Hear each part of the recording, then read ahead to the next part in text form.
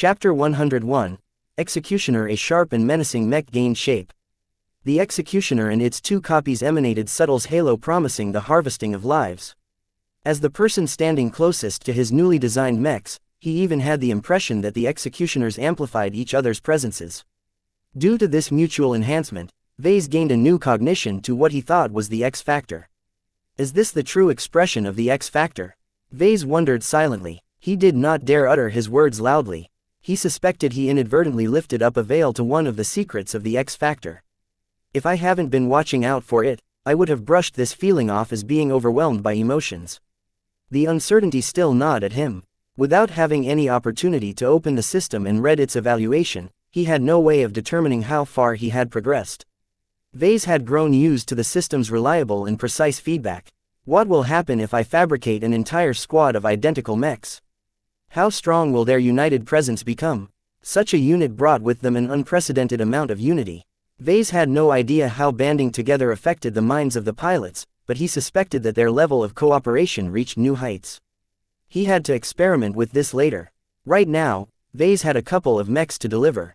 With just a few minutes before the generous 10-hour time limit expired, he made a final check before letting the mechs go.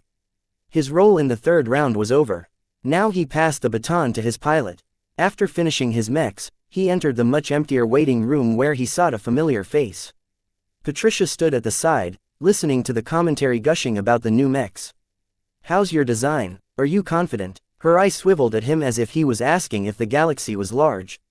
Out of 50,000 mech designers, only 24 of us had made it to the final round. Do you think any of us has any reason to lack any confidence? You make a good point. Vase said belatedly. I'm surprised to see you in the finals. I've gone to the same school as you and I've never seen you study something that could propel your skills to this level. I could say the same for you. There's hardly anything in your background that suggests you are capable of matching the graduates from the Limar Institute of Technology. This place is one of the holy grails of mech design in this star sector. It truly baffles everyone who witnesses your rise. The two reached an unspoken agreement not to pry more into the reasons of their sudden improvements. Vase had no doubt Patricia hid some secrets. Perhaps none so drastic as a system, but still something that could not be spoken aloud. Ah, I see the plebs have gathered together to talk about how much they enjoy rolling in the mud. An incisive voice cut from the side. Vase recognized the approaching man. How nice of you to meet us, Mr. Kurbanoff. I was just about to tell my friend how your mech will collapse at the first blow. A fine boast. A pity you can never back it up. Lachlan huffed contemptuously at him. I don't know why the lit allows third-rate rabble like you to participate in the competition. Designers like you still treat Laskin mechs as modern designs. It is a mistake to consider us backward just because we don't have as much access to resources as the Friday Coalition. You might find we are not any worse in terms of spirit and drive. Before Lachlan spat out a retort, Barakovsky approached him from behind and put a hand on his shoulder. There's no need to disgrace yourself, Lachlan. Let your mech prove your strength. You're right as always, dear Cynthia. Lachlan huffed and turned around. My brandmark will easily pound his toy into scrap. Barakovsky shrugged apologetically at Vase before guiding Lachlan to the other side of the waiting room. While Vase did not need any rescuing, he appreciated her concern. Is there anything going on between you and Barakovsky? Nah, nothing at all. We only grouped up together in the third round of the qualifiers. I see. Once the commentators stopped slobbering over the mechs, the duels commenced. 12 simultaneous one-on-one duels began in the prepared arenas. The match between his Executioner and Lachlan's brandmark took place in a randomized marsh environment. Shallow pools of stale water surrounded modestly sized mudhills. Mechs that had to traverse over this complex terrain had to worry about unstable footing. Faster mechs were at a disadvantage due to the limits placed on their top speed. In contrast, the abundance of water gave heat-dependent mechs an ideal environment. Water was a great conductor of heat. Mechs that relied on energy-intensive weapons such as laser cannons could fire off their weapons in rapid succession without worrying about melting off their barrels. It just so happened that Lachlan's mech utilized a lot of lasers. Perhaps aware of Cadet Lovejoy's penchant for swords, Lachlan designed a mech based around ranged superiority. His efforts resulted in a fairly robust medium mech adorned with lots of firepower. That's quite a top-heavy cannoneer, Vase commented as he rubbed his eyes. He did not expect such a model to come from Lachlan's hands. Replacing the arms with cannons is a very risky choice. Patricia hummed with interest as she analyzed the design. His mech obviously isn't meant to resist an opponent with a melee weapon. It makes sense to save weight and optimize systems in favor of a fully dedicated ranged build. That's how frontline models are designed. I can tell Lachlan is preparing for a career in the mech corps. Lachlan's cannoneer mech had done away with humanoid arms. Instead, he replaced them with two large and heavy laser cannons. The straight and ominous-looking barrels were able to rotate and aim at a wide range of angles. If that wasn't enough, his brandmark also sported two smaller laser barrels on its shoulders. Their slim and lightweight design allows them to track moving targets with greater ease than the large and sluggish cannons. As the brandmark sported four incredibly hungry laser weapons, the machine also carried a couple of attachments meant to mitigate their scary energy consumption. The mech wore a strange backpack module that Lachlan must have built from scratch. Vase guessed that it contained a combination of energy cells and heat sinks in order to extend the brandmark's endurance. The wet, marshy environment only provided the cannoneer with another advantage. The pilot, Lisa Kwong, already started to grin as she familiarized herself with the mech and the abundant water in the vicinity. As for Lovejoy, he spent some time on his own with his new mech. Vase designed the Executioner as an explicitly different machine from his sword dancer. Lovejoy had to memorize his new mech's characteristics and formulate a new game plan that took advantage of its strengths. Now this is more like it. I've always found the sword dancer to be too dainty for my tastes. Lovejoy remarked as he practiced a couple of mighty heaves with the Executioner's hefty sword. It's a bit on the slow side, but I can manage. What the Executioner lost in agility, it more than made up for it with power. A lesser pilot might consider the extra weight to be baggage. A proper swordsman had ways to take advantage of these properties. After finishing his brief practice, Lovejoy gained enough confidence to set out. His Executioner slowly trudged through the muddy terrain. The feet of his mech sunk into the dirty soil, like a fatty jumping into a swimming pool. The mud splashed everywhere and the metal dug in deep. Every time the mech raised its foot, a sucking sound emerged as if the mud did not wish to part with a lover. This is disgusting. Lovejoy spat as his mech awkwardly navigated the swampy terrain. Hopefully I don't have to crawl everywhere in order to find my opponent. Anyone who reached the top 24 was a force to be reckoned with. He briefly studied the bracket along with the other pilots and knew he faced Lisa Kwong right now. As a top pilot, Cadet Kwong made her name as a marksman. Whether in or out of the cockpit, her ability to shoot on target impressed everyone at the academy. She even went on to represent the school in various competitions. I'm not going to be able to dodge my way out of this match if I still piloted the sword dancer.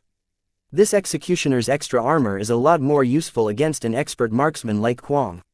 His strategy was simple. Once he spotted Kwong's mech, he'd simply redirect as much power to his flight systems as possible and close the range without bothering with any fanciful dodging patterns.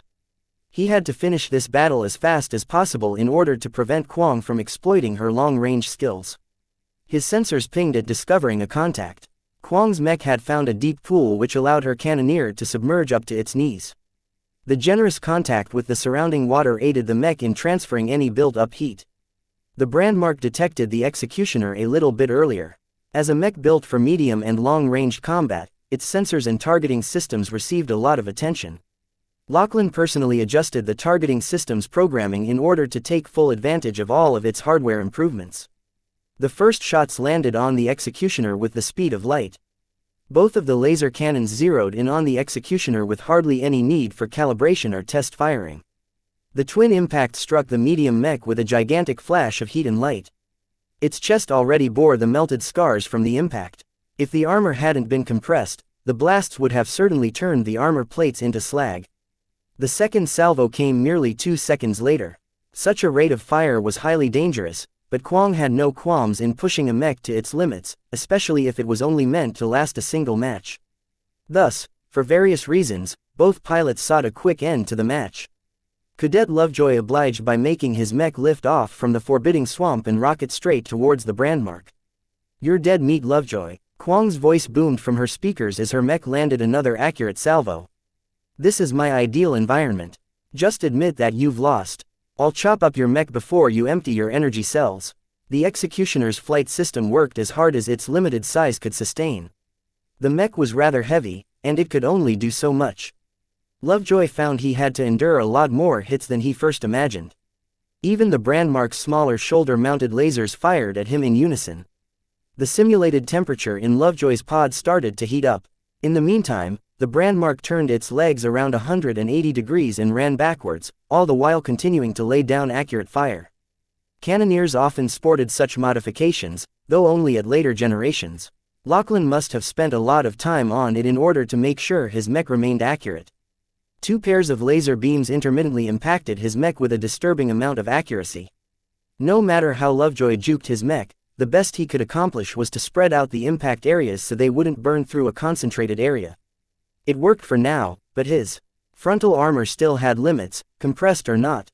The executioner crossed its arms and tried to shield its vulnerable chest from further damage. As the armor on the arms were thinner, it only lasted a dozen seconds before Lovejoy had to give that up. He still needed the arms to wield the sword. There's too much distance. I can't last long enough to get close. Lovejoy determined with a struggling expression. Too many lasers. Too much distance. Kwong's not even letting up. The water around the fleeing Brandmark started to boil as the cannoneer tried to shunt as much heat as possible.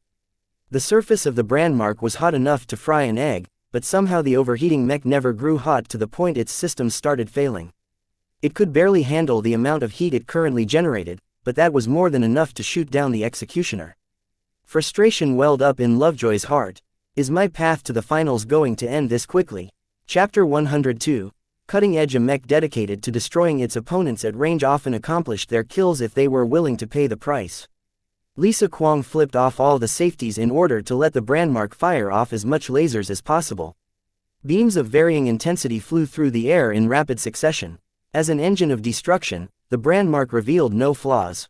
Its firepower approached the magnitude of a heavy mech, and its heat dispersal was excellent even without the surrounding water.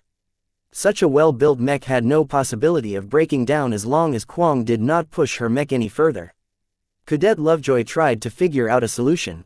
His executioner could not weather this laser storm for long. I'm still only halfway, but my mech is already approaching the limit. There's nothing in sight that I can use as cover. The marshy terrain was devoid of any distinguishing features to block the lasers. There were no hills, no trees and hardly any bushes. Considering the power behind the laser cannons, only the sturdiest trees had a chance of dispersing the larger beams. Lacking any other means, Lovejoy could only resort to sacrificing his parts of his mech. He first boosted the power of his flight system before raising the legs of his mech. The lasers burned right through the soles of his mech in short order. Even as the successive beams cooked the legs into slag, it succeeded in shielding the critical parts of the mech. Those who paid attention to this battle showed a lot of appreciation for this drastic move. To keep a mech in flight in this posture required a lot of control in order to maintain this delicate balance. If the executioner got hit by any kinetic projectile, it would immediately lose its balance and fall. Fortunately for Lovejoy, the Brandmark sported a dedicated laser loadout. While its laser beams looked intimidating, it essentially consisted of pure electromagnetic radiation. It was like using a flashlight to open a door. The door might melt if the beam was concentrated enough, but it required a stupendous amount of power to open the door through pure kinetic force. Lovejoy took advantage of this basic fact by recklessly flying forward in a highly unstable posture. Even as the feet fell apart, the executioner still possessed a substantial amount of leg armor. It sure is serendipitous for me to face a laser mech with a flight-capable machine.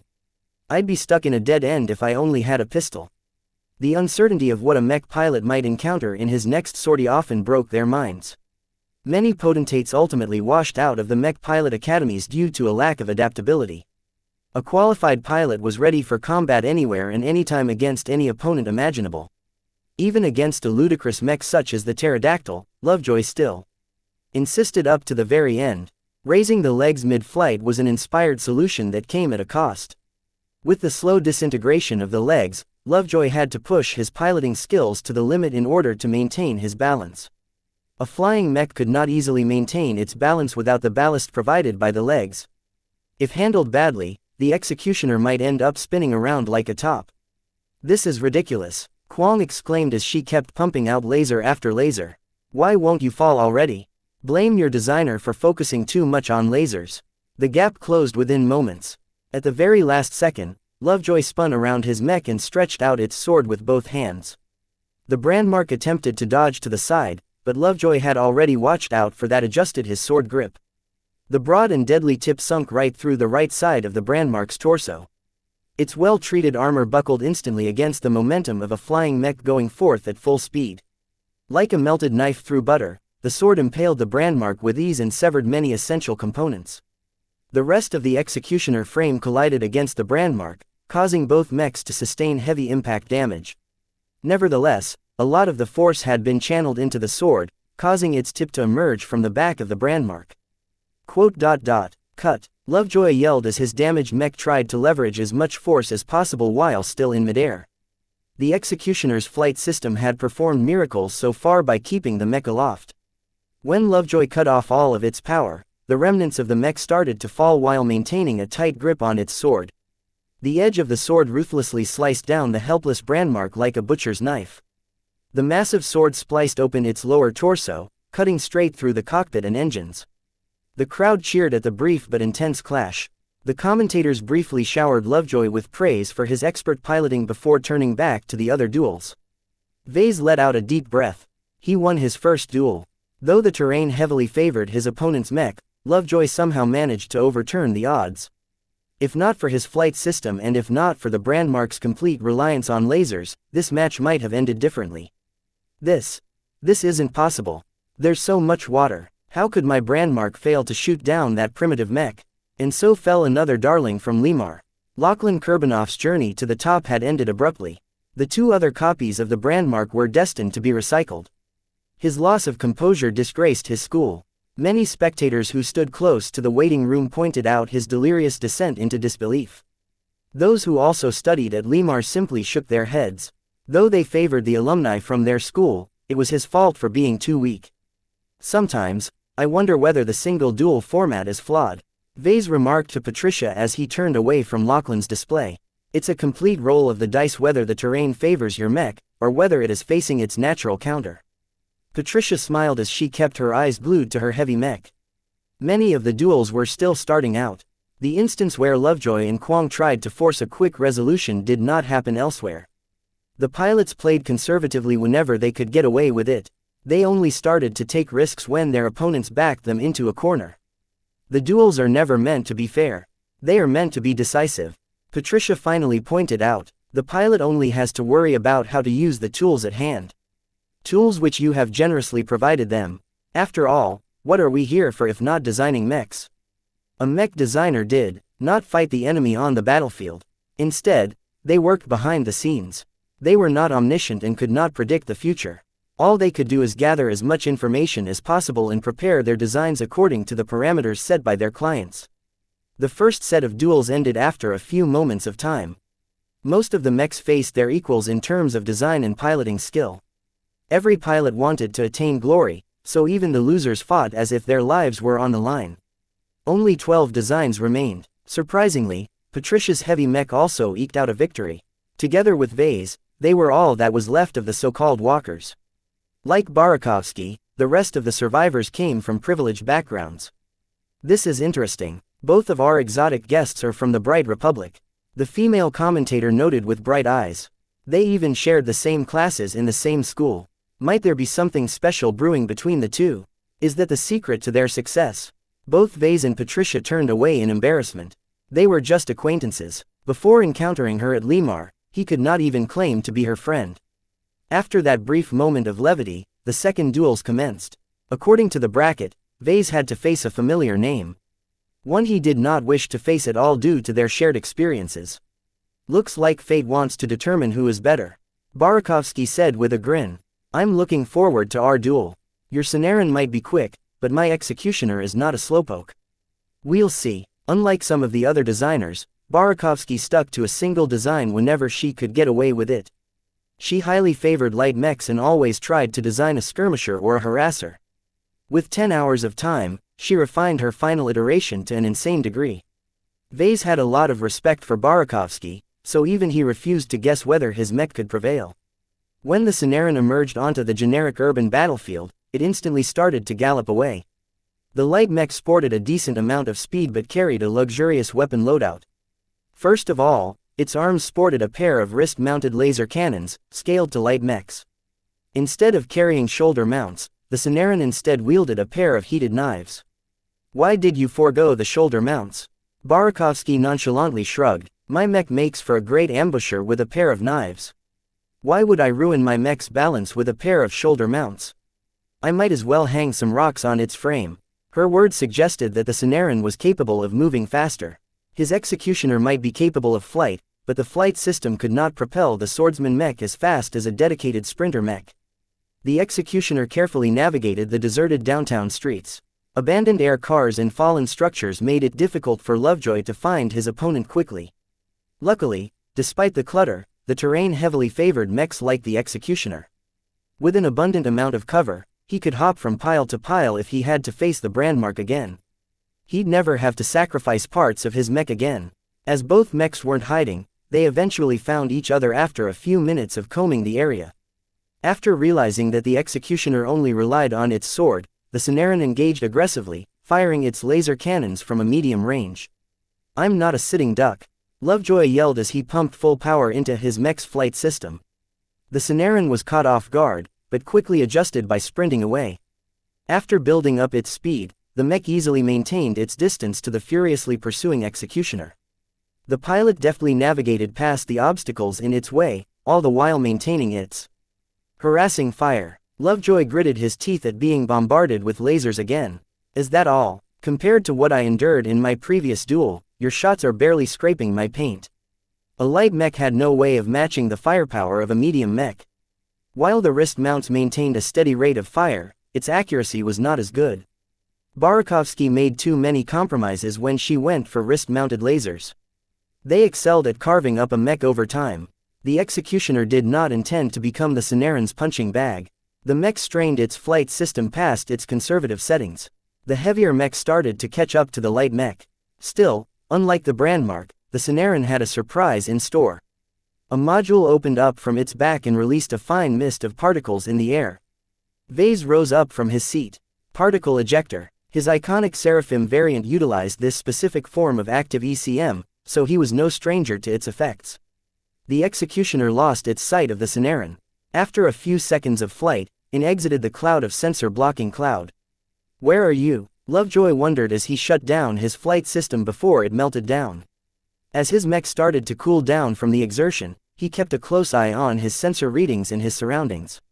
After finding no trace of the Scenarin, he concluded the mech still hid inside the cloud. The Scenarin purely used the particle cloud as an escape mechanism. If you think blinding me will help, then think again. His executioner resolutely entered the cloud. The particles had already spread out to the entire street, which meant that it was difficult to bump into the Scenarin. Nevertheless, Lovejoy closed his eyes and tried to sense the whereabouts of his opponent with his other sensors. After a few seconds went by, the swordsman mech suddenly raised its sword and struck to the left. The blade struck nothing but empty air. In the meantime, a pair of laser beams just skimmed off its head. The Scenarin deliberately aimed at the sensors. This game of cat and mouse continued for over 2 minutes. The Scenarin was equally as blind as the executioner, so it was only able to fire at its target accurately if it came close. This gave Lovejoy a chance to turn the tables. A few times, his sword even scratched the surface of the light mech's paper-thin armor. This cloud won't last forever, Lovejoy remarked. He wanted to urge his opponent on. I'm faster than you. The longer you lurk around, the more my flight system cools off. Can you afford to wait all day? The Scenarin came from behind. Just as the executioner swirled around to cut the mech in half, the Scenarin's wrist sparked with lightning. Shit! A massive bolt of lightning landed on the executioner, causing it to halt in its steps. The Scenarin also paid a price for the attack, but it recovered a lot quicker. The Scenarin expertly retrieved its pair of heated knives and dove towards the paralyzed mech, ready to gut it like a pig. Seeing his doom approaching, Lovejoy frantically tried to budge his mech. Move already! Cut! Just as the first knife slipped inside the chest, the executioner burst into life. While the mech lost power to a lot of its systems, they were quite robust. Vase always put a lot of importance in his mech's integrity. His diligence paid off as the executioner regained its strength just as the Scenarin was about to deliver its fatal blows. Cut! The sword swung once. Barakovsky closed her eyes. Chapter 103. Only 6, congratulations for your victory, Vase. You deserve it. Barakovsky finally said as she silently regained her composure. What a resilient mech. Your executioner really awes the crowd. Everyone who attended the duel applauded his work. The executioner shrugged off the effects of the lightning bolt in record time. It was doubtful whether mechs designed by others could do the same. Only the most remarkable designers like Carter Gage could reach this level. While Vase lacked the overflowing talent of someone of Gage's caliber, he finally proved his own worth. Nobody badmouthed him anymore in his presence. The other designers, all of whom enjoyed billions of calls worth of investment, regarded him as if he was a hidden tiger. Since Barakovsky lost, a pair of attendants guided her off the stage. She'd return to the podium at the end, but for now the spotlight only shone on the winners. After waving her goodbye, he walked over to Patricia and looked down on the arena where her mech put up a fierce fight. When he looked at Patricia's dauntless heavy mech launching missile after missile, he couldn't help but feel sorry for the enemy hybrid knight. Its fragile kinetic shoulder mounts had already been obliterated under a rain of high-explosive missiles. Right now, it barely hung on to its tattered shield as salvo after salvo of kinetic missiles struck its surface. That's a very interesting direction you've chosen. Aren't you afraid your mech becomes harmless once it expends all of its missiles? Just as your design commits to a sword, I'm confident my mech can sweep away any opponent with its missiles alone.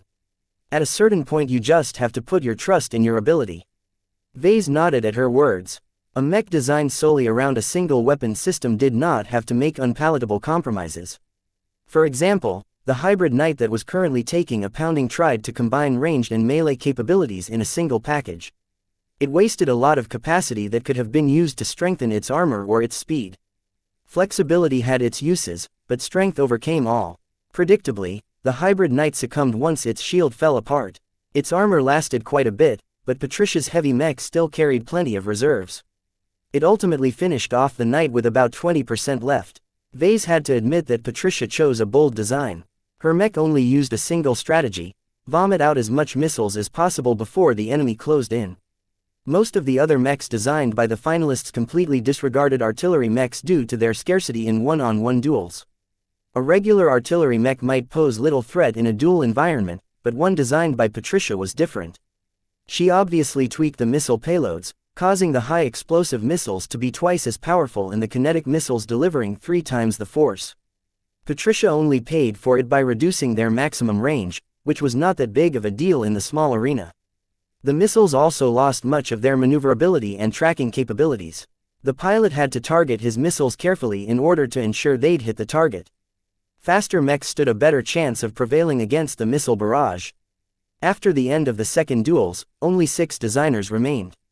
Vase looked at those who survived thus far. Besides Patricia, he recognized none of the other 4, but they all represented the best of what the Friday Coalition had to offer. It was no coincidence that the top 3 graduates from the Limar Institute of Technology had made it this far. They were all eminent geniuses who could almost be placed on par with some of the lower-class graduates from an average first-rate institution. Any casual graduate from a first-rate institution could raise a storm in the industry of a second-rate state, so that was high praise.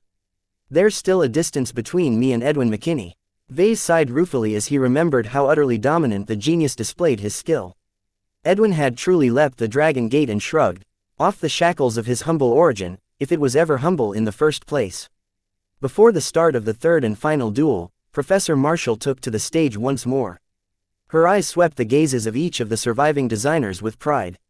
The 6 of you can be proud. No matter who wins or loses, you have all reached the pinnacle of mech design at your age group. She raised a hand, causing a projection to emerge. Nevertheless, our open competition only allows for 3 finalists. I have spoken with the masters and they have all affirmed that the winners will be guaranteed an offer of apprenticeship. The news struck the crowd like a bombshell. Such a statement meant that all of the 6 possessed enough qualifications to study under a renowned master. Outside of that, you must look at your luck. This meant that the losers of this final round might not be chosen, even if they possessed the right qualifications. No one knew why the masters made this decision. Perhaps they simply didn't want to pick up a designer who lost to someone else's apprentice. Same as last time, the final 3 winners will receive a special prize. Behold our latest innovation. The projection finally resolved into a model of a small inter-system spaceship. A couple of specs overlaid the most important parts of the 100-meter-long vessel. The impressive specs quickly roused the interests of those in the shipcraft industry. Our institute has developed a new spaceship ideal for personal travel. The Archon Mark I is the most advanced ship in the series. She features the latest advancements in FTL precision, so she is able to jump across vast stretches of space. Despite her compact size, her cargo bay can hold up to 4 standard-sized containers or 2 packaged mechs. In practice, this meant that the ship could only keep 1 mech on standby. The Archon had evidently been designed around this feature. Many smaller ships and yachts lacked the space to keep a mech on standby. Vase knew a little about ships. A ship like the Archon incorporated enough exotics to build a dozen mechs. The price of this ship could definitely bankrupt most billionaires back in the Bright Republic. Even if I don't have a use for this ship, I can sell her for a fortune. Just imagining the rain of credits he could obtain turned his eyes red with hunger. Losing was not an option. He had to make it to the final 3. The Archon Mark I possessed both speed, armor, range and comfort. The only downside was that her FTL and regular engines both ran on high-grade fuel. This fuel was extremely powerful, but also expensive. Governments kept a tight grip on the supply of such fuels. Those who wished to use the top-of-the-line model as a courier or a cargo transport shook their heads. Even in a wealthy state like the Friday Coalition, the operating costs was hard to bear, especially in a low-margin business like interstellar cargo transport. Even Vase had to bleed a lot of credits if he wanted to take the ship out for a spin. Considering his future trajectory, obtaining a fast and well-armored ship was no misdemeanor, especially if he could get it for free. After finishing her speech, Professor Marshall receded and made way for the final battles. According to the bracket, Vase faced an elite who originated from another institution under the Carnegie Group. Felix Tremor clawed his way through numerous rivals, including many geniuses from Limar. His mech, the Handshake, excelled in sniping, but could put up a mean fight in close range as well. His pilot, Xandra Ribeiro, was an all-rounder who could play his mechs to its strengths. Lovejoy waited patiently in the simulated cockpit of his now familiar executioner. After undergoing 2 brief but intense struggles, he had developed an intimacy with this model. Even after wrecking 2 identical mechs, the third still welcomed his presence like a warhorse reuniting with its knight. While the rewards for mech pilots were not as generous as those received by mech designers, they still received a fair amount of wealth and prestige. If Lovejoy won the next battle, he could leave his mark in history and be celebrated for many years on end. His employment prospects would definitely soar to an unimaginable height. After a moment of adjustment, the final battlefield unfolded into a lifeless moon environment. The low gravity caused his mech to bounce up with each step. Fortunately, it also reduced the load to the flight system, causing the mech to fly around effortlessly. Still, Lovejoy did not dare divert too much power. In this near-vacuum environment, mechs suffered a reduction in their ability to disperse heat. Overall, the terrain highly favored the executioner. If his opponent's mech turned out to be a laser rifleman, he'd have a really hard time. Where is he? Lovejoy wondered as he scoured the silent landscape. This guy sure is patient. He scoured half the battlefield, only to come up with nothing. Just as he considered changing his search pattern, his instinct screamed at him. He flared up his flight system, but his response came too late. A high-powered kinetic projectile tore into the leg of the executioner. Large chunks of armor sprayed into the distance as the slug hammered the affected area. The leg instantly lost all functionality. Xandra, Lovejoy yelled as he honed in on her position. Disregarding the damage, he urged his mech onwards. Sorry, ready, but I'll be taking the finals. The woman responded as she fired another slug from the Handshake's railgun. Her weapon generated a fair amount of heat, but not as much as a laser. The second slug penetrated glanced off executioner as it kept dodging sideways. A huge furrow emerged from its side armor, exposing the internals to vacuum. The Handshake calmly continued to fire off slugs. Its heavy railgun packed a very huge punch, but it required quite a bit of time to charge up the capacitors. By the time the executioner came close, Xandra only managed to unleash half a dozen slugs. All of the slugs made their mark on the swordsman mech. Despite his best efforts, his dodging only succeeded in preventing a fatal hit. 2 slugs impacted the chest, causing the executioner's power reactor to sputter. If not for the generous amount of armor, the second slug could have killed the mech. Once Lovejoy's mech closed the distance, Xandra decisively threw away the railgun and retrieved a spear. Her medium mech stood ready to receive his charge. Their weapons clashed. The handshake successfully fended off the executioner's charge. Its prepared stance absorbed a fair portion of the force behind the collision. As for the executioner, the failed strike caused it to fly to the side. Lovejoy fought to stabilize his mech. The crippled leg and reduced gravity made it twice as hard for him to regain his mech's balance. Having reactor trouble, Xandra taunted as she noticed the executioner's fluctuating power output. Your mech might shut down at any moment. The intermittent power output was a sign of further trouble. Lovejoy quickly read the damage report and knew his mech was on a time limit. The railgun practically ripped through half the executioner's chest. Only its well-designed internals and abundant redundancies allowed the mech to maintain a modicum of functionality. Even if his mech remained floating on borrowed time, Lovejoy didn't show it. Even if my mech is half as good as yours, I can still tidy you up. Don't forget who tutored you in swordplay. That happened ages ago. I've grown enormously since then. While Lovejoy only briefly branched out before fully immersing himself in swords, Xandra sought to master everything under the sun. She attained a comprehensive proficiency in every category imaginable to a further degree than anyone else in the academy. In truth, her spearplay was not much worse than Lovejoy's swordplay. Yet this tiny gap might as well be as wide as a canyon. As Lovejoy corralled his unstable mech and decisively engaged his opponent, his heavy sword strikes pushed Xandra's mech backwards. He heavily relied on his flight system to push his mech forward and put some weight into his attacks. If not for the sparking power reactor, he could have pushed the Xandra to her limits. Now though, Lovejoy had to keep his distance in case his mech lost control. Xandra even regained the initiative once she noticed his hesitation. She aggressively increased the tempo of the clashes. Chapter 104. Fire in Your Veins. The duel between the executioner and the handshake stretched out over 100 exchanges. While the swordsman mech put a lot of power in its attacks, the spear-wielding medium mech always blocked or deflected the predictable attacks with ease. Sweat trickled from Lovejoy's brow as he desperately tried to figure out a path to victory. His damaged power reactor started to release more smoke as he kept stressing the executioner. For a mech designed in just 10 hours, its relative stability impressed the audience. The armor isn't the best I've seen, but its integrity is top-notch for a designer this young.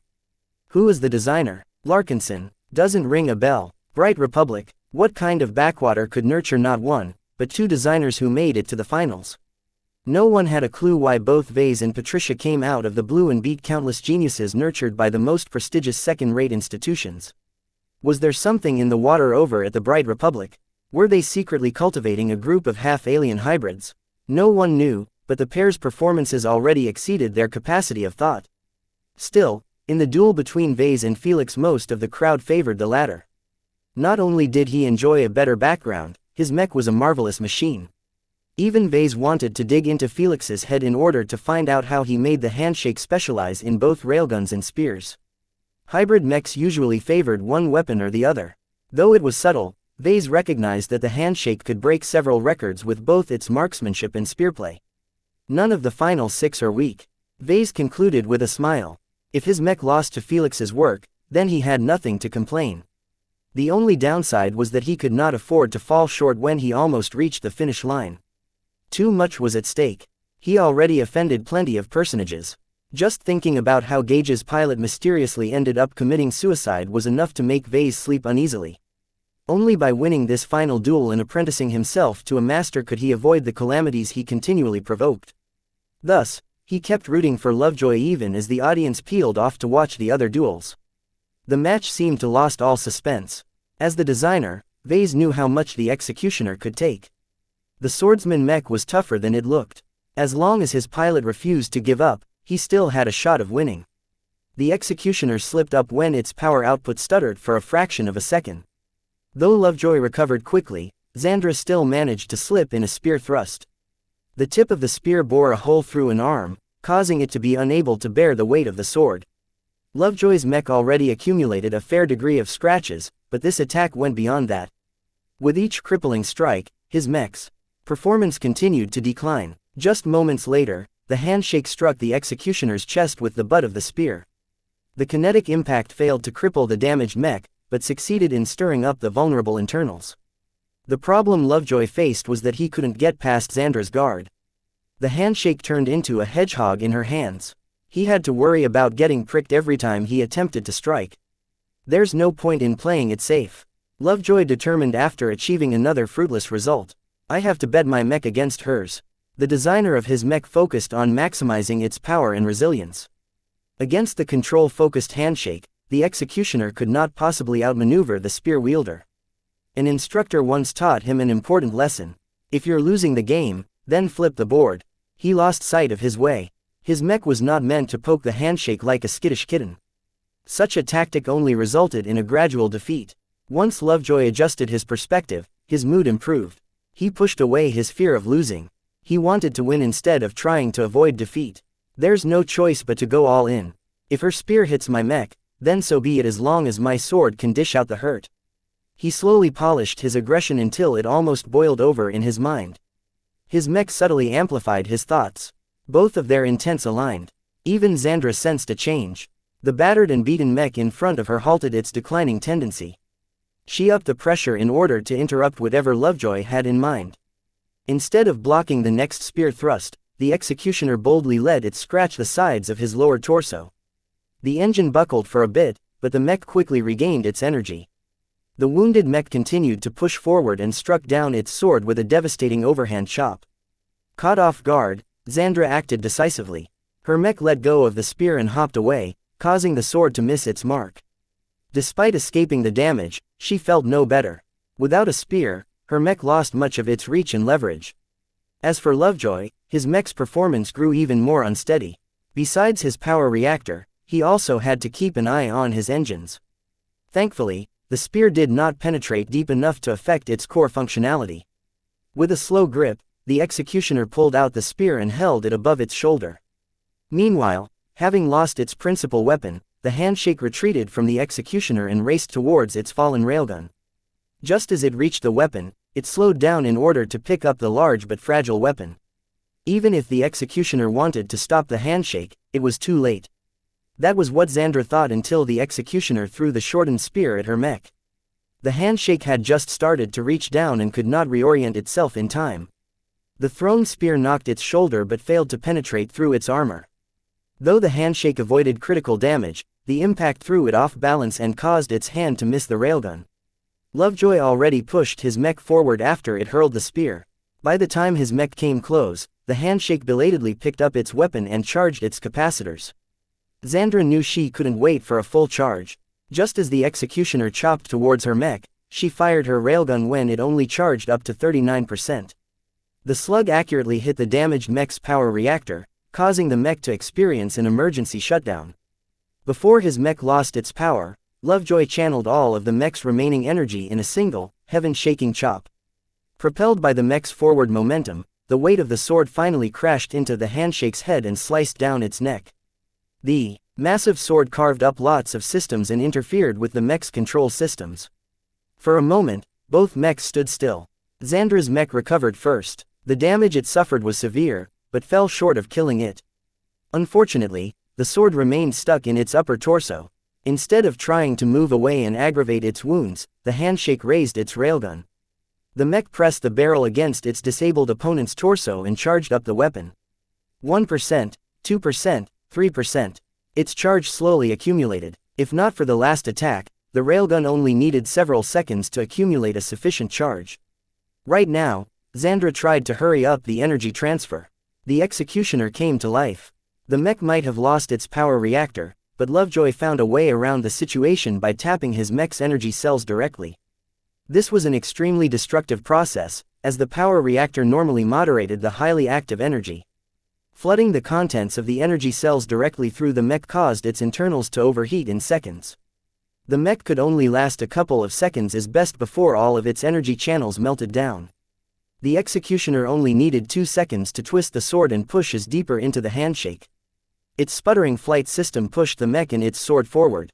At the last moment before the mech burned out, it suddenly leveraged its sword downwards, past the vulnerable power reactor.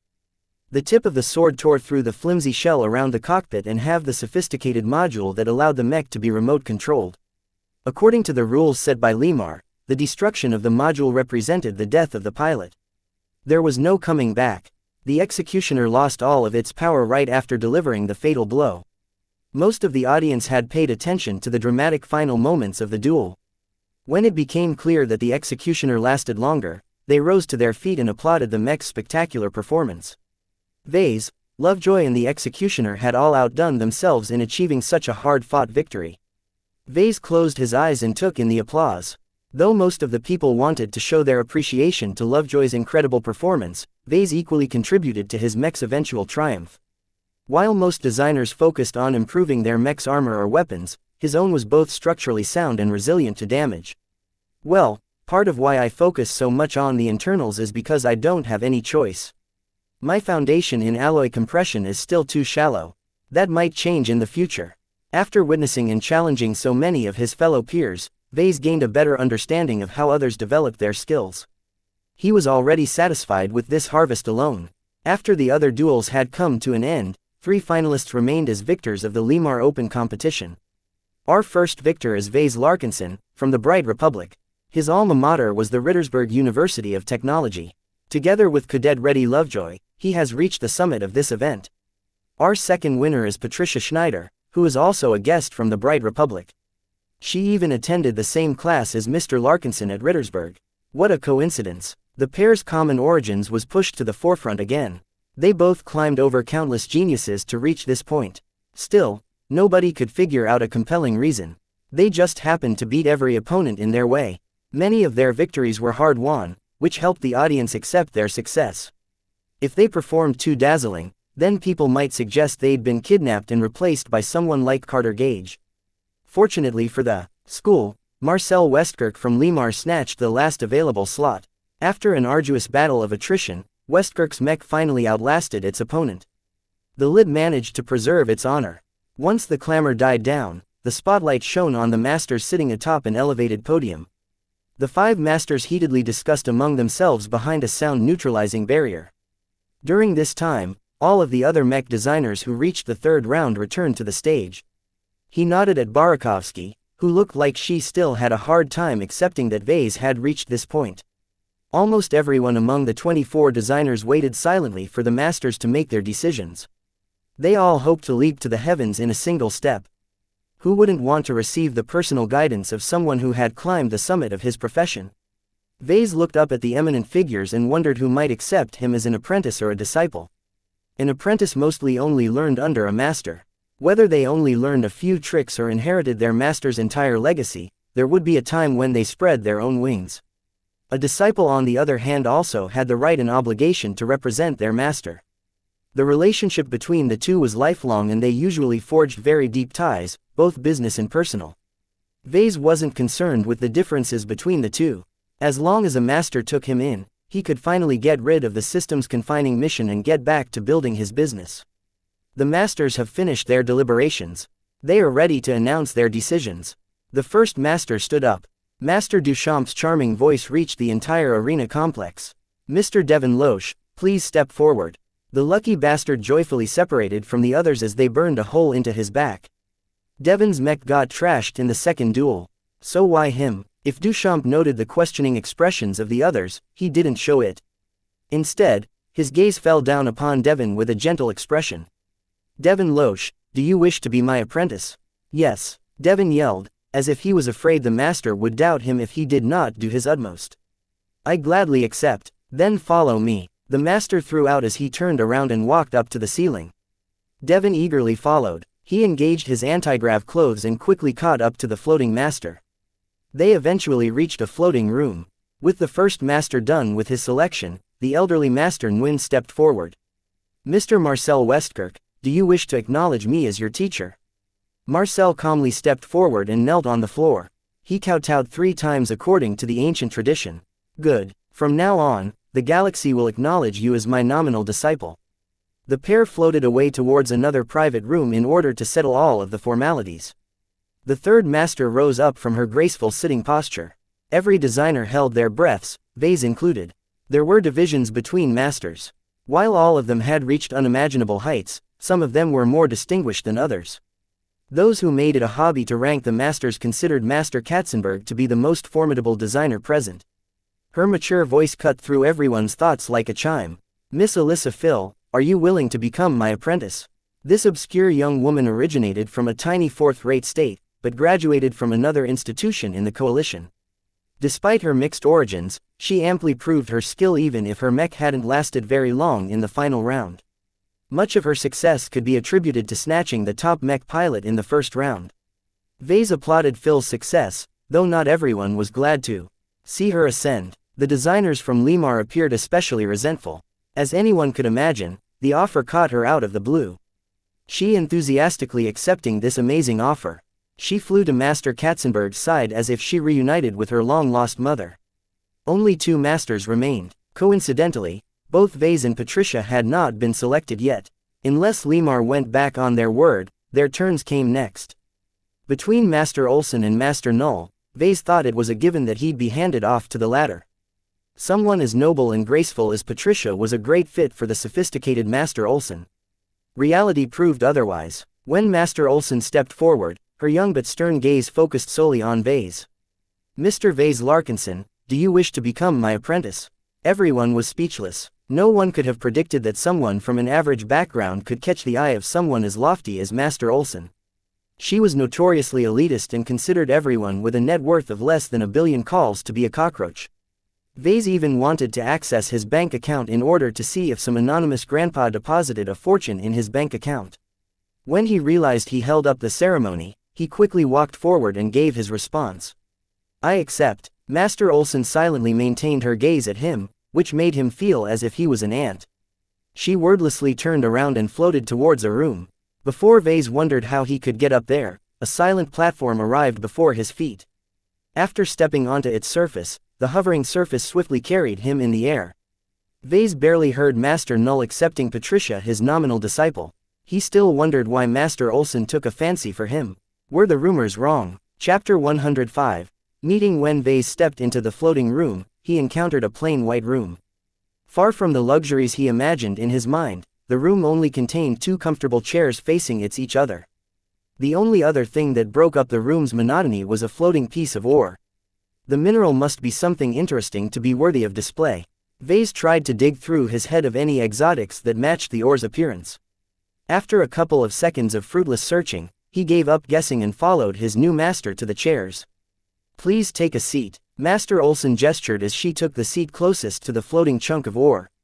Her admiring gaze suggested that she'd sell out her parents in an instant in order to secure it. Sadly for Vase, she felt no need to explain the origins of the ore. After a minute of silence, Olsen finally redirected her attention. With an emotionless expression, her eyes ruthlessly scanned his body and his average clothes. Compared to the finely detailed layered dress that Olsen wore, he might as well look like a pauper. "Tell me in your words why I have decided to take you on as my apprentice." The master obviously gave him a test. Vase already expected something like this, so he simply answered as honestly as possible without pause. "I have a solid foundation, and while my skills aren't impressive, my highly developed mechanics is most compatible to your specialties." In contrast, most of the other designers chose to specialize in more exciting fields first, which won't make them good seeds for a specialization into engine design.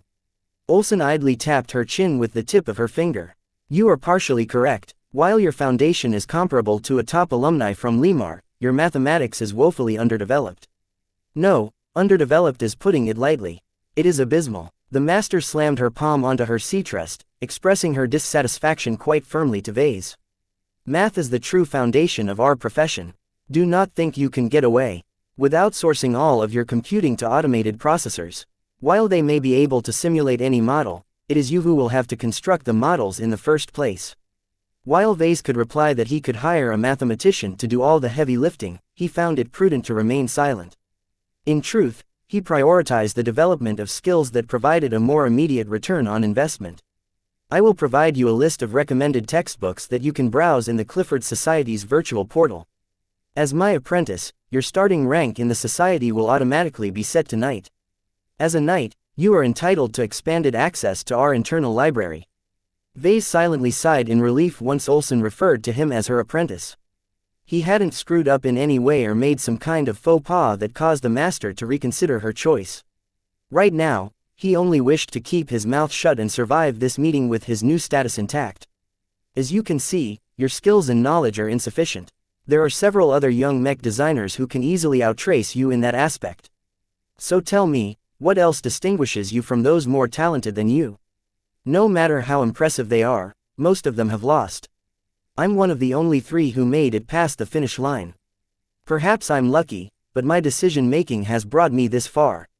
I might not be the smartest designer, but I'm confident that I can match the best of them in terms of wits. That is a bold statement, Olsen nonchalantly replied. Whether it is true or not, it is something you should consider for yourself. Let me ask you another question. How many mech designers are stuck in the novice phase? The MTA kept track of every mech designer and formally provided them with certifications of their proven skill level. Not any designer could claim to be a master. The MTA strictly tested any mech designer who wished to publicly announce their advancement. According to the MTA, over 90% of all mech designers are still novices. Of the remainder, half of them are apprentices while the other half are journeymen or higher. Do you think all of these novices lack the opportunity to advance? Even if they are not involved in any design work, they can still save up their calls and buy the necessary knowledge over time. Perhaps they will not be able to advance their skills in a couple of years, but they will certainly be able to do so in a couple of decades. There are many old designers, but if they take decades when a younger one only needs a couple of years, then it's obvious to masters and employers who they should invest in. Even wealth is not the determining factor, though it surely helps. Even without the calls to buy a textbook, if you were talented enough, you could apply for grants or knock on the doors of a design company. The point I'm making is that a mech designer is more than a vessel of knowledge. We are humans, capable of both irrationality and creativity. Combined, we can create the most wondrous mechs. Too much of it, and we can easily lose sight of our basic needs. A qualified mech designer is one that can exercise sound judgment. Vase already held some suspicions about the Limar Open competition. For an event that attracted tens of thousands of mech designers annually, its rounds were unusually unconventional. They tested the designers in many different ways. Those who fared poorly in just a single aspect were mercilessly eliminated despite their abundant qualifications. Fairness was never an objective. The masters associated with the lit simply wanted to see mech designers suffer. Those who survived the torment have proven themselves to be the most resilient of this year's batch. It was no wonder why even Master Olsen paid attention to Vase, if ever so slightly. In truth, among my closest subordinates, you are still unqualified to receive my personal guidance. Unlike my disciples, you are older and you have already found your own way. It is up to you to see it to the end. For now, access to the resources provided by the Clifford Society is sufficient. You can return to me once you have advanced to become journeyman mech designer. Vase expected to be brushed off in some way. A master did not lack for apprentices.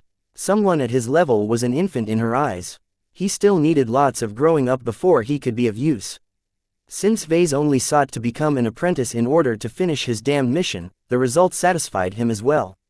He had no desire for someone watching over his shoulders and finding out about the system. I am fine with this arrangement, Vase replied in order to show he wasn't ungrateful or anything.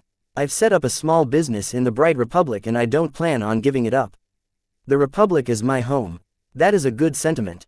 A mech designer must always have a home at heart, Master Olsen softly praised. It may be difficult to keep in touch across the star sector, but you may always contact me via your comm if it's an emergency. My subordinates should be able to take care of any routine issues. You can get in touch with them through the Clifford Society. In essence, the Clifford Society was a comprehensive club that did more than bring together Limar's best alumni and contestants. It also provided a ready-made network for newly inducted disciples and apprentices. Master Olsen patiently spent the next half-hour explaining her expectations on his apprenticeship. Despite the rumors surrounding Master Olsen, she had been surprisingly accommodating so far. Though she still appeared cold and aloof, she patiently guided Vase through the formalities of becoming her apprentice. After signing a bunch of digital paperwork, Vase officially gained a new identity as her apprentice. Along with this enviable status, he gained a permanent residency status in the Friday Coalition. No longer would he be considered a total foreigner, which was highly advantageous if he ever decided to do business here. Limar prizes independence. Though you have not gone through our school's rigorous regime, your independent mech workshop constitutes a real-life test. I do not have the habit of holding the hands of my apprentices. Do not cry for me for help if you've only bumped your toe. Make something of yourself and grow from your experiences. In other words, Master Olsen wasn't about to hand Vase a boatload of calls. He had to earn his money with his own two hands. Master Olsen wouldn't lift a finger if his business went bankrupt. He should only really ask for help if he encountered a life-threatening situation. When the meeting came to an end, Master Olsen passed him a couple of gifts. First, she retrieved a secure alloy briefcase from seemingly nowhere. Open it once you are somewhere private. I recommend you do so on your new ship you've won. Next, Master Olsen extended her hand towards the floating rock. Somehow, palm glowed to life, as if it turned into a hand-sized plasma cutter. With a careful motion, she cut a ball-sized piece from the surface of the rock. She passed the ball to Vase. This is a treasure. You will thank me if you ever find out its use. With those words, she practically shooed him away, leaving her to gaze at the floating ore like it was her husband. A floating platform brought him to an isolated section of the arena, away from the press of the crowd. A mech pilot garbed in a skin-tight suit leaned against a wall. Once Vase stepped from the platform, the pilot came up and energetically shook his hand. Are you Vase Larkinson, Cadet Lovejoy? This was the first time they came face to face. Both of them performed above and beyond their limits in order to make it to the top. They grew closer after a brief chat. Even if they didn't understand each other's fields, they both appreciated their partner's expertise. Now that you've won this year's competition, what will you do after you finish your studies? I've already received an offer from the Carnegie Group. I'll be entering an exclusive training program for potential expert pilots. That's impressive. I'm sure a major power like the Carnegie Group can polish your talent. Expert pilots enjoyed the same status as a senior mech designer. They were the true elites who piloted the best advanced mechs of any mech corps. Along with this offer, Cadet Lovejoy also received numerous privileges. Potentates always enjoyed more rights, and as his worth increased, his benefits grew correspondingly. For once in his life, Vase did not grow jealous. He used to slavishly devote his life to becoming a mech pilot and follow his father's footsteps. After undergoing the past couple of days, his eyes opened to the splendor of his profession. In his heart, he had already moved on from those childish dreams. If you ever visit the Friday Coalition again, be sure to give me a call. If I'm not on duty, I'd be glad to show you around. Thanks a lot. I'll be sure to look you up if I do. Vase left the arena complex and found his way outside. He had to ask a bot for assistance in order to reunite with Dietrich and Lucky. My man Vase, congratulations on your ass-kicking win. Haha, it wasn't easy, that's for sure. While Vase and Dietrich talked about the competition, Lucky stared hungrily at the chunk of ore that Master Olsen gifted him. Vase noticed his gem cat's preoccupation. Whoa there, not yet little buddy. I want to look up the minerals first. If I can't find out its composition, I'll let you have it for dinner. It's a promise. The cat resentfully meowed at him as if it was a given that the ore should end up in his belly. While Vase was convinced the rock should be worth a fortune, he already won plenty of prizes today.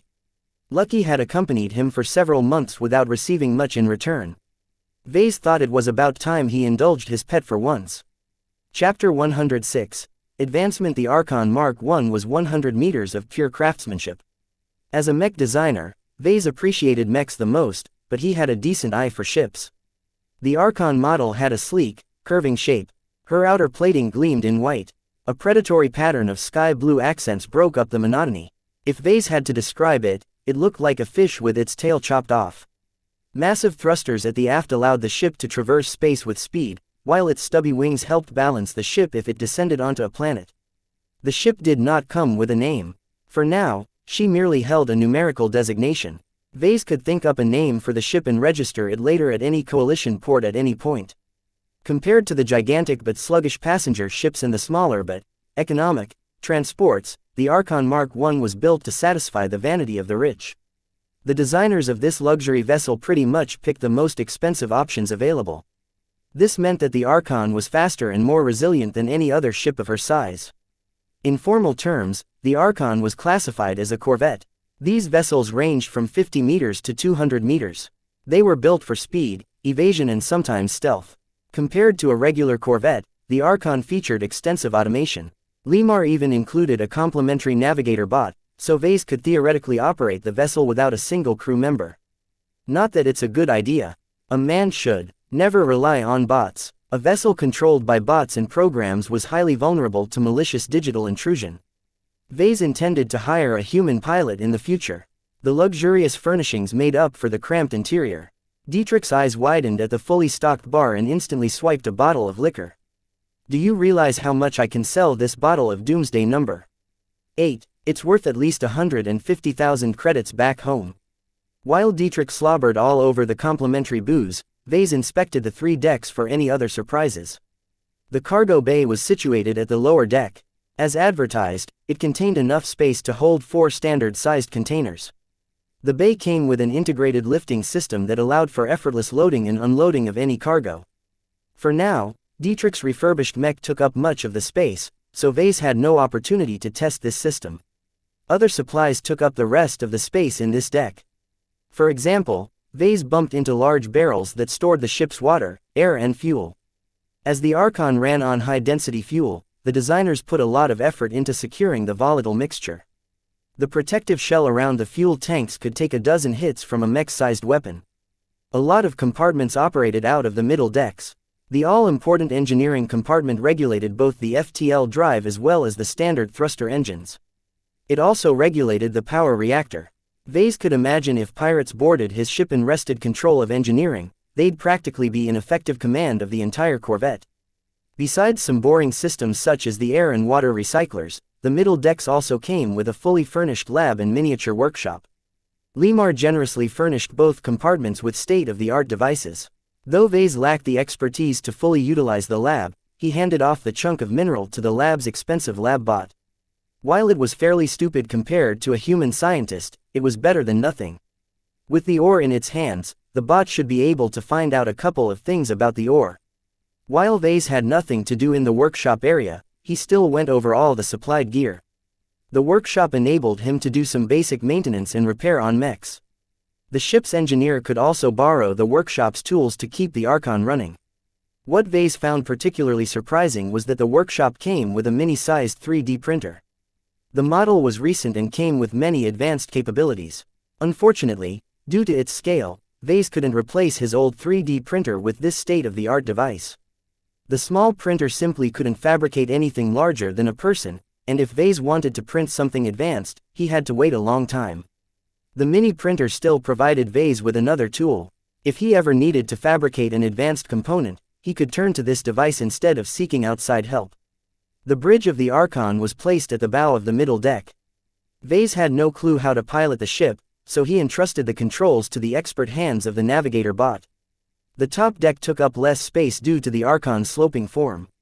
The deck mainly offered comfort and accommodation to the passengers and crew. The smaller cabins held enough space for 4. The beds could be expanded into double bunks if Vase ever took in more crew. The mess hall offered a comfortable place for people to eat their meals. In its standard setting, the dining area looked like an austere cafeteria. Crew members could eat their meals in peace. When Vase changed the dining area's mode, the normal furnishings receded and the room turned into a classy dining room that could also function as a conference room. The wooden furniture and soft carpets gave the transformed room a sophisticated ambiance that would certainly help in impressing any guests. The food preparation system was state-of-the-art. The hall also came with an automated food fabricator that prepared any meals programmed in its systems. The food fabricator took in standardized nutrient packs as input and fabricated natural-looking meals such as spaghetti bolognese or instant noodles. If Vase ever grew tired with fabricated meals, he could hire a cook to man the attached kitchen. The observation chamber came with a retractable roof that allowed the occupants to gaze at the stars. The chamber also functioned as a leisure room. It came with programmable seating that allowed Vase to summon up sofas or bar stools as he needed. Dietrich currently monopolized the bar set to the side while Lucky cautiously sniffed at fish swimming lazily inside the aquarium set on the other end. The final 2 compartments at the bow of the ship turned out to be the ship's best cabins. The staterooms offered enough space for the captain and the owner to take care of some paperwork. One of the extensive secure closets already came with a new set of clothes. Or all of these anti-grav clothes. The freebie certainly came as a surprise. Though all of the sets looked simple, Vase quickly realized there was more under the surface. All of the sets could be reprogrammed, allowing them to change their shape and color. Not that Vase thought to play around with this function. To his underdeveloped fashion sense, the clothes were already miles ahead of his old wardrobe.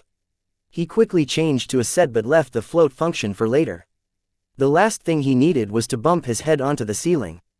He retrieved another set of anti-grav clothes and left it onto the bed of the spare stateroom. He already received more than enough gifts. Dietrich deserved a share as well. Once he finished his tour, he entered his stateroom.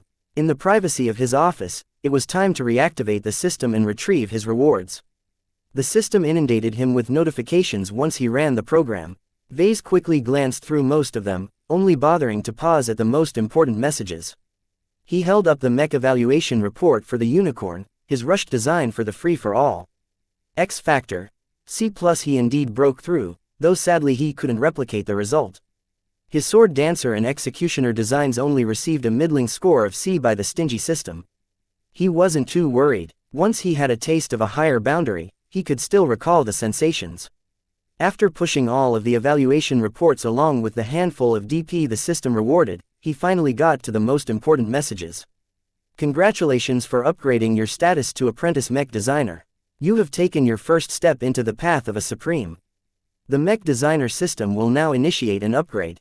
Please stand by. What are you doing? His comm unit physically changed shape. The thin armband-shaped device started to melt in front of his eyes. For a moment, Vase panicked at the sight. Would his wrist melt off?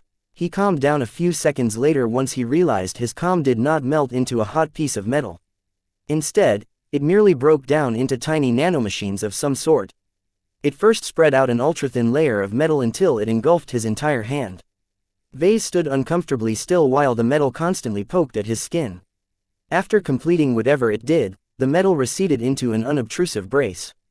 When Vase poked at it with his fingers, he found the comm to be surprisingly pliable and springy. Smart metal. Whatever its composition, Vase was sure the system massively upgraded his previously average comm unit. He'd dig through the changes later. First, he had to go over the rest of the upgrades. Your access to the store has been expanded. You are now able to exchange more advanced items with design points.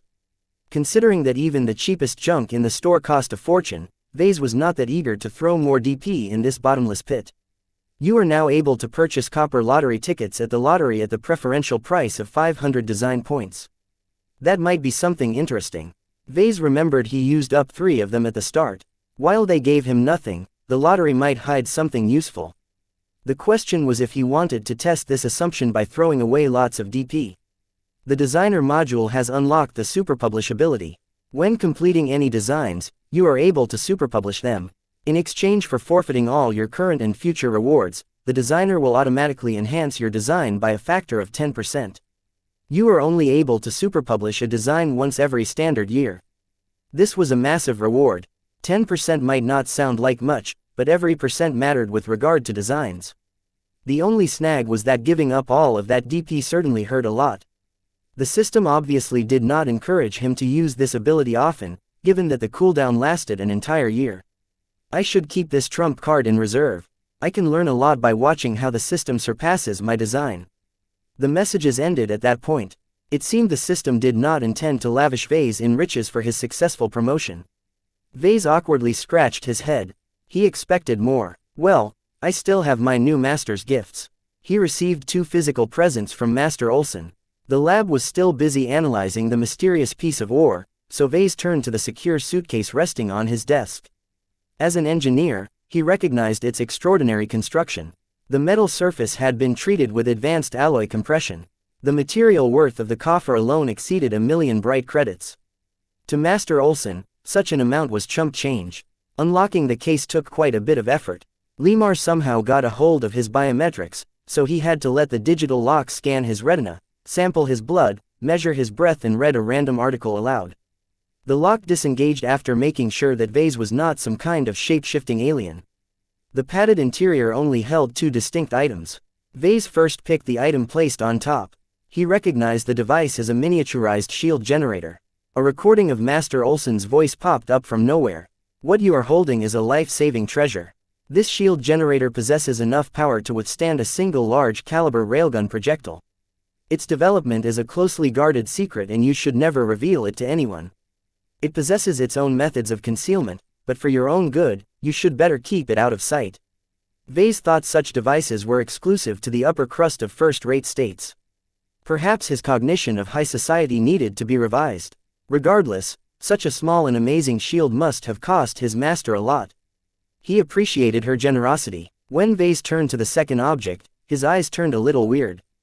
After removing the strange foliage, he held a medical injector. The vial inserted in the injector contained a strange, glowing green liquid. The label on the vial only displayed a single code, M21 initiating elixir. What you are holding is an even greater secret than the shield generator. This secret is so well kept that you should extinguish any thoughts of leaking it to the public. Vase already had a good idea what the mysterious vial contained. Holding it meant he had finally stepped into the upper ranks of society.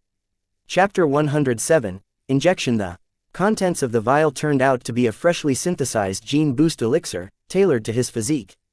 The conspiracy theories were definitely true. Those in power controlled a method of manipulating a person's genes and improve their attributes. The secret did not affect him as much as others, as he already enjoyed something similar from the candies the system handed out. He patiently listened to Master Olsen's recording as she extensively warned him of all the ways he could end up dead if he did anything improper. The M21 is an entry-level gene boost designed to reconstruct your body and pave the way for future injections. The M-series elixirs are particularly suited for scientists and engineers. The first dose has a pronounced effect on your intelligence.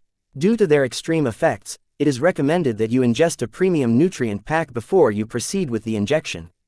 Vase ordered a household bot to retrieve a nutrient pack from Archon's mess hall. After chewing up the mushy bar of essential nutrients, his belly quickly became bloated. Only starving people ate an entire nutrient pack without processing. Without further ado, he placed the business end of the injector against his arm and pressed the button. Goog! The elixir burned through his veins and traveled up his arm before spreading out. The fluid somehow engulfed his entire body in seconds. His flesh and bones shook with excitement as the fluid washed over them simultaneously. His brain received special emphasis as up to 30% of the gene boost made their way up. A few indeterminate minutes went by as Vase collapsed to the floor. While his body suffered through the pangs of rebirth, the empty injector silently disintegrated into dust, which slowly broke down into smaller particles that was swept away by the ship's ventilation. After Vase finally recovered, half an hour had already gone by. His bloated stomach had turned into an empty pit. He could certainly grab another bite. Eager to see how he progressed, Vase called up his status. Status name: Vase Larkinson. Profession: Apprentice. Mech Designer. Specializations: None. Design points: 815. Attributes: Strength 0.8, Dexterity 0.7, Endurance 0.8, Intelligence 1.3, Creativity 1, Concentration 1.7, Neural Aptitude. F skills: Assembly Apprentice, 3D Printer Proficiency 2, Assembler Proficiency 2, Business Apprentice, Computer Science Incompetent, Electrical Engineering Novice, Mathematics Incompetent, Mechanics Journeyman, Jury Rigging 2, Speed Tuning 3, Metallurgy Journeyman, Alloy Compression I, Metaphysics Incompetent, Physics Novice, Lightweight Armor Optimization I, Medium Weight Armor Optimization 3, Abilities Superpublish available. Can be activated once a year. Evaluation: an apprentice who has taken a step in the true world of mech design. His status hadn't changed much. Most of his rewards for completing his mission went towards upgrading his privileges. It was as if the system stole all the benefits and left him with a pittance. Regarding his attributes, the M21 gene boost certainly made a difference, though it was not as big as he thought. Both his strength, endurance and intelligence received a small 0.1 bump. Vase could imagine that anyone might faint at the sight. As someone who already ate a couple of candies, he merely noted the bump and wondered what it would take to get the next injection. Something like this should still be out of reach. The Clifford Society should have more information. After taking a brief sonic shower, he dressed himself, exited his bathroom and walked over to the full-sized mirror next to his closet. The shower's drying program even styled his dark brown hair into a neatly combed look. The cut of his suit fit him like a glove. These anti-grav clothes came with the most perfect measuring systems. It even adjusted to his changed physique without having to lift a finger. Wow, that gene boost sure brushed up my appearance, Vase stated admiringly. Even the system didn't offer cosmetic boosts from its store, at least to his knowledge. The gene boost's physique enhancement not only strengthened his muscles, but also smoothed out his physical features. His skin lost all of its blemishes and his face appeared more symmetrical. Though he'd never be called handsome, at least he distanced himself from the skinny nerd look. Should I grow a beard? No matter the era, facial hair always gave men a dignified look if properly groomed. Even if Vase knew little about styling, he could borrow his ship's amazing styling program to groom a sophisticated beard. I'm too young. People will think I'm trying too hard. He just became an apprentice to one of the Friday Coalition's vaunted masters. Even if Master Olsen was one of the youngest among their ranks, she had a bright future ahead of her. His new status had turned into his defining characteristic. Even someone as distinguished as Barakovsky fell short. I'll be sure to squeeze my status as often as I need. As a mech designer with ambition, he didn't want to rely on his master's name forever. He had no qualms of borrowing his status to deter anyone who wished him ill. Well, let's get this ship underway. The Archon came fully stocked with enough fuel, food, water and air to travel across the star sector. Vase summoned a tipsy Dietrich to the bridge. Cool bridge man, if a little vulnerable. There's hardly any cover here, so you better pray pirates won't reach this place. Dietrich had a point. The Archon had been designed first and foremost for the rich. While the ship incorporated some defenses, the interior prioritized aesthetics. Retractable defenses were only effective up to a point. I asked you up here to consult you on a couple of matters. First, you're aware that I've offended a couple of people during the competition, right? Haha, you sure kicked a lot of people's butts. Even though Master Olsen took me in, I can't be sure that someone is out to get me. I've instructed my navigator bot to plot a circuitous route back to the Bright Republic. Take a look at the map. A projection of the entire star sector appeared in view. A bright red line originated from the Lemar system and reached out to a lightly populated system. The route kept hopping between less crowded systems until it reached the border of the Bright Republic. We have to make 56 stops, but we'll still be back in a month. Unlike passenger ships, our Archon won't be wasting time traveling to the interior of a star system in order to exchange passengers. Our ship will rest at the edge of each star system and leave when her FTL drive has finished cycling. A ship could not hop into FTL immediately upon disengaging it. The FTL drive required at least a couple of hours of cleaning, maintenance and inspection. Military-grade drives cycled faster, but required a seasoned engineer to keep watch. Dietrich stumblingly tried to make sense of the elongated route. I don't have any complaints, but are we really skipping all of the port systems? We're taking a massive detour here. I don't mind if I have to delay my homecoming. What's more important is that my enemies won't be able to predict my schedule. There were too many star systems in the sector. Vase deliberately included uninhabited systems in his planned route in order to mess up anyone's guesses. With the inclusion of these systems, anyone who wanted to track him down had to devote thousands of ships at each hop. He didn't think anyone would be crazy to divert so many ships for a trivial apprentice mech designer. The second thing I'd like your input on is a name for this ship. We won't be visiting any other port systems, so this is our only chance to register a name. Vase wanted to gift his Archon with a dignified name. According to the laws of both the Friday Coalition and the Bright Republic, as long as he didn't come up with something offensive, he could pick any name. A ship is like your personal mech. It's part of your identity. Dietrich sagely explained, as if the liquor made him smarter. The thing is, the Archon is already a beast. You don't have to crack your skull in order to come up with something cool. After throwing a couple of names back and forth, Vase eventually decided upon the Barracuda. The ship already looked like the fish, so the name fit her like a glove. It also sounded cool enough without trying too hard. After passing on the name to Lemar's traffic control, Vase quickly received a notification that they've approved the christening. The sides of his ship shimmered for a moment before they displayed the new name in a bold black font over the vessel's bright white surface. No wonder the rich like to throw good money after bad on these toys. Dietrich remarked with a hint of envy. With a ship like this, you'll never worry about the hassle. The Barracuda's extensive automation was her biggest selling point. Vase was determined to keep this ship in his possession. No matter how much money he had to throw in this money pit, the ship's ease of use allowed him to maintain her without involving too many outsiders. She's a good means of escape if anything happens. In a galaxy full of tension, no planet was safe. Even a quiet and boring state such as the Bright Republic had to face a lot of threats. The ship ascended into the skies. Vase bid farewell to LEMAR-2 as the Barracuda effortlessly escaped the planet's gravity well. The archipelagos claimed by the Lemar Institute of Technology slowly faced underneath the clouds and haze of the planet's atmosphere. For the next few hours, Vase observed the navigator bot as it efficiently slipped past the crowded traffic near LEMAR-2's orbit. It frequently sent automated requests to the system's traffic control and received updates on its assigned routes that led it to the edge of the star system. As a small and nimble corvette, the Barracuda only required half a day to travel from the inner system to the very edge.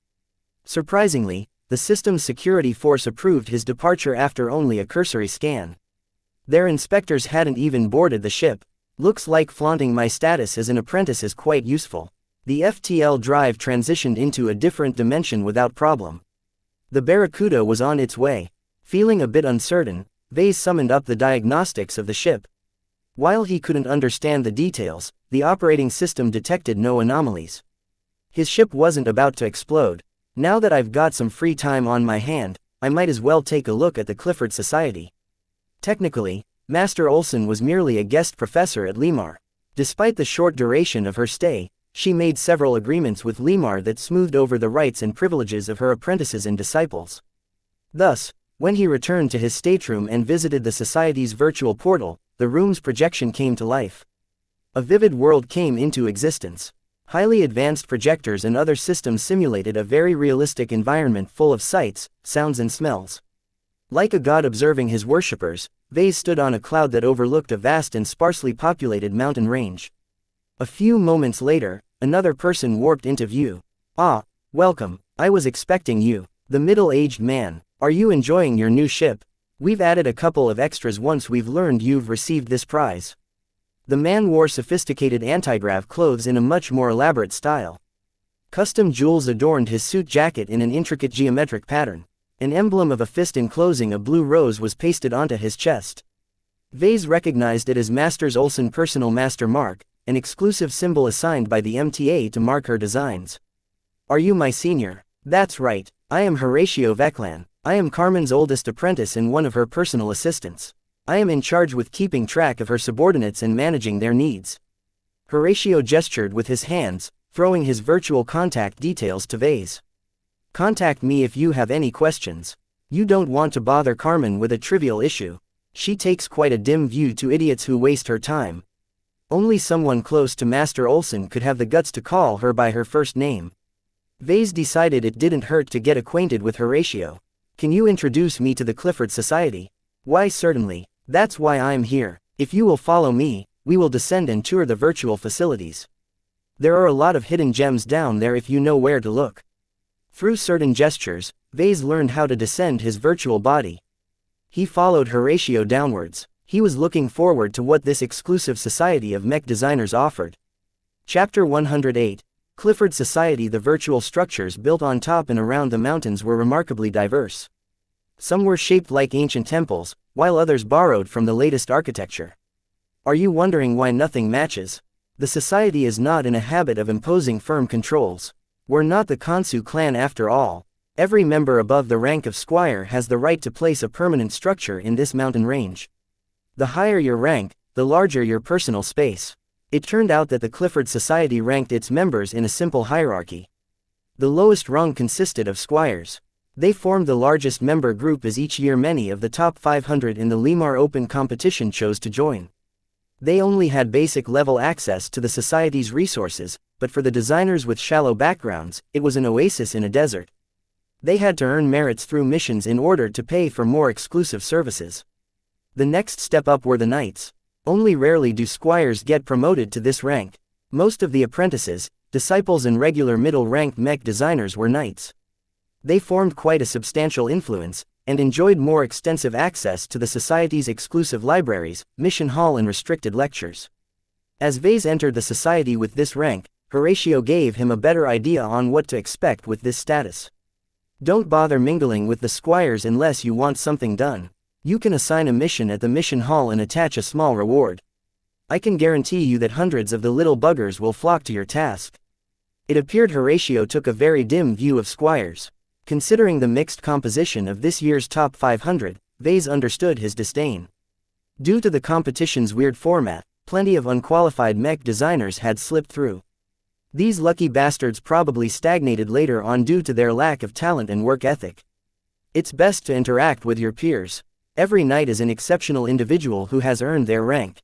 While you are able to earn merits the boring way through fulfilling missions, it's more convenient to trade for knowledge or assistance with your fellow knights. When Horatio guided him to the mission hall, Vase knew why he dismissed the mission hall.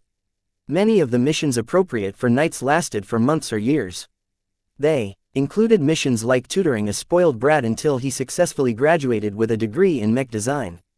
Such a mission rewarded the taker with 50 merits if he succeeded after 5 years. Don't underestimate the value of 50 merits. While there's no direct equivalent in calls, knights like you often treat 1 merit as 1 million calls. This meant that a single merit was worth at least 100 million bright credits. He could fabricate 4 Mark Antony mechs with that much money. As a knight, you are entitled to 10 merits per standard year. This is merely play money to tide you over. To illustrate the value of a merit, let's take a look at the libraries. The Society's library complex took over an entire plateau. Several different Greco-Roman structures offered varying levels of knowledge. The Star Library was meant for squires and contained books and articles that ranged from novice to apprentice level. A knight had unrestricted access to every book. The Moon Library offered deeper knowledge. The books and articles in its catalog were of a higher level than the textbooks that Vase had previously bought from the open market. The vast majority of its books was at the journeyman level, though the highest floor also offered senior-level books. Knights like Vase had to exchange merits to gain a virtual copy of a book. He could only receive them onto special secure tablets in order to safeguard the knowledge. These tablets featured an abundance of encryption and other forms of copy protection. The way they worked was very strange. If Vase wanted to read a book, he had to swallow a special neural capsule tailored to his DNA that temporarily reconfigured his optic nerves to read the nonsensical patterns displayed on the tablet. His brain would automatically interpret the squiggly lines and symbols into legible words. The Society provided knights with only 20 neural capsules. This meant that Vase received only 20 attempts to read through an entire textbook. He had to pay more merits if he wanted another batch of neural capsules. As you can see, Vase, the foundational journeyman level books only costs 1 merit for knights. The more advanced books range from 5 to 50 merits. As for the senior level books, don't even think about it until you've accumulated at least 1,000 merits. Even Vase needed to complete a 10-year mission if he wanted to earn 1,000 merits. Some missions paid more or lasted shorter, but they also entailed a lot more dangers. Some of those missions placed the takers in the middle of active conflicts. After leaving the structure, Horatio led Vase to the front of the most magnificent library. The Sun Library is the holy grail of Limar's mech development faculty. Every professor of the lit has donated at least a single book. Over the years, the amount of knowledge it has accumulated is very terrifying, even if most of it is dated. Have you ever had the opportunity to read a book from this library? Vase curiously asked. Horatio looked rather old. He must have worked under Master Olson for many years. Horatio puffed up his chest. I completed a critical assignment for Master Olson a couple of years ago. I gained the right to access a single book from the Sun Library. Oh, you can't imagine the brilliance seeped into every page. To experience the essence of their specialties is a marvelous chance. Ahem. He awkwardly coughed once he realized his emotions got the better of him. He quickly regained his composure as a friendly senior. The knowledge within this library is extremely dangerous for young mech designers like you. Unless you have gained a lot of experience and tempered your design philosophy to a strong degree, you better not sneak a peek. Vase nodded in agreement, though he reserved some skepticism. How could something as innocent as books break a mech designer's mind? They descended down the mountain range and entered one of the cities. Unlike the eclectic mix on the mountain tops, the city looked like a proper medieval castle settlement. Simulated people added a lot of livelihood to the scene, though all of them ignored the society members as if they didn't exist. This is where the squires can rent a virtual home or storefront. It is not the most harmonic environment, but it is sufficient for most of them if they wish to advertise their services. Many squires had set up stores or stalls offering wares for merits. They also showed off their capabilities in the hopes of getting hired by someone who has merits to spare. Looking at these talented mech designers debasing themselves for a couple of merits showed Vase how brutal the world can be. Squires who joined the Clifford Society started at the bottom and had to claw their way upwards. It reminded him of the harsh circumstances that students of the lit had to go through in order to survive. These squires make excellent lackeys if you're short on manpower. The society binds us all together. The rules are very strict against those who violate any contracts made within its bounds. They reached the final destination of their tour. Horatio had led Vase onto an upscale bazaar where knights and those of even higher ranks had set up their own storefronts. Almost anything could be exchanged with merits. From completed mech designs to wreckage of highly advanced mechs, as long as you had merits, it was yours. Vase widened his eyes when he stopped in front of a store selling fabrication equipment. "That's a decent 3D printer," Horatio remarked as he eyed the machine. It was a bog-standard printer common in the coalition. "It's nothing to me, but it should be adequate for your needs." The hefty price tag of 500 merits discouraged Vase. There were not many ways in which he could earn so many merits quickly. He reluctantly let go of the shiny toys and followed Horatio as he pointed out the most notable stores.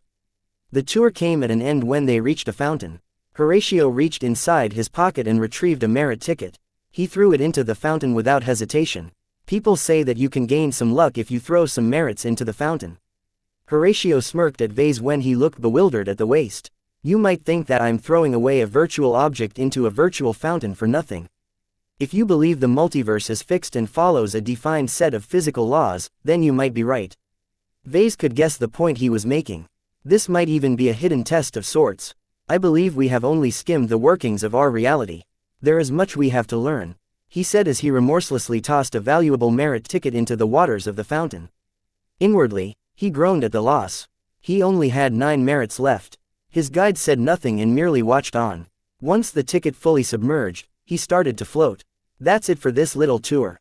Take care of yourself and work hard to become a journeyman mech designer. Once you have reached this level, you will gain access to the Titanium Garden, which is Carmen's exclusive portal. It's not as lively as the Clifford Society, but it offers exclusive resources that will help you advance." The Titanium Garden existed both as a virtual portal and as a physical location on Master Olsen's home planet. Master Olsen owed her rapid rise to the Vermeer Group, but her true allegiance was more complex. She proactively partnered with masters from other groups within the coalition and maintained a neutral stance in all intra-coalition turf wars. In essence, she was welcome everywhere. While Vase could climb the Clifford Society's hierarchy, it remained a way for the Carnegie Group to exert influence on him. It would become messy if he got involved in the complex politics between the two groups. If he had to make a choice, then he was better off favoring the Vermeer Group. Still, as a foreigner, Vase hoped to stay out of this cesspool and develop his mechs quietly in the Bright Republic. For now, try to take advantage of what the Clifford Society has to offer. Horatio advised Vase in a sincere manner. The resources they offer to lower-ranked mech designers is quite comprehensive. Make sure to develop a solid foundation and develop your specialties one step at a time. While you shouldn't be in a hurry, I expect you to reach journeyman in a decade at most. Vase didn't have to ask what would happen if he failed to meet that request. As a disgrace to his master, he'd be stripped of his apprenticeship and kicked away like a piece of trash. Understood. I'll be sure to work as hard as possible. One more thing. If you are stuck in your studies, feel free to contact me if you need some guidance. Do note that my time is also scarce, so you better have some merits on hand. That left him with a way out if he absolutely got stuck. Vase did not expect to consult Horatio often due to his reliance on the system to advance his skills. Cramming books like a human lost its charm when he could simply spend some DP and gain complete mastery over a new skill. "Well, I'll probably give this book learning a thing since I'm short on DP." Once Horatio left, Vase exited the simulated environment as well. He could borrow some books later. First he had to finish the ones he purchased previously. After going through so many battles at Limar, Vase felt the need to consolidate his new gains by revisiting some theories he didn't completely understand. It was a good way to pass the time while the Barracuda made her way to the Bright Republic. Chapter 109. Making plans. The Barracuda quietly traversed the stars. By visiting out-of-the-way star systems, the Barracuda avoided most of the bustle. This led to a quiet series of hops as the Barracuda kept engaging her FTL drive with just a few hours of downtime. While Dietrich was steadily sampling the ship's alcohol, Vase consolidated his gains from Limar. The pressure and the lack of time during the competition caused him to unleash his potential. In his inspired state, he made several risky design choices that gave him a new perspective on design and implementation. Even if the system stuffs an entire library of knowledge in my brain, I still have much to learn. I thought I thoroughly mastered journeyman mechanics once I upgraded it through the system, but now I've found out it's just the start. Books remained useful to him even if he still relied on the system. Different sources of knowledge provided contrasting perspectives. Some shined a light on issues that others neglected. Vase could never read too many books, though in practice he still needed to work for a living. He sighed when he thought what he might face when he returned home. While the industry insiders from the coalition only raised an eyebrow to his status, the hicks from the Republic might start treating him like the Vision King. No matter what, Vase was certain he could milk his status into increasing his sales. Brand and reputation mattered the most in the mech industry. They also hung on his neck like shackles. Any designs he sold had to meet a minimum standard of excellence. Anything he released that turned out to be lacking would affect not only him but also his master. He didn't want to wait until the Barracuda arrived at her destination. Vase raised his comm and summoned up his list of contacts. His finger hovered over Carlos Shaw's name. Compared to the squires of the Clifford Society who were begging to be hired, Carlos fell awfully short. After a few minutes of consideration, Vase decided he'd rather have someone he trusted over someone who's only in it for the merits. My first employee should be someone I can treat as a partner. I'll be far too busy coming up with new designs to bother with managing my future subordinates. With Carlos on hand, he could act as my Horatio by keeping an eye on his expanding business.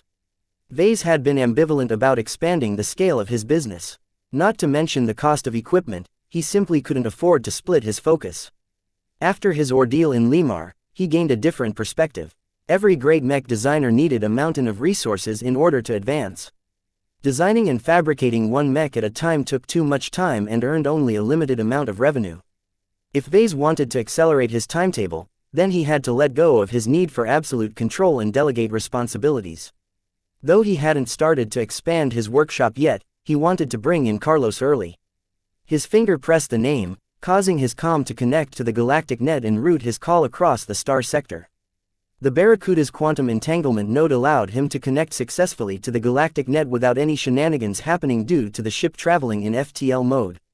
Vase. His eyes brightened with hope. It's good to see you again. I've watched your performance at home. Patricia and you have really made our little republic famous. The two of you are heroes now.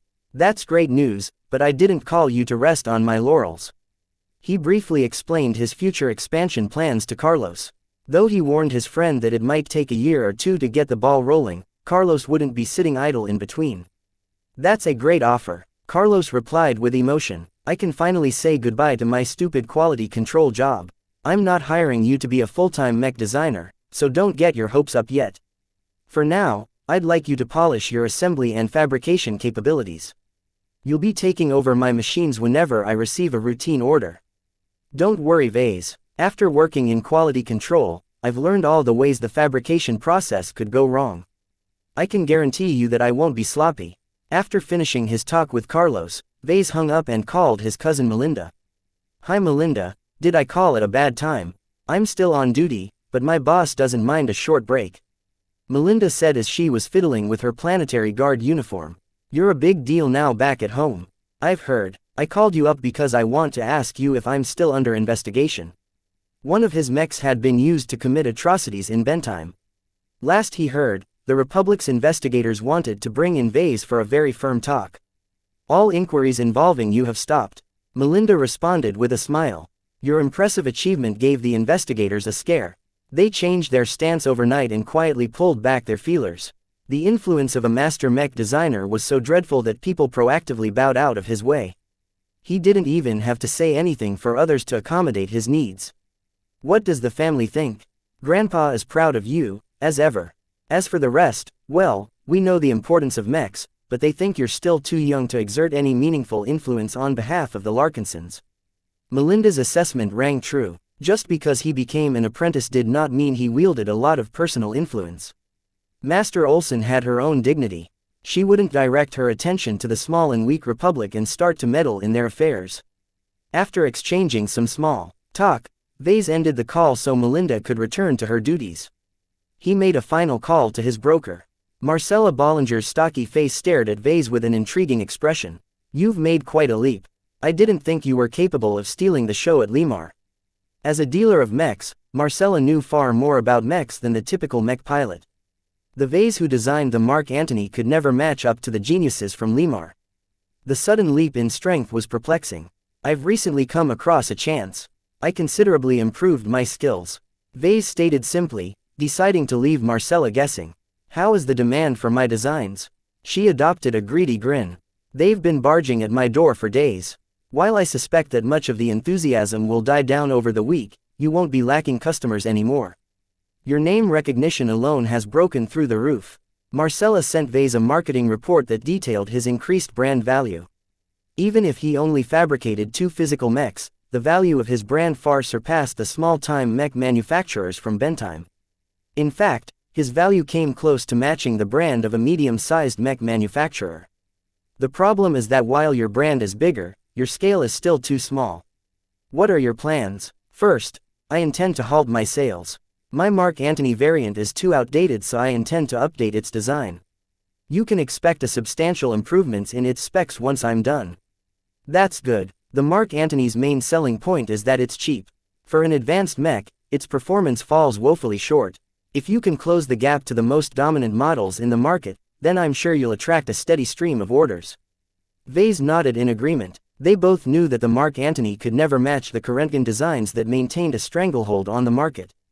By increasing his variant's performance, they both hoped that his meteoric rise in fame was sufficient to divert a portion of the customer base.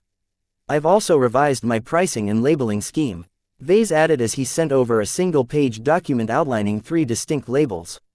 Since I'm planning to expand my workshop, I'll be handing off the fabrication to my employees. The mechs they make won't be as solid as my own, but I will make sure they will meet the specifications set by the design. This is your silver label, I see. A good choice of name. Silver is traditionally associated with valuable but affordable products. It fits well with your mass market products. Your clients won't hold unrealistic expectations for your cheapest products. The next step up is the gold label. These are the mechs I've fabricated personally. As you know, I don't want to do this too often. Since my brand value has increased, I think a premium of 50% compared to the silver label is viable. Do you agree? Marcella hummed in thought. This is a difficult question. I can do some market research for you, but it's better to implement it directly and see how many clients are willing to pay. I can see the appeal, but the price is very close to the maximum acceptable ceiling. If Vase proved mistaken, they could always adjust the price. Marcella determined the final sale price in any case, so she only treated his suggestions as guidelines. Her expression turned into a frown when she addressed the third label. While the market will easily accept previous 2 labels, this ruby label of yours breaks the mold. Not only will you charge 75% above the base price, you also set the minimum order amount to 4 mechs. I don't know if you're aware, but we regularly offer discounts when clients order multiple mechs. I know that you're bewildered, but my ruby label is absolutely worth the price. It's an exclusive service meant to meet the needs of squads and close-knit mercenary corps. Just like what I've done for Vincent Rickelin, much of my time is spent on getting to know my clients and customizing my design to fit their profile. It's not worth it to go through all of that effort only to fabricate a single mech. By setting a minimum amount, I can make the most effective use of my time. Left unspoken was that Vase wanted to develop his X factor. In the final round of the Limar Open competition, he became struck by how a handful of identical mechs strengthened each other's auras. He wanted to explore this phenomenon and turn it into a commercially viable benefit. If his speculations were true, his ruby label might turn into his biggest treasure. I'll put the word out, but don't expect any takers. Marcella replied with a hint of hesitation. For now, you have to strike while the iron is hot. The market has a short-term memory. Before you fade away completely, you should find some way to solidify your reputation. I already plan to revise the Mark Antony. Once I've sold enough gold and silver labeled mechs, I intend to purchase an alloy compressor. Those things cost quite a bit of credits. You can get a second-hand one for about 300 million credits, but I don't recommend you take this route. Alloy compressors often deal with extreme pressures. They wear out faster than any other machine in a mech workshop. This is true, but the profit margin of the Mark Antony is too limited. There are 2 ways I can increase my earnings. First, I can expand my production scale. The problem with that is that it costs even more to do so. I'd rather take the second option and make a smaller upgrade to my workshop so that I can produce a higher quality mech. You want to design and sell a Caesar Augustus variant, right? That's the only choice I have. Vase nodded his head. I've advanced a lot, so I'm confident that I can tackle this design. I've already prepared the groundwork and have a new design ready in a couple of months. The profit margin of Mark Antony paled in comparison to the Caesar Augustus. The faster Vase started to incorporate alloy compression in his designs, the faster he'd accumulate enough credits to fund the development of a completely original design. Marcella looked intrigued. She thought over his words before formulating a response. You should build a track record first. Once you've proven that you can earn a steady income, you should apply for another loan in order to purchase a brand new alloy compressor. What? Vase rose up from his seat. I still have to pay off my existing debt. Your debt ceased to be a burden a long time ago. Tell me, how much effort do you have to make in order to pay off your annual interest payment? I can cover the payment with a couple of sales. This means your business is underleveraged. Debt is not a scary monster, Vase. It is a tool that you can use to fund the rapid expansion you have always dreamed about. You don't have to be patient and slowly save up the required amount of credits. You can take a shortcut by maximizing your leverage. I own all the shares of my business. If I screw up, all the consequences are borne solely by me. What's a bankruptcy or two among entrepreneurs? You're still young, and are you so insecure that you lack the confidence to take the next step? I thought you were a genius. Marcella also had a point. Vase gained a lot of confidence recently. He had high hopes for his future earning potential. If he could successfully sway the bank in giving him a couple of 100 million credits, then he'd be able to accelerate his timetable by at least a year. I'll do it. I'll make an appointment with the bank once I return, Vase said with conviction. Even if the bank remained skeptical, Vase was not above using his status to apply some pressure. As Vase closed the call with Marcella, he thought about what else he should be acquiring. The Caesar Augustus utilized an amazing armor system, one that required more than an alloy compressor in order to fabricate. I'll have to procure a chemical treatment machine as well. The armor plates have to be processed by a patented chemical formula first before they undergo compression. Without access to the CTM, I won't be able to ensure the chemicals will penetrate the alloys. Armor compressors could still be bought from the open market. As for the CTM, they were usually in the hands of the big boys. Getting a hold of one required good connections. Fortunately for Vase, the Clifford Society provided him with a channel. He found several stores in the Society's market that sold affordable CTMs. I just have to save up 50 merits. Even as a knight, Vase had to work for his merits. The most lucrative missions either tied him down for years or sent him straight into a battlefield. He had no stomach for either, so he waited patiently for other opportunities. Vase learned that the Society's mission hall sometimes issued time-sensitive missions. Those who took the missions often had to handle difficult situations. The rewards were ample and the risks were manageable. Hopefully I can grab a suitable mission in the coming months. Chapter 110. Cramming Session. Lucky playfully twisted his tail as he followed Vase into the lab. The Barracuda's lab bot finished analyzing Master Olson's present. Depending on the results, he'd either feed it to his cat or reserve it for another purpose. When the lab bot presented the data, Vase looked intrigued for a moment. Disappointment set in right after. The miniaturized equipment of the lab ultimately lacked the power to break the veil surrounding the ore. The lab bot ineptness also couldn't be helped. I know its size, mass, hardness, and other basic attributes. As for its composition, I still have no clue. Unless Vase entrusted the ore to a materials science institute, he could get nothing else out of this piece of rock. It wasn't worth the hassle.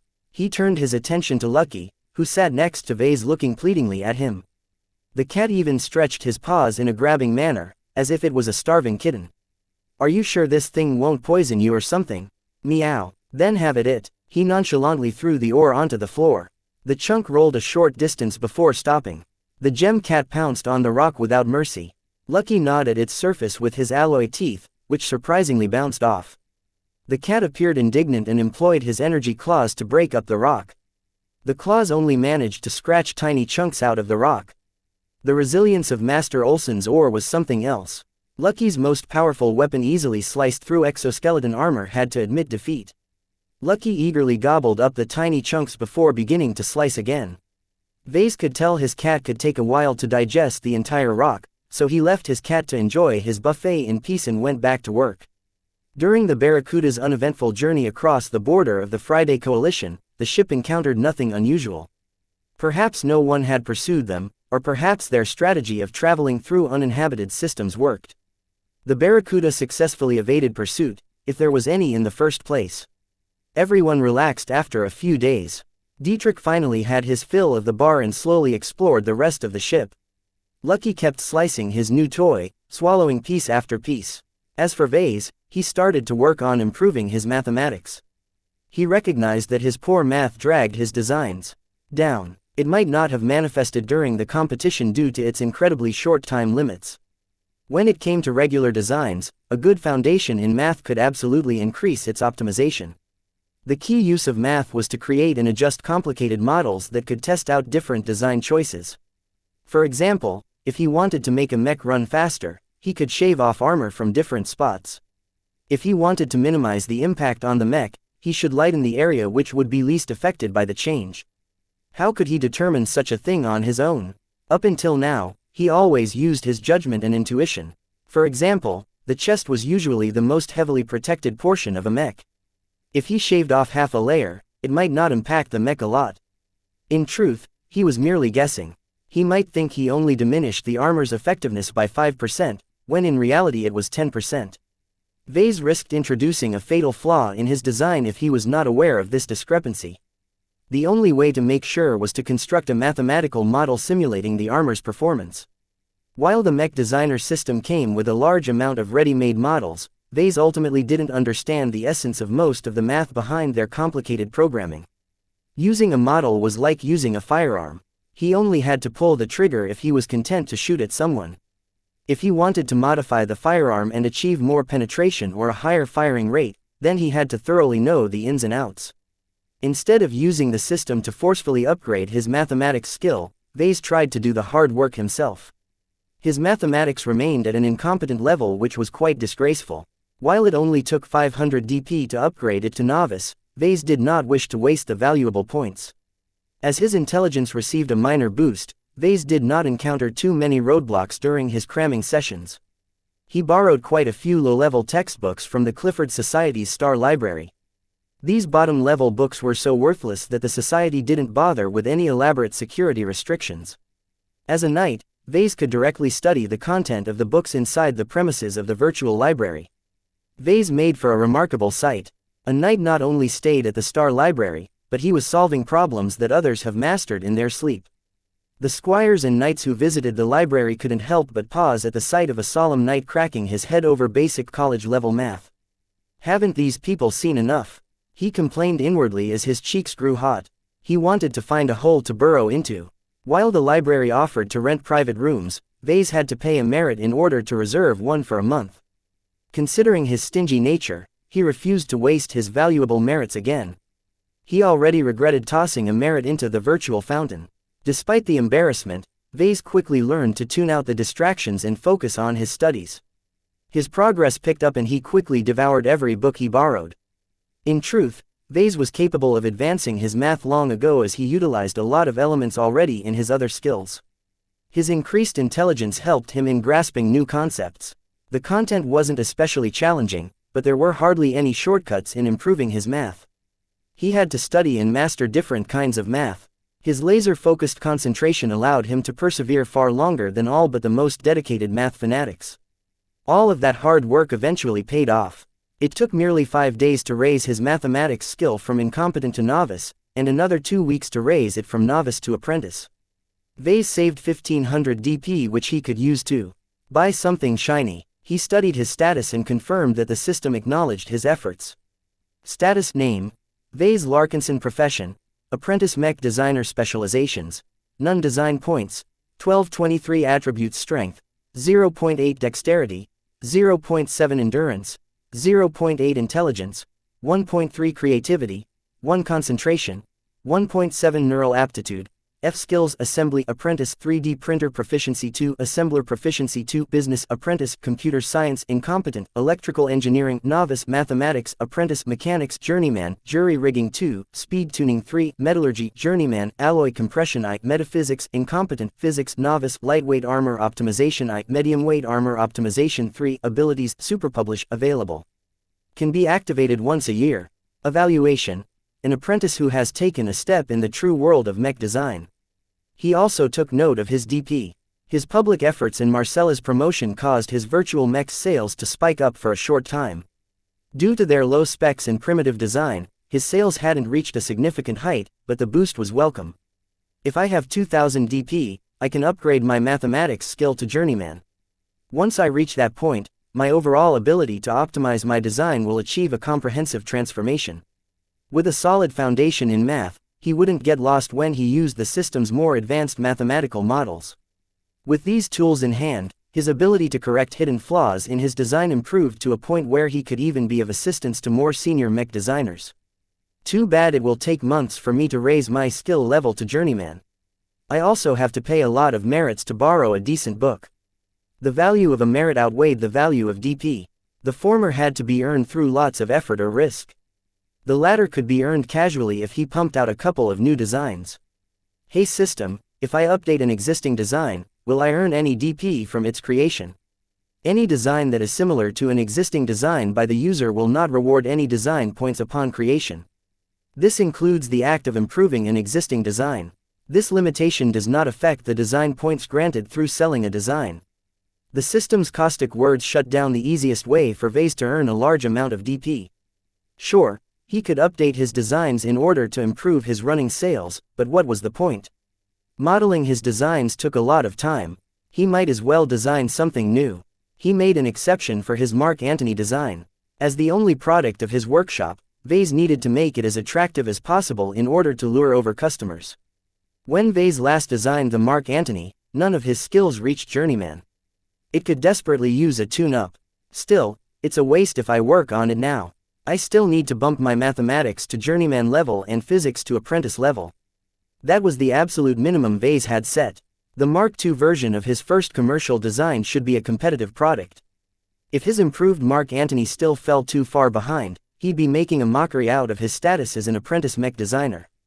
I can't be as sloppy as those amateurs who are stuck at the novice level.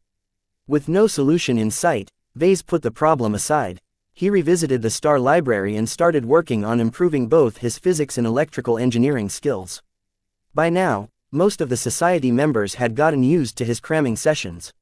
Meanwhile, the Barracuda discreetly made her way across the Komodo star sector. Past the central territories of the second-rate states, the amount of traffic vastly decreased. Most ships ignored this region due to the lack of wealth, development and exotic resources. Occasionally, the spaceship detected light activity in the inner system. They usually turned out to be scouts or small-time mining outfits. No one bothered to station a significant force in these empty systems, so the Barracuda ignored the paltry presences. As they were crossing the territory of yet another trivial third-rate state, the ship suddenly detected unusual activity. When Dietrich investigated the issue, he deemed it serious enough to interrupt Vase. Irritated at being pulled away from his studies, Vase followed Dietrich to the bridge. So what's the alarm? The sensors detected the remains of a raid. Some secret base got invaded and destroyed. Dietrich explained as he summoned a projection compiled by the Barracuda's long-range sensors. Whoever attacked the base succeeded in wiping out the opposition. They obviously salvaged the fallen mechs, but they didn't take everything. The ship detected signs of the battle on a mundane rocky planet. The boring planet was as dry as a bag of salt. It lacked both water and an atmosphere. 2 tiny moons orbited around the planet at a fair distance. Vase studied the exterior scans of this fallen base or outpost. It did not bear any insignia, which was usually mandated by galactic laws. This meant that the base was an illegal operation. Who built this base? Was it pirates, shady mercenary gangs, an intelligence agency? Vase failed to puzzle out the clues. As for his companion, he had a much better eye for battlefields. Both the attackers and the defenders tried to erase all of their marks. I can't be sure of my guesses. Dietrich stated up front, my instincts tell me this is a fight between 2 corporations. That certainly came as a surprise. Any corporation usually preferred to avoid getting their hands dirty. Oh, I don't mean to say that their security departments went into action directly. This is likely the case of one corporation employing shady mercenaries attacking a hidden base protected by other mercenaries. The traces on the battlefield are a bit too varied on both sides. They both employed individualized mechs with their own unique loadouts. Though not an ironclad rule, corporations and the military usually employed a uniform force of mechs with no more than a handful of different types. Excessive individuality increased the amount of maintenance and complexity an organization had to deal with. Only a sloppy organization went into battle with dozens of different models. Do you have any indication on what this base was up to? This star system is quite desolate. There shouldn't be any exotics here. What company wanted to build a base so far out in the middle of nowhere? Why not find out? Dietrich grinned and cracked his neck. I've been dying to make myself useful. Let's get close and explore the site. The battle should have ended at least a month ago, or else there wouldn't be so much erosion. It should be completely deserted. Should they explore the fallen base? The notion excited him. What kind of treasures could he find from these abandoned ruins?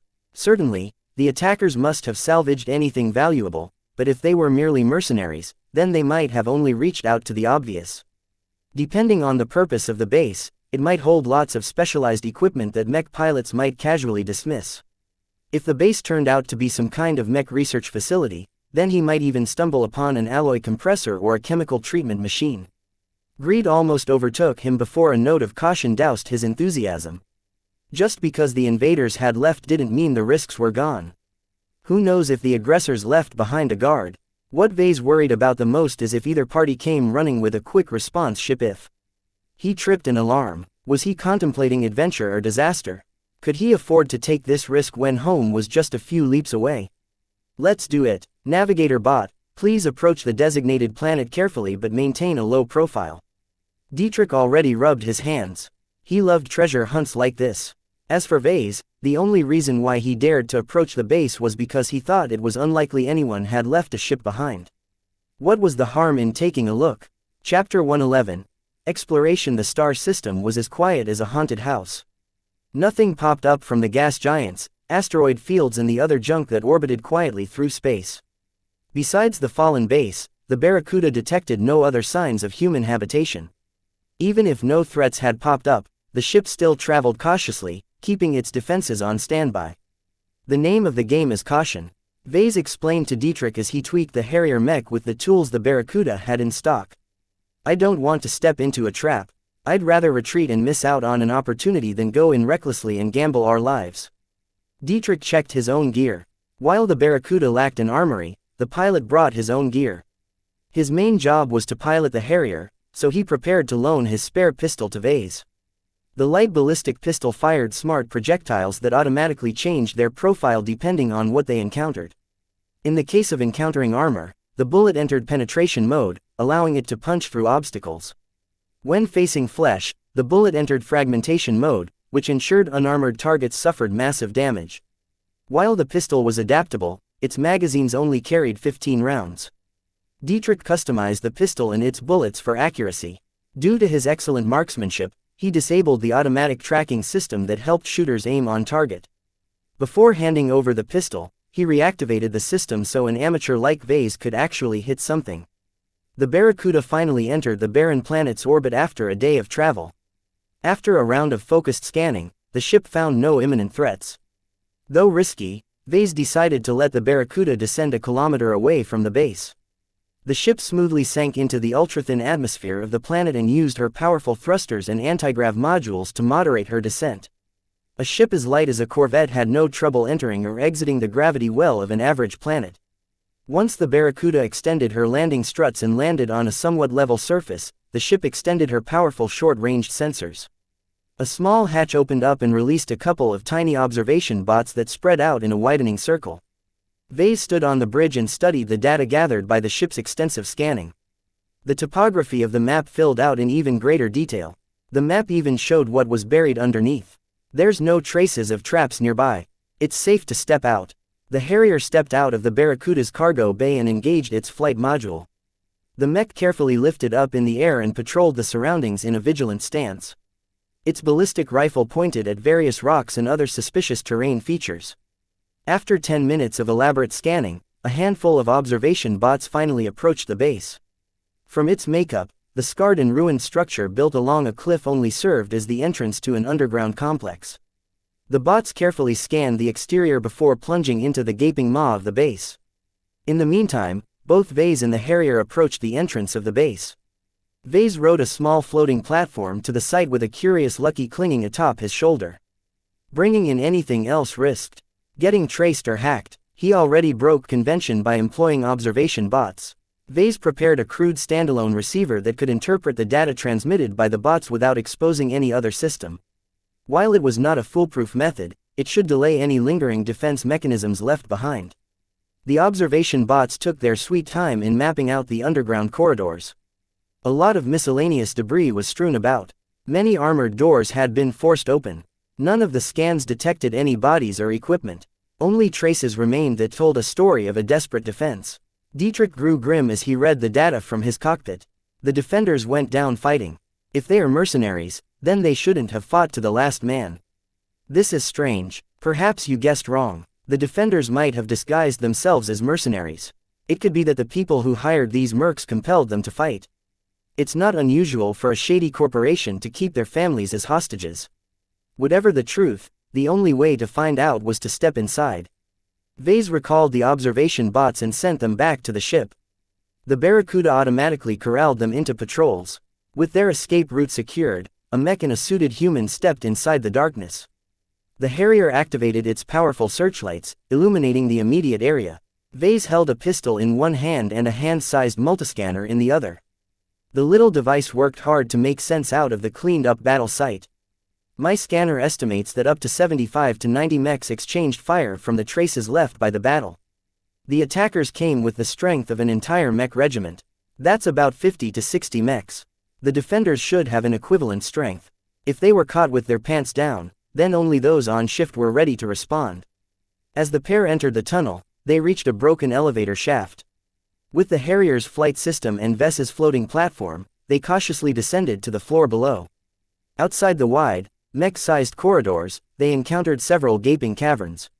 Even without the scanner, Vase could tell the space functioned as a warehouse. The spaces are divided into two sections. My guess is that incoming goods are stored in the left cavern while the finished products are stored in the right cavern. Too bad that everything's gone. The raiders haven't even let off the loading equipment. All the signs pointed out that the base functioned as a production facility. This ignited their enthusiasm. Vase sniffed a chance to salvage valuable production equipment. Dietrich hoped the attackers missed out on a few stashes that he could sell for a fortune. Lucky proved to be of use when Vase let the mechanical cat roam the emptied caverns. It managed to find scraps of ores and metals. None of the traces were exotic, so Vase quickly lost his interest. They exited the warehouse section and floated down to the second underground floor. The gray reinforced metal walls made way for a warmer green tint. From the looks of it, the barracks and mech stables are on this floor.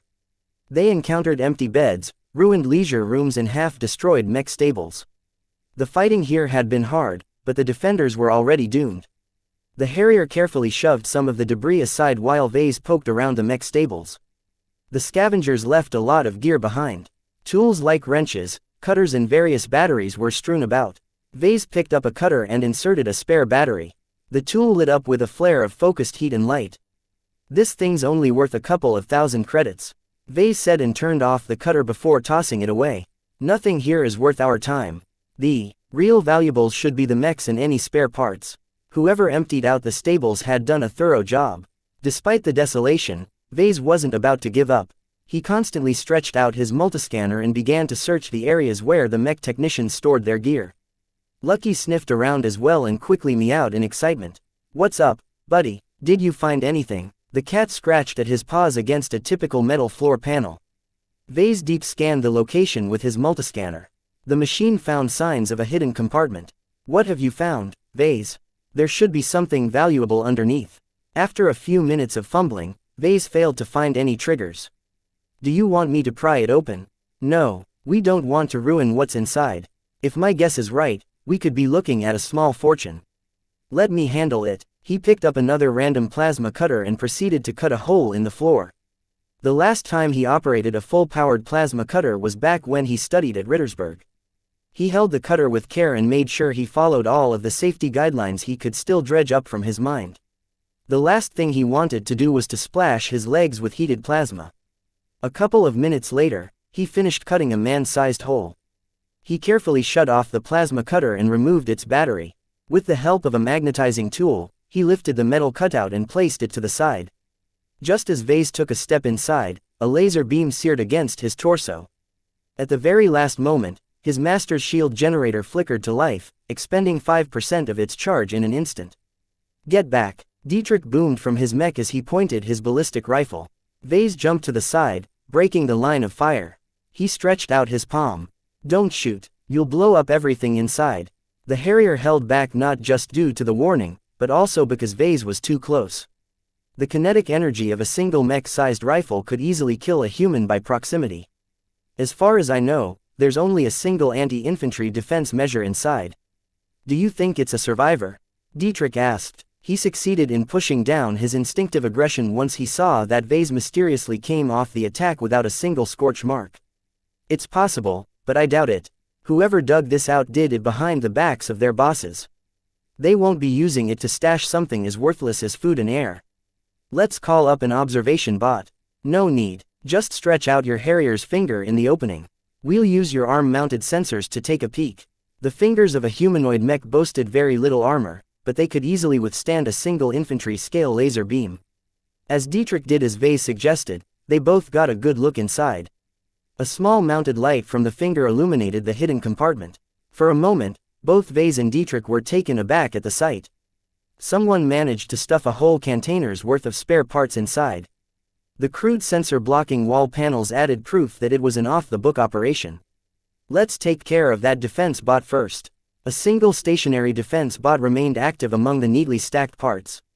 Without any central direction, the cheap bot defaulted to its standard programming. Dietrich delicately flicked the Harrier's finger at the stupid bot, causing it to crunch and splash against the wall in a broken heap. Just as Vase wanted to enter the compartment in order to finish off the bot, Lucky entered first and sliced the bot into pieces. Haha, Dietrich laughed. Looks like your pet it kind of pissed it almost killed its main source of food.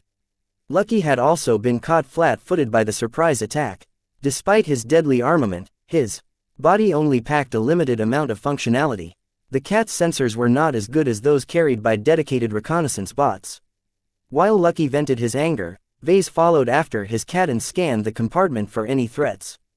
Besides the broken bot, the compartment did not have any other surprises in store. That's a lot of spare parts, Dietrich noted as his sensors noted that all of the parts were in pristine condition. We're looking at a mountain of credits. How did you know you'd find something like that? It's a common scam among mech technicians.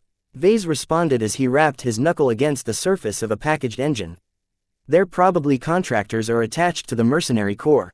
It's a simple enough trick that only works if there's insufficient supervision. Since this base is supposed to be hidden, the real owners of the base kept their exposure limited. This left a hole in which the mech technicians are able to report a higher incidence of wear and tear than is actually the case.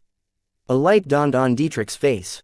I get it now. The owners sent them their replacement parts, unaware that the old ones are still in working condition. Since the replacements are all freshly fabricated parts, you can sell them for quite a sum in the black market. I bet the mercenary corps was in on this scam as well. Maybe they never even performed the live fire exercises they reported to their bosses.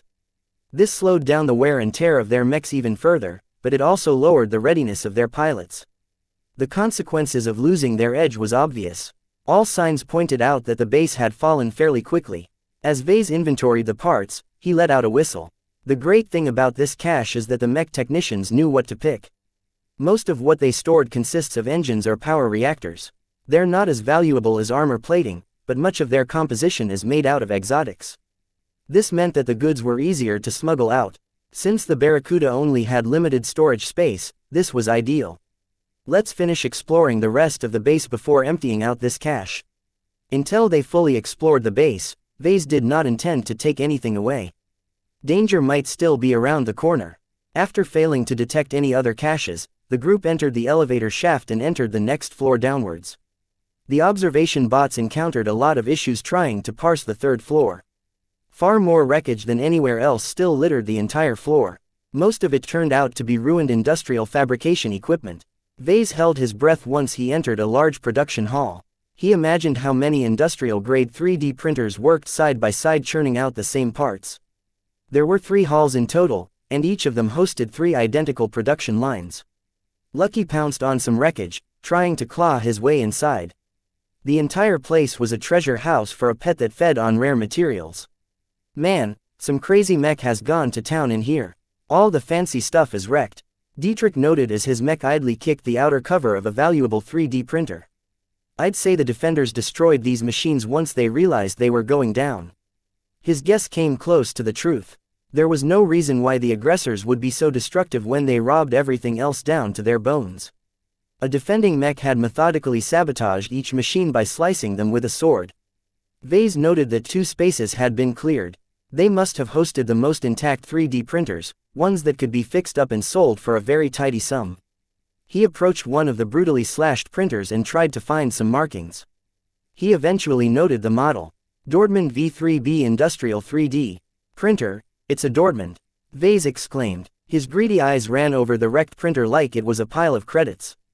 This is one of the fastest 3D printer available in the local market. Its speed and precision is miles ahead of a regular commercial model and can even rival the machines from the Friday Coalition. Only the most established mega corporations are able to afford this machine. That's interesting and all, but how much money are we talking about? A brand new 3rd-generation Dortmund is worth at least 3 billion bright credits. Even Dietrich's heart skipped a beat when he heard that figure. He quickly lost his excitement once he took a closer look at the state of the printers. They're all chopped up now. Even the raiders didn't bother to salvage these leftovers. They're worthless. That's not entirely true, Vase retorted as his eyes practically turned into credit symbols as they carefully inspected the damage. Originally there's 9 identical Dortmunds. The raiders took 2, leaving us with 7 broken machines. What do you think about salvaging everything that's still intact and piece together a single working model? Is that possible? It's worth a try. Both of them thought about the pros and cons about this action. If Vase was lucky, he might be able to replace his rickety old 3D printer with one that could keep up with his future needs. The only problem was salvaging and reconstructing a printer took a lot of time and expertise, both of which were in short supply. Can we afford to stick around? I know you're serious about this, Vase, but whoever took a bite here might be coming back for seconds. I can puzzle together the printer back at home, so we only need to gather all the scraps. Vase decided. He didn't want to stay in this system any longer than necessary. This was the find of the decade for him. Now that he glimpsed a chance to acquire an expensive machine for free, he was not about to let it go. There's one final floor left for us to explore, Vase remarked as he firmly pulled Lucky to his side. Let's quickly go and clear the rest of this place. We can start taking apart these beauties once we're done. Chapter 112, Treasure Hunt. The 4th underground floor was the best defended one. The observation bots painted a gruesome picture of a desperate last stand. The reinforced walls and plentiful fixed emplacements suggested that this was a very important part of the base. Once Vase and Dietrich's Harrier stepped past the ruined vault doors, they came across the remnants of a massacre. While the invading force spent some efforts in cleaning up their tracks, they didn't put too much effort in wiping out the bloodstains. Whoever attacked this base has been very thorough so far. They're experienced in covering up their tracks. You'd think they do a better job on this floor. Vase nodded in agreement. Maybe they ran out of time. If the attackers were in a hurry, they might have missed a couple of gems. The possibility fueled their anticipation. The abundant fortifications suggested that this floor certainly held a lot of value to the former owners of the base. This also meant that the odds of encountering a lingering threat had risen by quite a bit. The observation bots found nothing active, but who knew what kind of booby traps remained. Lucky, can you scout ahead? The mechanical cat hissed at Vase. Oh, come on, I've gifted you that unknown chunk of ore. Can't you at least return the favor? After a brief back and forth, Vase convinced Lucky to act as their scout. In return, Vase promised Lucky 1,000,000 credits worth of minerals when they returned home. The expenditure took out a big chunk of his savings, but considering his current gains, he could spare the money. Motivates by piles of delicious food, the cat went about his role with gusto. The cat moved swiftly if a bit recklessly. Vase had to warn the cat to slow down several times. They combed over the administrative department first. Not a single record remained. A scavenging party meticulously cleaned out all the terminals, processors and backups. Vase wasn't stupid enough to think they missed a spare. Instead, he banked on the suspicion that the scavengers were in a bit of a hurry. He meticulously scanned the walls, floor and ceiling. Lucky helped out by employing his sensitive nose. The mechanical cat's nose handedly outclassed the multiscanner. Vase borrowed the device from the Barracuda's lab, so that spoke volumes of Lucky's ability to distinguish smells. The excited cat led him to a maintenance closet of all things. Lucky pawed a specific section of the wall. When Vase came close, he held out his scanner. Nothing. Almost nothing. The only thing he registered was a faint rise in temperature. The difference was minimal. If Vase wasn't so close, he'd miss the signs. After interpreting the data, Vase threw out a guess. An active system is generating heat behind this wall. There's a box-sized area in front of us that's blocking out the rest of my scans. Sounds like we're dealing with a safe. In a place like this, it's bound to trigger an alarm or a self-destruct mechanism. That's quite possible. Even I'm not confident in disarming this trap. He obtained a good impression of the build quality of this facility. This was the work of experts, not a bunch of pirates with too much free time on their hands. If it wasn't for Lucky, we'd be clueless. For now, let's leave this safe for last. They didn't want to trip any alarms. For now, Vase prioritized the recovery of the parts for the Dortmund. In his eyes, the utility of a functioning high-quality 3D printer trumped any other possible gains. After sweeping the administration department, they crossed the corridors and reached an even larger fortification. The size and thickness of the broken vault doors showed that it wasn't easy cracking this last part open. The attackers came prepared, Dietrich noted as he tried to puzzle out the sequence of battle from the remaining traces. They brought enough mechs to overrun this base. It took a while for them to crack open this barrier, but they came prepared. With Lucky taking the lead, they entered what used to be a highly secure research complex. Different from the rest of the base, only the main corridor and a couple of chambers were large enough to accommodate mechs. They swept these giant chambers first. Everything had been swept clean. Only empty furniture and useless markings remained. Despite Lucky's best efforts, the cat failed to sniff out anything the scavengers had missed. Clearly the research labs was one of their main targets. The Harrier bumped its feet against a wall. The lack of atmosphere dampened any noise, but the impact spread vibrations through the mech-sized chamber. I wonder what kind of research was done that requires this kind of elaborate setup. Dietrich idly wondered. Someone spent around 5 billion credits to set this place up.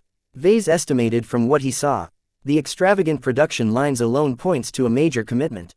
If a corporation wanted to mass-produce a line of mechs, they were better off doing it open and above board.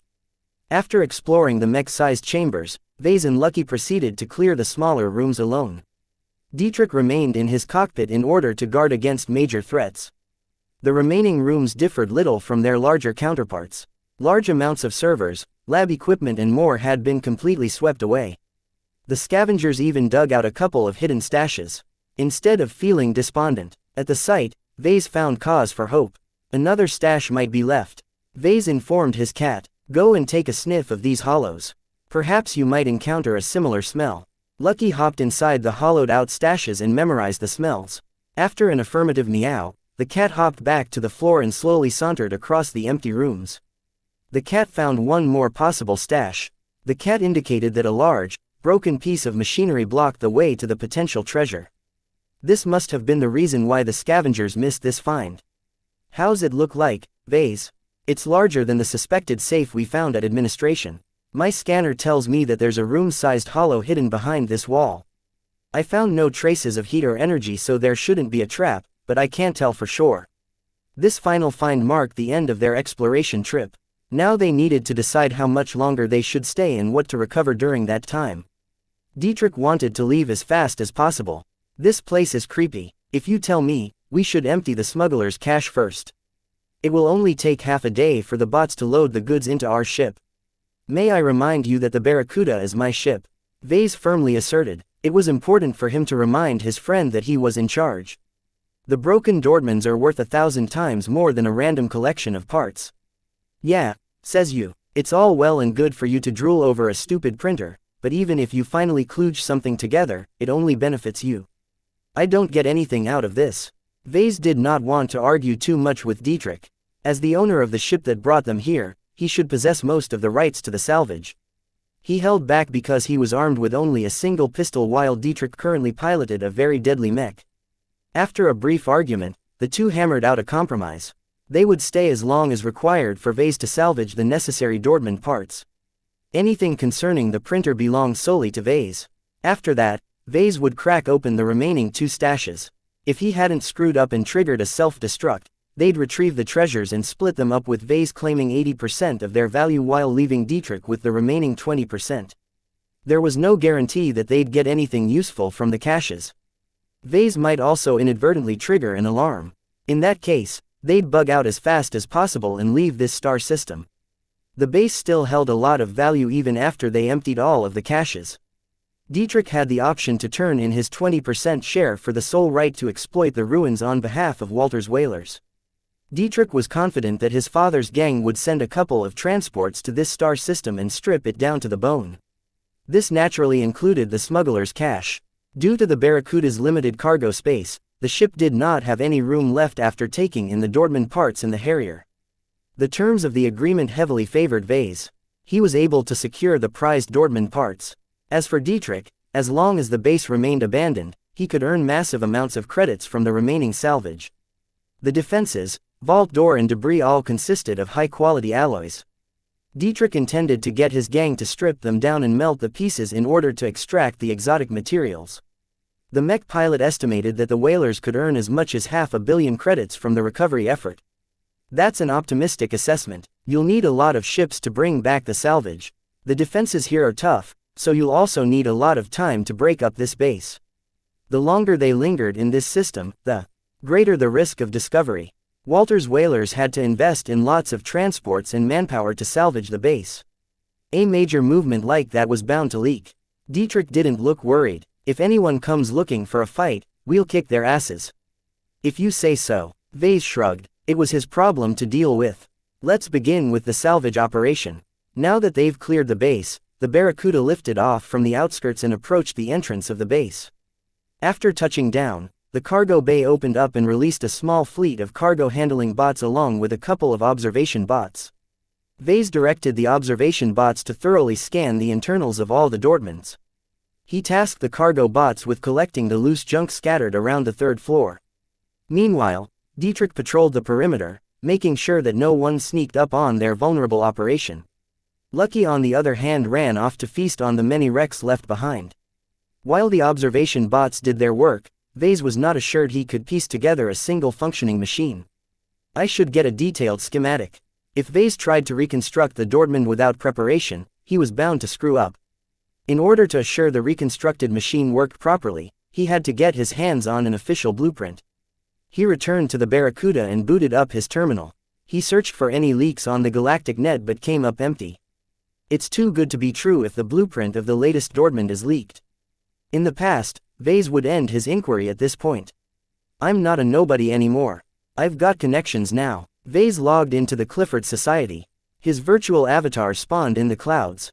He looked down and located the city at the foot of the mountains. His form descended from above. Once he landed on the streets, he walked to the market district and browsed every store. Many stores sold only mechs or designs relating to mechs. Only a couple of squires sold equipment related to fabricating mechs, and none of them possessed any blueprints. Just as Vase threw in the towel, he finally found a place that traded in blueprints. Surprisingly, a knight opened up this storefront. Since the knight was absent, the store only offered Vase a projection of a catalog. The knight sold hundreds of thousands of blueprints. Vase couldn't imagine how he was able to get his hands on so many detailed schematics. For now, it didn't matter. Vase selected the 3D printer subcategory and found a listing of the Dortmund V3B. The knight charged only 5 merits for the blueprint along with a repair manual for internal use. Vase instantly bought the files. 5 merits was a lot for just a blueprint, especially considering that it was impossible to use an existing 3D printer to build another 3D printer. The developers and manufacturers of these expensive machines weren't stupid. The last thing they wanted to see was someone printing their own printers at home. The commercial 3D printers available on the market were designed to incorporate many complex components that could never be printed into existence. Therefore, these leaked and stolen blueprints were of little use. Only someone like Vase who managed to come across a pile of broken printers could make full use of these schematics. Vase grinned once he exited the Society's virtual portal. With these plans in hand, he might be able to piece together a working industrial-class printer. Chapter 113. Discoveries. The salvage operation proceeded on schedule. Vase downloaded a popular scavengers app and loaded in the blueprint and the scans of the Dortmunds. Every time the observation bots scanned a section of the Dortmund, a section of the blueprint turned from red to green. A brighter color meant that there were more of those parts available. In this way, Vase slowly found out whether his reconstruction effort was feasible. At the end of the day, the entire blueprint turned green. There's enough working parts available. Whoever sabotaged the Dordmans did a sloppy job. The mech was evidently in a hurry as each machine only endured a couple of sword attacks. The observation bots already marked out all of the green parts. With some careful disassembly, Vase could retrieve them intact. The only problem was that the blueprint radiated a couple of glaring red spots. Some consisted of inconsequential parts like the exterior casing or some unimportant cables. Others presented a bigger problem. I'll have to scavenge all of the broken parts and figure something out. Having marked the additional parts, Vase began his disassembly. Despite his lack of experience, he made up for it with patience and focus. His recent augmentation left him with a steadier grip, which aided him in utilizing his tools with precision. A Dordman was a beast of a printer. If Vase did lack both a blueprint and a repair manual, he was liable to break something. The valuable information procured from the society allowed him to avoid many pitfalls and handle the most important components with care. The work proceeded slowly as Vase took care of the entire disassembly himself. None of the Barracuda's plentiful bots could help with this delicate operation. The best they could do was to bring them back to the ship and store them in secure containers freshly fabricated for this very purpose. The entire operation lasted almost an entire week. Vase worked with excessive care, and this led to quite a few delays. His partner might have grumbled a couple of times, but he dutifully patrolled the area with hardly any pause. Both of their nerves were fraught with tension. When Vase sent off the last shipment of parts, he finally relaxed a little. The most crucial part of this salvage operation is done. The Barracuda already swelled with printer parts. While her cargo bay possessed enough space to accommodate them all, in order to leave enough room for the Harrier, Vase was forced to store them elsewhere. He repurposed the dormant compartments in the middle and upper decks as emergency storage rooms. It made his ship a bit less safe, but Vase could deal with it. The Barracuda could not fit much more without throwing away some supplies. Let's go back to the bottom floor of this base and open up the final stashes. Dietrich, Lucky and Vase all floated down the elevator shaft and reached the 4th underground floor. While Dietrich kept watch from the corridor inside his mech, Vase entered the marked-out maintenance closet and prepared to crack open a suspected safe. First, he removed the armored wall panels. Then, he cut through the structural composites that make up most of the walls. In order to avoid any disruptions, he used a more sophisticated plasma cutter from the Barracuda's inventory. After reaching close to the safe, he turned it off and chiseled off the rest of the wall with a specialized tool that kept vibrations to a minimum. He eventually hollowed out a corridor to the front of the hidden object. It turned out to be a simple armored box rather than a fully featured safe. This must be a later addition. Whoever installed the box likely fabricated it with the materials on hand. That's a good thing, right? Dietrich asked. The safe is made by an amateur, but it's still generating heat. I can't be too sure about what's inside. Let me take some scans. While the sensor-blocking exterior hindered most of his efforts, the proximity made it easier for the multiscanner to return some readings. There's a trigger attached to the hinges. Any use of force will trigger some sort of mechanism that will ignite a block of flammable high-density fuel. Is there any way you can stop that from happening? Not yet, but I'm working on it. Vase replied as he churned his brain for solutions. His jury-rigging skill applied primarily to mechs, but it also came in handy in situations like this. He knew what type of fuel was inside. If he froze the section close to the fuel block, he could prevent its ignition even if the trigger went off. It might not be able to prevent anything else, but Vase was hopeful he could retrieve the contents. He picked up a specialized freezing tool from the floor of the mech stables and got ready to freeze the flammable fuel block. He first dug out a wider channel to the top of the armored box. He pressed the semiflexible nozzle against the top and started the freezing process. The box frosted over rapidly as the cold spread out quickly.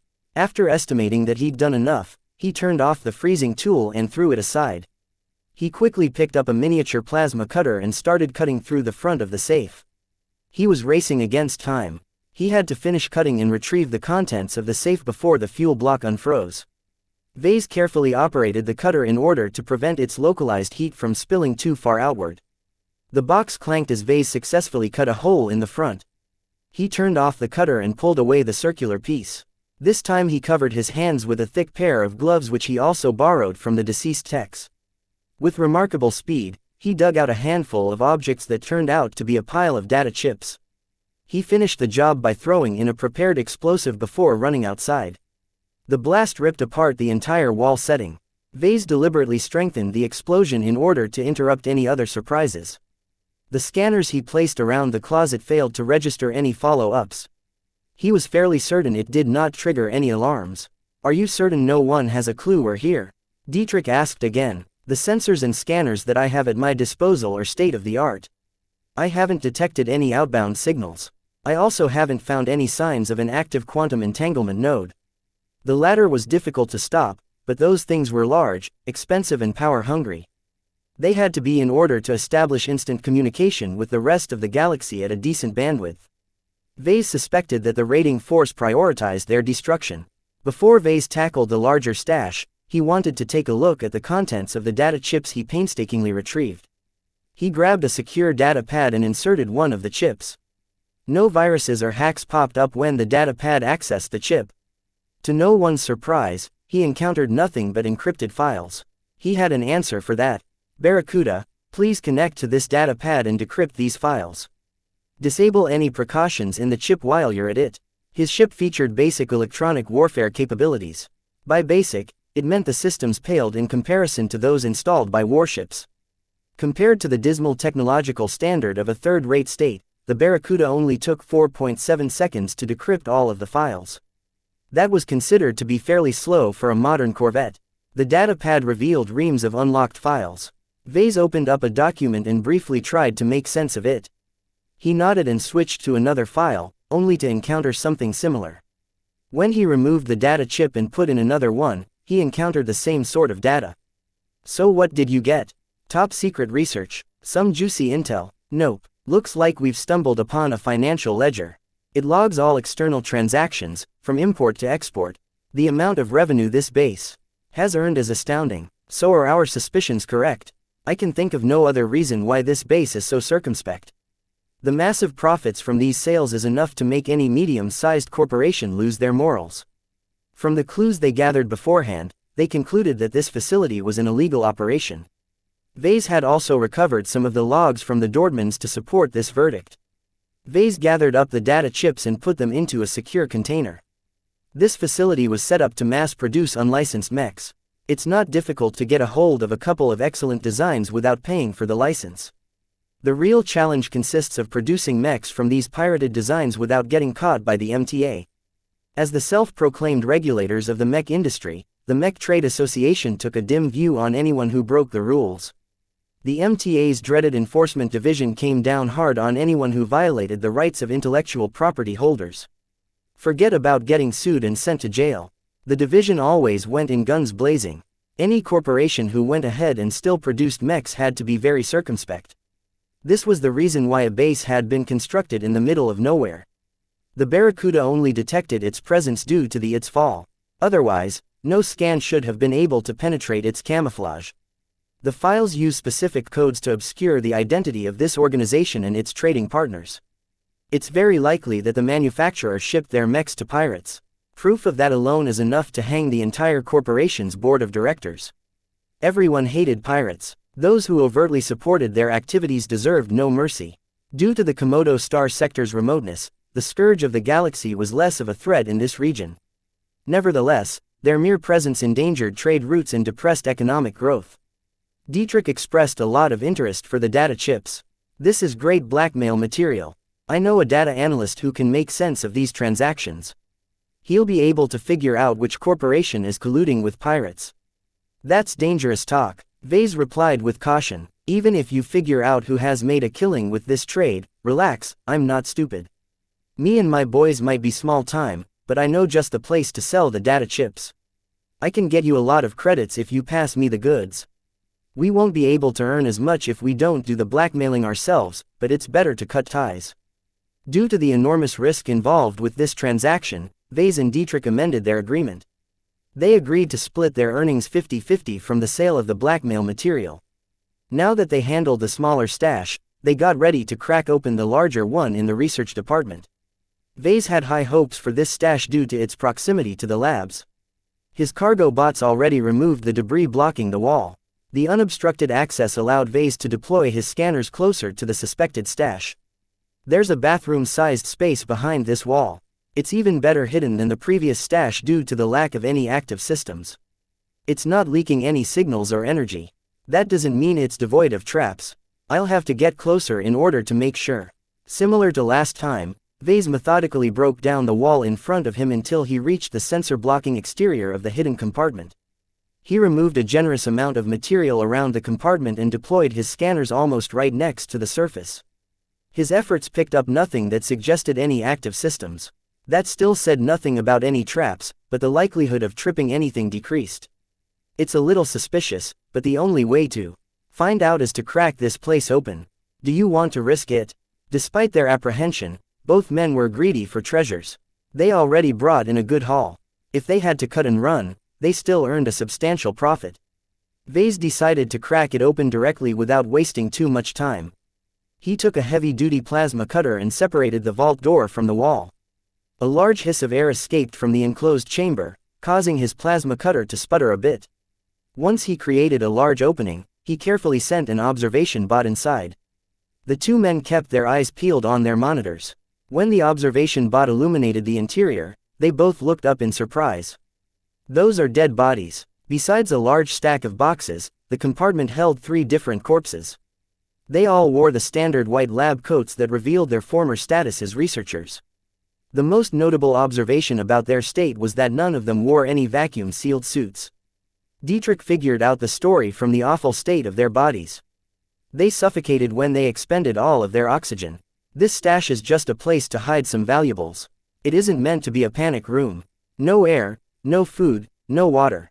The researchers never stood a chance of survival. Even if they wanted to surrender, they likely couldn't exit the compartment due to the debris blocking their exit. The blockage also prevented the scavengers from discovering their bodies. It's an awful way to die. The least we can do is bury their bodies with respect. Vase tasked a couple of cargo bots to carefully bring the bodies up to the surface. He tasked some other bots with digging a couple of graves. Before he let the bots take away the bodies, he searched their clothes and removed all their comms and other possessions. When he studied the comms, he knew he couldn't get anything out of them. These models were provided by the lab themselves, and came with a host of security features. In the event of their owner's death, they automatically wiped the memory chips and fried them into melted slag. The large boxes turned out to store the components of a disassembled weapon. Surprisingly, Dietrich was the first to recognize the weapon. It's a mech-sized laser rifle, but it looks a little weird. Certain parts look larger than others. It's not a regular rifle for sure. If the boxes contained parts, then they should also include a schematic. Vase did a little digging and finally found a couple of data chips inside a smaller box. The decryption proceeded slowly. The lab put a lot more effort into protecting the contents of these chips. Despite this setback, the encryption method was dated, and stood no chance against the might of the Barracuda's electronic warfare module. When Vase took a peek at the files, he found a couple of schematics along with lots of notes documenting the lab's developments. The logs included in the data chip spanned a period of 3 months. Once Vase opened up a schematic, he finally got to know why this lab operated off the books. The researchers were developing a grazer rifle. No, they already developed a working model.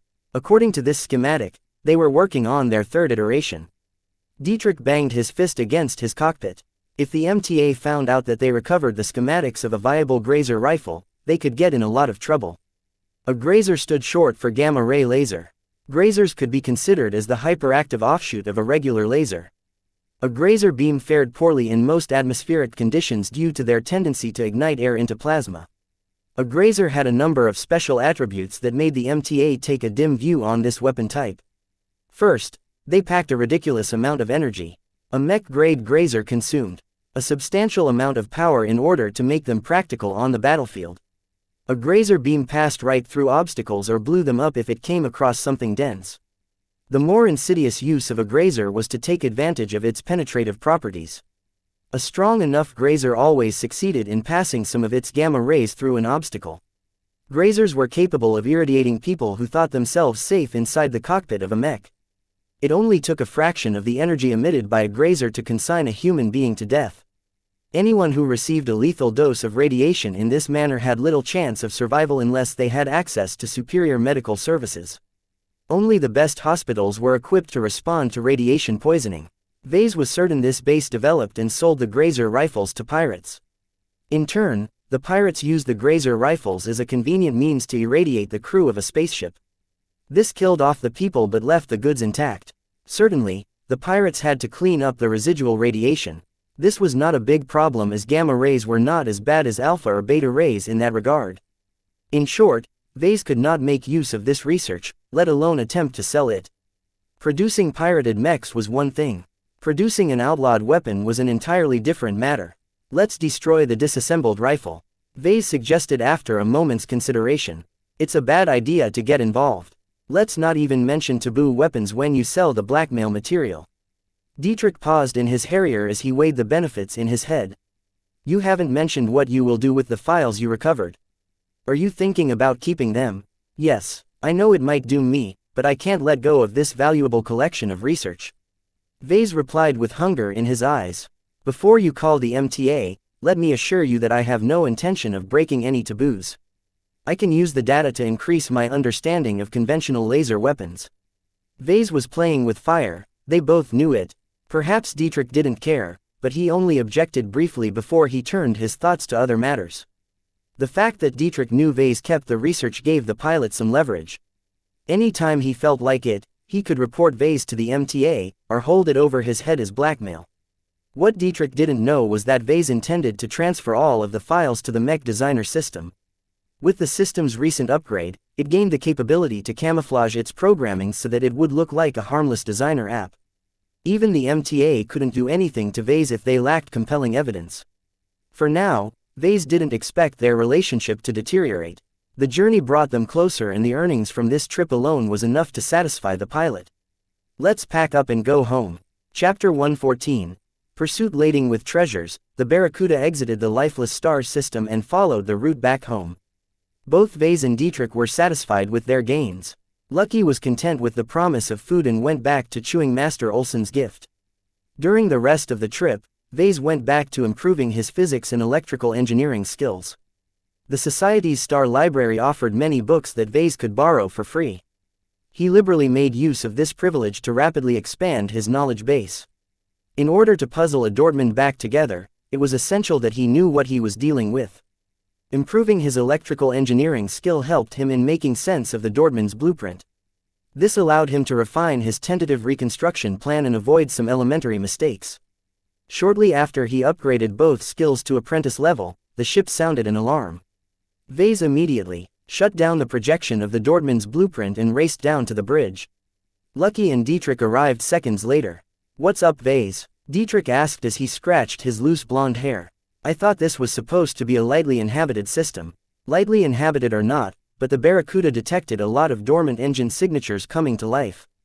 The Barracuda arrived at the edge of this system only 15 minutes earlier. The coordinated response that followed their entry originated from a nearby asteroid belt. The ships are refusing to respond to our hails. Vase stated grimly. It's safe to say they aren't coming with good intention. Pirates. Dietrich spat. Normally, he enjoyed a scrap or two, but the ships and mechs they carried grossly outnumbered them. Is there any way we can get away without a fight?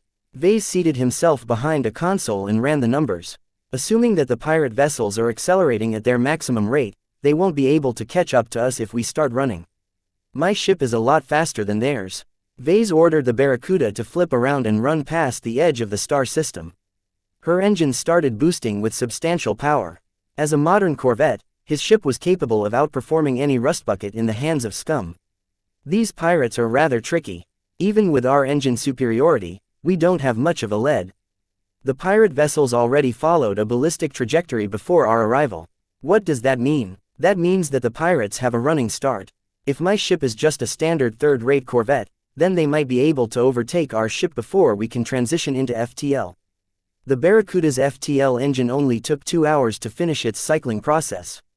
A regular corvette might take at least 3 hours to do the same. The pirates shouldn't be aware of this discrepancy.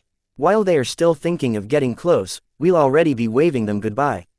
Even as he explained their situation, Vase was not quite reassured. As a mech designer, he knew very little about ships. For example, the pirate vessels might be keeping powerful short-range boosters in reserve. He also had to consider their mech contingent. With the relative speeds we are working with, there's no chance the pirate ships can catch up if they aren't hiding any surprises.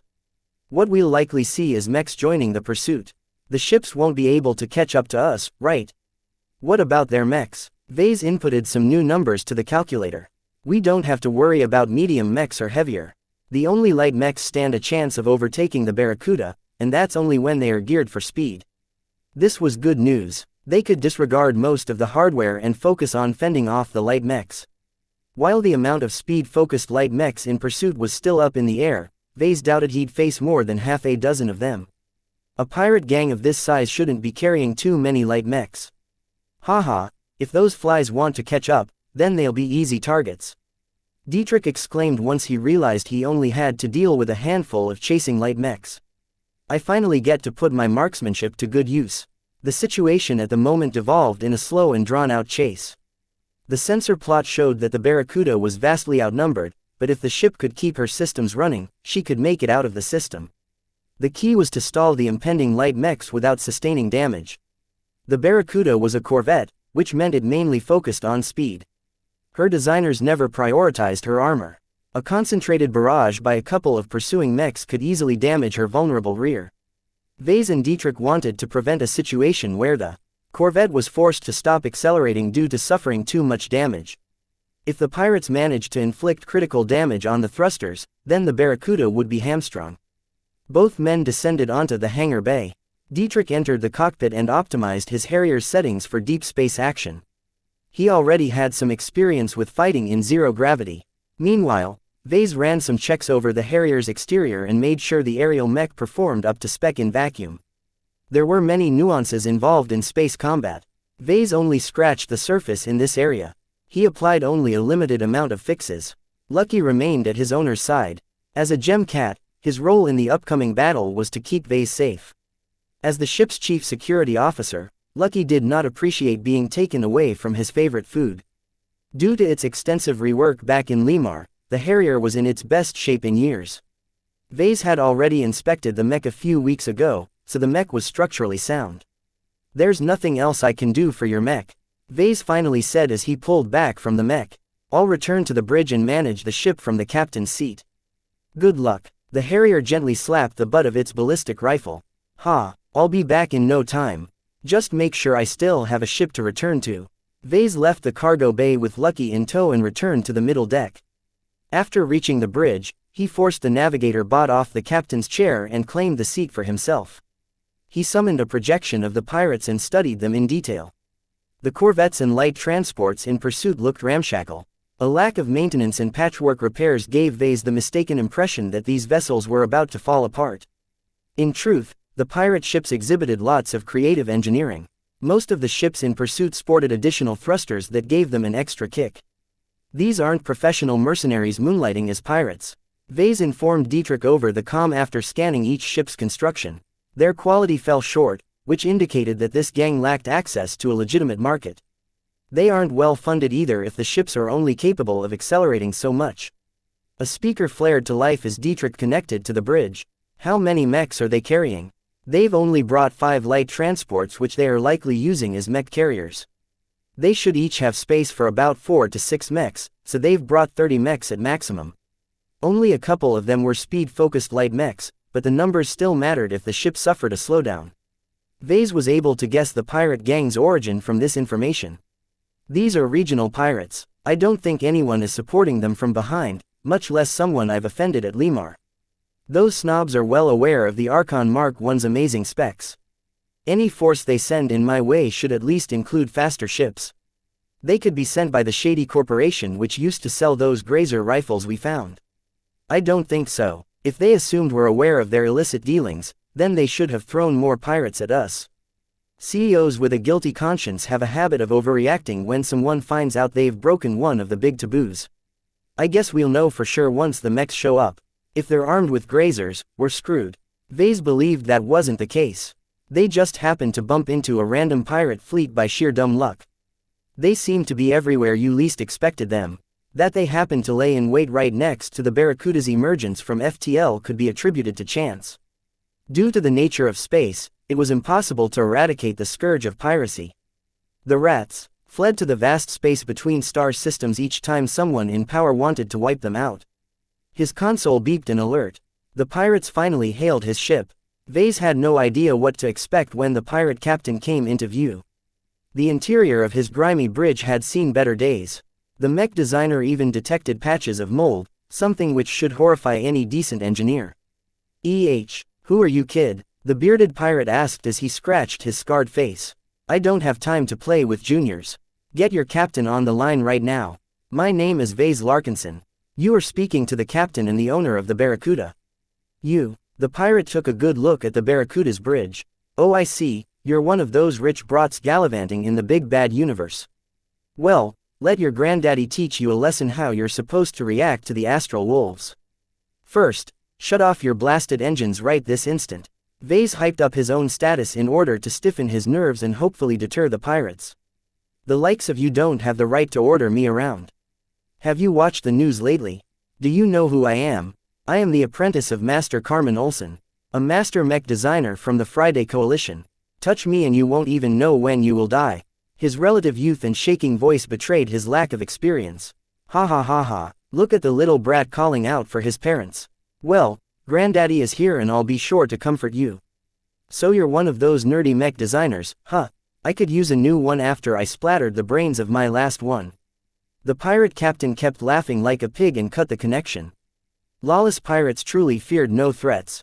Their confidence came from their ability to scurry back to the depths of interstellar space where the nearest star was light years away. No conventional force could track them down. Only the Mech Trade Association and the Common Fleet Alliance possessed the technology to track down these rats. In practice, neither organizations bothered to chase after petty criminals. They only roused their mighty fleets and mechs once someone violated one of the big taboos. The Astral Wolves launched their spaceborne mechs once the pirate transports came close enough to the Barracuda. 27 mechs appeared all at once and rocketed forward. Mechs optimized for space usually incorporated powerful flight systems. While they could not compare to a spaceship in endurance, their relatively high thrust-to-mass ratio allowed them to sprint short distances as long as their fuel and heat capacity lasted. The pursuing pirate mechs separated in two different groups. The majority consisted of slower mechs in for the long haul. Despite the distance, those armed with lasers started to fire at the Barracuda. Due to the distance, the mech's vibrations and the inherent flaws of their weapons, the laser beams weren't able to hit the fleeing corvette. Yet as long as they kept firing their lasers, they might get a lucky hit. Our ride is under fire. At this range they're barely able to hit us. Vase reassured Dietrich, though he squeezed his fist in frustration. Our corvette can't withstand a sustained attack, but it hasn't gotten to that point yet. Ignore the lasers for now. Since Dietrich's Harrier carried a ballistic rifle, he wasn't able to retaliate.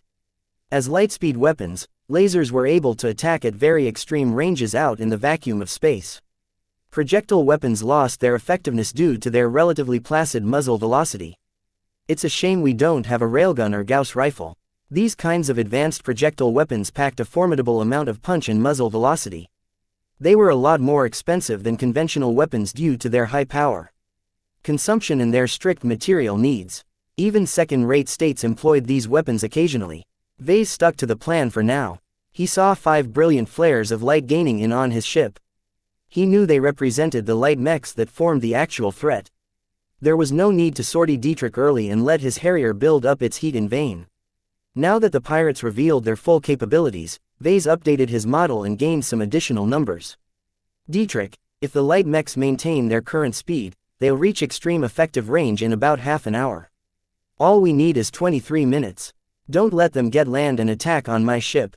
That's too long. I can fend them off for about 10 minutes, but I'll run out of magazines sooner or later. I need to go back and resupply at least once. That will endanger the ship. The cargo bay's hatch is placed at the bottom aft of the ship.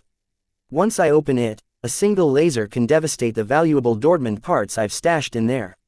Unless you can speed up your ship, there's no other choice. Either your printer goes down or we lose the entire ship. The pirate attack put all of their gains at risk. The Barracuda's spare rooms were already stuffed with plundered parts. though the cargo bay held the majority of the spoils. Vase stored them in simple boxes secured to the deck with reinforced cables. It was only one step up from leaving them in a messy pile. Eventually, Vase was forced to relent and prepared additional reloads for the Harrier's ballistic rifle. Without the Harrier's deterrent, the light mechs would be free to take potshots at his ship. Shortly after, the pirates managed to score their first hit. The laser beam only happened to scorch a rear panel of the Barracuda, but more was yet to come. Navigator bot, please start dodging. The Barracuda adjusted her course. Instead of flying straight, she started weaving in 4 directions. This threw off the predictive targeting of the pirates, forcing them to work a little harder in achieving a hit. Vase hoped he bought enough time for his ship. Chapter 115. Astral Wolves. One of the worst dangers an interstellar ship has to deal with is pirates. Space was big, so the chances of bumping into them should be negligible. In reality, pirate fleets worked together with observers stationed in neighboring star systems. They observed all traffic going in and out, and whenever a ship intended to transition to the pirate fleet's system, they informed their masters through the galactic net. This allowed the pirate fleet at the other end to prepare a reception for their unsuspecting victims. This didn't always work due to the inherent uncertainties involved with FTL travel. Sometimes, the arriving ships ended up millions of kilometers away from the pirates. Considering the odds, Vase could have ended up worse. The Astral Wolves accurately plotted his destination and even took the telemetry from their observer to predict his entry point in this remote star system. The trick with the running start further emphasized the capabilities of his pursuers. We're not dealing with amateurs here. These wolves are seasoned robbers. I don't believe we've seen the full extent of their moves. The aft of the Barracuda was taking a beating. The enemy pilots appeared to adjust to the circumstances and increased their fire rate to the maximum sustainable limit. While this did no favors to their accuracy, the sheer volume of fire inevitably worked their charm. The odds of throwing a dice and getting a 6 was small. The pirates knew that, so they threw the dice faster. Nothing in the Barracuda's arsenal could slow them down or mitigate their shots. While ships operating inside human space were not allowed to carry weapons, Vase wished his ship came with several defense measures such as security screens or after boosters. Even if they used up a horrible amount of energy, it was better than letting pirates get their hands on his ship. As the clock ran down, his ship accumulated more stress. The Barracuda held on so far due to boasting thick armor. No matter the ship, even a heavy mech paled in comparison to the amount of absolute protection they enjoyed. This was the intrinsic difference between a bipedal war machine and a self-contained ecosystem built to traverse the stars.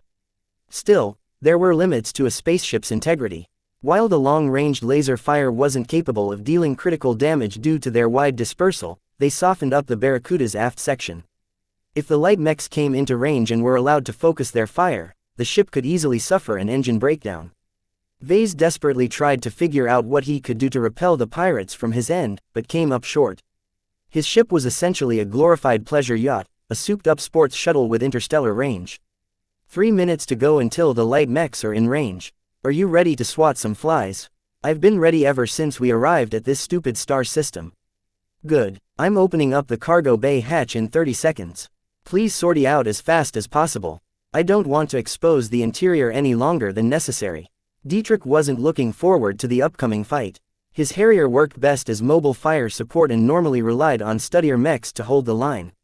He did not look forward to trying to defend his buddy's ship while outnumbered 5-1. The mech designer might think himself clever for navigating through remote and inhabited star system, but it came to bite them back with a vengeance. Now the mech pilot had to clean up after the mess. Fortunately his Harrier received an extensive overhaul back in Limar. His mech might not be able to exceed its specifications, but it wouldn't fall apart from under him after receiving a couple of shots. I'm depressurizing the cargo bay. Get ready. The air disappeared from the chamber before the imminent opening. Letting all of the air escape from the ship when the hatch slid down was not only wasteful, but also dangerous. 10 seconds left. With just seconds to go, Dietrich grumbled about his friend's propensity to stumble into pirate attacks. This was the second time they encountered one so far, and they only made a single round trip. It shouldn't be so easy to bump into pirates. The hatch slid open once the ventilators completely sucked away the air. A black expanse of stars came into view. Dietrich suppressed his instinct to admire the view and flew out of the ship in an instant. The hatch closed behind him as he positioned his mech below of the constantly accelerating Barracuda. The Harrier had to adopt an awkward horizontal posture with its rifle pressed against its torso in order to keep up with the ship. The mech's modest flight system kept up with the Corvette for now. What the hell? You could have mentioned the rain of laser beams.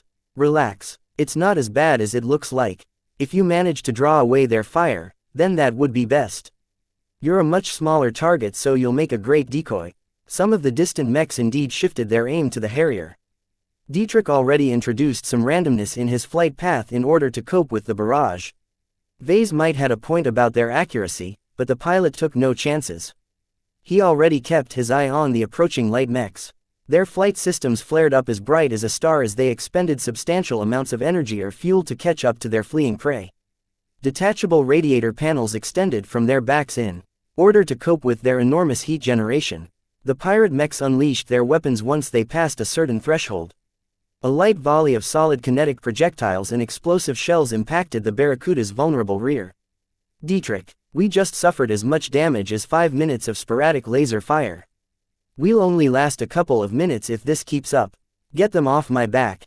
The pilot didn't need his partner's nagging to know what to do. He already engaged his sharpshooting module and prepared to fire on all 5 mechs.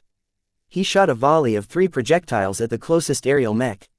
The pirate panicked at the incoming kinetic slugs even though they did not land anywhere close to the target. Dietrich already shifted his aim. His rifle barked another 2 shots at a seesawing mech. The pirate's lazy and predictable dodging pattern allowed the young pilot to land a glancing shot at its legs. While the damage was negligible, it frightened the pirate into pulling back. He sent a couple of shots in the direction of the other 3 mechs in turn. All of them paused their aggression in order to regain their composure. He succeeded in halting their relentless assault and disrupted their efforts to cripple the Barracuda. The Astral Wolves adjusted their strategy. The distant medium mechs maintained their fire on the Barracuda. They were confident it was only a matter of time before the lasers crippled the ship. As for the light mechs, they split their attention. 2 of them kept up their fire against the Barracuda while the other 3 shifted their targeting systems to the Harrier. Dietrich had to overload his flight system in order to keep his height intact. You're doing a great job, but it's not enough. Get the other 2 mechs off my tail. I'm kind of busy here, Vase. The pilot spat back as he worked his controls. He increased his rate of fire in order to keep the enemy mechs on their toes. How's the ship? Her engine nozzles are accumulating too much heat. The shells landing on her hull isn't helping either. In the meantime, the Harrier only suffered from scratches and glancing blows so far due to the deplorable skill level of the pirates. The typical scum who resort to piracy didn't have much choice. Even if they were potentates, their neural aptitudes ranked near the bottom. No decent mercenary corps was desperate enough to offer them a place in their ranks. A potentate often grew up with an inflated sense of importance. Those with disappointing aptitudes, lazy work ethics or severe attitude problems might not be resigned to living life as a norm. Why respect the laws that held them back when they could use force to indulge in their desires? Hedonists and degenerates like these never spent much time in polishing their skills. Even as he came under constant fire, Dietrich adopted a dodging pattern that worked well against riflemen who relied too much on their targeting systems. It decreased the odds of getting hit, but the irregular movements also affected his marksmanship. He ignored the mechs who shot at him and instead fired at the machines who persisted in harassing the Barracuda. 1 or 2 shots hardly worked, so Dietrich increased his fire rate in order to put more pressure on the persistent bastards. His ammunition depleted at an alarming rate, but the pilot had no choice. He achieved his first breakthrough almost accidentally. He shot a casual volley at the furthest light mech, intending to scare it back before shifting his attention to another opponent. By some coincidence, 2 slugs managed to hit the unsuspecting mech square in the center. The stricken mech's breakneck speed worked against its favor by amplifying the damage. 1 slug crunched right through the frontal armor, crushing the flimsy plates. The second slug that followed after landed close enough to slip through the cracks and apart its sides. To Dietrich's regret, his shots failed to disable the mech, though it halted its chase. The damaged mech sputtered as its flight system lost power. Whether the mech actually lost power or the pilot simply lost his nerve, nobody knew. In any case, it made Dietrich's job easier. The pirates responded by firing missiles. Over 50 individual missiles launched from the medium mechs which held back so far. Due to the need to chase and catch up to the Barracuda, the missiles weren't actually traveling very fast. They still presented a very real threat. Those missiles need to be shot down. There's too many missiles. Dietrich growled as he kept distracting the light mechs, who flew much more circumspect at the sudden loss of a fellow pirate. Then empty your magazines if you have to. Those missiles are not only high explosive, they're also capable of homing in on a specific section of my ship. If you ask me, I'd rather get shot at by pirates who failed their marksmanship class than let those homing missiles chew up my thrusters. Dietrich faced a difficult choice. If he relented on the light mechs, they might recover their poise and begin to fight back more aggressively. Still, Vase had a point about the missiles. The mech pilot lamented that his mech lacked the capacity to incorporate a machine gun that was perfect for anti-missile duty. He shifted his targeting settings and started to fire mech-sized slugs at the missiles. Despite their nimbleness, the homing projectiles had to swim against the current, so to speak, which allowed Dietrich to land most of his shots. While the Harrier methodically destroyed the missile swarm, the other mechs grew bold and focused their fire on the ship again. The pilot couldn't do anything about their opportunistic attacks besides speeding up the destruction of the missiles. Once he intercepted the last missiles, the Harrier flew back to the ship. "Open up, Vase. I need a resupply." The battered hatch lowered quicker than normal. Vase had overridden the safety protocols. The Harrier flew back inside even as sporadic shots landed close to the vulnerable opening. One laser managed to scorch the interior bulkhead of the ship before the hatch closed up again. Vase tiredly spoke again from the bridge. "I need you back out of there as fast as possible. The aft section is almost out of armor and the thrusters aren't looking too good either." "I know, I'm doing the best I can already," Dietrich replied as he quickly shook off his spent magazines. The empty cases landed onto the deck with a soundless thud due to the absence of air. Midway through the resupply, the Barracuda shuddered for a second. "What's that?" "That's the result of a malfunctioning thruster. I've forced the faulty component to keep working, but it won't do any favors for its longevity. Get back out there, please." Dietrich didn't bother with picking up the last magazines. "Open the hatch. I'm going out." The Harrier exited the hatch and fired aggressively at the pursuing pirates. He changed his strategy. His previous act of suppressing all of the mechs at the same time did not do much in deterring them. Only when he disabled a mech did the enemy pilots pull back a bit. "You guys want to see blood? Then let me show you what this whaler can do." Chapter 116. Distance. With about 10 minutes left to go before the FTL drive finished cycling, the pirates already came close to immobilizing their prey. Though unaware that the Barracuda was able to jump in just 2 hours after arriving at the star system, their ceaseless aggression made it clear these pirates were out for blood. The passage of time allowed the light mechs to close the distance to their prey. Their mechs were at the brink of overheating, but their pilots exerted enough control to stay under the limit. Their awful accuracy improved quite a bit now that their target grew bigger on their targeting screens.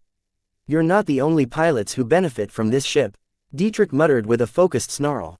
"I've taken a lot of crap from you guys. It's time for payback." Dietrich specialized in both aerial maneuvering and marksmanship. Armed with a ballistic rifle, he excelled in picking off enemy mechs from medium range. Now that his main targets approached his optimal range, he could finally dish out the hurt. Taking advantage of their lack of attention on him, Dietrich took his time and aimed at the nearest light mech. He calmly lined up his shots and released 3 kinetic slugs in succession. His aim held true. The first kinetic slug glanced off the light mech's arm, stripping a decent chunk of armor plating. The following round flew past the mech's head, missing it entirely. The third one accidentally crashed against the rifle's stock, tearing the weapon from the still reacting mech's hands. The weapon helplessly flew off into deep space, leaving the lightly armored mech with no means to continue the fight. Like the Harrier, the pirate mech only carried one main weapon in order to save weight. Realizing his predicament, the pilot of the disarmed mech pulled back and tried to join the second wave following from behind. He wanted to borrow a spare weapon from his comrades in order to resume the chase. 2 down, 3 to go. The sudden attack left the remaining light mechs stunned. They hesitated for a couple of seconds before focusing their attacks on the Harrier. In their eyes, the toothless Barracuda was a sitting duck they could slaughter at their leisure. Vase encouragingly praised Dietrich's performance. "Whatever you're doing, keep it up. The integrity of the thrusters have reached a critical point. They're resistant to heat so the lasers don't bother them much, but they absolutely can't take any more shells. How much longer do I have to stall them?" 7 minutes. We're almost home. Those 7 minutes were hard fought. Dietrich jeweled with the 3 mechs. Due to his recent resupply, he liberally emptied his magazines like a drunkard binging at the bar. Previously, he had to take his time to line up his shots. Not anymore. He bracketed his target in an inescapable net of projectiles. No matter where the hapless pirate dodged, he couldn't escape. To his credit, the pilot of the light mech spun around and let its relatively useless feet take the impact. Dietrich commended the pirate's split-second decision-making even as he realized he was dealing with a tough cookie. Fine, I'll leave you for last. For now, he had to remove as much sources of danger as possible. Even as his mech shook from the increasingly accurate incoming shots, he trusted his Harrier to hold together. Unlike the flimsy light mechs in front of him, his mech boasted actual armor. In contrast, his immediate opponents emphasized speed at the cost of both armor and firepower. Their ballistic rifles only shot juvenile versions of what his own weapon unleashed. Despite being outnumbered, Dietrich leveraged his advantages in such a dominant way that the remaining light mechs stood no chance. Like the flies they represented, Dietrich swatted them out of contention with only a bit of effort. It took a generous amount of kinetic slugs, but he inflicted serious damage to the flight systems of 2 of them. The remaining pirate decisively gave up once he stood alone and pulled back to join his mates. "Yeah, run away you coward," Dietrich yelled as he realized he successfully beat back the pirates and saved his friend's ship from certain doom. They came with 5 but none made it to the end. "I am the best." The astral wolves obviously hadn't given up. They merely stopped throwing mechs at a closer range where the Harrier held all the advantages. The constant laser fire from the extremely distant medium mechs never ceased. While the Barracuda had been built to withstand a lot of heat, the cracks in her hull did not bode well for the ship. "Get back to the ship," Vase commanded from the bridge, breaking Dietrich's high. "We're jumping out in 2 minutes. "Roger that." Now that Dietrich turned around, he finally saw how close they made it past this hurdle. The light mechs had done a number on the aft section. Their light projectiles might not pack a punch, but against a target as large as a ship, they chewed up the armor like a swarm of 1,000 bees. The plating was marred by so many pits and holes that it resembled the surface of a barren moon. Is the ship still functional? He idly questioned as he quickly snuck his mech inside the opened hatch. Whoever designed the Archon class deserves a lot of credit. They've incorporated an ingenious buffer layout that mitigates any damage that goes past the armor belt. All our critical systems besides the thrusters are intact. The damage to the thrusters was severe, but it mattered little when Vase spooled up the FTL drive. Engaging the drive immediately after finishing the cycle degraded its hardware, but nobody cared about maintenance problems right now. The pirate vessels detected the unique fluctuations coming out of their prey. With impotent rage, the astral wolves had no means of preventing the corvette's escape. With a swirling whoosh, the ship transitioned into an entirely different mode of existence. The Barracuda finally let go of her highest alert state. Repair bots of all kinds scurried out of their holes and patched up whatever internal damage the ship received. Air returned inside the cargo bay as Dietrich slowly shut down his battered mech. Due to maintaining a flat fighting posture in the previous battle, the Harrier's legs blocked most of the incoming fire. The damage was so severe that the mech could not stand on its own 2 feet anymore under standard gravity conditions. With no other choice, Dietrich awkwardly collapsed the mech to a sitting position. He made sure to avoid bumping into the boxes strapped down to the deck. He met Vase when he exited the cockpit. Sweat suffused his entire body though his pilot suit absorbed most of the moisture. There was nothing like snatching victory from the jaws of defeat. "You fought good." Vase congratulated him even as he stared at his Harrier's wretched state. "We'll have to pay for the bills, but we could have lost it all." Vase: "Yes Dietrich, you owe me a mech." "Hey, I'm the one who invited you to this trip." Vase immediately responded with his palms held up. "I'll cover your repair costs but I'm not in the position to gift you a new mech. Besides, I'm not capable of designing a rifleman mech at this moment. TCH, I don't need your money to fix my mech. I can easily cover the cost once I send my dad to the abandoned base." "No, I want you to personally build a mech for me." "I can wait for it, but you better deliver. Don't forget who saved your billion-call ship." The blonde mech pilot had a point. Vase eventually promised to tailor a mech for him once he had the means. If Dietrich's gang got a good haul from stripping the underground base, then he'd even cover the cost. It was an equitable arrangement for both men.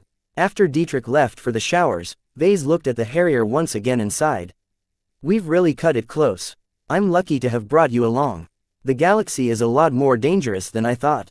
I won't be making the same mistake twice. The Barracuda sustained no damage to her FTL drive, so the remaining leg of the journey occurred without glitches or breakdowns. Vase made sure to inspect each of her systems in person, but there was only so much a mech designer like him could understand. Vase stroked his chin with his palm as he gazed at the damage report. His ship got off lightly, all considered. She lost very little functionality and could still be used to traverse the stars. The bad news came when Vase considered how much it cost to fix the damage. The Barracuda used a proprietary armor plating system that could only be produced at the most advanced production facilities back in the Friday Coalition. If Vase wanted to fix the holes in his ship, he'd have to leave her at a repair yard and arrange imports of most of the exclusive materials. The total cost amounted to at least 20 million credits. For now, he couldn't spare the money to repair a ship that wasn't essential to his daily operations. Better to leave the ship behind and focus on building his core business first. He planned to revisit the matter of repairs once he enhanced his earnings. After making sure his ship wasn't about to fall apart, Vase went back to his studies. He only had a limited amount of time and he wanted to hit the ground running once he arrived at his workshop. The recent attack once more reinforced how easy it was for him to die. Without strength, one had no right to speak. Even a mech designer was able to accrue power if everyone wanted you to design their mechs.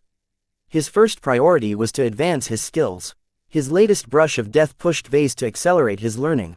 He wanted to advance his electrical engineering and physics skills to apprentice level with just weeks to go. In order to keep up with his brutal schedule, he kept his daily interaction with Dietrich and Lucky to a minimum. Fortunately, both Cat and Pilot had other concerns in mind. Lucky almost finished gnawing Master Olsen's ore. When Vase stroked his gem cat's back, he always got the feeling he was touching an overstuffed energy cell. Meanwhile, Dietrich helped plan his father's upcoming salvage expedition. Walter's whalers were already in the process of commissioning a convoy of transports and corvettes. By the time the Barracuda transitioned into the Bentime system, Vase finished upgrading both of his targeted skills.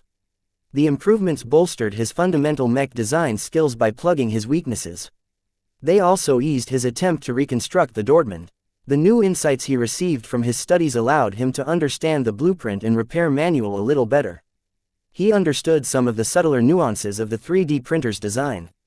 All right system, show me my status. Status name, Vase Larkinson profession, apprentice mech designer specializations, none design points, 1307 attributes strength, 0.8 dexterity, 0.7 endurance, 0.8 intelligence, 1.3 creativity, 1 concentration, 1.7 neural aptitude, F skills assembly apprentice 3D printer proficiency 2 assembler proficiency 2 business apprentice computer science incompetent electrical engineering apprentice mathematics apprentice mechanics journeyman jury rigging 2 speed tuning 3 metallurgy journeyman alloy compression I metaphysics incompetent physics apprentice lightweight armor optimization I medium weight armor optimization 3 abilities superpublish available. Can be activated once a year. Evaluation: a well-rounded apprentice at the start of his real career. Even the system complimented him for working on his weakest skills. He shouldn't let his designs be dragged down by a critical shortcoming. My DP barely grew. It's still a long way until I reach 2000 DP. His current plan called for earning enough DP to advance his mathematics skill to journeyman level. Without this upgrade, Vase wasn't willing to release a second iteration of the Mark Antony. As his primary money maker, Vase wanted to make the updated variant last. Vase had a lot on his plate when he finally returned. He was already looking forward to it all. Chapter 117. Back in business, the prodigal son returns. Marcella Bollinger greeted Vase with open arms as he arrived at her office. Does that make you my mom? You wish. Jokes aside, thank you for granted the Barracuda a berth in your private docking space. If there's one thing brokers don't lack, it's space. I'll be sure to keep your new toy secure. The two sat down and began to discuss how the Bright Republic fared in his absence. The mech broker employed an entire department of analysts who kept track of the political and economic trends of their state. Marcella freely shared some of her insights. Everyone is smelling a war is brewing, but this time is different. She said grimly. She obviously predicted dark tidings. We expect the Visions to stir the pot a little, but the uprisings and terrorist attacks are much more severe than the Republic has anticipated. Every state in the star sector is suffering from some source of instability. Vase scratched his head. Even the Visions were dealing with their fair share of terrorists. Could it be another star sector is having designs on our territory? No, that doesn't make sense. The Komodo star sector ranks near the bottom in both exotic resource deposits and economic development. There's something bigger brewing behind the scenes. We won't know what's going on until they spring their plan on us. That doesn't sound reassuring. You're right, this isn't something we should stick our hands into. Better let the politicians from Rittersburg earn their pay for once. Your old friend Vincent is gaining prominence, Marcella added with a smirk. He's one of the spokesmen for the so-called Bentheim independence movement. They want to secede Bentheim and its surrounding influence from the Republic, with violence if necessary. That's crazy. If Bentheim is our only port system, without it, the Bright Republic is finished. Bentheim won't be better off either. Without the population and support from the rest of the Republic, the newly independent movement will only amount to a fourth-rate state at most. Don't underestimate their appeal. Bentheimers always consider themselves superior to the rest of the Republic. They resent the fact that they have to take their marching orders from Rittersburg. It doesn't help that much of Bentheim's wealth is used to subsidize the development of other planets and star systems. The issue turned out to be quite the wedge between the people of Bentheim and the rest of the Republic. While Cloudy Curtain fell under Bentheim's sphere of influence, Vase had little sympathy for these delusions. So how's the mech industry faring these days? Marcella gave Vase an ambivalent smile. The attacks are straining our industry's supply chains. Shipments get hijacked, factories get blown up, or certain businesses get persuaded to cancel their long-standing contracts. It might only happen here and there, but each disruption has a ripple effect that affects all other companies down the supply chains. In other words, the saboteurs are trying to achieve maximum disruption with minimum effort. They shouldn't be part of a powerful group, then. Maybe they don't have a scary backing. Surprisingly, the chaos has only led to greater sales. The Mech Corps has expanded their orders by 15%. Many mercenary leaders decided that they'd rather expand their arsenal immediately than to wait for the transition to the next generation of mechs. Looks like it's already high season for the industry. It's too bad I'm missing out. Are you sure you won't reconsider fabricating your current model? I already said I had a big order in store for you. It's easy money. The Mark Antony doesn't conform to my standards anymore. I can't allow any detractors to make an example out of it to convince the public that I'm not worthy to be an apprentice. Marcella shrugged. It's your call. Let me warn you that it won't do your credibility any good if you are halting your sales for an extended time. A mech designer that was all talk and no show didn't go far in the business. Vase knew he risked squandering the goodwill he gained from becoming Master Olsen's apprentice. Vase asked for some tips on applying for a loan. Marcella briefly explained the procedure and what he should watch out for. She had a very daring suggestion when it came to collateral. You should put up your Corvette as collateral if you're in need of a large amount of money. A genuine luxury Corvette from the Friday Coalition is worth as much as a medium-sized company here. It's the best way to make use of a shiny but non-essential asset. No, Vase shook his head. Absolutely not. I don't want to risk the ownership of the Barracuda. Besides, I'd be drowning in credits if I put up my ship for collateral. I can't grow my company that quickly without losing grip. Marcella dropped the subject once Vase refused to budge on this matter. Take a look at last month's national sales figures. Most of the skirmishes that have taken place are mainly hit-and-run attacks.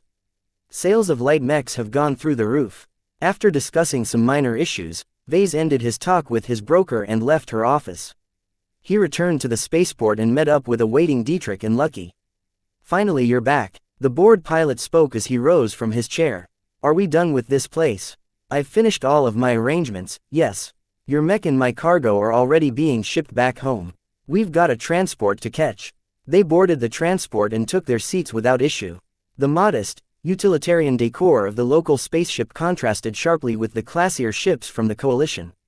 This was the first time in months that he felt as if he finally felt at home. He didn't have to worry about class differences or watch his step in case of bumping into a powerful bigwig. After 2 days of placid travel, their transport landed at Cloudy Curtain Spaceport. Their journey together finally came at an end. Vase held Lucky close to his chest while making sure his floating luggage followed him out of the ship. He turned around and said goodbye to Dietrich. It's been a wild ride. We've cut it close, but we made it through. I'd rather take a break from all the action. Dietrich smiled helplessly as he, no offense, but you're a dangerous man to be around. After a friendly pat on the shoulder, the exuberant mech pilot returned to the embrace of Walter's whalers. The entire spaceport was a hive of activity as the gang finished their preparations for their upcoming scavenging expedition. Vase had no further involvement in their proceedings. In exchange for forsaking all of his claims on the abandoned base, he'd receive the full sale value of the blackmail material they recovered from a stash. Let's go home, Lucky. When the aircar arrived in front of his workshop, Vase sighed in relief. Nothing happened to his workshop. A lone security bot vigilantly patrolled the perimeter and the electric fencing sparkled ominously. Household bots neatly trimmed the grass and swept up any dust in their way. A familiar face waited by the entrance. Carlos Shaw resolutely quit his job arranged by his father's connections. His friend severed, his only opportunity to climb the ladder of a major mech manufacturer. Hey Vase, look at you. Last time we met, you were just a fellow buddy. Now you've become an unreachable existence. You even look handsomer. Vase did change a lot since he left the Bright Republic. His mentality matured after winning the Limar Open competition and surviving 2 different pirate attacks. His appearance grew smoother due to the changes brought by the gene boost. Finally, he set aside most of his normal clothes and started donning his gifted anti-grav clothes all the time. The malleable high-tech clothes came pre-programmed with an entire library of stylish outfits. Even a fashion-illiterate boor like Vase could not go wrong once he took advantage of this function. Let's step inside before we discuss your employment. Vase calmly spoke and led his friend past the security measures and into his shabby workshop. Lucky escaped from his grasp and ran to his private little bed. The cat had grown less active over the past few days. Vase suspected his pet was about to undergo a fundamental transformation. Once Vase finished arranging his luggage, he returned to the living room and stared at his friend. Carlos sat at the dining table with a data pad in front. The pad showed his employment contract. My broker arranged this cookie-cutter employment contract. I've modified a couple of terms in order to suit my purposes better. You will work for my company in a full-time capacity as a mech fabricator. I'm not hiring you to be my designer, but you are free to use my licenses and facilities to play around if you finished your daily tasks. You will receive a modest pay of 10,000 credits a month before taxes. Do you have any questions? Carlos scrunched his face. Yeah, it says here you will own all the rights for any commercial designs I register at the MTA. Isn't that a little overboard? I don't think this is an unreasonable demand. Vase retorted with a firm voice. Mech designers usually don't allow their subordinates to borrow their facilities in the first place. If you are taking advantage of my hard-earned equipment and licenses, then your designs should also belong to me. Don't worry, the contract states that you'll receive appropriate credit as well as a cut from any sales. It might not be entirely fair to Carlos, but Vase wanted to make it clear who was in charge. He knew that Carlos wanted to work under Vase in order to develop his own mech designer career. Vase didn't want to invest in Carlos without getting anything in return. If Carlos thought he was going to be a selfless chump, then he was sorely mistaken. Okay, I can accept that, Carlos said and dropped his objection. The next page states that I have to sign an MTA-administered disclosure agreement. You know the penalties for breaking a contract under the purview of the MTA, right? In the worst case, I can even get executed. I trust you, but I've made quite a few enemies. Vase crossed his arms. Who knows if someone offers you a couple of billion credits to pass on some information? I would never do that. Even if you are inhuman enough to resist becoming an instant billionaire, perhaps you'll receive threats. No one is infallible, Carlos. I don't want to consider the option of you betraying me. I can be assured you won't do anything stupid if I bring in the MTA. It will also send a signal to my enemies that there's no use trying to use their means on you. Since it was a matter of life and death, Vase gave Carlos time to weigh the issue. If his friend insisted on change, then he would withdraw the employment contract. He had a lot of secrets in his closet. While Vase didn't intend to inform his employee about the system or the X factor, it never hurt to prepare beforehand. Okay, I don't know what you're hiding, but if you think it's serious enough to bring in the MTA, then so be it. I'll sign your darned NDA. After going past these hurdles, Carlos brought up a range of minor issues. Vase patiently explained his thoughts, even showed a little flexibility by changing some minor clauses. He hardly cared about when Carlos would claim his vacation days, or how much of a bonus he earned if he worked overtime. If that's all, Then let's visit the local branch of the MTA to finalize the contract and sign the NDA. You'll start your work tomorrow. I'll arrange a spare design terminal and some other amenities in order to accommodate your presence." After a firm handshake, Carlos left the workshop and went back to his new home. In preparation for his new job, he already rented a nearby home in the nearby suburbs of Freslin. Vase returned to his workshop. He had to arrange the storage of his salvaged Dortmund parts. He considered taking another loan in order to fund the purchase of an alloy compressor. He also wanted to earn some very precious DP by designing a couple of virtual mechs. In short, he was back in business. Chapter 118. First employee. The next day, Vase stared at a glowing blue ball. He remembered that Lucky settled into his bed here.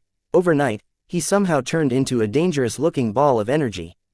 After stretching out his hand, he noted that the ball did not emit any kind of heat. Lucky should have warned me if he was up to something dangerous. I'd better leave this ball alone for now. He remembered that he promised Lucky 1,000,000 credits worth of minerals. Despite his apprehension at spending so much money, Vase still wanted to keep his promise. He went to his terminal and opened the MTA's internal market. After ordering a bunch of shiny-looking ores, he confirmed his order. He expected Lucky's present to arrive within the week. He walked to his backyard and stared at the large containers that arrived in the morning. Vase summoned up his workshop's cargo bots and brought its contents to a secure storage room. He handled the boxes of Dortmund parts carefully. As Vase did not plan to reconstruct the Dortmund immediately, he left the boxes unopened. Before he started work on reconstructing the industrial-scale 3D printer, he wanted to accumulate more skills. It would be foolish to ruin the reconstructed printer due to underestimating the difficulty involved in putting it back together. "It's all about the skills," he said ruefully. "I'm never ready to do anything if I constantly chase after upgrades." He couldn't help it. Reconstructing the Dortmund and updating the Mark Antony variant both required him to exert his utmost. Both were critical projects that Vase could not afford to screw up. The extra office equipment he ordered yesterday arrived as well.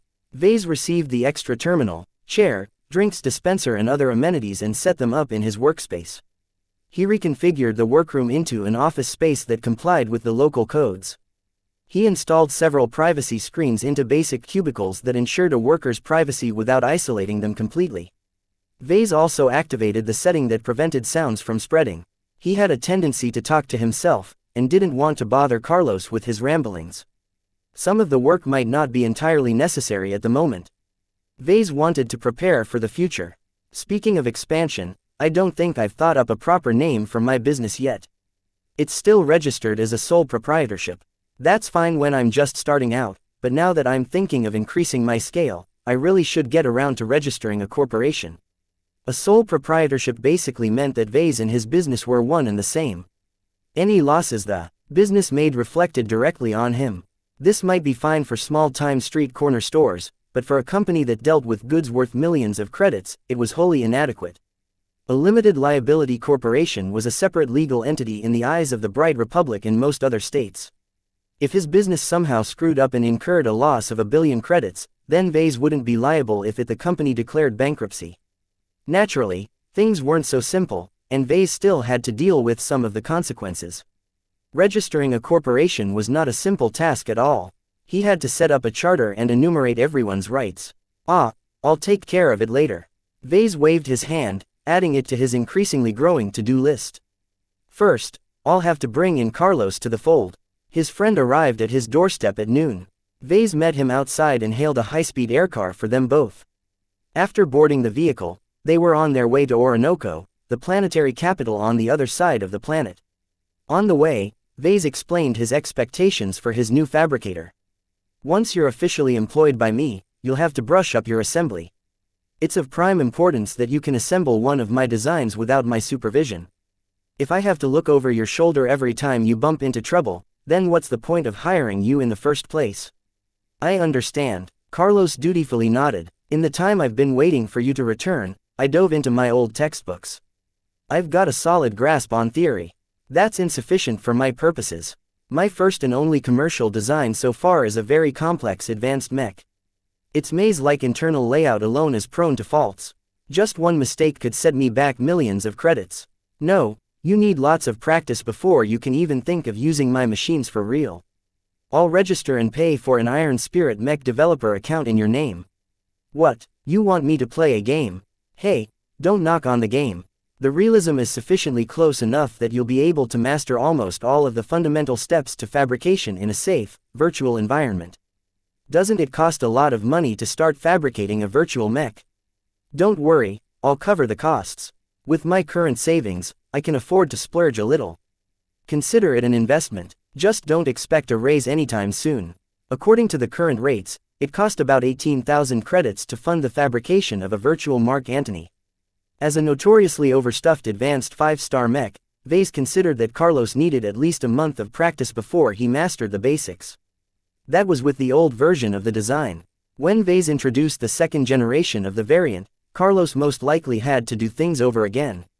Carlos smiled in appreciation. I don't have time to be greedy when you've given me these opportunities. Thank you for taking care of me. I really appreciate all you've done. Then repay me by helping me grow my business. I need a trustworthy man by my side. They spent the rest of the ride discussing the ins and outs of fabricating the Mark Antony. Vase did not have any notes about his insights, so all he could do was to pass them using his own words. After a couple of hours, the aircar arrived at the MTA's local branch. Vase already scheduled an appointment, so they were led into an elegant meeting room by a low-level representative. Both Vase and Carlos confirmed their identities through numerous tests before signing a bevy of digital documents. After leaving the MTA, Vase decided to stick around the capital. As they walked through Orinoco's modest shopping streets, Carlos whistled in appreciation. I can actually walk around without bumping into people all the time. I've got to say that it's a nice change of scenery. The only downside is that I still haven't gotten used to the constant cloud cover. It's even more disconcerting when the clouds adopt a rainbow sheen. Blame the original settlers for leaving the terraforming to the lowest bidder. Vase amiably said, when you get used to it, you'll realize our sky is an endless canvas. Folks like to gaze endlessly at the clouds, taking inspiration from its infinite varieties. It sounded incredibly boring to Carlos, but he kept his opinion to himself. Instead, he pointed at a nearby sculpture. What's that? Vase did not answer his question immediately. Instead, he led his new employee to the foot of a thin but tall statue. It had been shaped into an archaic candle that reached above the tallest office buildings in the city. A narrow trail of smoldering black smoke ascended from the top of the candle. Somehow, the smoke did not disperse, but maintained cohesion as it climbed its way into the clouds. Both men looked up at top of the candle where its tip ceaselessly smoldered. Compared to the many monuments they once toured in Rittersburg, the lone stone candle hardly matched up. Do you remember the founding story of the Bright Republic? Vase suddenly asked. Sure I do. A bunch of marginalized idealists and pacifists from the new Rubarth Empire banded together and funded a colonization expedition to the Galactic Rim. They chafed at the stifling, militaristic culture of the Empire and wanted to create a paradise in the most remote corner of the galaxy. In their eyes, they wished to preserve the light of civilization in an unforgiving galaxy. Every Republican citizen knew the story, and what followed after. The ancestors of the Bright Republic eventually reached the Komodo star sector, only to find the juiciest star systems claimed by expeditions funded by their more warlike rivals. The few times the Bright Republic tried to wrest control of them ended badly, as pacifists did not make for very good soldiers. Carlos continued the story. After losing so many ships, supplies and men, they eventually came across a habitable world. They settled down on the planet and called it Rittersburg, the last refuge of a noble venture. The Bright Republic was founded there and then, and over time the colonists expanded and claimed the surrounding stars. And what happened to their dreams? Vase asked in a tone that indicated he already knew the answer. Over time, the Bright Republic shed its pacifist roots. They had to in order to fend off aggression from aliens and regional rivals like the Vija Kingdom. Still, in order to commemorate their origins, they built the Eternal Lighthouse at the spot where the first colonists stepped foot on Rittersburg. Vase gestured his arm at the giant smoldering candle. The descendants of hardcore pacifists consider the Eternal Lighthouse to be a farce. When the Bright Republic slowly increased its militarization, the most dissatisfied pacifists scrounged up their meager savings and founded the planet that would eventually become Cloudy Curtain. So they built this candle as a middle finger to the Eternal Lighthouse. Yup, the smoldering candle is supposed to remind the people of this planet that the rest of the Republic has forgotten their ideals. The light is snuffed, and only a smoldering tip remains. Don't you feel strange about basing your mech workshop on this planet of pacifists? It's already been hundreds of years since the founding of this planet. Vase replied without a note of concern. Time has wiped away our roots. These days, the locals drink their beer and watch the mech arena duels like any regular Republican citizen. The bureaucrats hardly raised an eyebrow when my father and I registered my business. Nothing was eternal. Dreams only lasted until the people woke up. Life eventually must go on. After touring the streets and showing off the local sights, the pair decided to return. They took another aircar back to the outskirts of Freslin and returned at the workshop by evening. Carlos said his goodbyes. It's been great hanging out with you. It brings me back to our days at Rittersburg. Be thankful for the break, because your work starts tomorrow. You need to master your new role as a fabricator as soon as possible. I won't allow you to be a drain on my resources forever. I understand. You won't regret hiring me. After a good night's sleep, Vase woke up the next day and started working on some administrative details. He keyed Carlos into the security system and granted him limited access to the facilities. He also prepared a new Mech designer account for him and granted it access to the designs under his Chasing Clouds account. When Carlos arrived at the workshop, Vase led him to the office room and pointed at the second terminal. That's your new workstation. I've already configured it to allow you to log into Iron Spirit and practice your skills.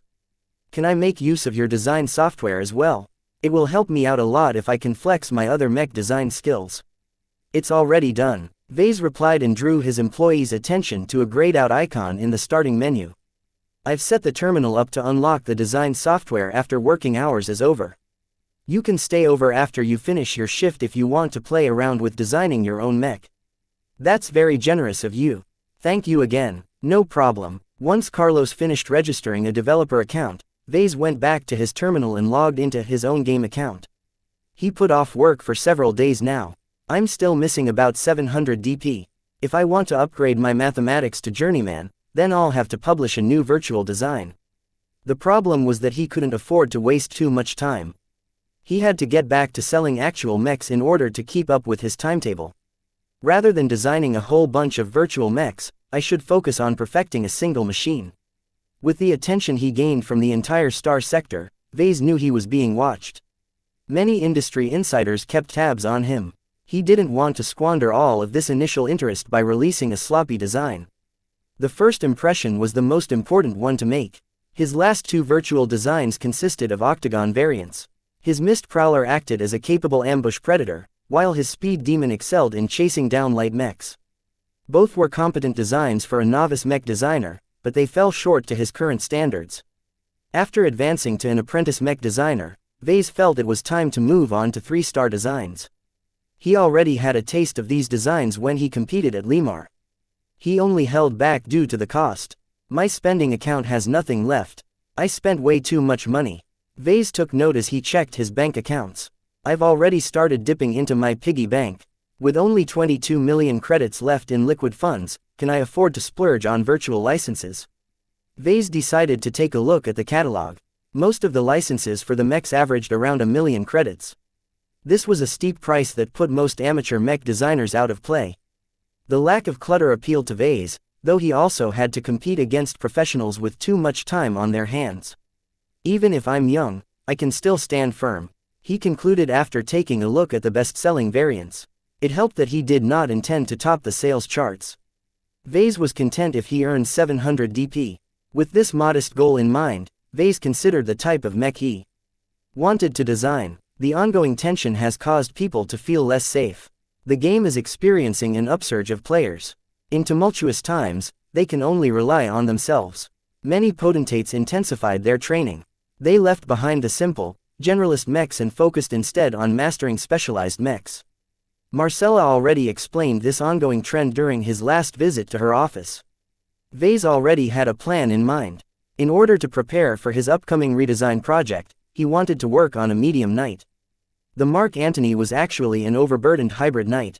By working on this variant so early in his design career, Vase was actually putting the cart before the horse. He could gain more insight on hybrid knights by starting with the basic form of a regular knight.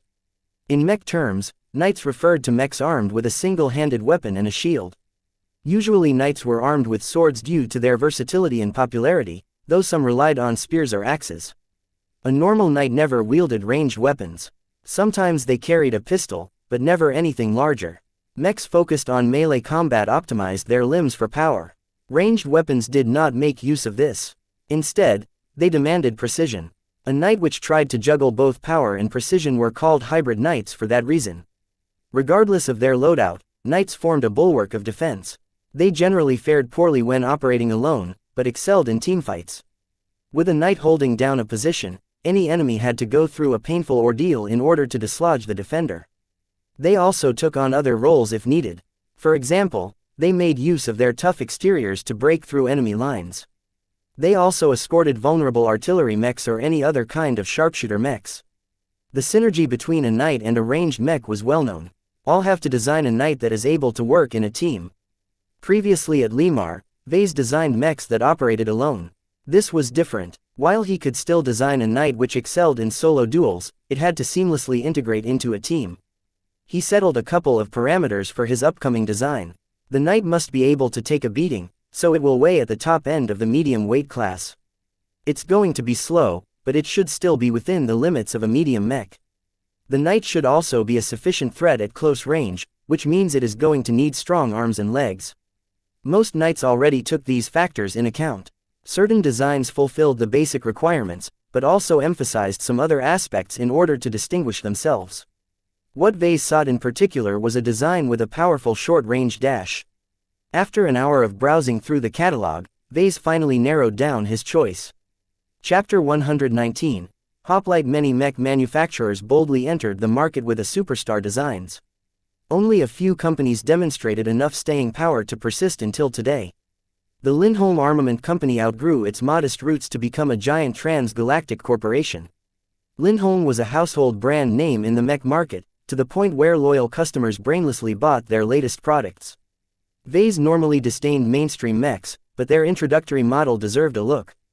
The story of Lindholm started with their first commercially available design, the Hoplite HPL 100P. 200 years ago, the introduction of the hoplite propelled a small and obscure company to galactic prominence. Its design deviated significantly from convention. First, the hoplite used a spear instead of a sword as its main armament. Lindholm was not content with a simple spear. Instead, they introduced an innovative weapon capable of adjusting its own length. Through a sturdy layered tube design, the hoplite could extend or shorten the length of the spear at will. The only downside to this structure was that the spear could not withstand as much force. It's still a daring innovation, Vase said admiringly. True, the weapon had flaws, but it worked out for the model. It proved a design didn't have to be flawless in an engineering perspective in order to sell well. The hoplite also made use of an unconventional heavy shield. Its large round shield sported a flat, broad spike in the center, allowing it to pierce through armor when used as a weapon. Lindholm expressly designed the shield for offensive use by adding a couple of unconventional augments. First, they attached miniature boosters to rear of the shield. They automatically ignited their charges when the hoplite initiated a bashing motion. The boosters only burned for a quarter of a second, but that was sufficient to magnify the impact by up to 50%. If that wasn't enough, the Lindholm designers also stuffed in an inertial manipulator. Normally, it remained inactive. The module only took effect when the hoplite started to bash. It only reduced the shield's weight by 30%, which sped up the bash. At the last instant before impact, the module reversed its settings, making the shield 30% heavier. This slowed down the bash, but that hardly mattered when the shield impacted its target an instant later. The extra weight gave the bash more momentum, making the shield harder to fend off. Hoplite pilots usually followed up by striking their target with an extended spear. This was the hoplite staple combo, one that propelled the design to prominence. There were downsides to the augments. While Lindholm reinforced the boosters and inertial manipulator against shocks, they were still prone to malfunction. The augments also only carried a limited amount of charges, enough for 3 times. The critics called it a gimmick. The mech pilots who performed the move professed their love for it. Despite the controversy, Lindholm aggressively marketed the ridiculous move and sold hundreds of thousands of hoplites. The hype eventually faded out, but by that time Lindholm earned enough of a killing to fund the development of better designs. If that was it, then the model should be forgotten by now. Instead, The hoplite enjoyed enduring popularity in Iron Spirit due to its final feature. Lindholm wanted to design a knight with offensive prowess. Upgrading the weapons wasn't enough. They also wanted to give their mech the ability to rush forward at high speeds. To do that, they extensively modified the hoplite without relying on boosters. Installing boosters was the conventional way of enhancing a mech's short-range boost. While powerful, they also imposed many limits on the design. Instead of dealing with issues such as fuel storage and heat management, Lindholm instead augmented the legs. While the legs still appeared humanoid, the designers massively strengthened the artificial muscles. No one knew how they did it, but they introduced an original muscle scheme that allowed mechs to push off the ground in an extremely powerful burst. Extendable claws embedded in the feet helped maximize the hoplite's grip, which prevented it from slipping. Overall, Vase admired the original developers of the hoplite. They were not afraid to implement their own vision onto the staid-old knight archetype. The work done on the spear, shield and legs all complemented each other's strength, amplifying their effects when combined together. The designers succeeded in turning their outlandish vision into a practical product. The hoplite is a masterpiece. In design terms, the model was difficult to improve but easy to ruin. Many mech designers tried and failed to develop variants that significantly improved upon its performance. Vase did not fear a challenge. He wanted to prove he could handle a difficult model like the hoplite. The way to that was to succeed in creating a new variant that was not some minor rehash of the base model. Lindholm Armament Company Hoplite HPL 100P, 1.2 million bright credits. He winced at the price. While he still possessed a substantial amount of savings, he hadn't been earning any money lately. I still need to make another purchase. Vase had a very simple plan in mind. He wanted to design that took advantage of the current trend. Many teenage potentates were currently flocking to Iron Spirit in order to polish their piloting skills. Mastering a knight was one of the basic classes offered by mech academies and mech institutions. It was the simplest mech type and one that offered beginners an excellent starting point in piloting mechs. One reason the base model only enjoyed a limited amount of popularity was that it was built around the spear. Trainee pilots only practiced with sword-wielding knights. He intended to meet their needs by designing a sword-wielding hoplite variant. While several such variants could already be found in the catalog, Vase thought he could put his own spin on the concept. After browsing the catalog, Vase found an appropriate weapon and added it to his shopping cart. JJV Limited Imperial Sword ISX-34, 250.000 bright credits. The so-called Imperial Sword sounded fancy, but shared the same shape as the weapons used by trainees. The one-handed sword was not too long, not too short, not too heavy, not too light, and so on. It had no distinguishing features due to the need to accommodate every possible mech pilot, at least at the start of their training. Vase chose the Imperial Sword because it was a well-designed upgrade from the cheap and substandard training swords. JJV Limited poured a lot of research into improving the simplistic sword design, from changing its composition to adjusting its shape and center of mass. It led to a weapon that many recruits love to use at the start of their careers. It's not a very exciting sword, but it is a time-tested design. It's sharp, tough, and not too expensive. That's good enough for most mech pilots. After confirming his purchase, his savings shrank. He now owned 2 3-star licenses, enough to design a decent variant. Sat back in his chair and thought about what kind of vision he wanted to imprint onto his design. As always, he tried to seek an example from ancient history. A gladiator? No, I don't want to create a showboater. A Viking? Too aggressive and undisciplined. A medieval knight? That might work, but I still feel it comes up short. After a couple of minutes of fruitless digging, Vase gave up on referencing history. Do I even need to draw on reality in the first place to form a coherent picture? He thought about his designs so far. Vase always let his mind drift to dramatic actions when he tried to form his intent. When he thought back on designs like the Mark Antony or the Mist Prowler, Vase automatically constrained his imagination to obey reality. What if he broke this rule? The X factor is something that is alive but intangible. Something that isn't anchored in the physical plane has no obligation to be bound by its rules. It sounded simple, but how could an engineer like Vase ignore the laws of the universe so easily? A mech was a machine. Their structure and composition was nothing magical. So long as mech designer obtained its blueprint, they could replicate the mech without problem. All except for the metaphysical. The apparent existence of the X factor had long since convinced Vase that mechs might have a proto-spiritual presence. He never explored the full implications of this premise. A spiritual existence can take any shape. Vase recalled the time when he achieved a minor breakthrough in the X Factor. Back then, he was competing in front of the entire star sector for the first time. He had to design a mech as fast as possible in order to claim a high-ranking mech pilot in the free-for-all stage. The mech that resulted from his heated efforts was the Unicorn. Despite the frame's many technical flaws, Vase imagined its design as a proud and inviolate mech that wielded its spear like the horn of its namesake. To be honest, he had no time to consider its fantastical background. A unicorn is a mythical creature.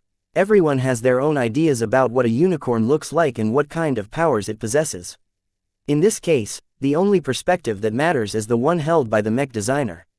If the X Factor needed to be grounded by reality, then a fantastical image should be detrimental. Somehow, Vase did not believe the uniform suffered any ill effects. It performed exceptionally well in Lovejoy's hands and slightly exceeded the limits of its shoddy construction. Is it really so simple? A single example did not prove his assumptions. Yet Vase instinctively believed he was on the right track.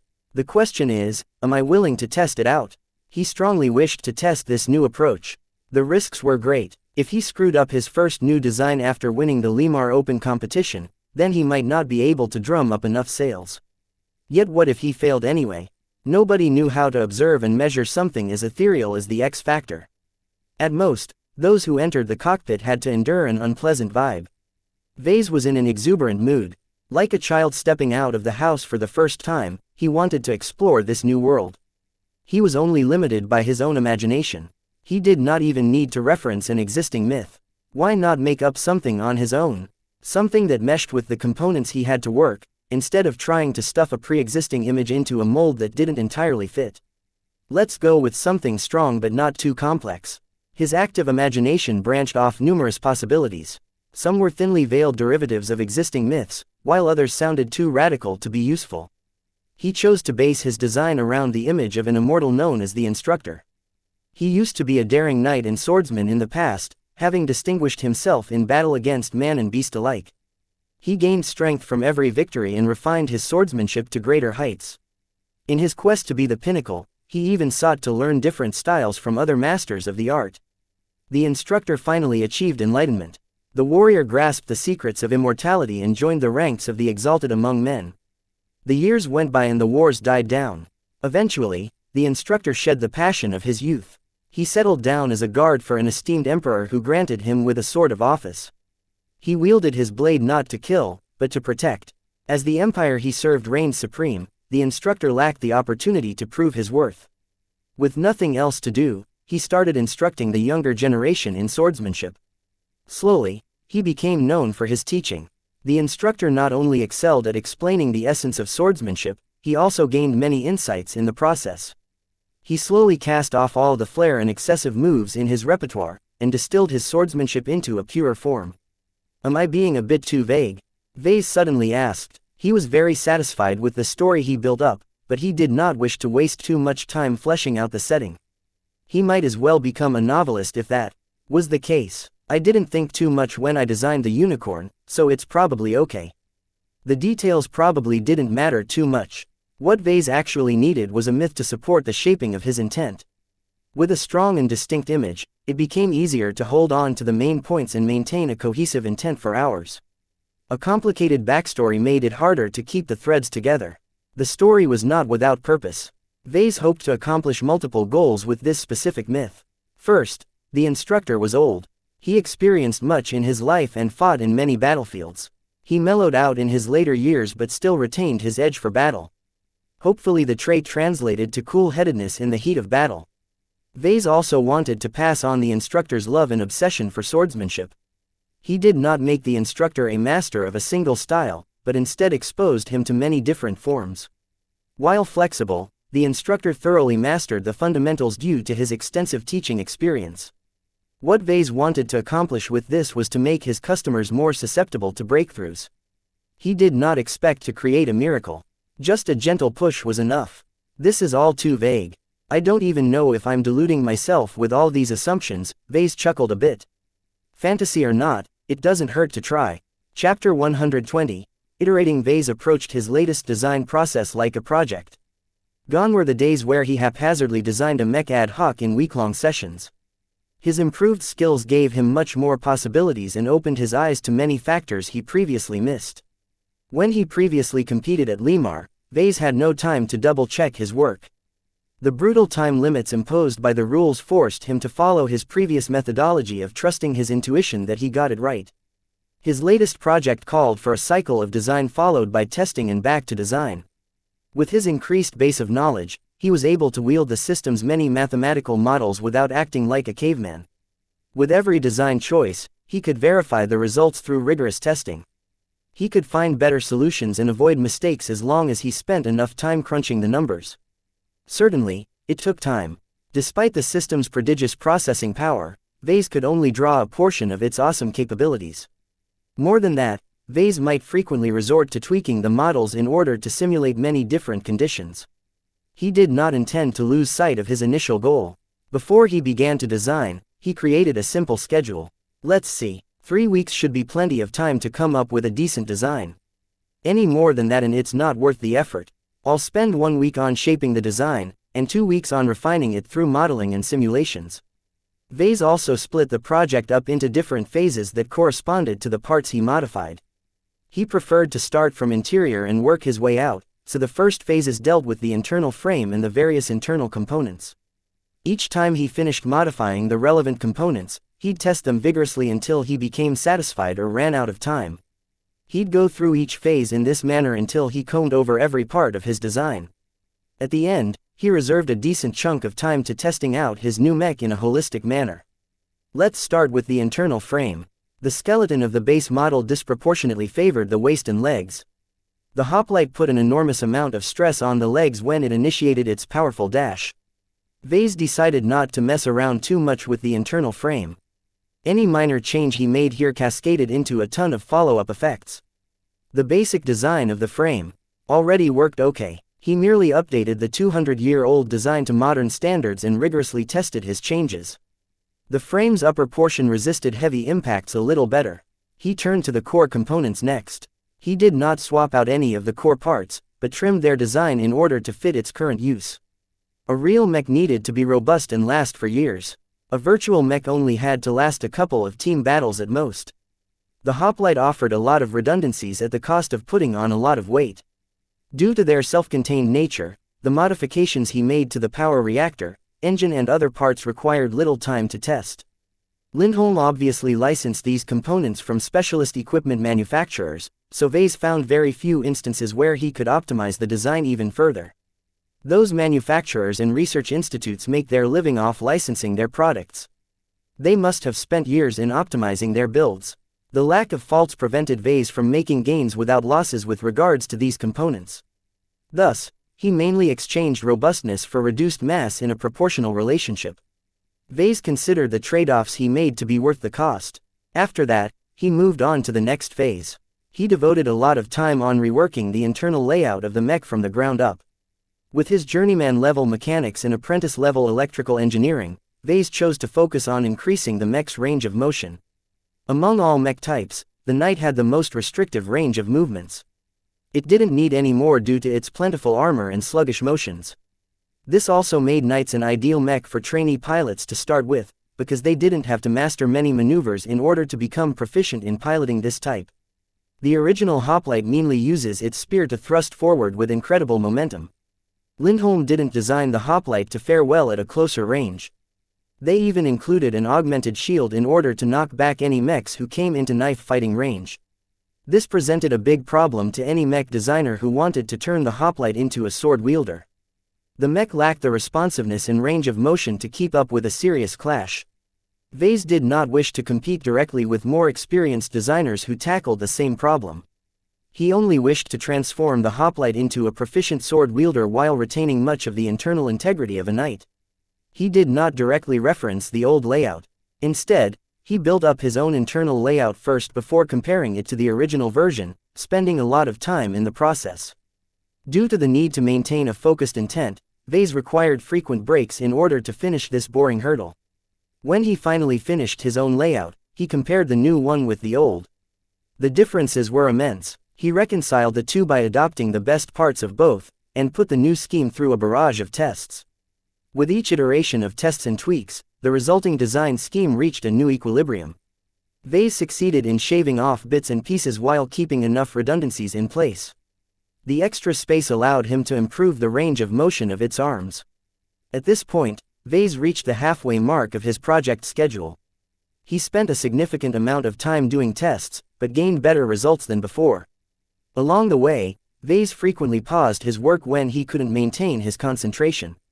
Since he cared deeply about imprinting the instructor to his new design, Vase did not dare continue working when his mind started to fray. In order to distract himself, Vase devoted the majority of his free time to tutoring his new employee. Carlos also worked hard in trying to understand the assembly process, but achieved little success so far. "This mech is a nightmare," Carlos moaned during an evening after work. "It's like someone stuffed two different mechs in a single frame." Vase took a sip of a can of beer. "The Mark Antony isn't pretty once you look past the armor.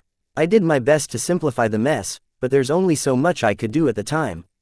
I have some more ideas now. I'll try them out once I finish my current project." "You're planning to update your only real product, right?"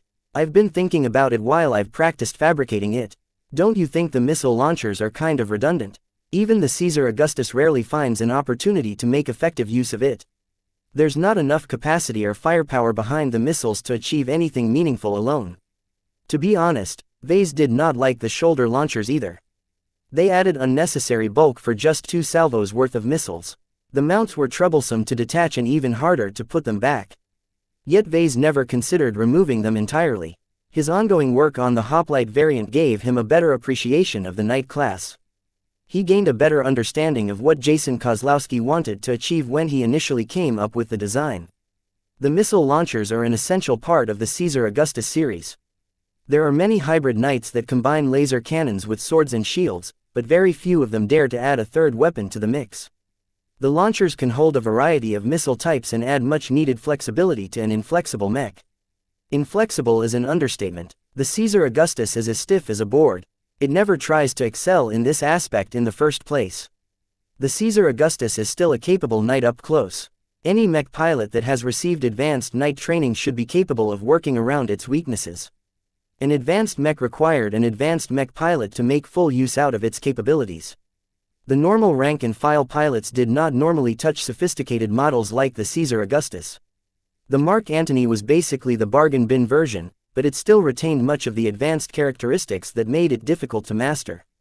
I doubt most advanced pilots even care about the missile launchers. Carlos had a point, but Vase still insisted on the missile launchers. Removing them turned his variant into a regular hybrid knight that competed directly against a large number of mature designs. The next day, Vase went back to work. He finished the insides of the mech. Now he had to work on the most important part of a knight. The hoplite is similar to the Caesar Augustus in that both designs are clad in as much armor as possible.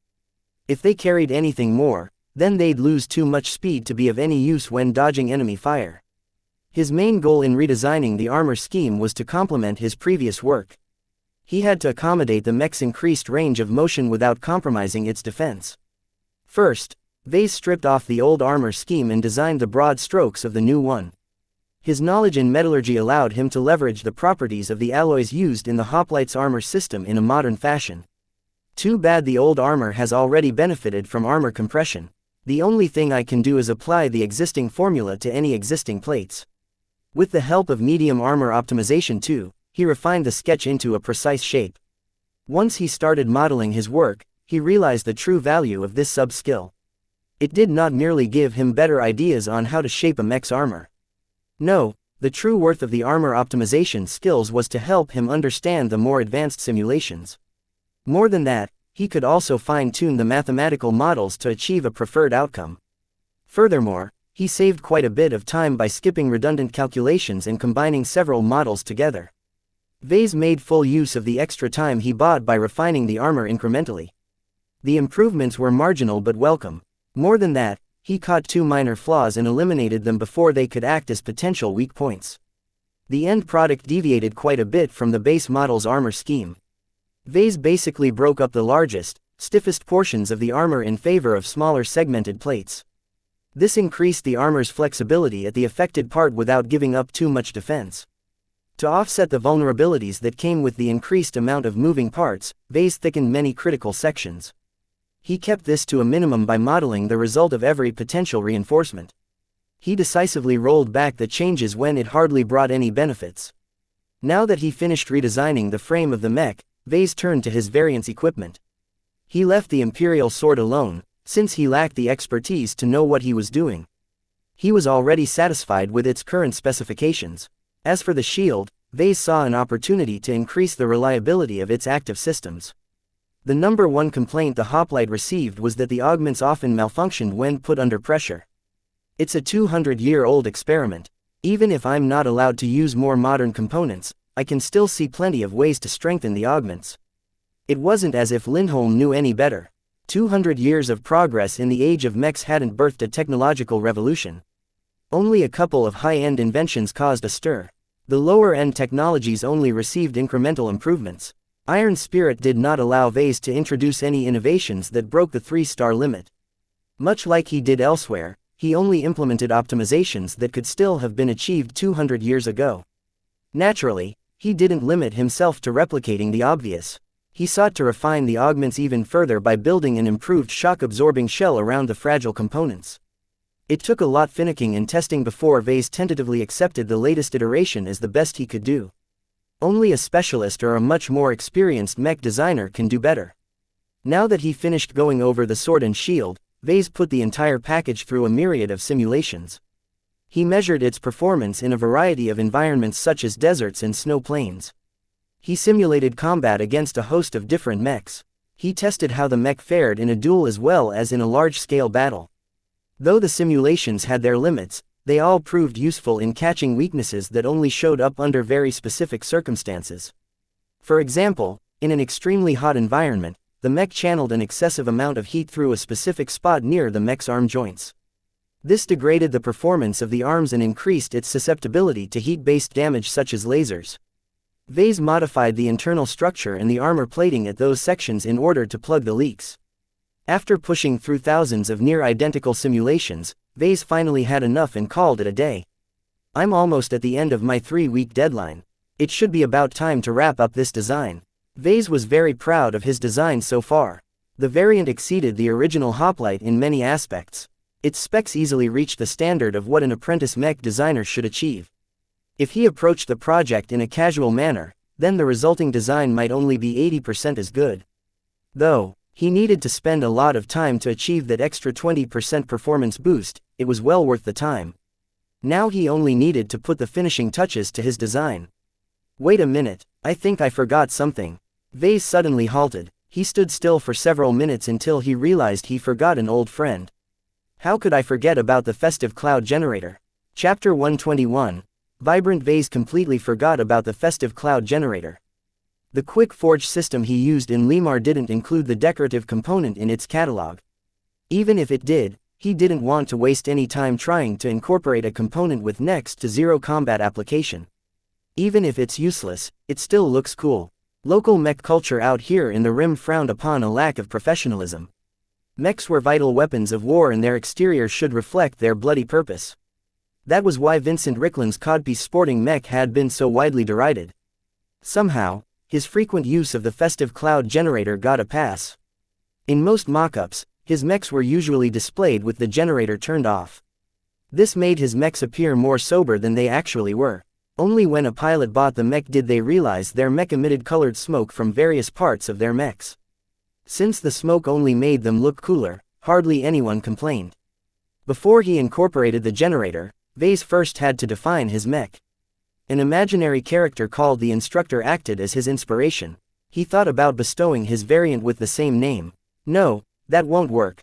He shook his head. It not only sounds boring, it will give my customers the mistaken impression that it is a mech meant to be piloted by teachers instead of students. How could he come up with a name that reflected the instructor's values while making his mech attractive to the young? The instructor fed the flames of passion in his youth, using it to accomplish many feats. Though age has tempered the fire, it continued to kindle, ready to flare up when called to battle. The man was old in temperament but young in heart. Young blood. The name came out of nowhere, but it described the instructor's drive. Even after achieving immortality, he never stopped advancing his swordsmanship. Besides conforming nicely with his mental image, the name should also appeal to the target segment. As a business owner, Vase knew the importance of a good name. Great marketing began with an attractive product. Many potential customers might only ever encounter his products when they stumble upon their names. Having a great name made it a little more likely that they clicked on it in order to learn more. From there, Vase could employ many other methods in order to increase his sales. By mentioning blood, Vase was obliged to incorporate its color to his mech. He did it in an understated way by coating the young blood in a plain metallic color which was traditional to knights. He merely sneaked in a subtle reflective sheen in red. In order to break up the monotonous appearance, Vase added golden decorative streaks around the torso. He was careful not to overdo it. The only part he spent more effort on was the variant's large, round shield. He painted a stylized lotus flower in yellow onto its surface. Why a lotus? Vase imagined the instructor loved to watch over the lotus flowers in the imperial palace's gardens. The flower stood for serenity, which might be a strange thing to include onto a shield meant to bash enemy mechs. Vase merely wanted to add something that looked good. The meaning wasn't important. With this addition, Vase picked 2 different locations to include a festive cloud generator. He attached a small-sized module to the shield. After rearranging its rim, Vase programmed the shield to emit a large quantity of yellow smoke whenever the young blood enhanced its shield bash. By limiting the emission to the moment of impact, Vase was able to drastically reduce the size of the additional module. He did not want to go through another round of testing and simulation in order to properly integrate the generator. He also installed a pair of cloud generators in the legs. Just like the shield, the generators only activated when the mech was about to perform a burst dash. He dyed the smoke in red this time in order to give his mech an impressive streak from behind. After finishing the aesthetics of his design, Vase finally put down all of his work. It's time to face the piper. Go ahead, system, hit me with your report. Design evaluation, Young Blood. Variant name, HPL100S Young Blood Base Model. Hoplite HPL100P Original Manufacturer. Lindholm Armament Company. Weight classification, medium heavy. Recommended role, Knight Armor. A carrying capacity, C aesthetics, B endurance, A energy efficiency, B flexibility, C plus firepower, D integrity, B mobility, D spotting, E X factor, C deviance, 70% performance improvement, 23% cost efficiency, plus 7% overall evaluation. The Young Blood is an affordable variant that retains much of its durability while benefiting from increased flexibility. A comprehensive rework of all of its systems has raised many of its parameters. A largely coherent thread of X factor suffuses the entire design. This is all the more impressive when the inspiration to the X factor consists of a single mech designer's idle fantasy. You have received 100 design points for completing an original design with a performance improvement of over 10%. You have received 500 design points for designing a mech with a moderate presence of X factor. Yes. Vase rose from his chair. I succeeded. My X factor has reached a score of C. Though it fell short of the C+ that Vase had reached with the Mark Antony and the Unicorn, those mechs came about in very special circumstances. It wasn't easy for Vase to feel all fired up. He was content with finding the way to reach the range of Cs when working on routine designs. The relatively high score also validated his assumption that the X factor was not limited to physical constraints. At least, up to this point, Vase still consciously limited his imagination to myths that were larger than men, but less than gods. I don't want to find out what will happen if I take the old Christian God as my inspiration. I really don't want to open that particular can of worms. Vase also achieved a 20% performance improvement without making use of expensive gadgets. He only brought in a ready-made sword to replace the spear. This was an incredible milestone, and one that Vase expected to surpass in the future. The 600 DP reward came at a very nice time. The 3 weeks of slogging and maintaining his focus handsomely paid off. Vase only lamented that he was only a couple of DP short of reaching 2000 DP. Come on system, don't be such a tease. I deserve a treat. 2/3 of your design's improvements is attributed to updating an outdated mech with modern techniques. The performance increase that can be traced to your own original solutions is significantly smaller. Remember, you must study hard, but the only way to reach the pinnacle is to walk your own road. He bent over his head in defeat. The system was heartless as ever. It's true that I copied and pasted from many other sources. I shouldn't be too proud with my design. After regaining some of his mood, he logged into Iron Spirit. Vase imported the design to Iron Spirit and started fabricating a copy in the game's virtual workshop. Due to his extensive familiarity with his own design, Vase had no trouble with building up the virtual mech, even while maintaining his concentration. He imagined bringing an incarnation of the instructor to life. How will he react to coming into life in a virtual game simulation? Will he be happy to experience new things? Will he be sad that he will give up control over his own body? Perhaps he might find joy in guiding the young and eager pilots who enter his cockpit. Unlike his previous inspirations, the instructor was his sole creation. He became invested in its myth to the point of treating it like a living person. For a time, the line between reality and fantasy seemed blurred. Only when Vase finally finished the fabrication process did he wake from his fugue. That's a little weird. What was I thinking? He spent less time fabricating the mech than he thought. It only took a full day instead of the 2 days he originally budgeted. Despite the expedited process, the game did not detect any faults when Vase finalized its build. He didn't forget to add a gold label inside the cockpit before he did so. He configured the design settings so that it would turn into silver when he let Iron Spirit sell a duplicated copy of the variant. Vase did not want the gold label to proliferate too much. Vase entered the market interface and set the prices to both the gold label and silver label mechs. Different from last time, he did not use the minimum possible floor price but instead added a small profit margin to both products. It didn't matter to the gold label because only one existed, but it represented a fairly different positioning to the silver label mechs. Basically, Vase thought his young blood was good enough to deserve such a price. It also made more sense to charge this much. If he continued to hold on to bargain bin pricing, then his customers would subconsciously assume his mechs only performed as good as all the other trash mechs in this price segment. He still wanted to earn as much DP as possible. That hadn't changed at all. Vase merely followed good business sense by managing the perception of his products. Just as he was about to release his variant to the virtual market, he paused. This isn't a casual product. This is my first public design since coming back from Limar. There should be some fanfare involved with the debut of this design. Vase turned away from the market interface and instead pulled up his comm. He placed a call to his mech broker. Vase. Marcella yawned as she looked up from her digital paperwork. Have you finished the rework? No, I haven't started yet on updating the Mark Antony. I'm calling you because I want your help in publicizing my latest virtual design. Vase sent over the young blood spec sheet along with some other data. He briefly explained why he spent time on a virtual design to begin with. Of course, he only limited his reasons to familiarizing himself with the knight archetype and to follow the current market trend for practice mechs. Marcella did not need to know about his need to earn design points.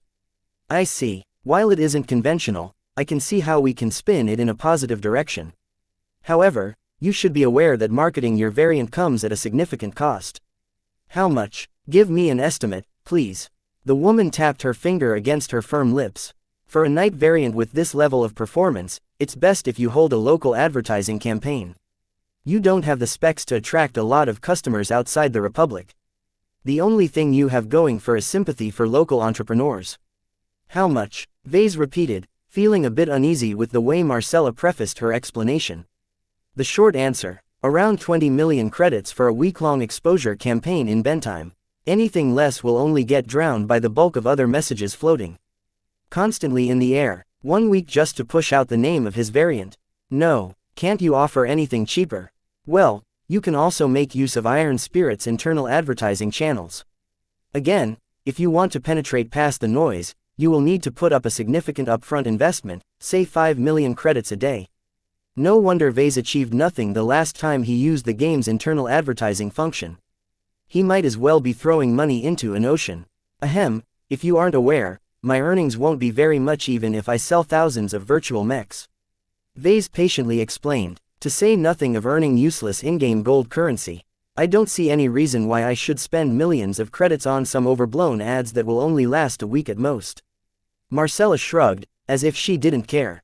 Advertising works a lot better than you think, but I can understand your reluctance. Considering your current finances, it's better if you hold off on any mass marketing. Do you have a more affordable alternative? I only need to put the word out for my design. It doesn't need to be anything fancy. The mech broker paused for a bit. Her eyes brightened as she found a good solution. I got it. You're a newsworthy mech designer, you know that. Do you know what that means? The news sites want to interview you. Vase hadn't thought of that at all. She had a point. As one of the 3 extremely rare winners of the Limar Open competition, the Republic should be curious about his story. Alright, that's a good idea, and also costs nothing on my end. I don't know the best news organizations, so can you arrange a couple of interviews on my behalf? I can do that easily, but it's best you only pick one venue to do your interview. These news sites are rather attached to exclusivity. It's the only way they can one-up the competition. In exchange, the news sites will push the interview to a more prominent place on their pages and broadcasts. Since Vase had no clue how the news industry worked, he followed her recommendation. She had never steered him wrong so far.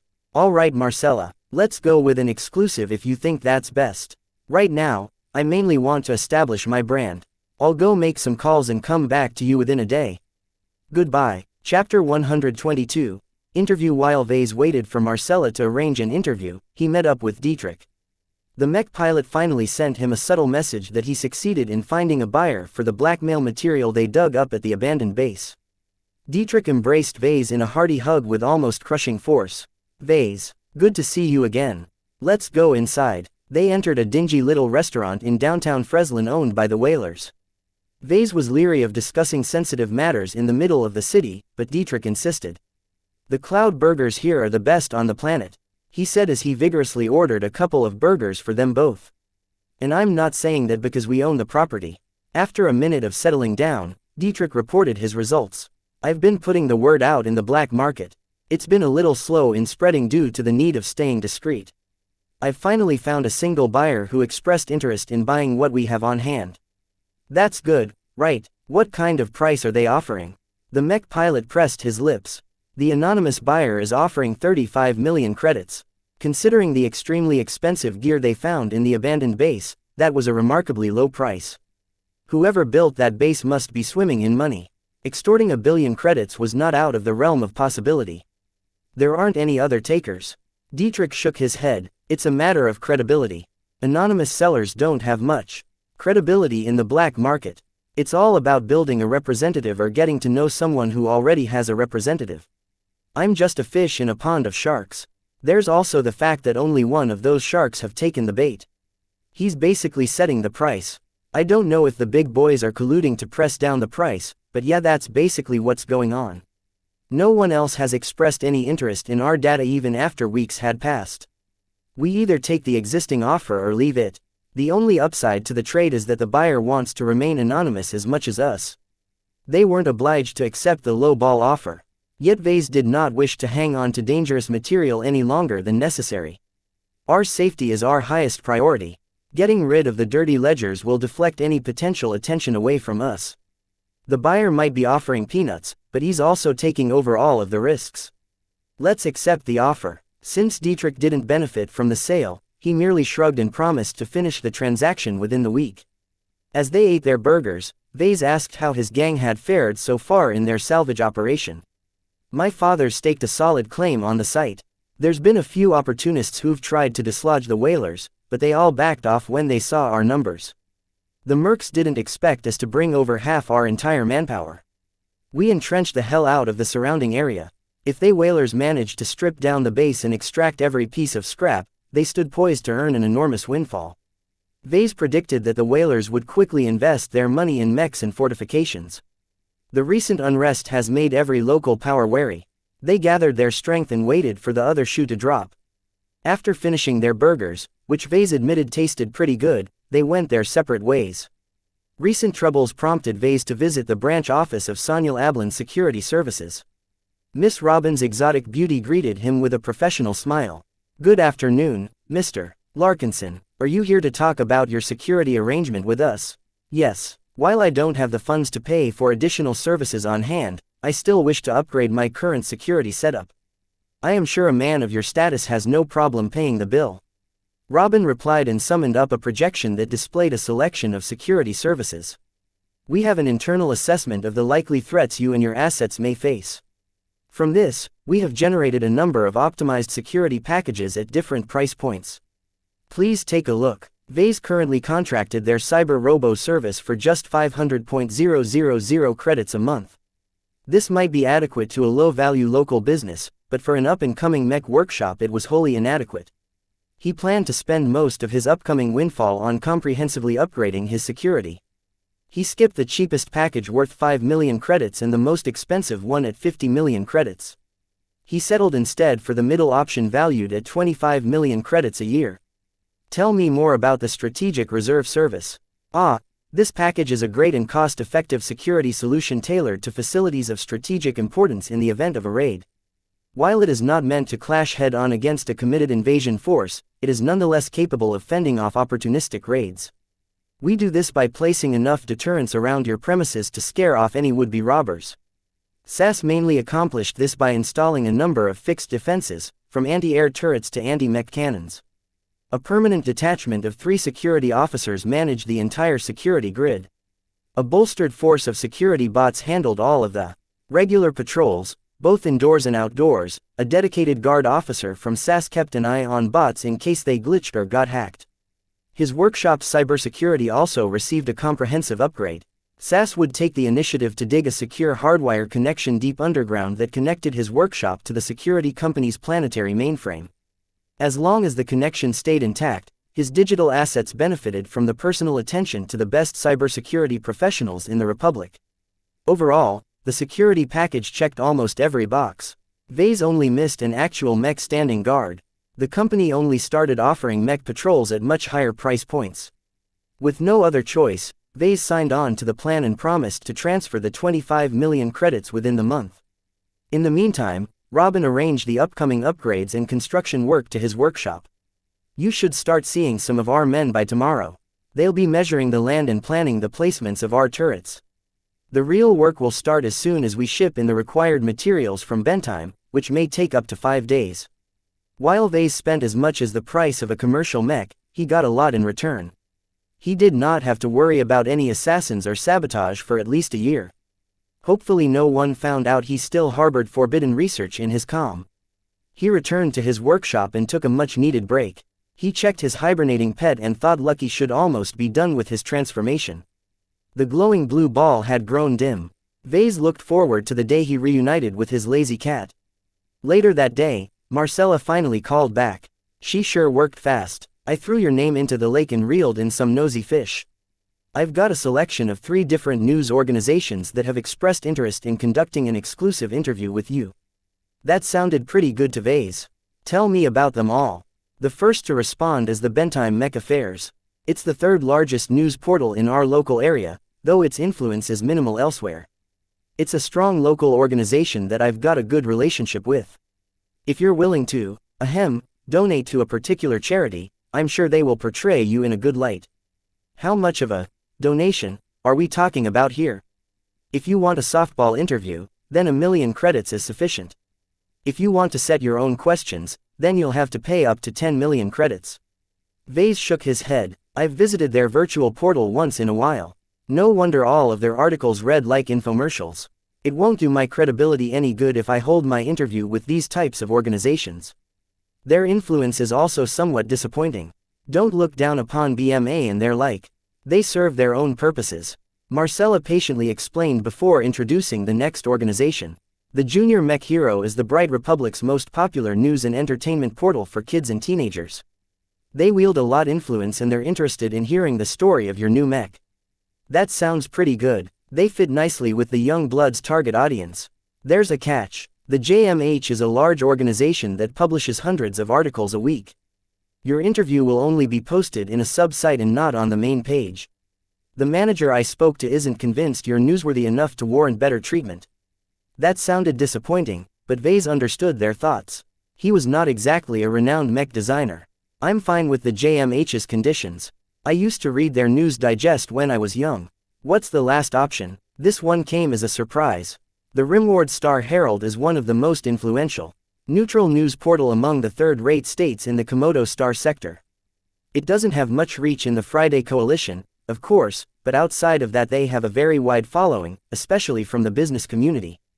The Herald is not a news organization that revolves around mechs. Vase pointed out. People read the Herald if they want to find out which company they should invest in. It's not a news portal that allows me to reach my target audience. Marcella spread her arms and shrugged. The RSH is the most credible news outlet by far. A successful interview will certainly boost your prestige, which is helpful once you expand your business. They did warn me that they won't be gentle when they interview you. The RSH is one of the few organizations that prides itself on its journalism. Expect to face some pointed questions. All of the organizations had their pros and cons. The Bentime Mech affairs ensured he had sufficient positive coverage. The junior Mech hero allowed him to reach directly to his target audience. The Rimward Star Herald boosted his reputation significantly if he survived the interrogation. What did he need the most? Customers. Vase almost reached his targeted amount of DP. He could always use more, but he wasn't thirsting for DP at the moment. Right now, Vase rather wished to be taken seriously by the mech industry. Raising his reputation didn't bring him any immediate benefits, but it could open doors that previously remained closed. One aspect he always wanted to fix was to seek dedicated suppliers of raw materials. If he stopped being a no-name wannabe, he might be able to meet with their executives. Let's go with the Rimward Star Herald. There's no use in trying to market my virtual mechs. It's enough if I can get a mention out of it. What I should really be doing is paving the way for the sales of my real mechs. Marcella did not disagree with his choice. She gave him a small booklet of tips on how to handle interviews and ended the call in order to arrange the interview with the Herald. He didn't know if he made a mistake. Perhaps his ego grew too big. In any case, even if he failed the interview, he only risked his reputation. He could always regain what he lost by achieving a great feat. This should not be a problem with the benefit of the system. 2 days later, a reporter from the Rimward Star Herald arrived at Cloudy Curtain. Vase assumed the Herald wanted to conduct the interview over comm, but surprisingly they went for a personal touch. They even booked a suite in the best hotel in Freslin to record the session. Vase arrived at the suite in his best clothes. He showed his appearance beforehand to Carlos, who merely shook his head and adjusted his look. Garbed in a rich formal suit of black and red, Vase cut a very mature look. When he knocked at the door, it instantly slid open to reveal a chamber already prepared for the interview. Various bots finished placing the props and lights while a stately-looking woman sat on a furnished seat. "Ah, Mr. Larkinson, my name is Jast Montefer. Just call me Jast. You are just in time. Please take a seat. I'd like to finish this interview as soon as possible so I can get away from this depressing planet." She certainly sounded lovely. Vase apprehensively approached the set and took a seat placed at an angle facing Jast. "First, let's touch up your appearance. Please don't move while the makeup bots do their work." A handful of floating balls zipped in front of him and began to wash his face and apply the makeup to him. Vase wanted to ask if a man like him even needed makeup, but the bots kept crowding his face. They flew out of sight a couple of minutes later, leaving Vase to deal with his dizziness. A score of high-quality recorders turned on, and Jast quickly fixed an authentic-looking smile on her face. "Good day, our dear viewers, or if you are reading the transcripts, my readers. Today I'm visiting a quaint little planet called Cloudy Curtain, the home of its first and only mech designer. Vase Larkinson here is a scion of the Bright Republic's renowned Larkinson military family." Jast did a good job describing his basic background, though Vase suspected she was reading a script from an ocular implant. She quickly wrapped up her obligatory introduction and served her first question to Vase. "As a son of the Larkinson family, you surely wished to follow your family's tradition. How disappointed are you when you found out you do not possess the aptitude to pilot a mech?" The question contained a number of traps. Vase paused and refrained from answering immediately. Every kid likes to become a mech pilot. Few of them ever do, and that might not be so bad. Our society revolves around more than piloting. I have found a great calling in designing the mechs that pilots rely on to earn a living. You are the first and only Larkinson to study and choose a career in mech design. By all accounts, you have received no substantial support from the other Larkinsons. Have you already cut ties with your family? That isn't true. We believe that a man or woman should stand by himself and make an honest living. The Larkinsons might be great pilots, but we do not have much in the way of wealth. The family is already doing enough to support the relatives of our fallen. I do not wish to burden the family's finances even more." The woman nodded and flipped her fingers, likely calling up some kind of info sheet or something. "Let's talk about the start of your career. You've graduated from Rittersberg with average grades after 5 years of uneventful study. What happened in the months between your graduation and your success at Limar that has turned you into a prodigy? This was a major gap in his personal records. Vase expected this difficult question to come up and already prepared an answer in order to obscure the system's intervention. I had help. Before he went missing, my father left me some resources and contacts that I could make use of to kickstart my career. Your father's disappearance is a rather perplexing case. Wrinkle Larkinson is a seasoned pilot who has seen much action in the border wars against our neighboring aliens. Could he be involved with something murky? I do not believe so. Vase laughed as he tried to cover up his own mounting panic. My father is by all accounts a straight shooter. You can ask any of his friends who still serve at the base how he has little ambition except to serve the Republic and raise his son.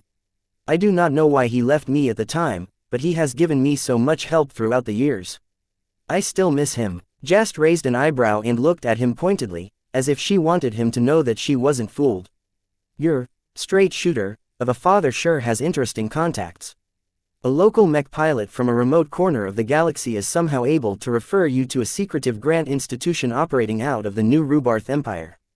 How could he possibly be involved with the Future Sons Technology Institution? Do you think I know?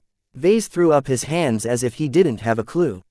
It's a surprise to me, but so far I have only been contacted by them once, when they passed me a couple of aged production licenses. Frankly, they only did me a small favor, which they probably forgot the next day. After a few follow-up questions, Vase did his best to deflect the suspicious woman's inquiry. Eventually, Jast stopped her digging and turned to another topic. Seeing as you've improved enormously since you received your father's gifts, participating in Limar was a given. Did you travel to Limar with the expectation that you'd triumph over all of the geniuses in your way? We are all mech designers. I never took it as a given that I could prevail against any competitor. I merely came with the confidence that I could achieve a good showing. It was out of my expectation that I ended up at the very top.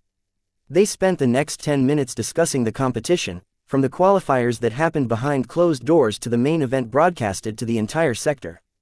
Jast repeatedly brought up the most notable opponents Vase had personally defeated, like Carter Gage and Cynthia Barakovsky. Vase always spoke of them in a respectful manner, careful not to ruffle anyone's toes. Their influence extended far beyond their immediate circles. After asking a couple of tame questions that Vase answered easily, Jast changed her tack and went for the throat. Now, the most interesting outcome of the competition is that 2 out of 3 of the finalists comes from the Republic.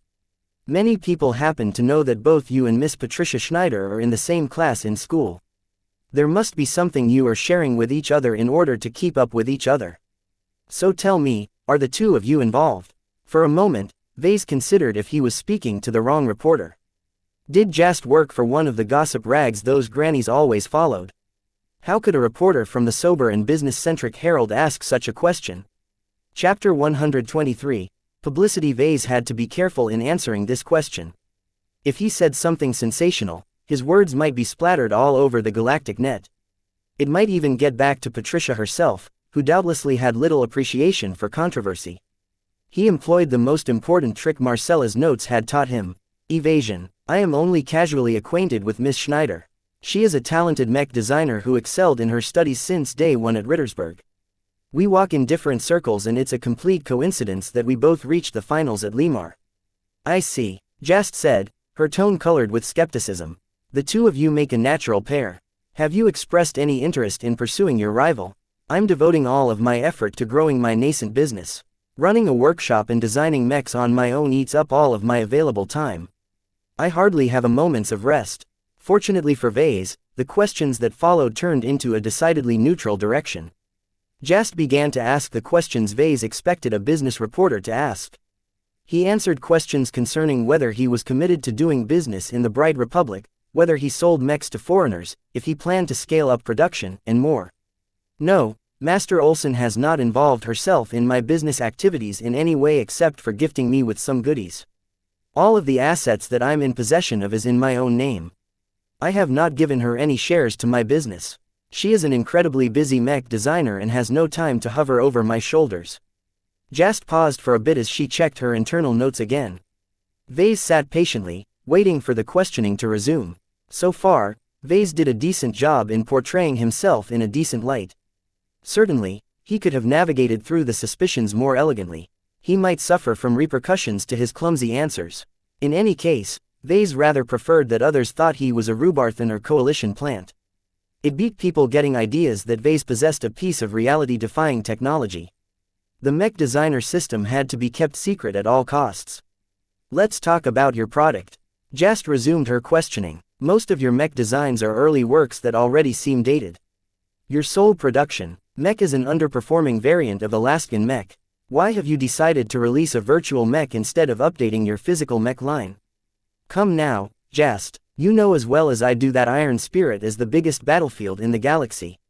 Certainly, it's all virtual, but plenty of pilots have polished their skills in these kinds of immersive games. I do not share the disdain that most professionals have for taking part in this active ecosystem. Your latest virtual release appears to be a variant based off the famous hoplite. Please tell me what prompted you to design a plain sword-wielding knight. Vase repeated the standard marketing spiel Marcella originally prepared for him. He emphasized that the young blood possessed characteristics that made it a great training mech for the younger crowd. Some might say that the young blood's special features act as cheats. The strengthened dash gives the knight more mobility than it ought to, while the enhanced shield bash allows it to easily push away mechs that come too close. Won't trainee pilots begin to rely too much on these crutches?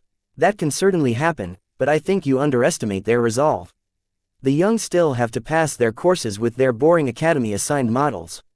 The young blood is explicitly designed as an offensive knight, allowing it to keep up with its compatriots in fast-paced battles. The extra mobility and flexibility also allows the knight to take the initiative, which provides pilots with many more options. When we compared your variant to the best-selling sword-wielding knights, we found its specs are rather underwhelming. Why should players even consider buying your mech when numerous amounts of better models are available in the game? Vase coughed a little and tried to maintain his smile. My mech has its own merits. A dry list of numbers can't fully express a mech's capabilities. You've already mentioned the augmented dash and shield bash. There's also the fact that I've spent a lot of effort improving the young blood's ergonomics. Piloting my mech should feel significantly more comfortable. Do ergonomics even matter when you're talking about a virtual mech? Oh, it should be. I'm talking about more than a comfy seat. My mech features many internal adjustments that makes it smoother to move its limbs. The X factor also played a large role, but Vase left that out. Your rebuttal hardly sounds convincing. All of the amenities you've mentioned are luxuries that does not substantially affect the core performance of your model. The young blood simply can't stand on an equal stage to the best sellers. It has never been my intention to compete against the top models in the first place. If you look at the bottom of the spec sheet, you'll find that my mech charges a good chunk less than the mainstream designs. Indeed, the young blood held its own when placed in the budget segment.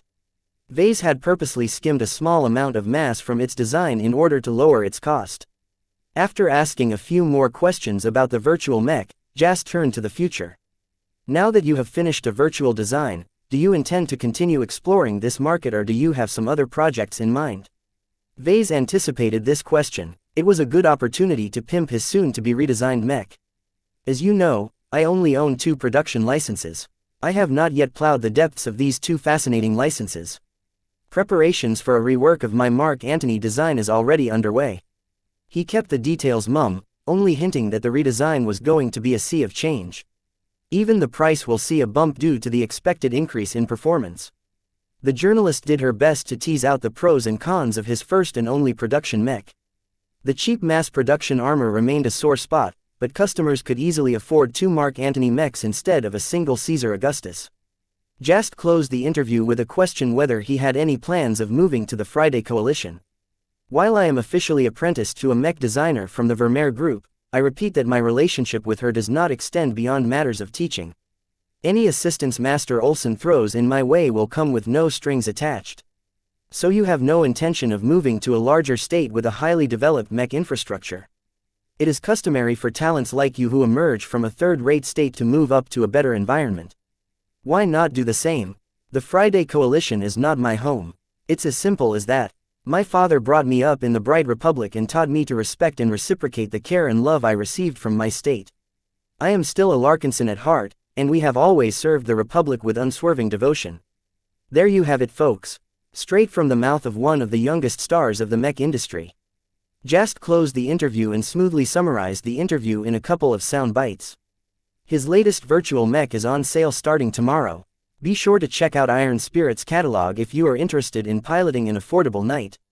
Vase left the hotel and returned to his workshop wondering whether he did okay. Marcella hadn't lied when she stated that the RSH wanted to poke into his closet. He underestimated the amount of mystique he inadvertently accumulated with his sudden rise to prominence. The next day, the Young Blood variant officially went on sale. Instead of sitting behind his terminal checking his real-time sales figures like an obsessive recluse, Vase very firmly stayed away. He only briefly entered the Galactic Net to check on the Rimward Star Herald's news portal. The Herald worked quick. They already edited the interview and published both a recording and an article embellished with supplementary information. The news organization filed the interview under their financial section, though the military affairs section also hosts a copy. In order to avoid fretting about his design, Vase distracted himself with work. He read through the dense repair manual of the Dortmund industrial printer. He taught Carlos how to overcome the most difficult hurdles in his way to mastering the Mark Antony. He accompanied the consultants from SAS and agreed with most of their upcoming construction plans. He went to bed with a fretful cloud hanging over his head and woke up the next day with hardly any rest. He scratched his messy dark hair and finally had enough. Okay, alright, I'll go and check my numbers. After washing up and putting on his anti-grav clothes, he approached his terminal and logged into his Chasing Clouds account. He slowly summoned up his sales tracker. HPL 100S Young Blood, Silver Label Amount Sold, 2,194 HPL 100S Young Blood, Gold Label Amount Sold, 1 Vase blinked his eyes. He rubbed them gently then saw as the figure changed to 2,195. To a mainstream virtual mech model, a sales volume of 2,000 mechs in the first day represented a flop. To a solo mech designer in the early stages in his career, his current sales blew his previous efforts out of the water. Vase did not yet call up his status. If he knew how much DP he already earned, he might go crazy. The game's sales tracker allowed Vase to glean more insights from his customers. According to the model's sales history, the initial buyers of his mechs all ranked fairly high in the game. Most of the players who bought the model shortly after its release qualified for the Gold or Platinum League. Half of the buyers came from the Friday Coalition. A smaller proportion originated from the Bright Republic. The remainder of the sales came from the rest of the Komodo Star sector. These are probably professional mech pilots in the service of industry insiders who are keeping an eye on me. The interview also helped attract a lot of attention. A very strange marketing effect occurred when 500 highly ranked players bought a model upon release. Iron Spirit's automatic market systems designated the recently released Young Blood as a hot property and a trending product in the Star sector. Players who were already predisposed to buying a new mech got saddled with the image of the Young Blood. While not everyone wished to purchase a knight, those that did eventually gave his mech some serious consideration. Reviews and comments already poured in from the casual players who picked up the variant. Vase couldn't help but smile when he read how many players appreciated the feel of his mech. Even if the game's automated production system degraded a copy's X factor, much of it still stuck to the duplicated mech. Some renowned influencers even bought the mech to showcase it on their online streams. This led to a growing interest in his design, to the point that Mech Portal started to review the quaint little hoplite variant that appeared out of nowhere. Vase called Marcella in order to hear her perspective. The mech broker praised him for a successful debut, but warned him not to expect too much. The virtual mech market is oversaturated in designs. The Young Blood is a decent mech, but it will only peak in the first week, and only in the local Star sector. Once the game pulls your product from its recommendation page, your sales will likely plummet. You can expect a constant trickle of sales from that point, but not enough to get excited about. Her realistic outlook on the situation sobered Vase into regaining his calm. While he indeed struck gold by releasing a good design, in the end he was still an apprentice mech designer. His skills could not compare to the established crowd of designers who released superior mechs in their sleep. I understand, he replied. The virtual community is not my primary market. It is merely a means to an end. My true purpose remains selling physical mechs. That's good. For a moment, I was worried whether I made a mistake in contracting you. How soon will you finish your redesign?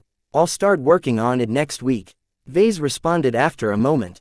He wanted to milk the DP streaming in from his ongoing sales bonanza as long as it lasted. I'm still in the preparation phase. The longer I wait, the better the end product. Don't turn your delay in an endless hiatus. You know what happens to designers who constantly put off their work. Vase already knew the dangers of such behavior. Lemar spent a lot of effort hammering the lesson into him. My timetable hasn't changed too much. I can afford the extra week. After discussing some business, Vase ended the call and proceeded to plan his schedule for the week. There's not much I can do to prepare for the Dortmund project without further documentation. Perhaps I can check into the Clifford Society. It's been a long time since I visited their mission hall. He still sought to obtain an alloy compressor and a chemical treatment machine. Besides taking another costly credit loan, he could also exchange them for merits. Unfortunately for Vase, merits were rather hard to come by. Chapter 124. Streamer. His Mech broker's prediction came true, once again proving that she knew her business. At the end of the week, Vase sold more than 20,000 virtual mechs. Most of his customers came from the Republic, curious to see what a mech designed by a fancy apprentice to a mystical master looked like. Overall, his customers appreciated the young blood. They called it a hidden gem and an underrated mech. His sales received a second boost when the variants-only gold label Mech got resold someone else, who proceeded to donate the machine to a fairly popular streamer. Emily Norford, known online as M-Star, made a living out of streaming her performance in games like Iron Spirit. Though she was a potentate, her aptitude scores placed her on the lower end of the scale. No one except pirates wanted to sign her on as a mech pilot, so she turned to Iron Spirit to satisfy her mech cravings. Due to her inconsistent controls, her performance dilly-dallied between Gold and Silver League, which was rather low for a girl in her early 20s. She nonetheless attracted a major following of viewers and fans. Each time she streamed from her personalized simulator pod from home, she earned thousands of credits in donations. This came on top of the generous subscription fee she charged for extra benefits such as exclusive interviews. The reason why Emily attracted so many viewers was simple. She was hot. Her genetic aptitude for piloting mechs might come up short, but she certainly won the lottery when it came to looks. Even without any makeup, she always attracted everyone's eyes. She ruthlessly took advantage of this and invested into gaming. Nowadays, M-Star consistently ranked in the top 100 in the Bright Republic. She might be nothing special outside her state, but the locals all found her to be an adorable player. Her fellow citizens cheered when she won a match and booed when someone stomped her into the ground. Watching her try to overcome her genetic limits was like watching a kitten try to climb up a step just out of reach. Her audience pitied her and encouraged her while drooling at her skin-tight piloting suited form. Everyone knew a possibility existed where a pilot could spontaneously break through their current genetic aptitude. Those who scored an E could reach the level of a D. Those who toiled for years as an average pilot with a score of C could break through the level of a B. Even M-Star knew her odds of breaking through wasn't optimistic, but she tried her best each and every day. She came across the Young Blood's gold label mech when a regular viewer abruptly gifted her account with this mech. The female streamer thought little of the gift since she received at least a couple of donated mechs a week on average. Still, she smiled to the camera and gave her thanks even as she read the details of her latest acquisition. Wow, this knight is apparently a limited edition mech designed by one of our Republic's own. M-Star announced while she put up a projection of the model's appearance and specs. The model is a variant of the Hoplite, one of my favorite mechs. The Hoplite is slow but easy to pilot. She frowned a little when she read that the mech had been redesigned to increase its speed and flexibility.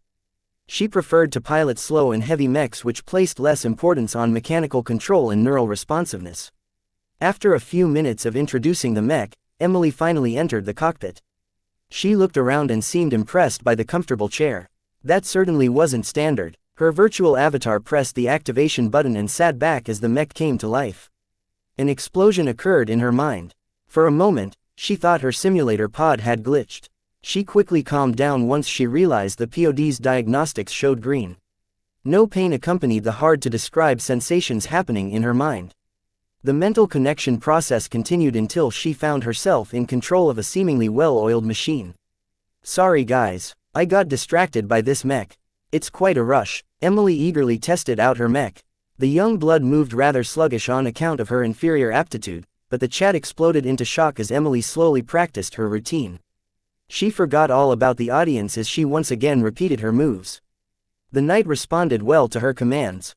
It made her feel she was piloting a top-quality mech. A strange fog of calm blanketed her enthusiasm. There's no better way to put this baby to the test than to see it in action. The woman hungered for battle. After queuing up for a 50v50 war-torn instance match, she continued to test her mech. First, she tried the augmented dash. Emily yelped for a moment as her mech's feet suddenly sported claws and dug into the ground. Moments later, the mech flew forward with implacable momentum, leaving a sharp trail of red in her wake. This dash is more powerful than I thought. The stock hoplite isn't capable of reaching this distance. I'm also able to maintain my balance during the movement. This mech is remarkably well designed. She also tried the shield bash a number of times. The bash hadn't changed, but the shield released a pressurized cloud of smoke from the sides when hitting something solid. My sensors automatically switch when I complete the bash. It's a good way to confuse opponents if they are solely using the visible spectrum of light. While the emission of smoke had little practical effect, it looked damn cool and made her feel she was performing a special move. A number of viewers quickly decided to buy the young blood mech on that account alone. The match locked in a moment later. Emily's mech disappeared from her personal space and reappeared in a waiting area filled with 50 mechs of all shapes and sizes. She recognized none of the nicknames hovering above their heads. She currently played in the Silver League, which opened up matchmaking to the rest of the galaxy, though a slight regional bias was still in effect. Emily ignored the player sporting the crown trying to boss everyone else around. In the Silver League, most pilots were kids who all had a better idea on what to do. Instead, she interacted with her audience before the start of the match, cut the instantaneous transmission of her stream. The game mandated a delay in any streaming broadcast in order to prevent an active player from spying on their opponents in real time. The delay varied between game modes. For the huge war-torn instances game mode, that delay ran up to 5 minutes, which was why most streamers preferred to play duels. Minutes-long delays broke up any attempt to hold a conversation with their audience. Fortunately, Emily had enough loyal fans to stick around her stream and watch the commercials, many of which she personally showed up. Sponsorship made up another portion of her income. Once the hatch opened up, the gaggle of mechs exited and spread out over an alien planet. The alien foliage and strange animals made it clear that the planet had not been terraformed. Dense clusters of hills and caves hid behind the exotic foliage, offering mechs an alternate approach to their team's various objectives.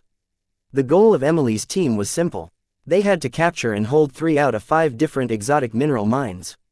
They were all spread equally over the battlefield, though their team could only take possession of the mines if they held the tunnels. Many artillery and aerial mechs bemoaned the underground tunnels. They still had a use on this map, but the real stars consisted of mechs specialized for close to medium-ranged combat. As a knight, Emily's mech attracted a random assortment of players who wanted to take advantage of her shield. "You're a knight, right? Can we tag along with you and hide behind your huge round shield?" "No problem, I can use some guns to cover my back. Just be sure not to move in front of me." 6 mechs chose to let her take the lead. The motley collection of mechs traversed the alien jungle en route to the closest mine. They all moved at the pace of their slowest member, which in this case turned out to be Emily's mech. No one could help it. A knight always moved slow due to their plentiful armor. Several flying mechs flew over their heads. Her squad members released some pot shots in their direction, but the flyers already disappeared over the hills. "Stop shooting," someone hollered over their voice channel. "You're wasting ammo and revealing our position to boot." "Sorry." After 10 minutes of careful navigation, they reached the site of their first objective. The tunnel looked natural instead of excavated, which meant that they might be facing uneven terrain and strange turns. "M*, please take the lead. These tunnels are only wide enough for 2 mechs walking abreast. That leaves us with just enough space to shoot around your sides." It also left her as their squad's punching bag, but Emily often ended up with this role anyway. She sighed with her lovely face and resolutely piloted her young blood into the natural cave. Everyone switched to alternate vision modes such as night vision or infrared. It painted their vision in various monotones that leached the color out of their moods as well. Everyone kept their mouths shut as they anticipated danger. At least they didn't have to worry about a tunnel collapse. The game occasionally turned essential parts of the terrain invincible in order to even the odds, but only in the lower leagues.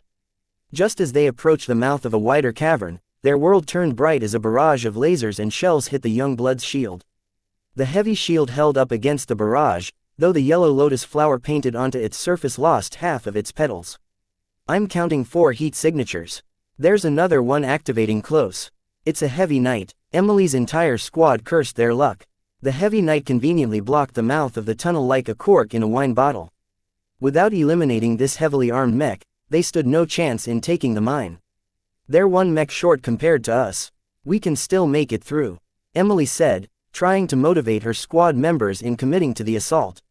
Are you crazy? Our weapons have no chance of punching through their shield.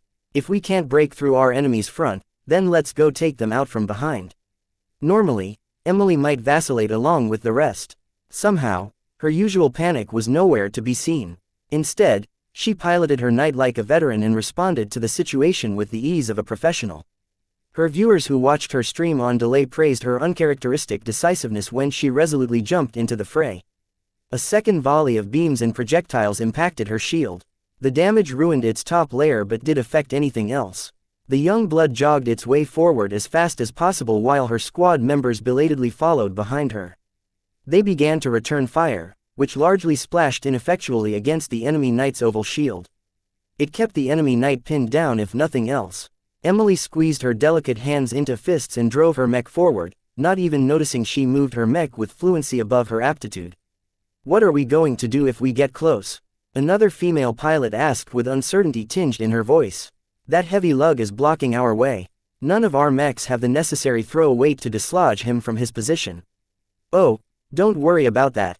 Let me take care of that, Emily replied. She already planned her next moves. Right now she was figuring out what to do after she brought her squad into the open cavern. Before they could ask how a medium knight could possibly push around a mech that vastly outmassed her, Emily already started to shift her mech.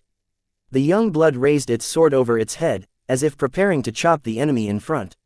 In response, the heavy knight raised its oval shield higher in order to cover its head. Just as planned, she called, and bent her mech's legs. The young blood accumulated a substantial power in its oversized leg muscles. The artificial muscles creaked when subjected to pressure.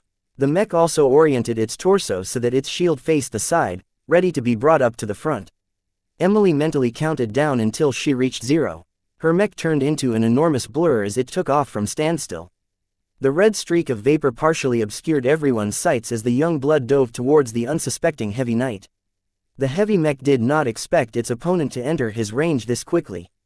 The pilot lacked the mental preparation to do anything else but keep up the shield. The young blood did not slow down and attack its opponent with a sword. Instead, it bashed its round shield against the larger oval shield of its adversary. Like the mech itself, the shield moved faster than it ought to, and the yellow smoke emitted from the shield sowed further confusion. If the heavy knight properly braced for a full collision, then it might have only skidded a little backwards. Instead, the rapid speed in which the young blood moved caused the unprepared mech to stumble several steps away. Though the mech sustained little damage, the collision succeeded in rattling the pilot. Though Emily's mech received some form of damage to its shield arm, the young woman already executed her next steps. Her mech's strengthened legs halted the rebound and allowed the brand new knight to move past its opponent's flanks. The heavy knight belatedly tried to slash Emily's mech, but only bounced off its battered shield. Shoot the heavy. Now, you're still in our line of fire. Do it. Emily's allies reluctantly fired at the heavy knight, wary of accidentally hitting her mech. The young blood ignored the risks of friendly fire and instead weaved around the heavier knight, looking for an opportunity to threaten its vulnerable rear. The opposing ranged mechs followed suit with even greater care. The medium mech moved fast enough that their shots risked going wide and hitting their ally. The assault from multiple angles confused the heavy mech. It didn't know which side to face its shield, and its allies' near misses also added to the chaos. The pilot eventually decided to use the oval shield to block the enemy fire. Big mistake, Emily said as her eyes sparkled with the gleam of a correct prediction. Her mech's powerful legs allowed it to shift its direction at a sharp angle, almost coming up to the heavy knight's flank before its pilot could bring up its sword. Emily's first attack crashed against the flat of the heavy knight's blade. While the heavy successfully fended off the attack, the force behind the blow caused it to stagger just a tiny bit. This gave Emily an opening to slip her mech's sword past her opponent's weapon and puncture the mech. Her sword only sunk in shallowly as the heavy knight's armor was not for show. Emily frowned a bit. For a moment, She expected the stab to sink into her opponent's armor and draw blood. Shaking her head, she regained her composure and struck again and again, this time going for speed instead of power. The heavy knight did a decent job in fending off the flurry of attacks. Emily did her best to get past the heavy knight's guard, all the while withstanding the raking strikes from its allies with the round shield. The fight turned into a mirrored battle of attrition, but Emily knew her mech would break first. The young blood's shield couldn't last as long as the oval shield. With decisive deliberation, she stopped defending against the lasers and shells that targeted her mech and swirled her mech around. The round shield emitted another burst of yellow smoke as it crashed against the heavy knight's sword arm with augmented force.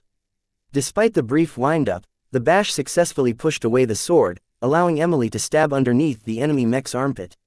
Only a limited amount of armor protected the vulnerable joint. The young blood sword succeeded in punching through, though the sheer amount of components inside halted its advance shortly afterwards. While the arm remained functional, the limb lost a substantial amount of power and speed. The heavy knight found itself unable to keep up with the young blood's follow-up attacks. Emily systematically dismantled the heavy mech like a butcher slaughtering a pig. The heavy knight completely forgot about its comrades and let itself be pushed out of the way.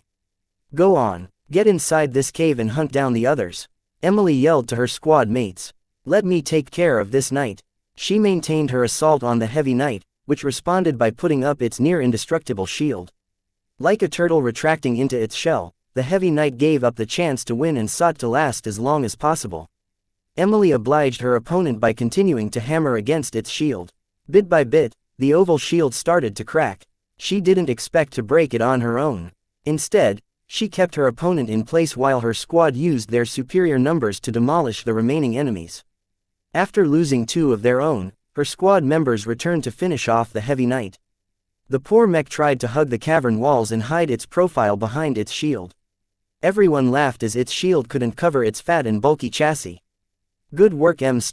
A mech slid over from the side and planted its feet on the heavy knight's wreck.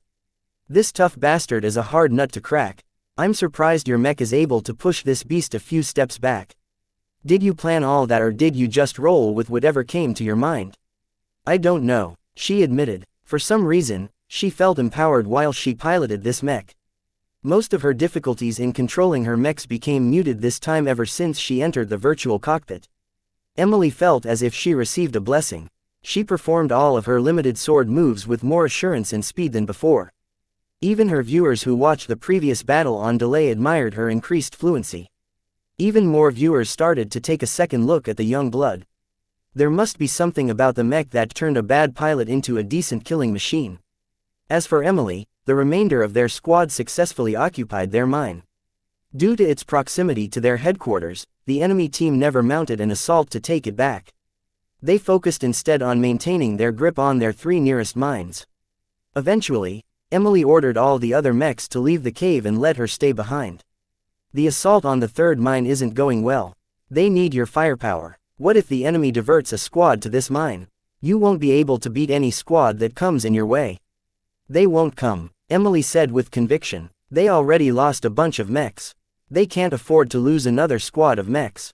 Reluctantly, they parted and went their separate ways. The young blood stood quietly as it stood in the dark. No one else kept Emily company except her own mech. Her pressing heartbeat slowed down. She breathed evenly. Coming back from her combat high took a lot of effort. Emily invested a lot more into the battle than she thought.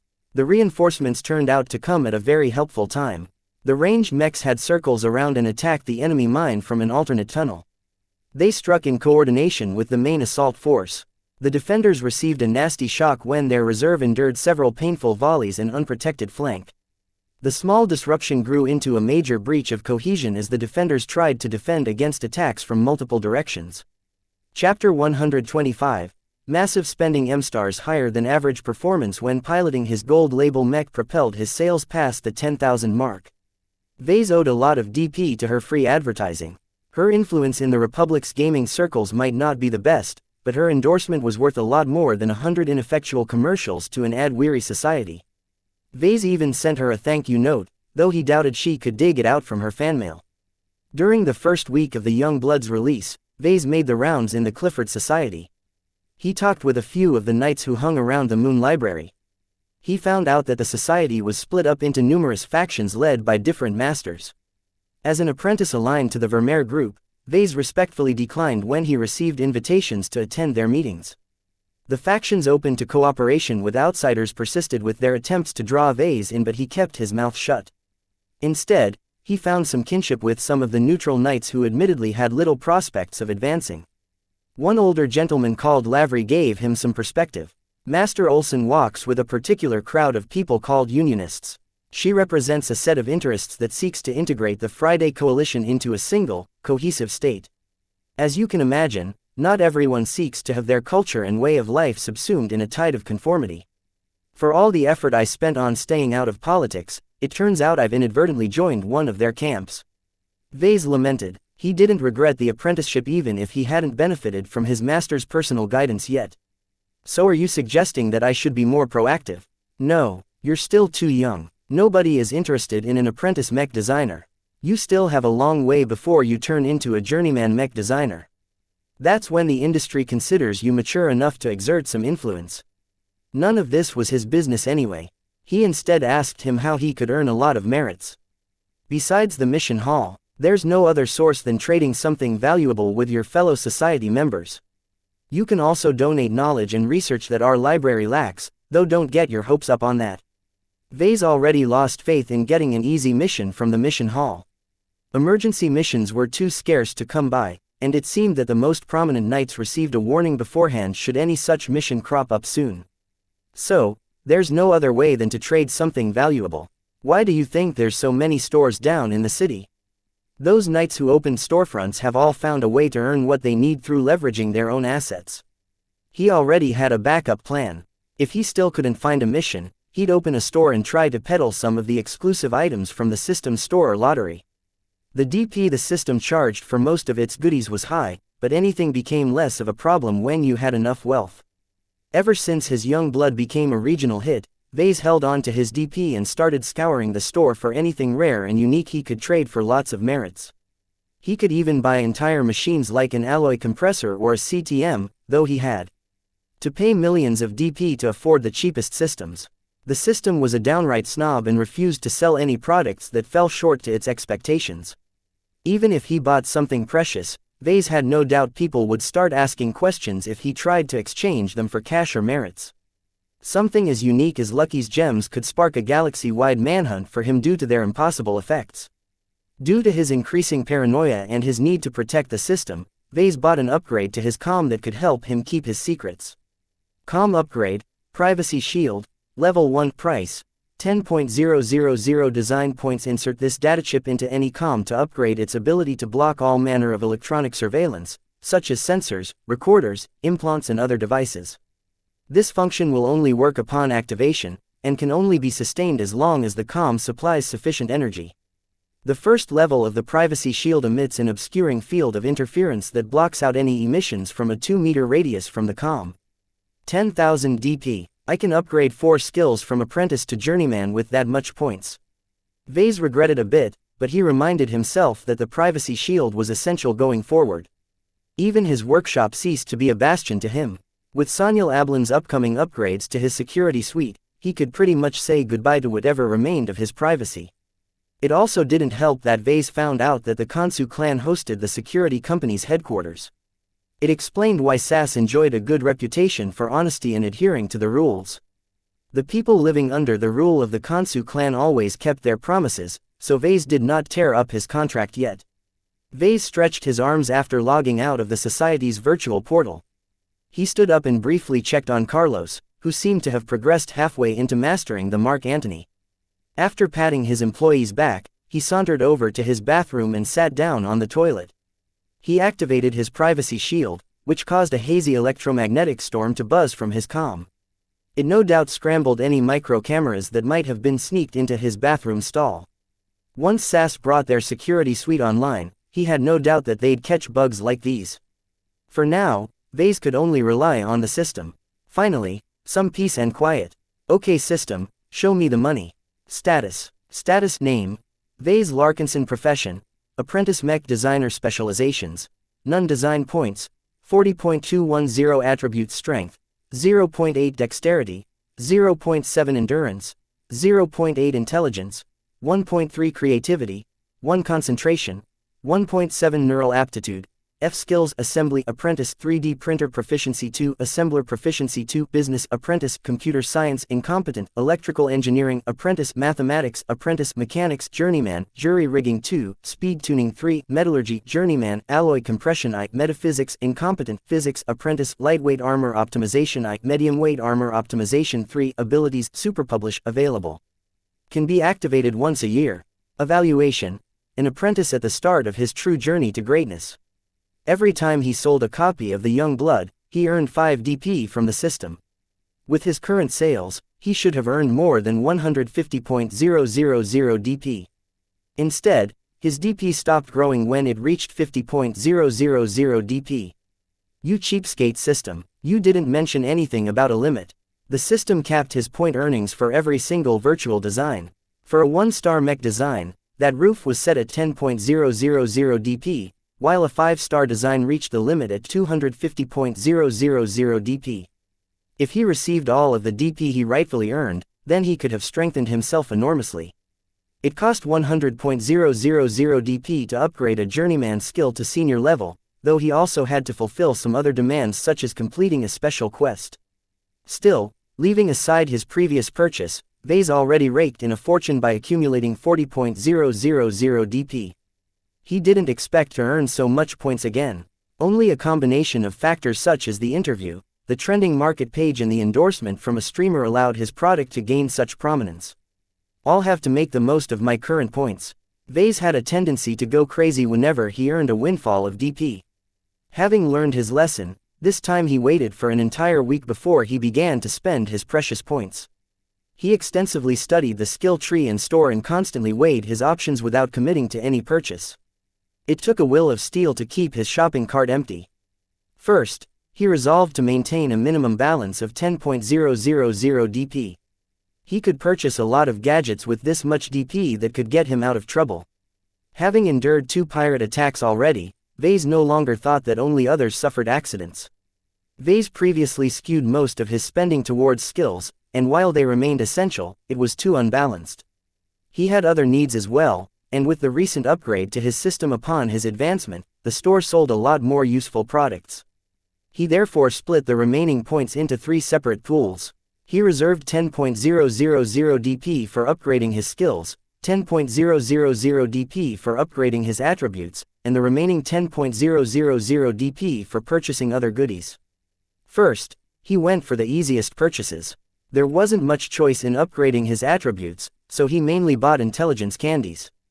Intelligence Attribute Candy, 1.300 Design Points. Intelligence Attribute Candy, 1.400 Design Points. Intelligence Attribute Candy, 1.500 Design Points. Intelligence Attribute Candy, 1.600 Design Points. Intelligence Attribute Candy, 1.700 Design Points. Intelligence Attribute Candy, 1.800 Design Points. Dexterity Attribute Candy, 700 Design Points. He needed to upgrade his intelligence the most.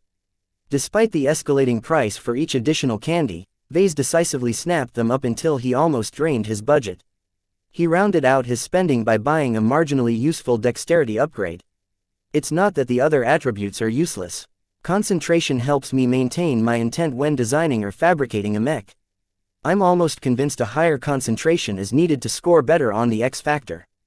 Creativity also helped with forming a strong source of inspiration for the X factor. Despite these advantages, Vase could not allocate too much resources on a strong but ultimately supplementary benefit. Intelligence formed the foundation of his ability to solve problems and absorb new knowledge. He specifically chose to upgrade his intelligence first before he stuffed his brain with lots of new skills. Vase stared apprehensively at the colorful candies that materialized in his palm. "Hey system, can I ingest all of the candies at once? It is recommended that you limit your ingestion to 1 category at once, and only up to a cumulative growth of 1.0 a day. Right, let's start with the lone dexterity candy to be sure." Ingesting a candy caused his body to feel hot as his muscles experienced a strange sensation. The phenomenon quickly faded. He figured his body had already been primed to upgrades ever since he injected his body with Master Olsen's gene boost. After flexing his arms, Vase noted that his movements became more precise, but only barely. He still scored below average, so the overall benefits were still too insignificant. As for intelligence, he underestimated the power of the candies. Despite his gene boost, he still lost consciousness when he popped the candies into his mouth. The 6 life-changing pills dissolved into his body and guided an enormous amount of energy to his brain. When he woke up hours later, he had to reassure both Carlos and his security detail that he merely fell asleep on the toilet. It quickly turned into a joke, which hopefully deflected any other suspicions. He still suffered from a headache, though. It's like there's 1,000 elephants pounding inside my head. Most of the aches subsided after a good night's sleep. Only then he realized how a score of 1.8 made a difference to the way he saw the universe. The increased intelligence did not improve his wisdom or his decision-making. It left his personality alone, but enhanced his cognitive skills. He could solve complex equations in his head, recall a text he read a day ago and puzzle out the meaning of a difficult textbook page. Vase also suspected the massive boost to improve his ability to design a mech. It sped up his application of theory and allowed him to solve his problems with a lot less brain churning. Is this how those geniuses felt when they designed their mechs? I feel so powerful. He doubted that most of the designers he competed against could match his current level of intelligence. Only few individuals still made him pause, such as Edwin McKinney, Patricia Schneider and Master Carmen Olsen. Will he ever reach their heights someday? Please do not celebrate so quickly. A human body can only sustain an attribute up to a height of 2.0.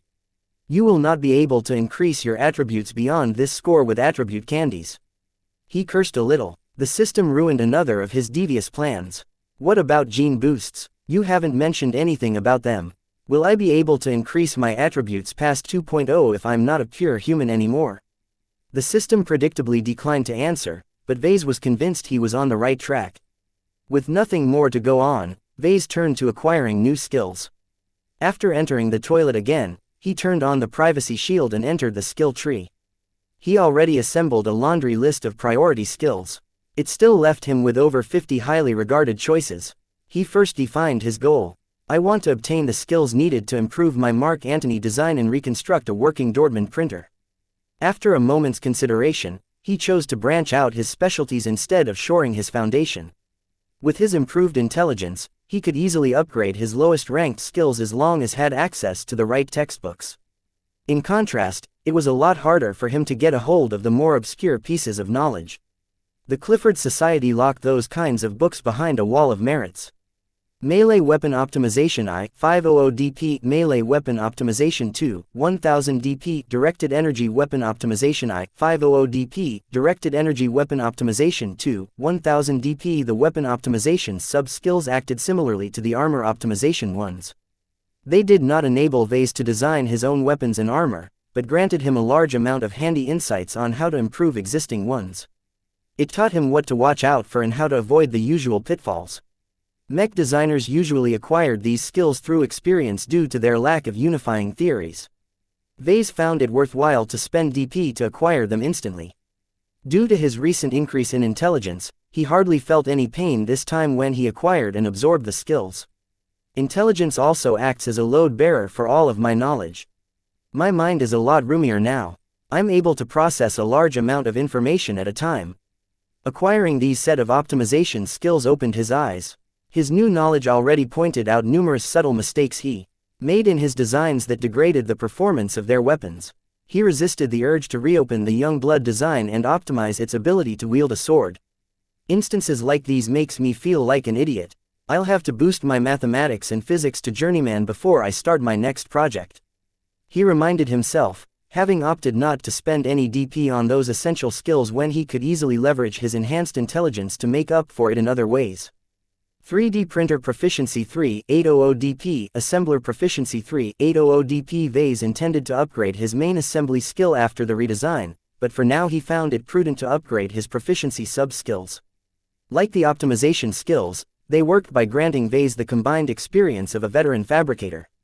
The many things he had to keep in mind also indirectly improved his ability to design a mech by making it a little easier to fabricate, which should no doubt make Carlos happy. Alloy compression 2, 2000 dp, structural pathway configuration I, 1000 dp, structural pathway configuration 2, 2000 dp. Upgrading his alloy compression sub-skill seemed wise even as his Mark Antony still lacked the capability to make use of it. Vase still lacked a compressor and CTM. Even if he had them, alloy compression only worked with a limited number of rare and expensive exotics. Only the mechs piloted by elites made use of this technique. The regular frontline models of a third-rate state did not make use of compression due to a lack of resources. He had a lot more use for structural pathway configuration, which was an expanded version of cable management for mechs. The internals of the Mark Antony still remained a mess. The only way to alleviate the congestion was to tear it all apart and start from scratch. The sub-skill also played a role in his upcoming reconstruction project. The Dortmund printer was a massive, complex web of subsystems intricately bound by various connections. These cables, feeds and pipes required extensive care, as they were relatively fragile. After digesting all of his gains, he summoned up his status again to admire his accelerated growth. Status name: Vase Larkinson. Profession: Apprentice Mech Designer. Specializations: None. Design points: 20.610. Attributes: Strength 0.8, Dexterity 0.8, Endurance 0.8, Intelligence 1.8, Creativity 1, Concentration 1.7, Neural Aptitude. F skills: Assembly Apprentice, 3D Printer Proficiency 3, Assembler Proficiency 3, Business Apprentice, Computer Science Incompetent, Electrical Engineering Apprentice, Structural Pathway Configuration 2, Mathematics Apprentice, Mechanics Journeyman, Jury Rigging 2, Speed Tuning 3, Metallurgy Journeyman, Alloy Compression 2, Metaphysics Incompetent, Physics Apprentice, Directed Energy Weapon Optimization 2, Lightweight Armor Optimization I, Medium-Weight Armor Optimization 3, Melee Weapon Optimization 2. Abilities: Superpublish. Available. Can be activated once a year. Evaluation: an apprentice at the start of his true journey. Chapter 126. Level up. After spending his DP like a drunken tycoon at a casino, Vase only had 10.000 DP in his budget. While he considering splurging the entire amount on lottery tickets, he quickly reconsidered. My luck is rather inconsistent. I don't want to take any chances at this moment. He opened the system's store page and called up his wish list. At this moment, Vase mainly sought to keep the Mech Designer system a secret. With enough credits, he could buy all manner of fancy gadgets. The only thing he couldn't readily buy with credits was a way to obscure his expanding use of the system. Anonymous Parcel Delivery System, Level 1. Price: 10.000. Design points. Range: 1-star. Sector dimensions: 1 cm by 1 cm by 1 cm. The APDS is a sophisticated transportation device that can teleport any cargo to an unmonitored area within its range. The description left much to be desired, but Vase got the gist, especially with his enhanced intelligence. The small device was somehow capable of instantly teleporting any object placed inside its tiny interior across many light years. The capacity of the box was tiny. It only had enough space to teleport a data chip, one of Lucky's gems or his nail clippings. It also drained a lot of power every time it initiated a teleport. Vase mainly considered purchasing the APDS due to its ability for him to remain anonymous when he traded something sensitive, like Lucky's gems. He still had to come up with a way to remain untraceable when he communicated with his clients, so until then he had no use for this item. Let's look at something else. Small anonymizing stamp. Capacity: 1 cubic cm. Price: 10.000. Design points: this specialized stamp can permanently mark any object with a special ink. The stamp has the ability to hide the special characteristics of object that receives a stamp. The SAS is only capable of affecting an object with a maximum volume of 1 cubic cm. Anonymizing ink: small amount, 1 single-use cartridge. Price: 100. Design points: this ink can be used by any compatible stamp or device to anonymize an object, thereby hiding their special characteristics. Enough ink is supplied to apply one small stamp. The stamp and its separately supplied ink could completely obscure any object smaller than a single cubic centimeter. This meant it could obscure the origins of one of Lucky's gems as well as a normal-sized datapad. The parameters only cares about the volume. This technically meant he could stamp a stick as lengthy as a shuttle as long as it was very thin and very narrow. The stamp worked as long as the object offered a large enough surface area. Let's go with these stamps, he decided after a moment's consideration. The items down the list are also useful, but right now it's important to cover my tracks going forward. If I still want to make use of Lucky's gems, I have to obscure their effects. As long as Vase applied a tiny stamp, no one would suspect the activation button of the mech to affect the machine in a mysterious way. The only downside to using the stamp was that he had to spend 100 DP for every stamp. It turned each physical mech sale a net loss in terms of DP. He tapped his lips and weighed the costs. I can still earn back the points when I design another virtual mech. It's more important for me to raise the performance of my premium mechs. The higher their specs, the more my fame will spread. I'll limit the use of Lucky's gems to gold and ruby label mechs. The mass production mechs fabricated by Carlos did not deserve to be graced with a special gem. A cheap synthesized gemstone will do. Vase bought the stamp and a single cartridge of ink. He stuffed them both into the pocket of his anti-grav clothes for now. I should add secure storage to my shopping list. After Vase finished his shopping, he went back to work. First, he returned to the Clifford Society's virtual portal and entered the Star Library. He scanned the most advanced apprentice-level books and grabbed a generous selection. He then proceeded to read them rapidly. Any society members that walked by might think he was merely skimming the pages. In truth, with his improved cognitive abilities, he was able to understand most of the theory fairly quickly. During his reading marathon, his comm discreetly beeped. Dietrich finally sent over the 35 million credits from the sale of the blackmail material they found at the abandoned base. "Took you long enough," he said. He first sent the promised 25 million credits to SAS. This left him with a total savings of 32 million credits. "It's not much of a stash, but I've got enough to spend on some additional books." In order to accelerate his learning, Vase resorted to the open market to get his hands on journeyman-level books. The books available for sale in the public might not be as good as the ones in the Moon Library, but at least he didn't have to spend his valuable merits. Vase indulgently stuffed his comm with 2 million credits worth of virtual textbooks. He wasn't satisfied with any of them, as the pedigree of the authors fell far short of those whose works were included in the Moon Library. Well, beggars can't be choosers. He essentially tried to advance his main skills by brute force. His enhanced intelligence allowed him to make sense of even the most opaque descriptions. His improved concentration also helped by keeping his focus on track. It took a lot of effort to maintain his interest in his studies. Slowly but surely, his strategy paid dividends. By combining quality apprentice-level books from the Star Library with the awful journeyman-level books from the Galactic Net, he eventually broke through. He reached journeyman in both physics and mathematics 2 weeks later. Finally, "I'm done," he screamed in the air. He tiredly rubbed his eyes and stood up from his terminal. He walked over to Carlos to see how much progress he made so far. "How many successes?" "Just 3 so far." He shook his head as he kept his focus level on the assembler. Trying to stuff the mess of cables and components into a limited space without breaking anything always eluded Carlos so far. "This mech is just too damn finicky with its internals. The 3 intact mechs I've fabricated so far are complete flukes." Funding his first employee's fabrication spree also took a toll on Vase. He expected Carlos to master the process now that more than a month went by. What he saw instead was Carlos tripping over the last hurdle over and over. Vase stretched out his palm. "Okay, this clearly isn't working. Just stop." "I'm sorry, Vase. I thought I could master it, but this darned design is too insane. You should see the original Caesar Augustus. That one is at least 50% harder to put together. In any case, there's no use for you to work on either designs. They're too advanced and too complex." Then what should I do next? Obviously Vase didn't want Carlos to sit on his thumbs waiting for him to finish his redesign.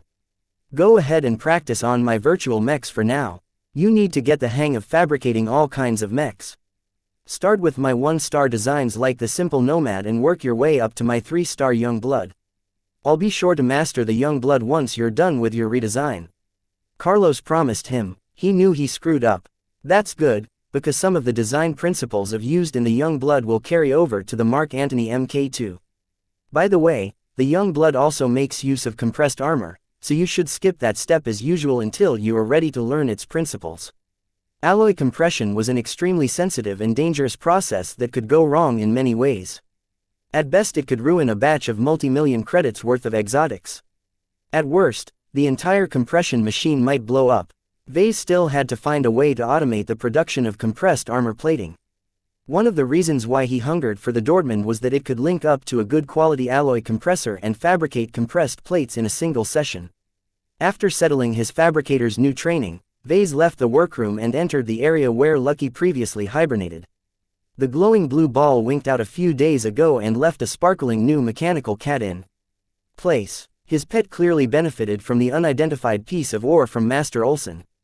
It must have been worth quite a lot, but without any headway into figuring out its use, Vase had no regrets in passing it on to Lucky.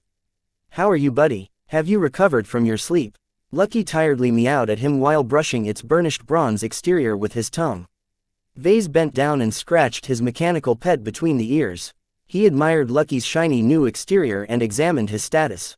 Pet status: name, Lucky owner, Vase Larkinson rank, gold exclusive level, 2 skills gem excretion 2 energy claws I. Lucky already gained the ability to claw through armor from a previous gift. His cat did not gain anything special this time when it consumed the ore. Instead, his cat leveled up. Vase understood that as an upgrade to its core functionality. The cat grew a little tougher, faster and maybe smarter. His exclusive gem excretion ability also advanced. Any gems that Lucky excreted from now turned into real treasures.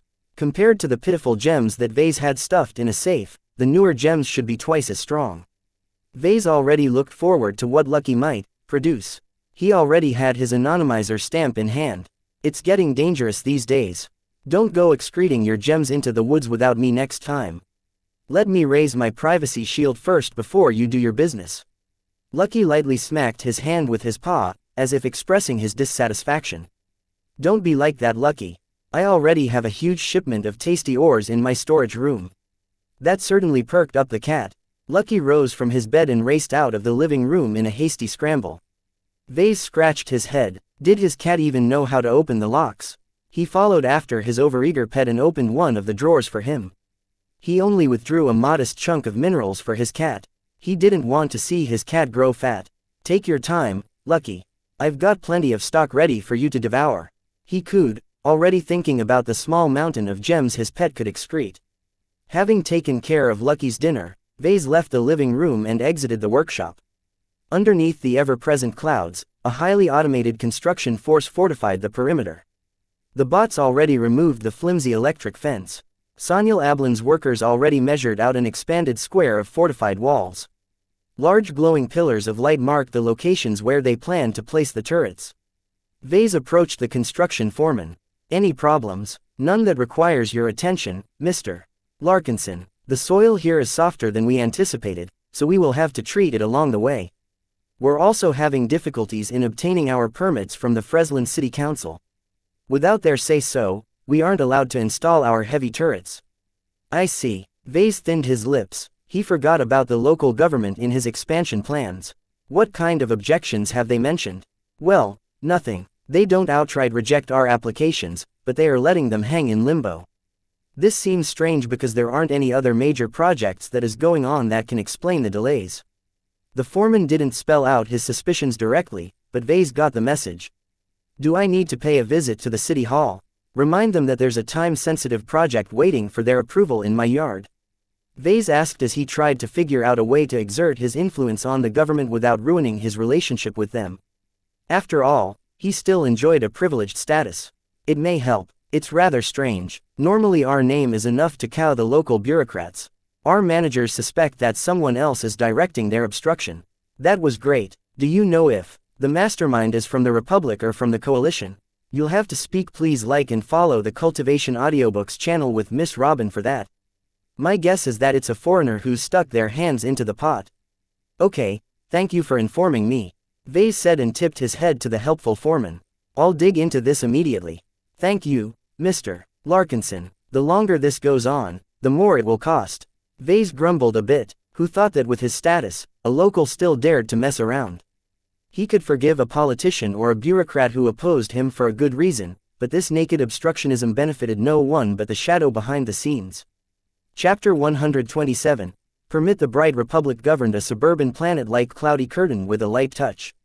The planet lacked any form of large-scale industry and their system had no asteroids worth mining. In such a dirtball of a planet, the Republic generally took a hands-off approach. As long as nobody entertained traitors, foreigners or aliens, the government could care less what you did. That was the theory at least. Vase stormed past the construction site and entered his workshop with stomping steps. His visit to Freslin City Hall accomplished nothing. With a little digging, he found out the director of planning handled the city's permit applications. Vase wanted to meet with Director Balkai, but after an hour of fruitless arguing he couldn't even get past the secretary. "I don't need this problem," Vase muttered as he sank down on his couch. A sated-looking Lucky sauntered over to his lap and sank down in a cute little slump. Vase absently stroked the cat's smooth bronze-colored back. "If you were facing a stuffy director, what would you do?" Lucky merely continued to swish his tail in utter bliss. "Okay, I get it. You're too lazy to address the problem." Sadly for Vase, he couldn't bury his head in the sand. If he let Director Barker have his way, who knew if he came the next morning with a notice that forbid commercial activity? He had to draw a line in the sand. "I can't do anything alone, but I've got friends who can help." He came up with 3 different parties who might lend a hand. First, he could contact Horatio for assistance. The current situation reeked of coalition influence. If he involved Master Olson's faction early, the other party might back off. The only problem with this option was that he might be calling in the big guns to address a trivial issue. Horatio might lend a hand anyway, but then Vase cemented his reputation as a useless designer who couldn't take care of his own messes. Best leave Horatio as a final option. My current situation hasn't gone so far to warrant his intervention. Next, he could turn to the Larkinsons. His uncle Ark commanded a lot of respect in the Mech Corps while his grandfather Benjamin worked in the Ministry of Defense. Both of them wielded a substantial amount of influence in the military affairs of the Bright Republic. These connections also became a shackle to the family. Vase knew that his family members always tried to stay away from overt politicking. They might have strong opinions when it came to the disposition of the Mech Corps, but outside of that they kept their mouth shut. If Vase called in his family, he might inadvertently throw them into a political minefield. "I'm sure they can help, but I'm not sure whether my opponents already prepared a nasty surprise for us." That left Walter's Whalers. The local mercenary gang recently returned to Cloudy Curtain in a triumphant mood. Mr. Walter himself led the expedition himself and salvaged every nut and bolt from the abandoned base that Vase and Dietrich stumbled upon. The Whalers beat off several curious mercenary corps who wanted in on the action. The Whalers returned home a little battered but with very few casualties. All of the scrap had already been sold to a few interested parties from Bentheim. Mr. Walter currently sat on a mountain of credits worth roughly 500 million credits. As the person responsible for making their enormous haul possible, Vase could easily ask a favor from Dietrich and the Whalers. As the locals, the Whalers were best suited to liaise with the local government. That was if Vase ignored the contentious relationship between the two. The Whalers also had a tendency to act unbridled and without tact. They might even punch the living daylights out of Director Balkai. None of these options sounded good. Vase belatedly realized that if he wanted to grow his business, he had to secure his political flank. If he continued to ignore the bureaucrats and politicians in charge of administering the planet, his company remained vulnerable to their predations. "I need a political advisor." Vase never really paid much attention to the local politics. Cloudy Curtain always seemed to be governed by the same set of parties. The coalitions that ruled the local city councils and the planetary government changed every few years. He didn't have much more of an understanding than that, so he rather wanted to dump this mess into someone else's lap. Vase knew his limitations. Since he had to solve this problem quickly, Vase did not bother posting his job offer on the galactic net. Instead, he first studied the affiliations of Freslin's city council. "Looks simple enough," Vase remarked as he read through the brief biographies of the mayor and the directors. Mayor Davidovich is a member of the White Doves while Director Balkai represents the Greens. The White Doves advocate for keeping Cloudy Curtain as boring and static as possible. They drew most of their support from elderly migrants from Bentheim who hated the hustle and bustle of the busy port system. The Greens on the other hand formed a core interest group of the deeply rooted locals. They wanted to preserve the unique and tranquil environment of Cloudy Curtain and detested any form of heavy development. Of all the groups who could stand up to them, Vase favored the pioneers. They advocated for a prosperous and well-developed Cloudy Curtain where everyone's living standards reached the level of the Republic's upper-tier planets. The pioneers also fought a generations-long battle against the stodgy two parties who wanted to keep Cloudy Curtain impoverished. Despite their support for growth, they primarily stood up for the poorest who still lived in crumbling apartments and second-hand shuttles converted to mobile homes. As a backwater, Cloudy Curtain lacked the economic development to ensure everyone enjoyed the services they were entitled to. The only reason why the pioneers hadn't taken control of the government was that the Greens and the White Doves enjoyed entrenched support from the wealthiest segment of the population. It all sounded stupid to him. He only gathered enough information to know that he had to find someone who could help him establish a relationship with the pioneers. Fortunately, as a local, Vase was familiar with the local hangouts. He knew just the place to go. The Heritage Café pretended to bring a slice of Rittersburg to downtown Freslin. Placed conveniently next to Freslin University's campus, they drew a regular crowd of up-and-coming youths who dreamed of making it big. When Vase opened the old-fashioned wooden door and walked inside, half of the patrons turned to look at him. Despite his common-looking face, his business suit gave off an aura of understated elegance. He specifically configured his anti-grav clothes to come across as a young but successful entrepreneur. He looked around, but couldn't spot any obvious member of the pioneers. Shrugging, Vase took a seat next to the window and ordered a cup of locally cultivated coffee. Agriculture comprised of Cloudy Curtain's largest sector. Its stable, temperate climate and unpolluted air allowed for the cultivation of many authentic crops in natural conditions. The huge amount of produce harvested every year kept the upper class of Bentheim fed with natural food. As Vase calmly sipped his beverage, he kept his ears open. He distinguished multiple conversations, most of them concerning their schoolwork or the latest Mech duels. He eventually honed in on a specific conversation between a girl and her boyfriend. He grabbed his cup and walked over to the pair. "Hello, I couldn't help but overhear your conversation. Are the two of you related to the pioneers?" "I'm a committee member of the youth division," the woman proudly said. "Don't mind my man here. He's a political illiterate." "Hey, just because I don't pay attention to such nonsense doesn't mean I'm stupid." "Shush now, Riemann." The young woman turned out to be Kelsey Dornbos, a law school student. When Vase introduced himself, they looked dumbstruck. "You're that Mech designer who showed up in every broadcast a few months ago." It took some time for them to calm down. Once Vase explained his problems and why he sought the woman out, Kelsey frowned a bit. If there's evidence that Director Balkai is taking his marching orders from the coalition, then he could be charged for treason. In practice, stuff like that is notoriously difficult to prove. You have to be aware that Freslin City Council is not in favor of increased industrialization.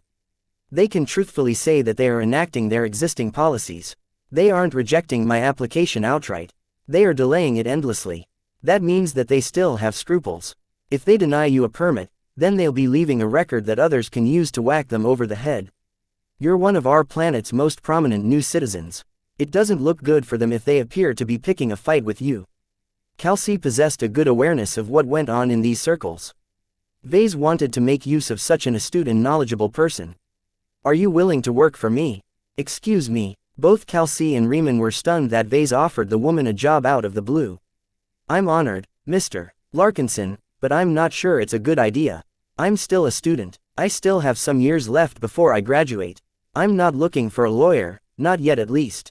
Vase quickly reassured her. "I'm merely looking for a political advisor or fixer who can help liaise with the local government and the pioneers on my behalf. It will largely be an informal, part-time job that only requires a couple of hours per week to fulfill." "What if there's nothing going on, and everyone else is staying quiet?" "Staying quiet doesn't mean that I'm safe. I'd like you to receive a weekly report from you that details whatever is going on in Freslin and Orinoco that's relevant to my Mech business. Is that something you'd like to do?" "What's the pay?" "How about 2,000 credits a month?" "Deal." For the amount of work Kelsey expected to do for Vase, the salary completely satisfied her. She already followed the local politics like a junkie. Getting paid to continue her hobby sounded like a great deal. "All right, let's exchange contact details and I'll send you an employment contract later. Right now, I'm kind of in a hurry, so I'd like you to take care of something for me." "You want me to handle your stalled permit problem?" "Right." Vase nodded. He activated his comm and selected some documents in its storage. He then waved his hand at her, initiating a transfer of files to her own comm. "Please read them over so you can formulate an approach. Remember, I don't want you to act like a wrecking ball. Just smooth over the problem without sparking a feud. You do know that I'm a known member of the pioneers. I doubt the Greens and White Doves who are ruling in the city council will appreciate my presence." They could have left me alone, but they deliberately pushed me away from them. Who else can I turn to? Vase sighed and crossed his arms. Mind you, I'm not joining your camp, but I think there are plenty of ways we can cooperate. One of the reasons why I decided to hire you is because I want to establish a channel with the pioneers. They discussed a bit more of what Vase expected Kelsey to do. Everything had to be legal and above board, though Vase did not mind if she used her own connections to get something done. Once they gained a thorough understanding with each other, Vase left the cafe and returned home to take care of the paperwork. He sent over a contract an hour later, which she quickly signed and sent back. With that done, Vase sat back on his chair and looked at the ceiling. Hopefully I picked the right person as my second employee. Vase might have been a little hasty hiring a random student off the street, but he did not want this matter to stretch out. If Kelsey turned to be all bark and no bite, then he'd simply fire her and call Dietrich. Chapter 128, 2 layers. Kelsey called back 2 days later. She enlisted the help of the pioneers in putting pressure on the city council. Vase interrupted her explanation and only wanted to know if she got his permit. Well, the short answer is yes, she said. It should have gone into immediate effect by now. To verify her words, Vase stepped outside. The bots and construction workers from SAS had picked up their work and were beginning the long and difficult process of installing and entrenching the heavy turrets. Work has resumed. Looks like there are no more barriers in my way. His advisor warned him not to let his guard down. There will be inspectors keeping an eye on your property in order to make sure you don't exceed the specifications laid out in your application. That's fine. As long as the city council steps aside, they can watch all they want. Vase appreciated her efficiency. Even if she did not do much on her own, she proved to be a valuable contact who could leverage the pioneers on his behalf. Certainly, they might pay a visit to him in order to ask for a favor, but that was the way the universe worked. His new employee passed him a warning. I've been doing some snooping around, and there's an undercurrent of dissatisfaction regarding your decision to base your company on this planet. What kind of excuses are they throwing around? The White Doves are afraid that someone as prominent as you will attract raids from pirates or enemies who have a bone to pick with you. The Greens are dissatisfied with the increase of interstellar traffic and the pollution they bring when they transport your goods. Kelsey made it clear that the local politicians weren't done with him yet. Will they be ambushing me with anything else in the next 2 months? Not as far as I'm aware of. The likelihood still exists. I think the Doves and the Greens are taken aback at your sudden courtship with the pioneers. That's good. You can pass on to the pioneers that I'm open to collaboration. Right now, I'm occupied with a very important project. I'll be largely indisposed for 2 months. After passing on a couple of instructions to his new advisor, he ended the call. He smiled and stretched his arms. Now that there are no more distractions, it's about time I start with redesigning the Mark Antony. He loved Mark Antony. As his first commercial design, he fabricated 2 physical mechs and sold them to 2 different customers. Those mechs were still in use today, causing Vase to feel a strange form of parental pride. I brought those mechs to life with my own 2 hands. They are my children in a sense. His sentiments made him reluctant to change the design. Such an act proved he lacked faith in his own work and that he found it necessary to correct its shortcomings. This mental barrier pushed Vase to keep finding excuses. Still, if he continued to procrastinate, then what was the point of taking this profession? I can't aim for perfection all the time. There's a time when I have to draw the line and say it's enough.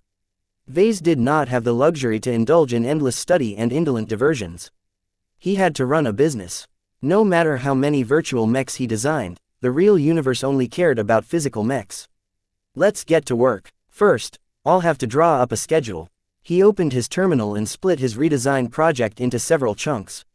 First, he planned to spend an entire day to developing and refining a focused intent. He dedicated 3 entire weeks to revamping the mech's entire internal structure. After that, he allocated 2 weeks to revamping and optimizing the mech's armor. The week after that consisted of tweaking and optimizing the remaining self-contained components such as the engines, power reactor, cockpit as well as the weapons. Once he finished going through all of the components, he planned to subject his design to a barrage of tests for the next 2 weeks. Looks like a decent schedule. Vase nodded to himself as he drew back. Hopefully, 3 weeks is enough to finish the enormous task of creating an entirely new internal structure. Vase recently gained the structural pathway configuration 2 sub-skill for this task. Still, He never specialized in electrical engineering, and only managed to reach apprentice level through the system. He did not wish to delay this project any further in order to spend a month in trying to raise it again. He shook his head and redirected his thoughts to establishing a strong image for the Mark Antony Mk2. In hindsight, Vase realized he constructed a rather chaotic image for the Mark Antony. After entangling the jumbled mess he initially composed, he realized he combined 3 separate images into one. The first image consisted of the appearance of an ancient Roman legionnaire. He started with the standard knight form from the Caesar Augustus and adjusted its appearance to look like a Roman soldier. The most significant change was that he took the base model's kite shield and added enough bulk to turn it into a hefty tower shield. The Roman legionnaire contributed strongly to the defense portion of the image. The inspiration invoked a trust in the shield, a sense of martial discipline and a grit that never faltered. The next image related to the names of the variant and its base model. Jason Kozlowski originally named his mech the Caesar Augustus due to its prominence in taking up an inspirational leadership role on the battlefield. Vase kept to the theme by taking the name of the Roman emperor's defeated rival Mark Antony. As an image, the name evoked a strong sense of daring and the willingness to seize opportunities. This fit with the style of a cavalry general, whose formations changed the course battle with a well-timed charge. The last component had to do with the mech's intended role. As an advanced mech and a hybrid knight, the mech served as a pivotal linchpin in the battlefield. It combined the defensive stance of a knight with the offensive tendencies of an aggressive frontline leader. He slipped in the last image unintentionally. Vase tentatively concluded he added this last one in due to his exuberance in creating his first production design. The hybrid knight acted as the glue that bonded the 2 previous images together in a coherent whole. From the information he gathered and the guesses he made, Vase came to a tentative conclusion on how to evoke the X factor. He couldn't prove his hypotheses, but he figured it didn't hurt to adjust his mindset. There's 2 layers to it. The primal layer absorbs the essence of my intent. It distills the most complex images into its core components. For example, when he formed the inspiration of a Roman legionnaire, the primal layer stripped all unnecessary elements. It only preserved the overarching meanings embedded in the image, such as defense, discipline and grit. The second portion that made up the X factor consisted of the conscious layer. Vase only inferred the existence of this layer when he studied a lot of replays of past matches. The unicorn, Mark Antony and young blood all exhibited signs that they affected the conscious judgment of their pilots. Can an image actually come to life this way? Vase grappled with this question. It sounded impossible. How could figments of his imagination develop a conscious mind? The X factor doesn't make sense in the first place. Without deriving the theory on how the X factor operated, Vase could not draw upon humanity's existing understanding of the universe. He had to watch out for coloring his assumptions with unconscious biases. Researchers who studied alien technology specifically learned to detect and mitigate their prejudices. Only his instincts hinted that he was on the right track. Vase imagined what it meant if his guesses panned out. If there's 2 layers to the X factor, then there might be a third or a fourth, just waiting to be discovered. All of these were fanciful thoughts that Vase had no way of uncovering now. He shoved aside the matter and set his sights on working with the 2 layers he identified so far. There's an issue, Vase slowly realized as he formulated an optimal model for the X factor. The primal layer works best with strong simple concepts. The conscious layer on the other hand requires an extensive backstory in order to shape its personality. The 2 demanded competing approaches. If Vase spent his time on focusing on a few key concepts and left the details vague, then the design would carry strong instincts but weak direction. If he flipped around his priorities, then his mechs could consciously assist the pilot but with a weaker boost to overall performance. Both had their good points, and Vase believed a design could be strong in both. He just had to find the right approach. This is mostly a mental exercise, so as long as I have the right mentality, I can strengthen both. That was easier said than done. Vase believed he owed his previous good scores for the unicorn and Mark Antony due to his passion. If Vase stopped second-guessing every decision, he might be able to hold contradictory thoughts. In short, the key to maximizing his X factor was to hold a delusional mindset. I'm not about to get drunk or inject myself with stimulants in order to reach this state. He quickly decided, those kind of shortcuts might work for artists, but engineers like Vase had to remain sober in order to work with precise schematics. Vase had to refrain from going off half-cocked. He could try out his outlandish theories when he designed his virtual mechs. Since he intended for the Mark Antony Mk2 to serve as an active combat mech, he had the obligation to deliver a stable product. Let's settle for a basic approach. An advanced mech will generally be piloted by talented and experienced mech pilots. These kinds of customers benefit more from a boost in instincts than having a second opinion. He had to remind himself that only professionals bought and piloted his mechs. After all of this theory crafting, Vase finally got down to the brass tacks. He sat back in his chair and spent the rest of the day with fleshing out the inspirations for the second version of his variant. Mindful of his priorities, he focused mainly on strengthening the detail of their combat performance. The Roman legionnaire became a gritty veteran of uncountable campaigns. Mark Antony demolished the Gauls under the direction of Julius Caesar. Vase skimmed the parts where they were not in battle. When it came to the hybrid knight, Vase halted for a moment. Can I even use an inanimate object as an image? It posed another interesting question. Without trying it, Vase had no idea if it was possible. According to his previous hypotheses, using a shield as an inspiration showered the primal layer with defense-oriented instincts optimized for shield handling. Using a mech to inspire another mech sounded strange. Vase had the feeling the notion resembled asking whether the chicken or the egg came first. It posed another conundrum, especially when the existence of the X factor presumed that mechs also lived. Eventually, Vase concluded it might not be any harm to proceed with constructing a life around a hybrid knight. I think all those passionate mech designers throughout history must have also imbued their designs in this fashion. There might even be a form of self-fulfilling prophecy at work where the traits the designers wished for are actually expressed in their product. It explained why some designs like the Caesar Augustus radiated faint auras. The mech designers in question remained ignorant to the X factor, so they never picked it up like Vase, who at least reached incompetent at metaphysics. I can probably advance it to apprentice once I test out all of hypotheses. Vase remarked, aware of the possibility of treading new ground. In the entire galaxy, perhaps only the creator of the mech designer system had walked this path. Vase treated the matter of constructing an image around the hybrid knight carefully. He incorporated both elements of defense and offense, but his main focus laid in increasing the synergy between the mech and the pilot. Both were indispensable. If Vase had to pick a single concept to embody his thoughts on the matter, then it was trust. The pilot trusted his machine to perform at its best, and to never falter. The mech trusted his pilot to steer it right and treat it with respect. Now that Vase polished the images into shape, he began the arduous task of holding them in his mind. His enhanced concentration worked overtime trying to keep the images distinct in his mind.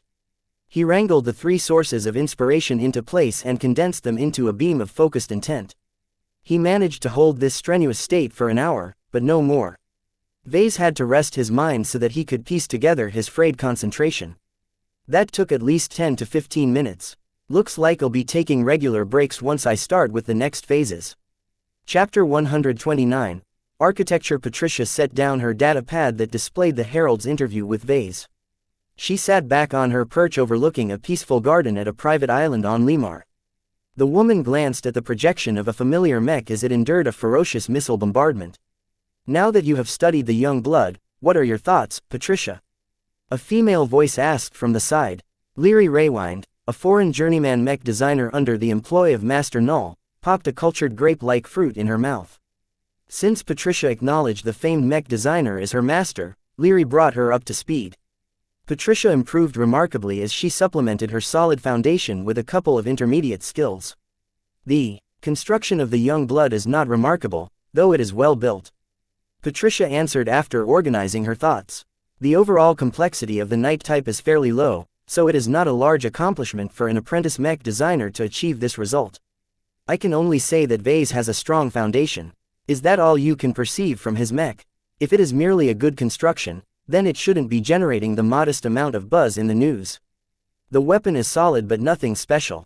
The augments have been improved, but only marginally. The armor's contours have changed and the internal structure is a lot more flexible. Any pilot who steps into the young blood's cockpit will appreciate the vastly improved handling. These are factual statements that any decent mech designer can make when they compare spec sheets. Leary admonished her junior while she shook her head in disappointment. You are a talented mech designer, but you are still too sheltered. Don't look at the design with your brain. Instead, look at it with your heart. Patricia looked befuddled. Her elegant eyebrows furrowed as she set aside all the numbers and statistics and focused solely on the projection of the virtual mech in battle. She did not know the mech pilot on display, but thought that he or she performed like a natural on the battlefield. Was she looking at a professional? No, the pilot's skill fell short. Instead, the mech moved fluently and decisively. Patricia did not spot the characteristic pauses and second-guessing of a pilot of this caliber. Now that she thought about it, many of the replays she reviewed had shown that every pilot performed close to their optimum without being burdened by various mental distractions. Is there something funny going on with the neural interface? No, Leary responded. I've checked the design myself.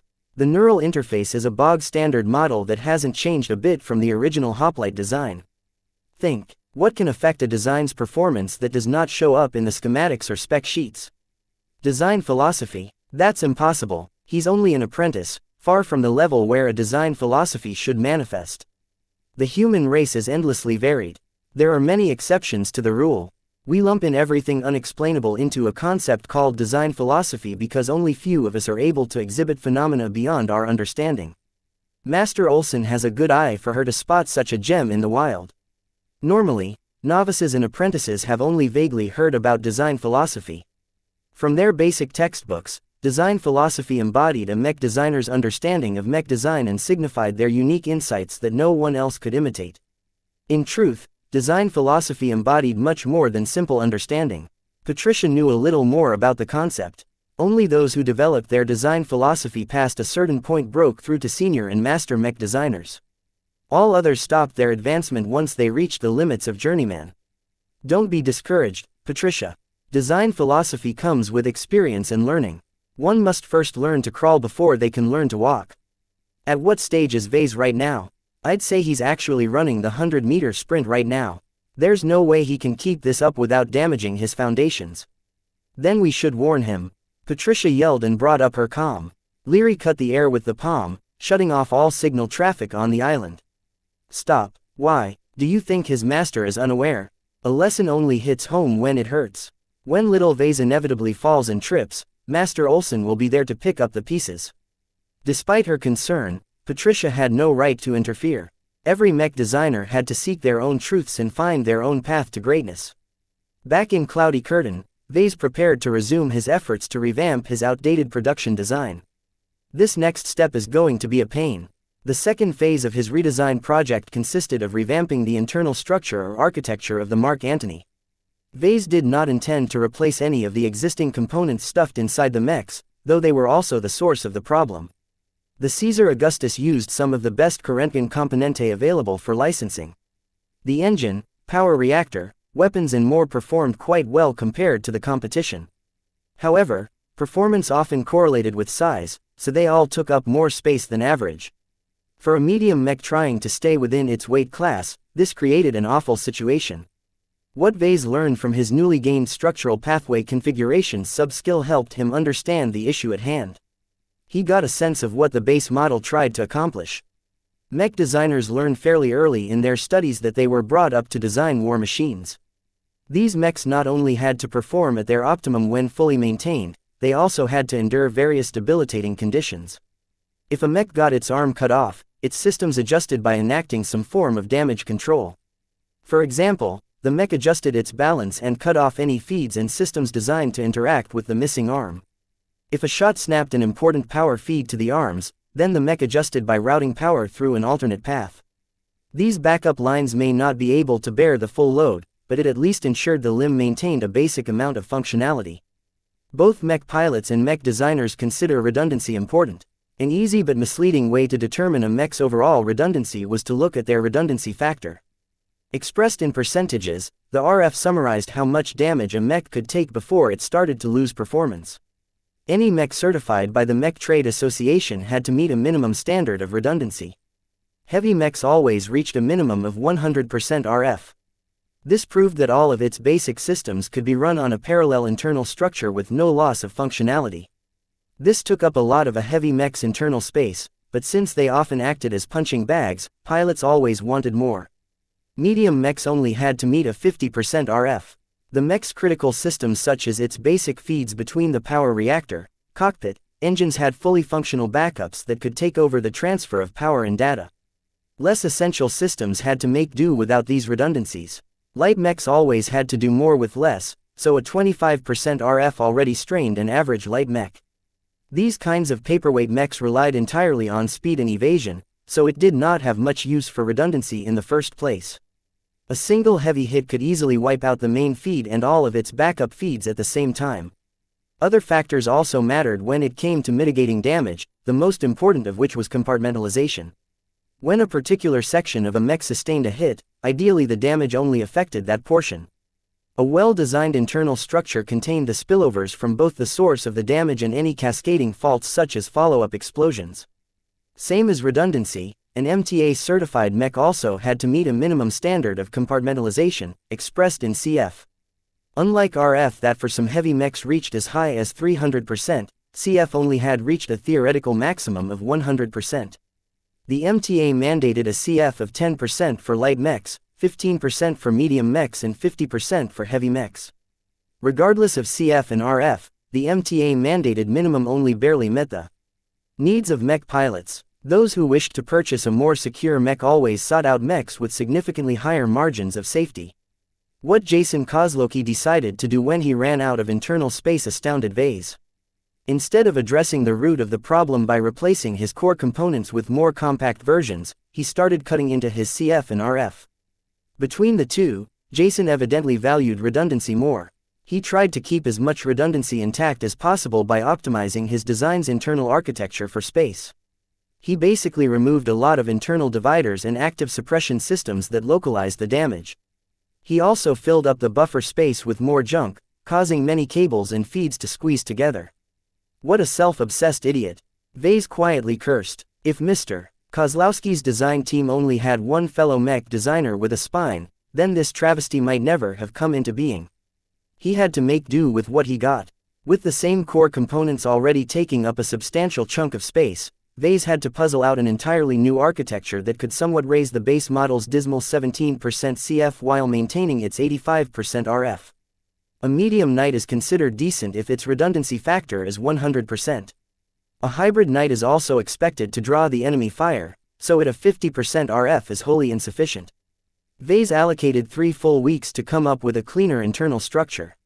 He got to work by drafting the basic pathways around the mech's internal frame and core components. Cables, feeds, artificial musculature and support structures slowly filled in the contours of his design.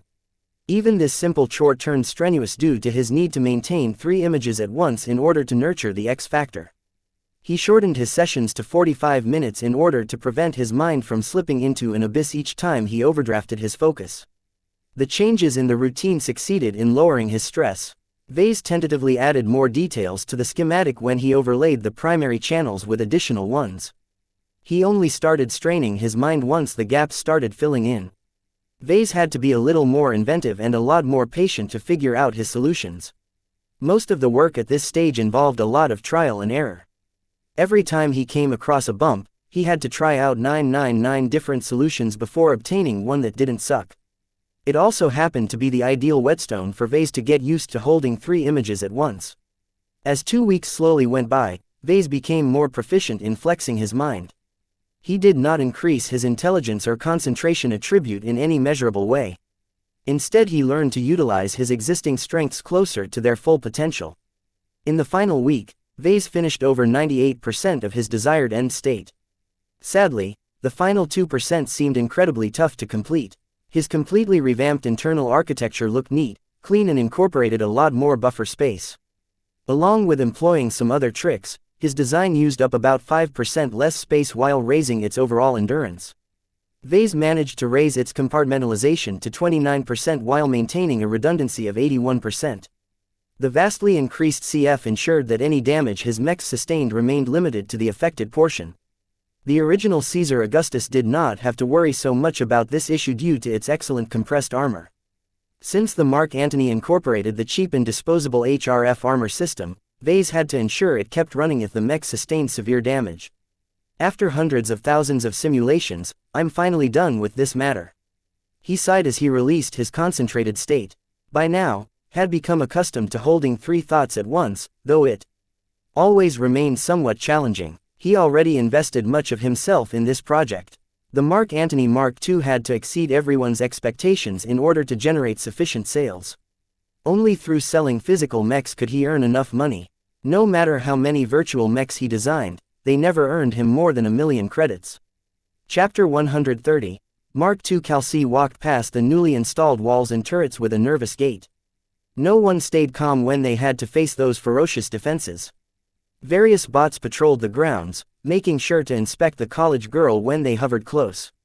After receiving a final inspection from a uniformed security officer, she finally got to enter her new employer's workshop. Compared to the deadly gleaming turrets, the interior appeared much more down to earth. She quickly reached a living area where a handful of couches, tables and even a drinks dispenser occupied the room. Vase already sat at one of the couches and gestured her to take a seat while he petted a marvelous-looking mechanical cat. "Please take a seat, Mr. Larkinson, I have your report for the month," Calci said and slid over a secure data chip. She could have sent it through the galactic net, but considering the sensitivity of the information she put it in a hard-coded form first. "Give me a summary. Anything going on that I should know about? There are hints that another player from Bentime has entered the field. A very wealthy corporation is making inroads with the White Doves. Have you determined their identity? From what my contacts in the Pioneers have inferred, it's likely to be the Ricklin Corporation." Vase stopped petting his cat, causing the animal in question to meow in indignation. "The Ricklins. Sure enough, they're thinking about taking revenge." He sighed, and scratched Lucky's head in order to placate his cat. "A traitor used my second-ever fabricated mech to wipe out at least half of their upper echelon. Shouldn't they be consolidating their assets and reorganizing their ranks? Turmoil is still racking the Ricklin family, but support is building up around a young genius of the family. The chaos is expected to end as soon as the last holdouts accept a compromise. Great, so I'll have to deal with two sources of outside pressure. Not only do I have to worry about the tiger next door, but I also have to guard against the distant meddlers from the Friday Coalition." Calci tried to reassure her employer. "Don't underestimate the central government. Cloudy Curtain is one of the many satellite planets that surround Bentime and keeps their influence in check. Rittersburg will not allow Bentime to take effective control over one of their critical food sources. The Bright Republic benefited a lot from the Bentime system. The population on its only inhabited planet swelled to ridiculous proportions, to the point where its own domestic agriculture couldn't feed their hungry mouths. Hopefully you're right, but you never know what might happen in the future. With all the unrest and terrorist attacks, no one cared about improper influence. If Vase wanted to ensure his safety on the political front, then he might have to bring in outside influence on his own after all. Bringing in my family will still tarnish the Larkinson name," Vase concluded. "Involving the whalers should be my nuclear option." With nothing else to report, Calci left after a short talk with Vase with new instructions. Since his troubles only started, Vase expressed interest in joining the Pioneers. "I can't remain half-hearted and ignore political realities. If I don't join their circle, I'll remain vulnerable to their whims." Despite what went on, he still had a job to do. Vase resumed his work on the redesign project. He spent a week on developing a highly adjusted armor scheme. To be frank, he could not find many opportunities to improve over the original design. There were only so many ways he could employ the HRF armor plating with his current skills. Even with his improved skills, Vase was not able to raise any parameters without making trade-offs. For example, if he wanted to increase the flexibility of the arms, then he could shave off some armor, thus increasing their vulnerability. If he lost more than he gained, then he simply needed to reorient his goal. More armor, more speed, more flexibility, not possible. Then what if Vase focused on something he hadn't paid attention to? After a few minutes of consideration, he settled on reducing the armor's complexity. His current armor scheme consisted of many complex shapes. A flat square plate was the simplest piece of armor a fabricator could produce. What about a plate with a curve? The person who fabricated this plate had to reproduce the curve to its exact contours down to the millimeters. Vase tried to simplify these shapes as much as he could without affecting the armor's overall performance. It worked up to a point, as Vase never took complexity into consideration before. Though the design unavoidably lost a bit of performance, he successfully reduced the failure rate of fabricating most of its parts. This might not matter too much to Vase. He knew his design intimately and could fabricate its parts with sufficient confidence. He did it so others were able to do the same without falling flat. I've already untangled much of the internal structure. With this, Carlos shouldn't have too much trouble. After finishing his draft, he subjected the schematic to a barrage of simulated tests. The reduced complexity opened vulnerabilities in his design that slightly lowered the armor's ability to withstand certain kinds of damage. Vase easily patched most of the holes. Only some needed more attentive care as Vase had to reintroduce some complexity. When Vase finally reached the end of the armor phase, he sighed and relaxed his concentration. Armor is supposed to be one of my secondary specialties. It's disgraceful if I can only bring up the armor to this extent. He was in no shape to design a mech. Vase took a day off in order to clear up his mind. He never enjoyed a full day of relaxation, so he made the most of it. While Carlos diligently mastered the last of his virtual designs, Vase played around with Lucky and browsed the news. Much of the news revolved around the recent chaos and the steps the Merc Corps took to respond. They increased their procurement and called in some of their reserves. Everyone knew this was just the prelude. This is the time when mechs are selling like hotcakes. I have to push my product out as fast as possible if I don't want to miss out. The next day, Vase returned to his work with a renewed sense of urgency. He spent the next week making adjustments to the self-contained parts. Due to his lack of expertise, he only brushed through most critical components like the engine or power reactor. Instead, he spent an entire day on customizing the cockpit. Vase wanted to stimulate a better response to the X factor by setting the right mood. He changed the shape of the chair and adjusted the displays.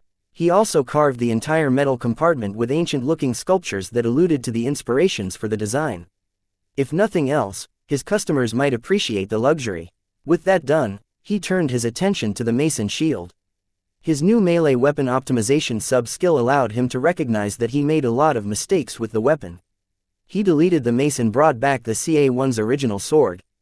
I can't use the same sword shape that's optimized for compressed alloys when I'm actually using an uncompressed alloy.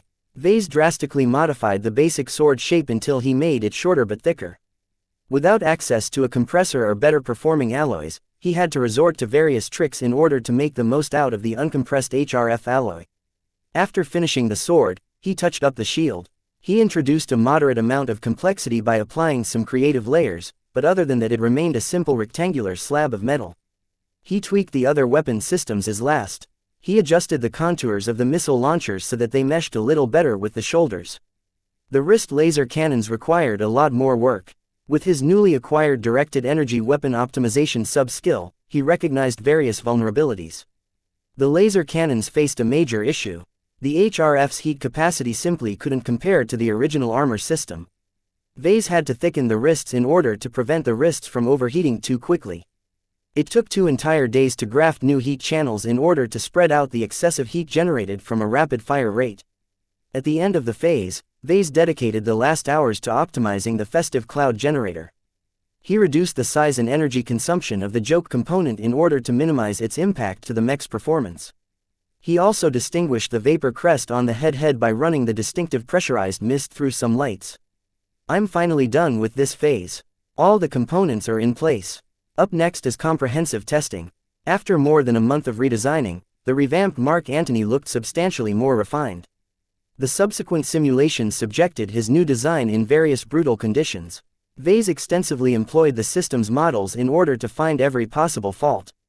The holistic tests exposed various stress factors that in some cases crippled the mech. Vase had to tread carefully from this step onwards. He encountered many instances where one fix led to another issue. Sometimes he had to revamp an entire section in order to address the root of the problem.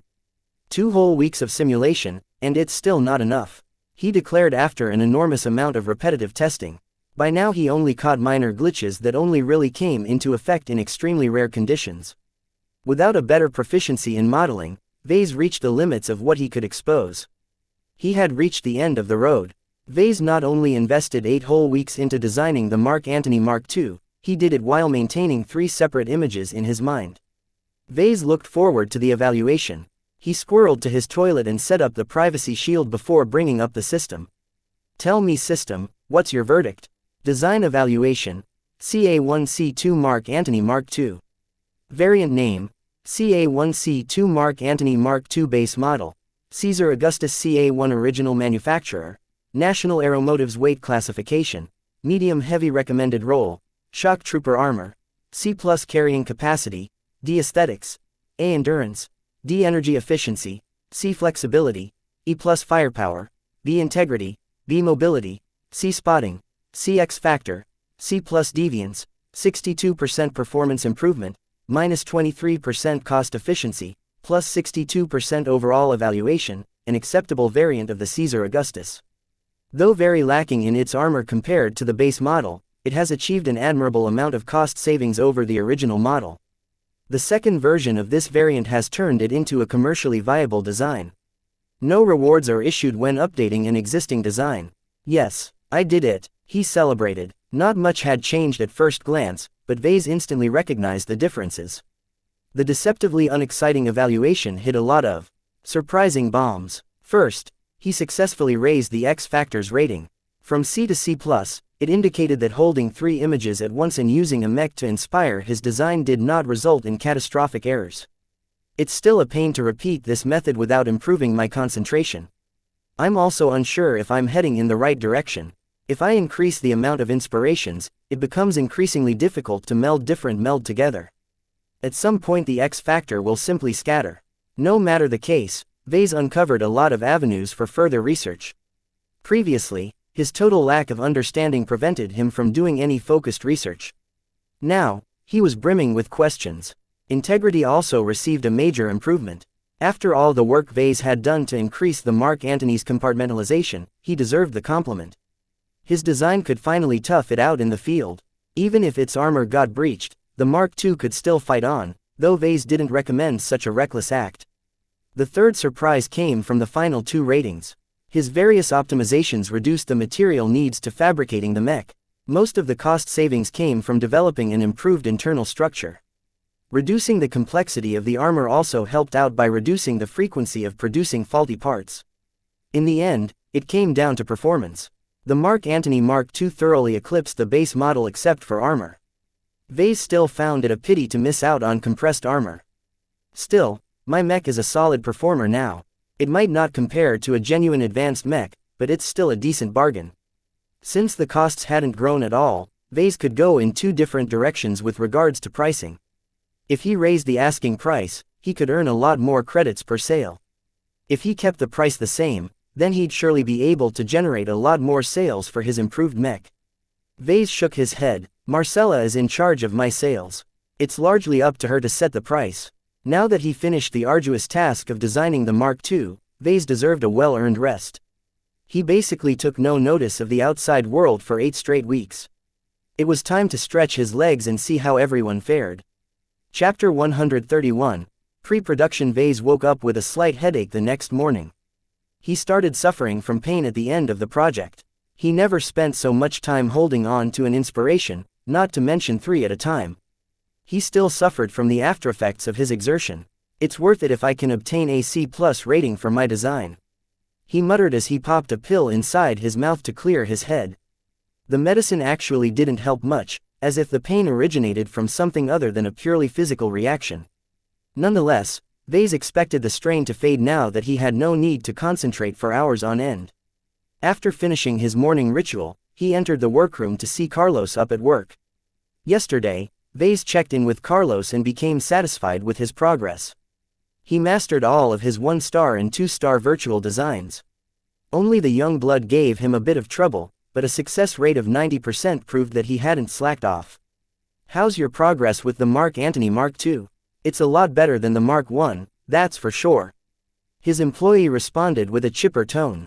The internals are still a lot harder to assemble, but at least I don't have to be a plumber to untangle all of the messes. That's good. I'll be relying on you to fabricate my silver label mechs. You should be able to thoroughly master the fabrication process by the end of the month. I don't have the confidence to achieve a success rate of 95%, but I should be able to get close to 90% in a month. Carlos honestly informed Vase. There's only a couple of really tough spots that haven't been simplified. I think I'll need at least 3 months of practice to get over these bumps. That's fine. The Mark Antony Mark II is still a difficult design and you're still settling in your job. I'm making a lot of allowances for you, so you better shape up. When Vase occasionally inspected the logs, he found out that Carlos religiously spent his evenings playing around with the designer software. As his boss, Vase naturally at his ambitious employees' work. They were awful. Despite having access to all of the licenses procured by Vase, Carlos treated them like a toddler playing with building blocks. All of his resulting designs look like something out of a mad scientist's lab.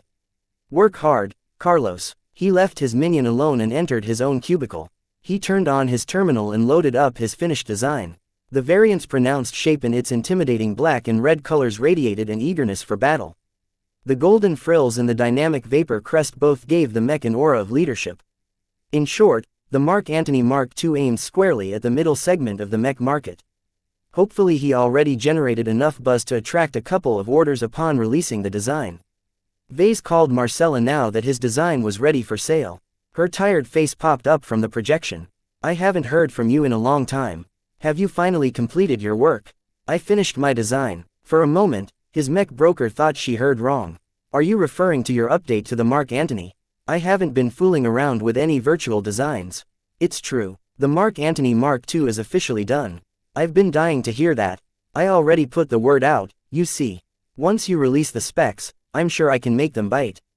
When Vase sent over his design along with a detailed spec sheet, Marcella eagerly skimmed the documents. Good. You've improved upon your mech's performance without raising costs. That's just what I needed. He could already imagine her diabolical plot.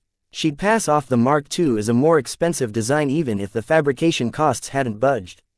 Vase didn't mind such plans, as a higher profit margin benefited him the most. With his current assets, he could forget about mass production. So what's our sales strategy? Vase eagerly asked. My production facilities have stayed idle for too many months. I'd like to end the standard year with some accomplishments under my belt. Hold your horses, Vase. While a product like yours is almost good enough to compete with the mainstream models, it's best to avoid widespread publicity for now. Why so? We previously introduced the young blood by holding an interview, and that worked all right. It's exactly due to your previous high-profile release that we should take a gradual approach. You've already built up your name recognition. What you lack is a solid track record. If you want to present yourself as a competent mech designer, then you have to avoid the perception that you're showboating. After a brief explanation, Vase understood his broker's arguments. Essentially, if he showed up in the news without offering something solid, the public might start treating him like a celebrity. He could still benefit from such a status if Vase only harbored limited ambitions. Yet ever since he obtained the system, he set his sights on the pinnacle of mech design. If he wanted to be taken seriously, then he had to let his products do the talking. Alright, if you think it's best to keep a lower profile, then I'm fine with that. Do you have a plan? I know you want to get your hands dirty, so let me ask you something. Can you fabricate a single mech without receiving an advance? Right, now, despite bleeding money lately, Vase still maintained a reserve of about 28 million credits. While I have the necessary funds, I'm not comfortable with dipping into my savings. Marcella grinned at him. It will be worth it. Didn't I mention that I built up some hype for your product? Let me gather a small circle of willing buyers and host a private party. You can make your case when we introduce your design. Is it all right for me to be present? I'm still rather young. Don't worry. As long as we demand outrageous prices, the market is willing to make allowances for your product. Even if the Mark II falls short in certain areas, there's nothing wrong with its price-to-performance ratio. She had a point. Even as Laskin mechs started losing value, the Caesar Augustus still sold for 60 million credits. As for Vase, he could fabricate a single Mark II for 18 million credits. That was pretty good for a variant that only performed 23% worse than its overpriced base model. We can auction off your first production as a limited edition model. We can build up a waiting list if we label the next couple of mechs as exclusive collector's edition models. The collectors will love it. I'm not a fan of catering to this kind of crowd. Vase quickly replied. He detested those who treated mech as toys instead of war machines. Let's just keep it simple. There's a reason why I've only established 3 different labels. I don't want to muddle up my catalog. While he trusted Marcella to make the right choices, she always aimed to maximize profits. This time, Vase reined her in because he did not wish to go overboard. He also bowed out of the party. Are you sure you don't want to be present? Your presence will add a face to your design. Even if you fail to win them over this time, you can still cultivate some connections that might help you out in the long run. I'm not a marketing expert like you. My presence won't add too much to your party. As Vase made it clear he disliked attending these sort of functions, Marcella agreed to host the party on her own as soon as Vase shipped his first mech. After ending the call, he stretched his fingers and rubbed his head. My headache is still lingering. Hopefully it will be gone by the time I start fabricating the first Mark II.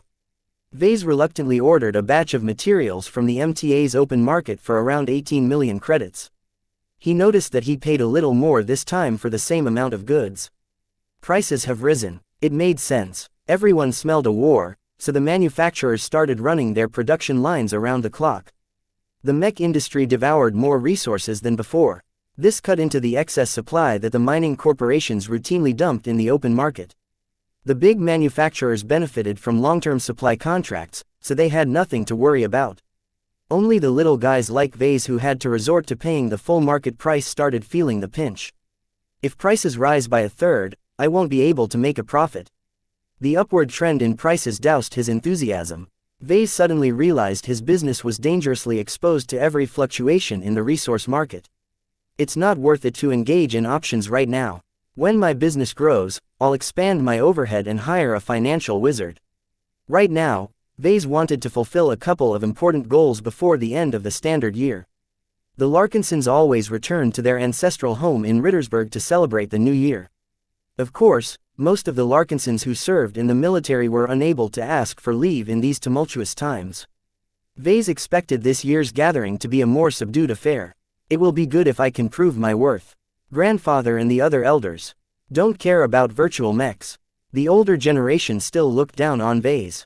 They disapproved of his foray into the highly competitive mech industry. None of them lent him a hand when he founded his mech workshop. Only his father believed in his dream. I don't blame the old goats.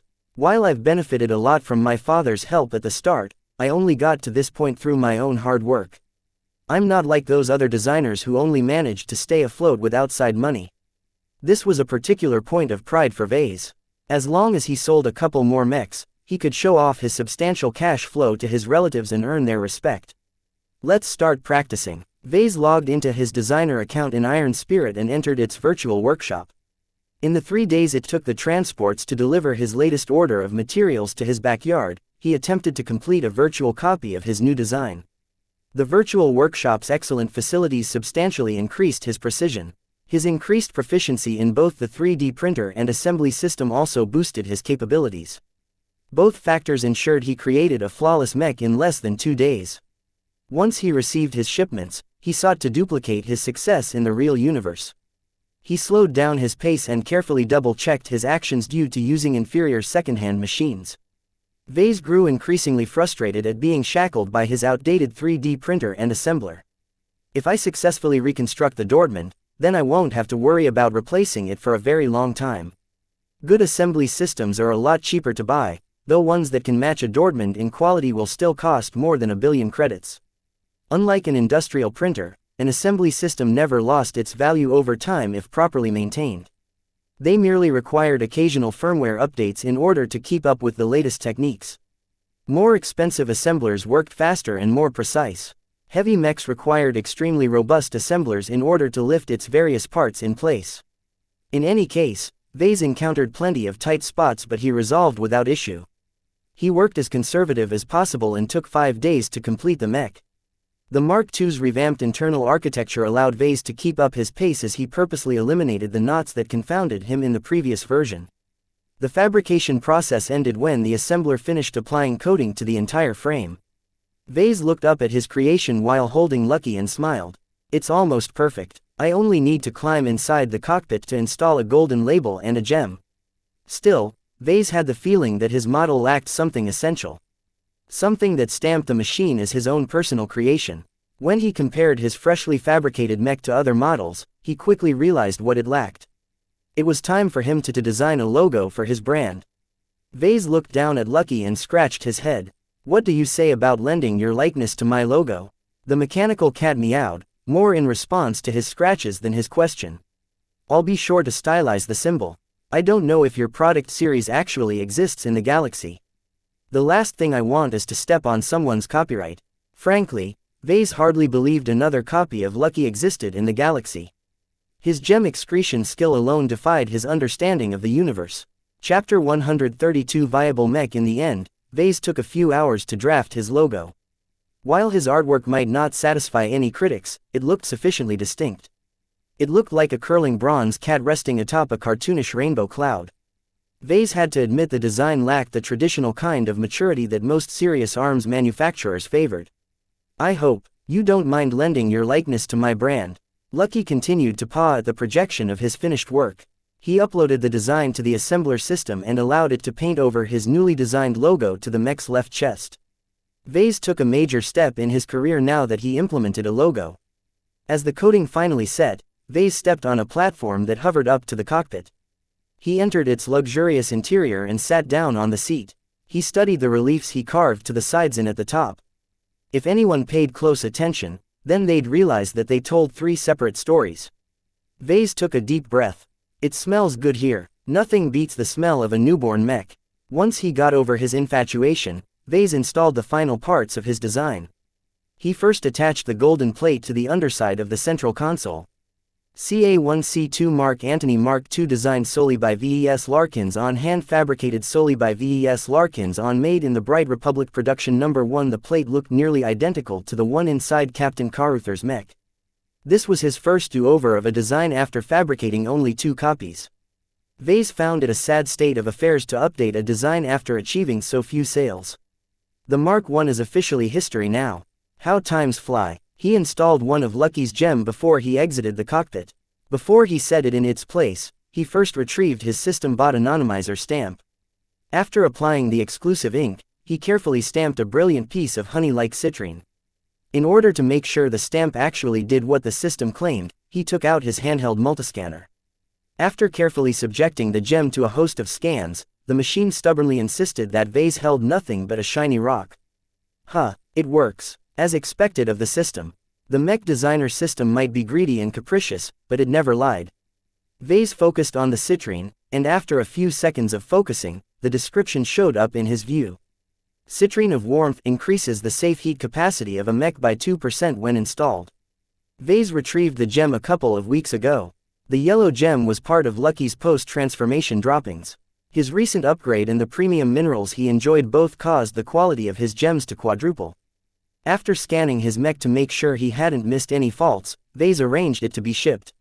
First, he sent it to the MTA to be certified.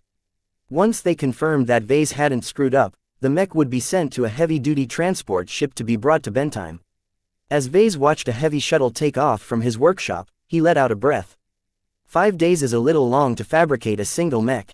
If I want to be efficient, I should be able to complete a mech in 3 days. Due to the learning curve, the production process always started off slow and unsteady. Once Vase got used to the design and prepared responses to the most common problems, he could easily fabricate the Mark II as fast as he had done in the game. He hoped to reach that point by the time he publicly announced the design. For now, Vase intended to make inroads into another project. He entered his secure storage and approached the boxes of salvaged Dortmund printer parts. Lucky followed him inside and curiously pawed at the content of the boxes. Vase wasn't worried the cat would do something naughty. An open container of minerals rested on the other side of the room. Once the cat sated his curiosity, he'd sprint over to his favorite box of food and start to nibble on some chunks. "I've been very hasty in collecting all of parts. I should sort them out and check for lingering damage." Previously, Vase only scanned the broken Dortmund and the strewn-out parts in a superficial manner. Now that he had access to his entire workshop, he intended to use a full-sized scanner from his assembly system. A small host of lifting bots opened up the boxes and spread out the parts onto the floor of the spacious storage room. After cataloging every piece of alloy or composite, the bots brought the parts to the assembly system. There, the inbuilt scanning system thoroughly mapped the objects as they went by and alerted Vase to any imperfections. Only 1 in 500 parts showed signs of irregularities. Vase wrote off the suspicious parts without hesitation.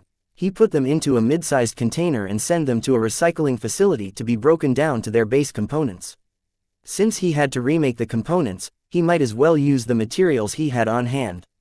Some of the exotics incorporated in the sophisticated machine could not even be found in the open market. Still, Vase did not entirely trust his scanners. They worked fine when measuring the exterior, but some materials were so dense that the scanners failed to penetrate past a couple of millimeters. Besides borrowing the MTA's state-of-the-art machines, Vase decided to use something else.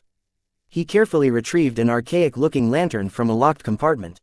He received the mystical object from some random drawer awarded by the system.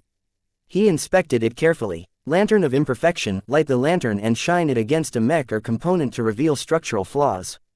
The revealed flaws are only visible to the holder of the lantern. The lamp contains enough oil to burn for 5 hours. System, will the lantern work if I shine it on something other than a mech? The lantern of imperfection is meant to uncover flaws that hinder the performance of mechs. Any component that is not directly related to a mech will not be illuminated by the lantern's light. How does the lantern judge whether a component is directly related to mechs? A 3D printer is responsible for fabricating models. Is that direct enough? Only components that are part of an existing design are eligible in the perspective of the lantern of imperfection. Vase did not let the system's stubbornness sway him from using the lantern. He noted that the system phrased the lantern's rule in a fairly broad manner. Engineers like him often learn to bend seemingly immutable rules to their advantage. As long as I incorporate the printer parts into a mech design, the lantern will consider them eligible, right? Opening square bracket ... closing square bracket. Ha ha ha ha, I'm right, he laughed. If it's merely programmed to treat components in this fashion, then I'll just slap something together. The lantern's distinction didn't make any sense in the first place. An artificial distinction between mech and non-mech components could only have been imposed from an external force. Since the lantern was not a living object, Vase easily figured out a way to exploit its lack of cunning. Once the assembler system finished scanning and sorting all of the parts, Vase imported the detailed data into his designer software. Time to design the ugliest mech in the galaxy. He suspected that only viable design played a role when deciding to illuminate a component. This meant that Vase had to put some effort into making sure his Frankenstein monster could actually walk and shoot.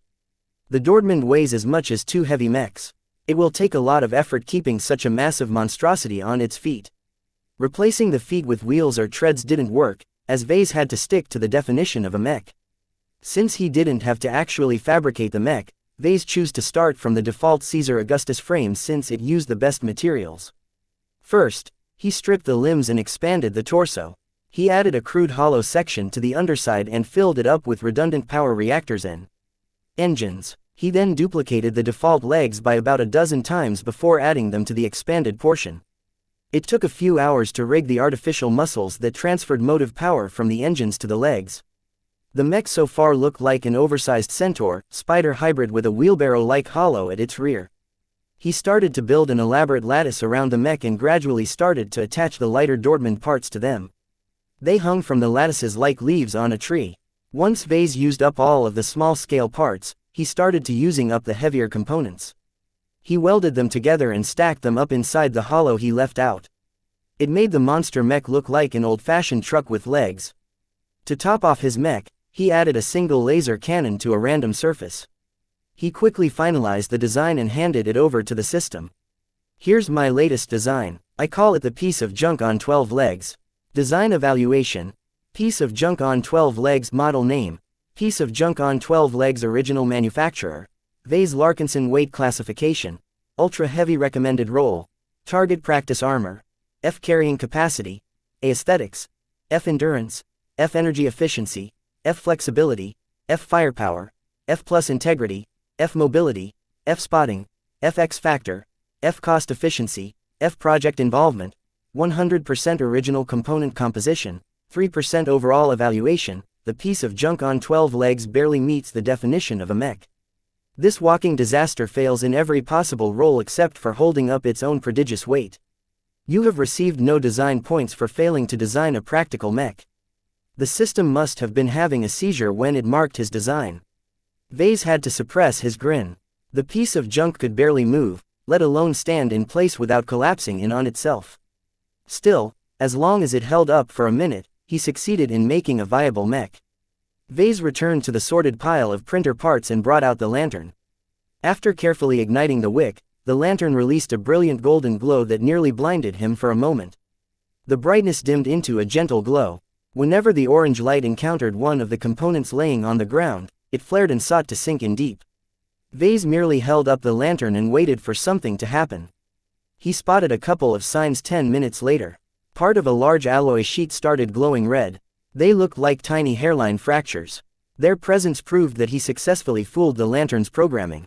This is great. With the help of the lantern, Vase took out any remaining parts that glowed suspiciously. If he neglected the lantern, he might have gone ahead and pieced together a Dordman that could one day collapse in a heap of junk. He practically saved his own hide with this precautionary move. In the end, Vase had to recycle around 1 in 200 parts. This was much more than he expected. The prevalence of microfractures and other faults forced him to halt his current schedule. He wanted to make some headway in the reconstruction project before he started fulfilling orders for the Mark II, but now it appeared he underestimated the required steps.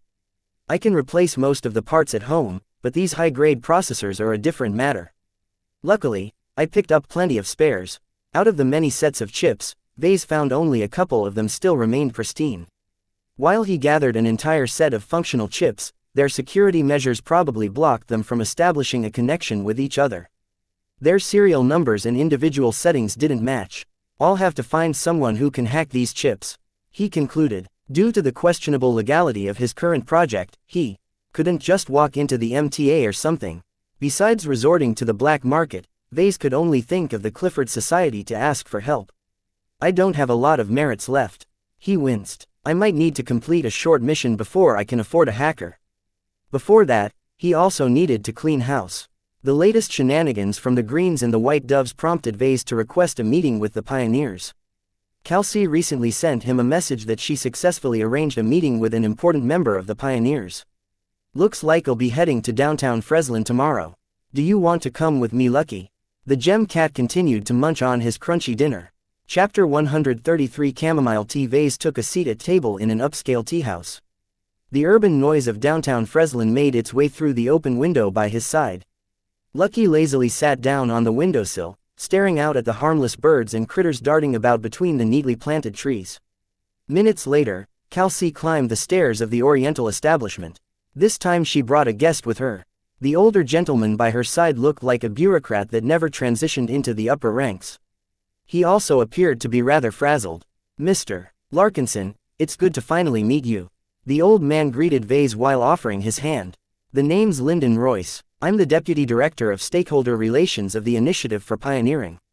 Mr. Royce basically schmoozed with every businessman or official who expressed interest in the Pioneers. Though Vase preferred to speak please like and follow the Cultivation Audiobooks channel with his boss, beggars couldn't be choosers. "You can call me Vase." "That's fine, just call me Lyndon. Before we get to business, let's order some tea, shall we?" Vase ordered a pot of fragrant chamomile tea. It was his mother's favorite tea. The smell of it brought happy memories of a simpler time to his mind. A fleeting smile appeared on his face before a bump from Lucky brought him back to the present. "That's a remarkable looking cat you've got there. Did you obtain it from the Carnegie Group?" "No, I had him for a while. Lucky here is an exclusive creation from an inventor from the New Rubarth Empire." In truth, Vase had no idea where the gem cat originally emerged. The young man merely name-dropped the notorious first-rate superstate in order to impress the deputy director. While Lyndon possessed enough self-control to keep his expression polite, a discreet bump from Lucky surreptitiously informed Vase of the man's excitement. After a minute of enjoying their tea, they finally decided to talk shop. "I've been hearing a lot about you from Kelsey lately." Lyndon gestured at the young woman sitting next to Vase. "She informed me that you have expressed interest in forging a closer relationship with the Initiative for Pioneering. While we welcome each and every citizen from Cloudy Curtain, I'd like to hear your own motivations for seeking us out." Vase already prepared an answer. "My Mech business is about to enter a rapid growth trajectory. The amount of credits and publicity that my business is about to generate can lead to an irrational response. I recently realized the importance of paying attention to politics. Compared to the hostile attitudes of the White Doves and the Greens, the Pioneers are the only people in town that doesn't treat businessmen like scum." "I understand where you are coming from, Vase. While Cloudy Curtain might appear to be a sleepy planet where nothing happens, the truth is that the Greens and White Doves are waging a daily war against the people. They are constantly advancing their heartless agendas in the Planetary Assembly. They have made their opinions of me very clear. While they have laid low for now, I don't doubt they are cooking something up to make it impossible for me to run my business in my home planet. Lyndon nodded and poured another cup of chamomile tea from the pot. There are signs that their coalition is about to advance a tax reform bill in the Assembly in order to address the persistent budget deficits. From what we've heard, the bill is proposing to raise taxes on arms manufacturing and heavy industry to up to 50%. What? Vase almost spilled his tea. 50% is even higher than Bentime's rate. The tax hikes won't fill up the holes in the annual budget at all. Instead, it will drive away every entrepreneur with a working brain. Without a healthy presence of business and commerce, Cloudy Curtain will slide further into backwardness. For a political neophyte, you are very astute in your predictions. Vase couldn't help that his increased intelligence dredged up what he learned in business class. Anyone can figure out the situation if they follow the news. Even if our planet's development doesn't matter to me, the tax rates still affect my business directly. It's impossible for me to make a living with such a murderous tax rate hanging over my head. Lyndon expressed his sympathies for Vase and elaborated on his own thoughts. Our planet has been settled for several hundred years, but what have we done since then? Our population has remained stagnant at only 20 million while vast swaths of land remain unused. I'm familiar with the facts. Our population growth has remained stagnant because our best and brightest always emigrate to better pastures. After a brief discussion about the backwardness of their home planet, Lyndon finally cut to the chase. It is great to hear your thoughts. We truly think alike, the old man complimented before adopting a stern face. Unfortunately, due to political concerns, it is not convenient for us to accept you into our fold. The refusal surprised Vase. After all, they had much in common. Is there a problem? There is. We've recently came across evidence that you have been keeping company with a rather unsavory element in our society. Walter's Whalers. Exactly. This time, Lyndon's expression changed into a frown. Perhaps you are not aware of the customs. That can be forgiven. Nevertheless, you should know that interacting with such gangs will only bring you momentary benefits. The Whalers will inevitably fall and be displaced by another gang. Your fate as a collaborator might also not be good. It is not your business to judge my relationship with the Whalers. They are the only power on this planet besides the MTA with a substantial mech force. As a mech designer and mech manufacturer, it is a given that we enter a mutually beneficial relationship. Walter's Whalers might be uncouth bastards, but they treated Vase with respect. Mr. Larkinson, I believe you are severely underestimating the risks involved with associating with the Whalers. Your opponents are aware of your relations and are afraid that you will take advantage of it. In fact, the Greens and the White Doves have already made some preparations if the situation devolves into open conflict. That is quite a warning you gave me. Vase replied as he tried to figure out the deputy director's goal. It is a pity that my bond with the Whalers is solid. It's impossible for me to break my relations with them, especially since they are the only friends I have who I can trust to lend a hand if my workshop is in danger. The worth of a mech workshop on their home planet trumped all other considerations. A genuine mech designer offered a lot of possible services to the Whalers, such as customizing their mechs or designing custom ones that fit their personal needs. Eventually, Lyndon backed down from his insistence and instead retrieved a secure data pad from his suit. He turned it on and placed it on the table next to the teapot. What's this? Vase asked as he grabbed the pad and scrolled through the contents. From what he saw, the pad contained a lot of documents and survey data of a couple of remote farms situated near the equator of the planet. Lyndon clasped his hands and smirked. Did you know that the Greens and the White Doves are the inheritors of the original pacifists who colonized our planet? They used to own the majority shares of the colony back when it was still a private business venture. They chose to settle on this planet because it offers the ideal environment to cultivate their own brand of luxury crops. So they're the ones behind the massive cloud rice farms. No wonder the Planetary Assembly favors agriculture so much. The Greens and the Doves are only interested in lining their own pockets. One of the most famous products Cloudy Curtain developed was a genetically modified type of highly nutritious rice. The seeds originated from the New Rubarth Empire, and ever since the founders of the Bright Republic settled in the Komodo Star sector, they tried and failed to cultivate this notoriously sensitive crop. Only after another round of modification could the crops be tentatively grown in Cloudy Curtain's temperate and stable climate. The two consortiums that grew and sold the puffy, delicious and nutritious rice branded it as Cloud Rice. It was the planet's #1 export, eclipsing many other specialty crops. When Vase stumbled upon a giant hole in the survey data, he stopped. Is there something special in the Kolms region? The Raleigh Consortium and the Leuven Consortium are the sole farming concerns with the rights to cultivate cloud rice. The relays favor the greens while the Leuvens are funding the white doves. They used to be one big family before they suddenly split a mere decade after settling the planet. You're not answering my question. Vase complained. What does this have to do with the survey data and the Kolms region? I am trying to provide you with some essential context, my friend, but very well, let's skip the history lesson. All you need to know is that despite their common roots, the relays and Leuvens are also rivals who are locked in a subtle struggle for dominance. So you could say that the consortiums and the groups that they are backing are frenemies. That is quite an apt description. Lyndon nodded. Thus, you can imagine our surprise when we found out that the company that operates in the restricted Kolms region is actually a joint venture between the two consortiums. That raised an eyebrow from Vase. For the two political and economic rivals to cooperate on a farming venture of all things indicated that the region hid something important. Vase looked at the earliest historical survey maps and noted that the Kolms region centered around a dormant volcano. The area around this volcano must be an exceptionally fertile plot of land. So what are you getting at? Don't you see? The Kolms region is of vital importance to the two consortiums. It might very well be the reason why their ancestors colonized this planet in the first place. The news that the original pacifists might have settled on a barren planet like Cloudy Curtain due to a single fertile plot roused his interest.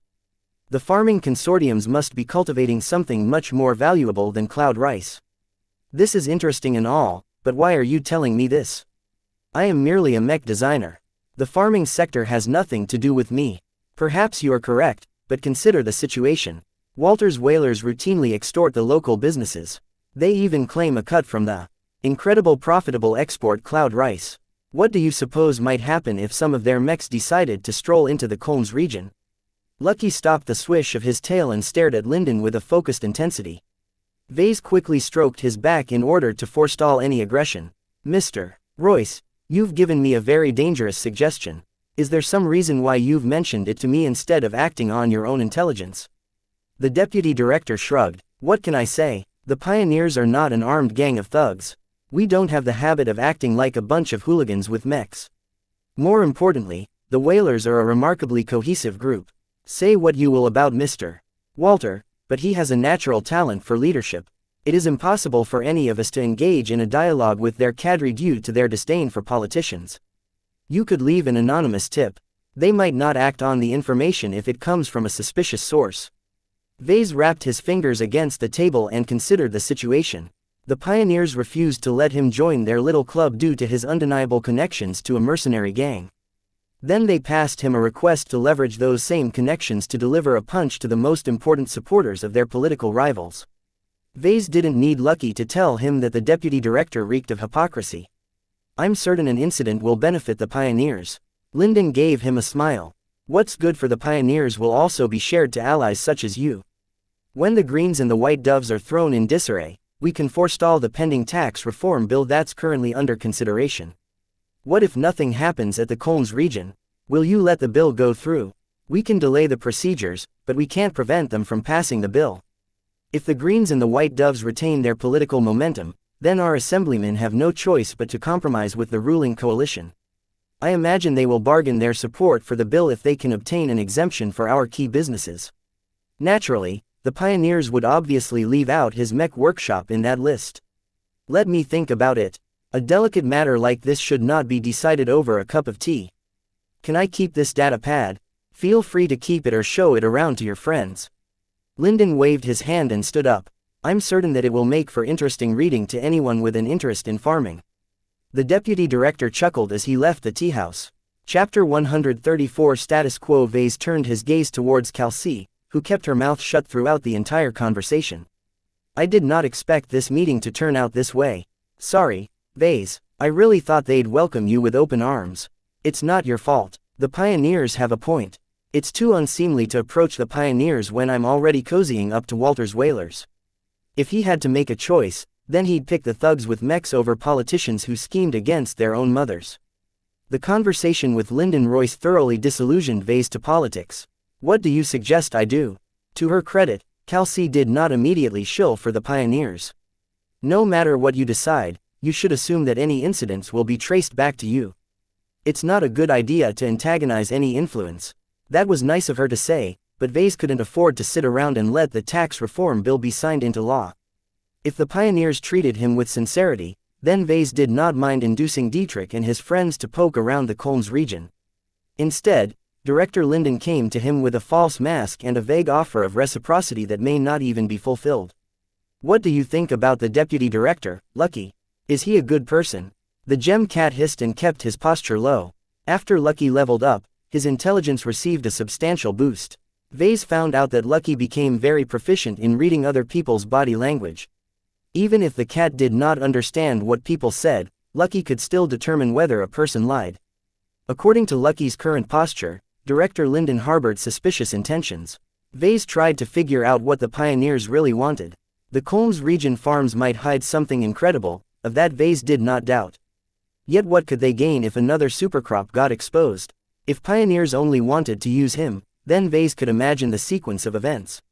Not only would an incident expose the consortium's secret project, it could also spark an open conflict between the ruling coalition and the gang. Such a fight might not be as one-sided as everyone thought. As the descendants of the original settlers, the Relays and Luvans must have spent a fortune entrenching their strategic assets. No matter who won, only the pioneers stood ready to receive the benefits. Vase closed his eyes and tried to calm his mind. The last thing he needed was to make an impulsive decision. First, he established his goal. "I want to operate my business without excessive interference from bureaucrats and politicians who have a bone to pick with me." The Greens and the White Doves were obviously hostile to him. The pioneers could best be described as a neutral bystander who is looking to pick up a bargain. They obviously had no intention of giving Vase a hand without getting something in return. Why did he have to enter this murky swamp and be forced to make deals with politicians? Kelsey, who still sat silently by his side, spoke up at that moment. "Mr. Larkinson, the problem that you are facing is coming from two fronts. First, your presence is clashing against the domestic interests of the White Doves and to a lesser extent the Greens. Perhaps on a good day the Greens can be bought off, but the Doves are intrinsically opposed to you." "Yes, I know that." "Then you should be aware that they normally don't move so quick with trying to push a tax reform bill through the Assembly. What you should really be focusing on is trying to stop the source of the latest initiatives." Vase buried his face in one of his hands. "You mean the power behind the scenes? If it's a power from the coalition, then it's a group I can touch. Perhaps not alone, but don't you have a big shot at Lemar behind your back? Why don't you ring her up and ask her to take care of whoever is trying to ruin your day?" His political advisor had a point. He obviously couldn't fight back against the foreign influence. As long as they remained, they could instigate many possible groups to turn against him. He wouldn't put it past them to make a deal with the pioneers. Vase hated the thought of giving up and crying to Horatio for help. When he stayed at Lemar, Vase got the impression that they prized independence. Even if the deck was stacked against him, a mech designer should always be resourceful enough to find a solution on his own. He failed. Despite his recent fame, his actual power amounted next to nothing. If Vase still happened to be a regular mech designer without any backing, his enemies might have already wiped him out. "Kelsey, yes, please prepare all the evidence you've gathered about the foreign influence that is meddling behind the scenes. It doesn't matter if you've only heard rumors, just include all of them in a single report. Be as accurate as possible and don't try to embellish the information in any way." "Can you do that for me?" "Ah, no problem, sir. I'll get right to it once I return to my apartment." The girl quickly left the tea house while Vase finished his last cup of tea. He stroked Lucky's back as he lamented his helplessness in the face of absolute power. Vase needed to find a way to close the power gap. "In the end, I'm still too young. I've only started designing mechs a half year ago. That's not enough time for me to accumulate a lot of wealth and influence." The mech designer system fueled his perverse growth. This allowed him to skip many inconveniences such as procuring his starting production licenses. The downside to this was that he lacked the time to build up a solid network of friends and backers who he could trust. He shook his head. "It's out of my hands now." Vase left the tea house and brought Lucky back to his workshop. After a day of waiting, Kelsey sent him a collection of files that detailed her investigation. He took the files and logged into the Clifford Society's virtual portal. He didn't bother descending down to the mountain range. Instead, He placed a call to Horatio and asked if he could come to the society for a talk. Master Olson's assistant appeared in front of Vase in a flash. "Good day, Vase. From your tone, you seem to be in a spot of trouble. Tell me what is bothering you." "It's like this." He started to explain his circumstances while handing over Kelsey's report. Vase made sure to mention that while he did not manage to obtain any solid proof, the instigators likely possessed more power than he could handle by himself. Horatio pursed his lips and gave Vase a measuring look. "It will take some time to corroborate your findings. I can tell you right now that we will step in if it turns out someone from the coalition is targeting you. There are certain rules that coalition partners have to abide to. It's bad news for everyone if someone breaks the rules. Maybe the instigators are hoping they can take advantage of the galaxy-wide unrest. That is a foolish decision. Our resources aren't strained to the point where we can neglect the safety of our fellow mech designers. Don't forget that you have been chosen by Carmen to inherit some of her legacy." After Horatio finished giving him some assurances, he disappeared in a wink. Vase stretched his arms and looked down upon the mountain range like a god. The illusion of looking down upon the material world buoyed his spirits a little. "One day, I will float among the clouds and own all that is within my grasp." He exited the society and resumed tinkering with the Dortmund parts. He carefully cleaned and polished some of the more worn-out parts and brought them to their prime condition. Once the recyclers sent back the salvaged materials, Vase could proceed to supplement the missing parts. "The processors are still a huge problem. I'm not a cyber specialist. Unless I divert lots of DP into bringing up my cyber skills, I'll have to hire someone else to do the job." 3 days later, Horatio called him on his comm. After putting up his privacy shield, he accepted the call. "You were correct to bring this matter to our attention." Horatio started, and sent him back some files that detailed their own findings. "The Gage dynasty recklessly extended their reach within our sphere of influence. The haste in their actions made it obvious that it was not a sanctioned operation." Vase skimmed over the documents and recognized the most prominent name. "I knew it. That bastard Carter never let me out of his sights." He remembered how the most dominant mech designer in the entire competition lost in a humiliating fashion. Carter's assigned pilot completely dominated Lovejoy's swordsman Mech with a ridiculous flying heavy mech. Instead of going for the kill, the enemy pilot showed off, leaving his mech open to a desperate sword throw that eventually brought the lumbering machine down. "There's no cause for worry, Vase. Carmen has personally rebuked the dynasty and forced them to withdraw their agents in your republic. Our own agents are still keeping watch on you. A master has to maintain their dignity. So long as you remain Carmen's apprentice, we will not allow her enemies to lay a hand on you." Vase took note of Horatio's careful wording. "So you won't be taking care of my domestic opposition then? I'm still in a pickle even if you've put the wind out of the sails. A mech designer who remains vulnerable to the whims of others is not worth investing in. Prove your own value by showing us your resilience. What if I don't make it? You are hardly facing a life-threatening crisis. No one has forced you to base your startup on a rural planet with a government that is hostile to arms manufacturing. At worst, they'll just drive you away. Isn't there a nearby port system with a healthy mech industry? Perhaps you should consider moving early." The discussion ended after Horatio finished admonishing Vase. His senior did not hold back in questioning the junior's decisions. Vase had to admit that Horatio had a point. He basically disrupted Cloudy Curtain's status quo by starting up a mech business on a peaceful planet. That didn't mean that Vase was ready to throw in the towel. "Bentime is too much of a snake pit. Without any reliable backing, all the gangs, cartels and ruthless competitors will gobble me up. At least I have Dietrich will pick up my calls if I remain on this planet." Though Vase appreciated Horatio's help, he still believed he made the right choices. He always dreamed about growing his business into a major mech manufacturer from the home planet of his father. After going through Horatio's intelligence documents, Vase picked a couple of pages and sent them on to Kelsey. He followed up with a short message telling her to come up with a plan to stop the tax reform bill from passing in the assembly.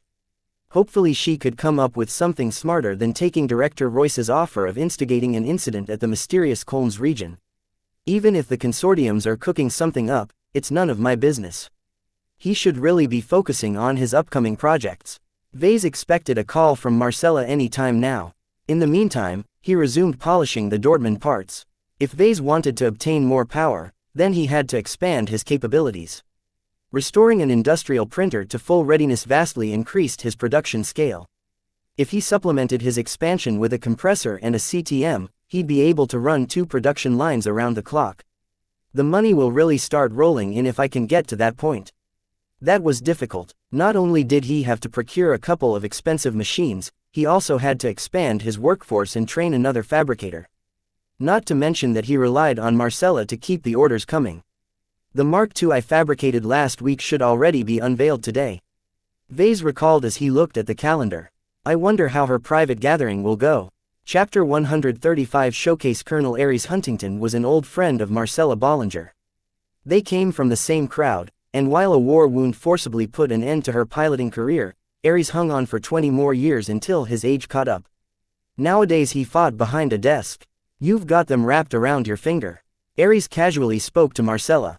They both stood on a ramp overlooking an empty training ground. A handful of men waited their turn to pilot the Mark Antony Mark II. A couple of other guests impatiently hopped in the simulator pods in order to experience the virtual version of the novel Mech. It couldn't be helped. The first unveiling of the Mark II proceeded in a dramatic fashion as Marcella brought the guests inside a darkened stable and slowly revealed the Mech. Its iconic red vapor crest lighted up first. Other lights revealed its masculine contours, which included its heavy shield and its shoulder launchers. Marcella knew her crowd. The Mark II explicitly appealed to the primal part of a human male.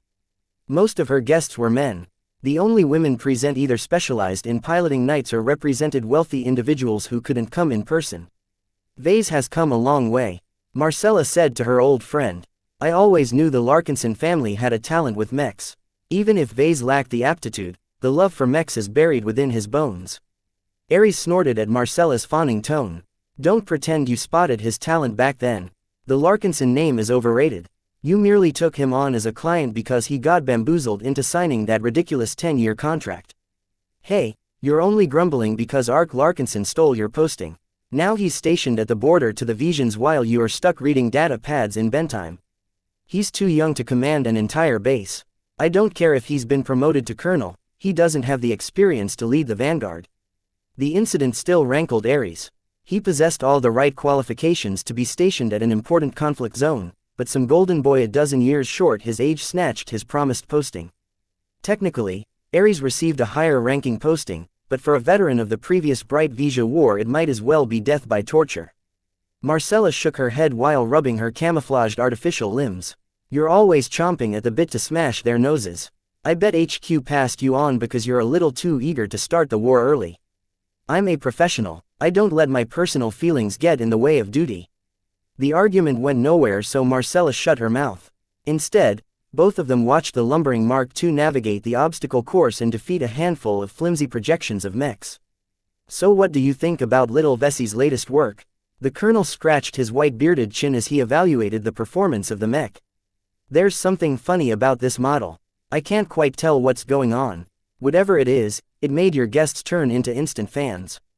The Mech broker cleverly prefaced the first 10 minutes of the gathering with teases and snippets of simulated combat footage. They all highlighted the as of yet unannounced Mech in its best light.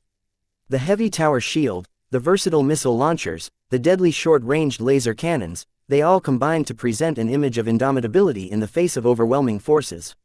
Of course, Marcella conveniently left out the Mark II's less than flattering features, such as its mass-production quality armor system and its flash-in-the-pan endurance. If you want to know what's special about the Mark II, then go watch the duels over there. The projections that showed the virtual Mark IIs in action conveyed every duel and battle scenario in visceral detail. At one side, a pair of Mark IIs stood side by side leading the charge against an enemy fortified position.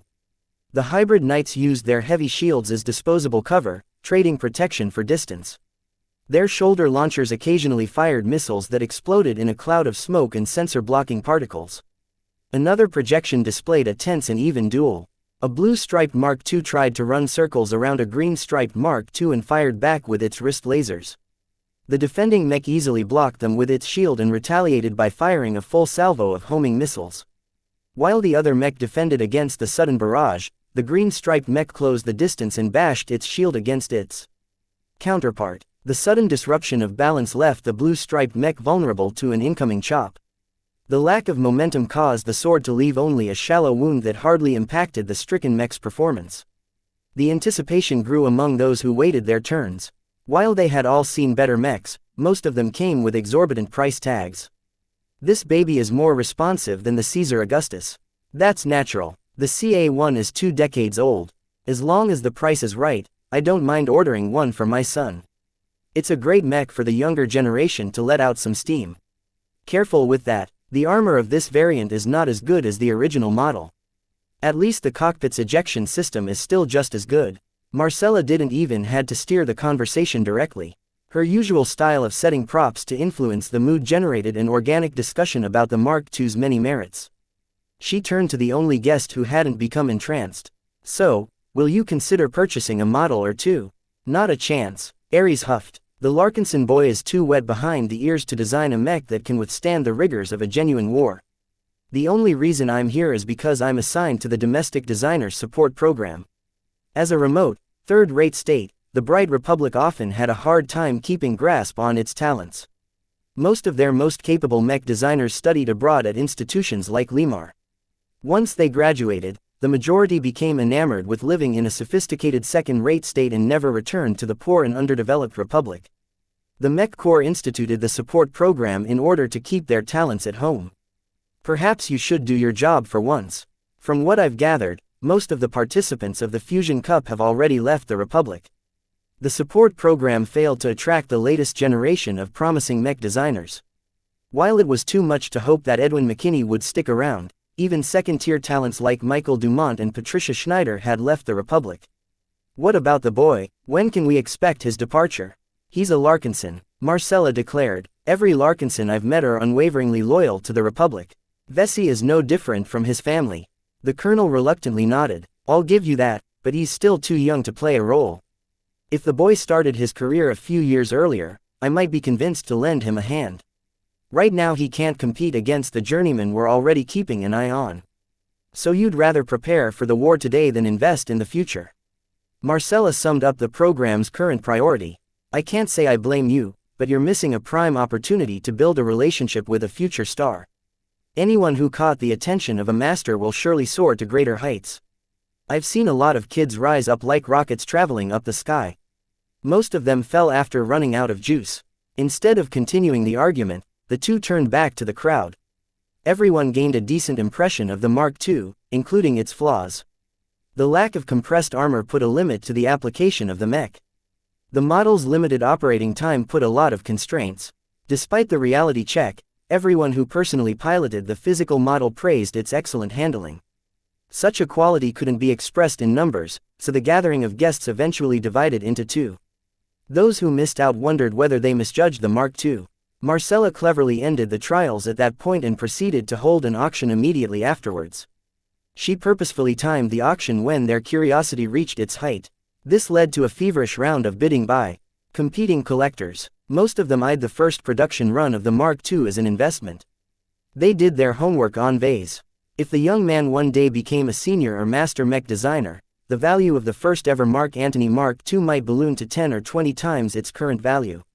Thus, a feverish round of bidding followed until a logistics magnate bagged the mech for a whopping 42 million credits. Many collectors applauded the profligate fellow even as they thought he spent too much. The hobbyists and professionals among the crowd collected lots of mechs in order to increase the odds of a lucky strike. As long as they controlled their spending, they stood to make a handsome profit. After the collectors had their fill of the auction, Marcella began to peddle the model in earnest. She offered an exclusive price of 32 million credits for a gold label mech, which deterred many of the guests. The mech broker ignored the doubters and worked to lock down orders from the small crowd who fell in love with the Mark II. She pursued a deliberate strategy of maximizing the gold label's profit margin. Vase already told her that he lacked the time to fabricate a large number of gold label mechs. Marcella limited the maximum demand for the product by quoting a price. The relatively high price also set a psychological floor to the model's expected value. When Marcella eventually unveiled the silver label model, she could still make a handsome profit even if she charged a couple of million credits less. She expected to earn a lot more revenue by selling lots of silver label mechs. Ares approached Marcella once she finished taking orders. Her assistants already approached her customers in order to hammer out the details. According to the contract she signed with Vase, she was allowed to offer additional options such as insurance or repair services. They represented a major source of revenue to Marcella because she didn't have to share the earnings with Vase. It was one of the many ways she sneaked an additional benefit past her inexperienced partner. How many suckers have you reeled in? 8, which is quite a good haul. After all, Vase is not even a year into his career. Convincing 8 adults to fork over their money for an untested product isn't easy. I suppose your marketing tricks have nothing to do with it, right? Aries cheekily pointed out. Whatever, I've got a shuttle to catch and another meeting to attend. I wish you both the best of luck. Thanks, Aries. A lot of guests already started leaving now that the party had ended. Marcella stuck around to supervise the immediate handover of the first production mech. Both the model and the client deserved special attention. She kept a vigilant eye to the proceedings. Marcella tallied her earning at the end of the day. She made over 60 million credits from her cut alone. She earned an additional 20 million from the services she pushed. After subtracting her expenses, she still retained a third of the total sum. Compared to her other commissions, she called herself lucky if she managed to hold on to a fifth of her earnings. The good times are about to start, she whispered to herself. More than anyone else, Marcella looked forward to the outbreak of war. As a veteran, experienced the horrors of a protracted conflict. The wars between the Bright Republic and the Vija Kingdom usually amounted to a long and arduous battle of attrition. Mech brokers like Marcella happened to love these lengthy and destructive wars. More battles meant more attrition. More attrition meant a greater demand for mechs. Even if the mech corps drafted the majority of Marcella's suppliers she still expected the demand for ready-made mechs to soar. Chapter 136 Convoy Service. When Vase finally heard back from Marcella, he turned to Lucky, who rested on the couch. Am I hearing this right? Lucky batted his paw at him for disturbing his nap time. The lazy cat hadn't bothered to give his opinion. As long as the minerals kept coming, the animal was content. His bank sent him a notification a few minutes later. Vase truly had to admit his broker kept her promises. His first production mech auctioned for an incredible sum of 42 million credits. This amounted to a gross profits of 15.6 million credits. Such a profit from a single sale was truly perverse. He quickly received confirmation from the system as well by depositing 42 DP into his stagnant pool. It was a drop in the ocean compared to the earnings of his latest virtual mech, but every little bit helped. What amazed Vase even more was that Marcella managed to draw out 8 subsequent orders at the same event. Due to a lack of capital, he demanded his clients to pay a deposit up front in order to afford the resources required to fabricate the mechs. With such an onerous requirement, Marcella still managed to open the wallets of 8 different people. Vase glanced at the list of customers. 6 of them were registered as mercenaries while only 2 appeared to be collectors. This meant that his mechs would certainly be employed in battle. A solid track record helped much to enhance the value of his Mark II. After he finally came down from his excitement, Vase prepared his largest set of orders to date. First, he had to procure around 144 million credits worth of raw materials. If anything happened to this huge batch of resources, he might as well declare bankruptcy. I'll have to start looking for insurance, he quickly decided. A quick search revealed that Sanyal Ablin happened to be one of the major insurance vendors on the planet. They not only insured bulk transport shipments, they also offered an armed convoy service for especially valuable shipments. Anyone who contracted the convoy service naturally received a generous insurance quote. Since he already contracted SAS to secure his workshop, he might as well inquire about their insurance policies. Vase called Robbins calm. She picked up after 2 minutes of waiting. Sorry about that, Mr. Larkinson, I had to finalize a business deal. How may I help you? I'm about to receive a huge shipment of materials. He started, then explained his upcoming schedule. Miss Robin quickly got the picture. I see, you have come to the right place to secure your shipments. Let me explain our products. SAS offered various insurance policies. The cheapest policy only insured a fixed number of shipments, which was great for short-term business ventures. It also added up to a significant amount of money if renewed. Those who wanted to insure their interstellar shipments for the long haul contracted their annual policies. Vase favored this kind of service because Vase only had to pay a fixed amount per year for a certain amount of shipments. If the amount or value of his shipment exceeded a certain threshold, the insurance policy automatically adjusted its annual rate. It made for a convenient and predictable expense. We highly recommend you combine our annual insurance with our convoy service. The woman added, Shipments throughout the Republic has suffered from a marked increase in pirate attacks. Major mech shipments have become their prime targets. He furrowed his brows. That sounded really bad news to Vase, especially since he frequently shipped his goods back and forth. How does it look like and what will it cost? Our security company runs a network of armed convoys throughout the entire Republic. Combined with an annual insurance policy, your business will be able to benefit from our convoy service at a preferential rate of 10 million credits a year. This rate will only apply as long as the total market value of your shipments is lower than 1 billion credits a year. Vase did a quick search on the galactic net. Prices for convoy services diverged quite a bit, but SAS enjoyed a good reputation. They charged twice as much and the costs ramped up faster if the trade volume increased, but their impeccable safety record was a testament on how they took their shipments seriously. Our regular convoy service from Cloudy Curtain to Bentheim and back runs a fixed schedule of 8 days per circuit. Among our customers are the famous Raleigh and Leuven consortiums. They entrust their valuable shipments of cloud rice and other luxury crops to our secure convoys. We have never let any of their shipments go astray. My shipments will join their convoy if I sign up. That will likely be the case. Robin nodded. Considering the nature of your business, it will be sufficient to tack on an extra transport to the existing convoy whenever you send or receive a large number of goods. Smaller shipments such as a single mech can be squeezed in the cargo hold of a regular grain transport.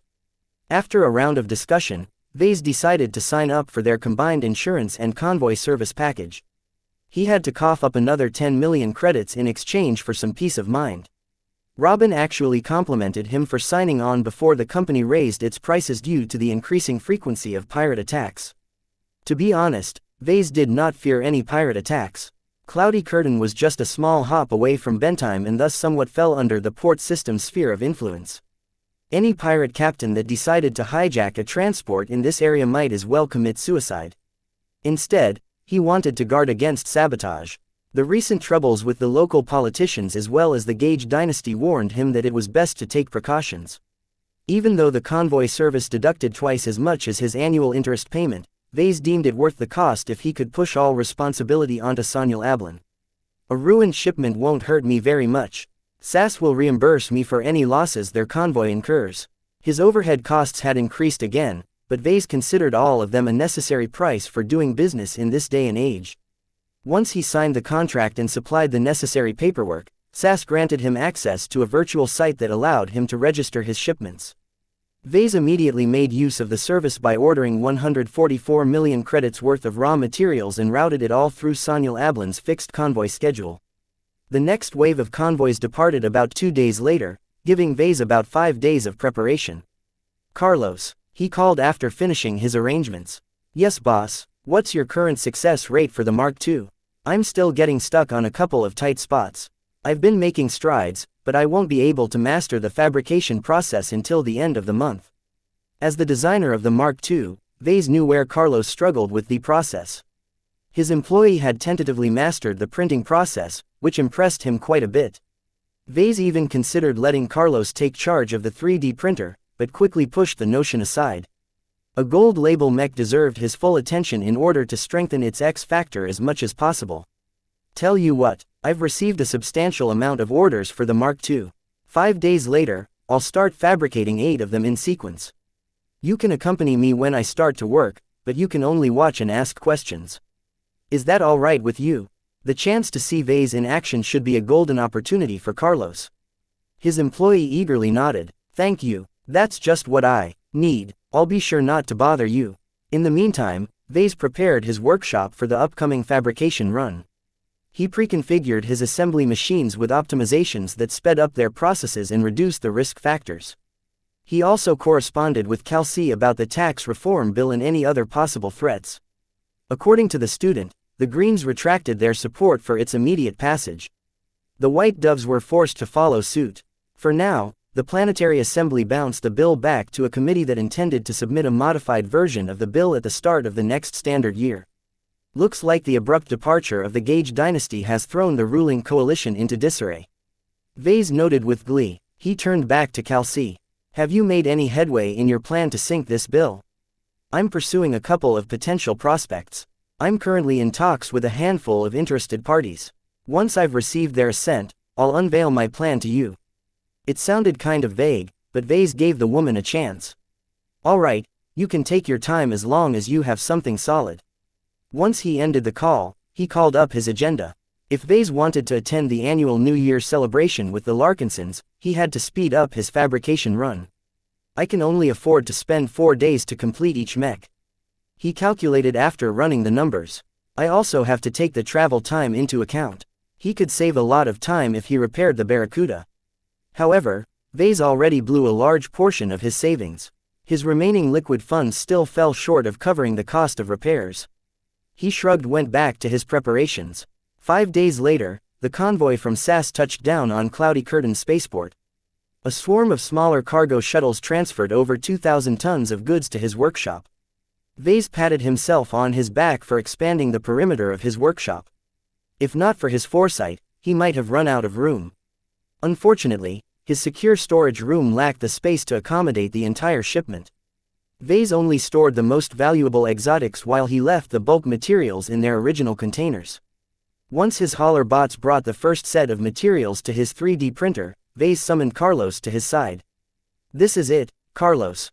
I'll be demonstrating the fabrication process to you. If you can't figure out the methods to tackle those tight spots you mentioned, then you can go back to bedtime. Don't worry boss, I'll be paying a lot of attention. Can I record your work? I'd rather not, Vase immediately replied. Though SAS constantly monitored him through their security systems, he wished to minimize the risk of exposing the X factor. Watch with your mind, not with your eyes. Don't try to memorize my routines through rote learning. You're going to have an awful time if you don't understand the underlying thoughts of my actions. Carlos nodded as he appeared to understand the point. So I should be asking questions instead. That's right, but don't disturb me while I'm at work. I'd hate to ruin a batch worth millions of credits if you happen to pull me out of my zone. As Vase intended to go back to focusing on 3 different images at once, he quickly came up with an excuse. Whenever I fabricate, I easily get sucked into my work. It's fine as long as you don't bump into me. I'll be taking regular breaks between my hour-long fabrication sessions. Feel free to ask your questions during my pauses.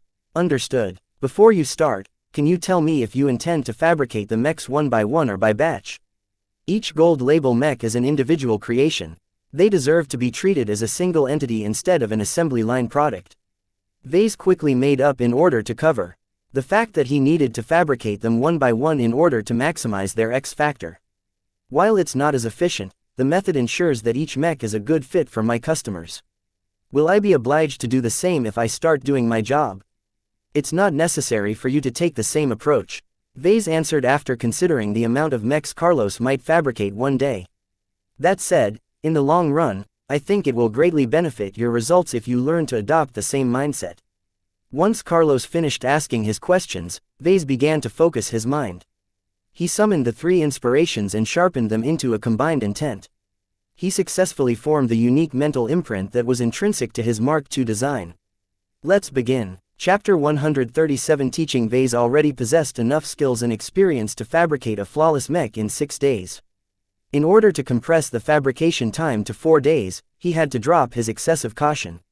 He stopped double-checking and triple-checking most of his routine work and only slowed down when he reached a difficult phase. His previous experience along with his ample preparations smoothed out his efforts to speed up his work. He already formulated standard set of responses to any problems he'd likely be facing. Watch carefully now, Vase instructed his attentive employee.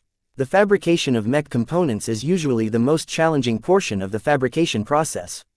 The Mark Antony Mark II and the Caesar Augustus it's based upon are anomalies because their assembly phases are hellishly difficult. That does not reduce the difficulty of printing the parts. Carlos raised his hand. I can't help but notice that you haven't stockpiled a lot of spare materials. Are you that confident you won't slip up? I am. As my own design, I'm perfectly aware of my limits. It's not too challenging for me to fabricate my design without any faults. I hope you can reach this point in the future. Actually, Vase intended to build a stockpile of commonly used resources once he finished the current production run. While he still had millions of credits to spare, he preferred to leave his savings alone unless an emergency came up. Alright, I'll be starting now. I have devoted my complete attention to my work, so don't bump into me or anything. Working with an audience took some time for Vase to get used to. He behaved a bit more self-consciously, which led to a couple of slip-ups. Fortunately, he managed to recover quickly and limit the damage. Every hour, Vase took a break to relax his mind. This was where Carlos finally came into being by asking a lot of questions. His employee brimmed with questions that overflowed as soon as Vase took a break. Why do you slow down at that part? What is the purpose of? Can you tell me why you? Answering the questions was oddly beneficial to Vase. Before, he always worked alone, so he always internalized his approach. Now that Carlos kept digging into his methods, Vase had to package them into an existing theoretical framework and explain them using logic instead of intuition. It provided Vase with the opportunity to revise his own choices. It also allowed him to address his shortcomings when he came up short. He couldn't simply say that he chose to apply a solution because of his gut feeling. He also declined to mention that he drew a lot of his knowledge from the skills that the system directly implanted into his brain. Thus, when Vase answered the questions in a seriously, he gained a lot of insights into his own habits. He gained a new appreciation for teaching now that he benefited from it as much as his pupil. The fabrication of components went without a hitch, though he took half a day extra to complete the process. He didn't expect to devote so much time explaining his methods. Another variable that extended his breaks was that Lucky started to nag for attention. He constant shop talk and focused work left Vase with little time to play with his gem cat. The little bugger started to feel neglected, so he often dropped by when Vase put down his work. That's a really smart AI. Carlos complimented him when he noticed that Lucky never disrupted Vase when he was operating the machines. I wish I had one. Where did you buy this model? I didn't buy him, he's a present from my dad. I think he got it from the new Rubarth Empire, but I'm not sure. He's fairly unique I think, so don't expect to get a pet as good as this one. The cat cheekily yelled at Carlos before he went back to hugging Vase. It was as if the cat showed off its intelligence before it went back to claiming his owner's lap. Lucky also regularly patrolled the grounds. Even if Sass already did a great job in securing the premises of his workshop, the cat still sniffed around as if he owned the place. In the meantime, work continued. Once he finished fabricating all of the parts, Vase started assembling them into a single machine. The start of it went easy. Even Carlos could put together the internal frame and the core components without a single slip-up. The problem began when Vase reached the stage where he had to build up the internals. Even if he completely revised the architecture, the complexity of using 3 different weapon systems as well as large-sized components left little space for anything else. It required a delicate touch in order to squeeze some parts in the right places. Nonetheless, Vase managed to thread the needle again and again. It helped that he already removed the most problematic needles, leaving only those with wide enough openings. Even Carlos appeared impressed. The way you work the controls are so smooth. You're not only precise, but you're fast as well. I can watch you repeat that phase 100 times and I still won't get bored. That's the benefit to designing your own mech. You can build it up in a way that suits your skills. The goal of designing your mech should be to maximize the performance while minimizing its complexity. Oftentimes, you have to make a decision between the two. The more capable mech designers are still able to cope with the complexity that's necessary to elevate their designs. So an inexperienced mech designer like me could still design a variant like yours, right?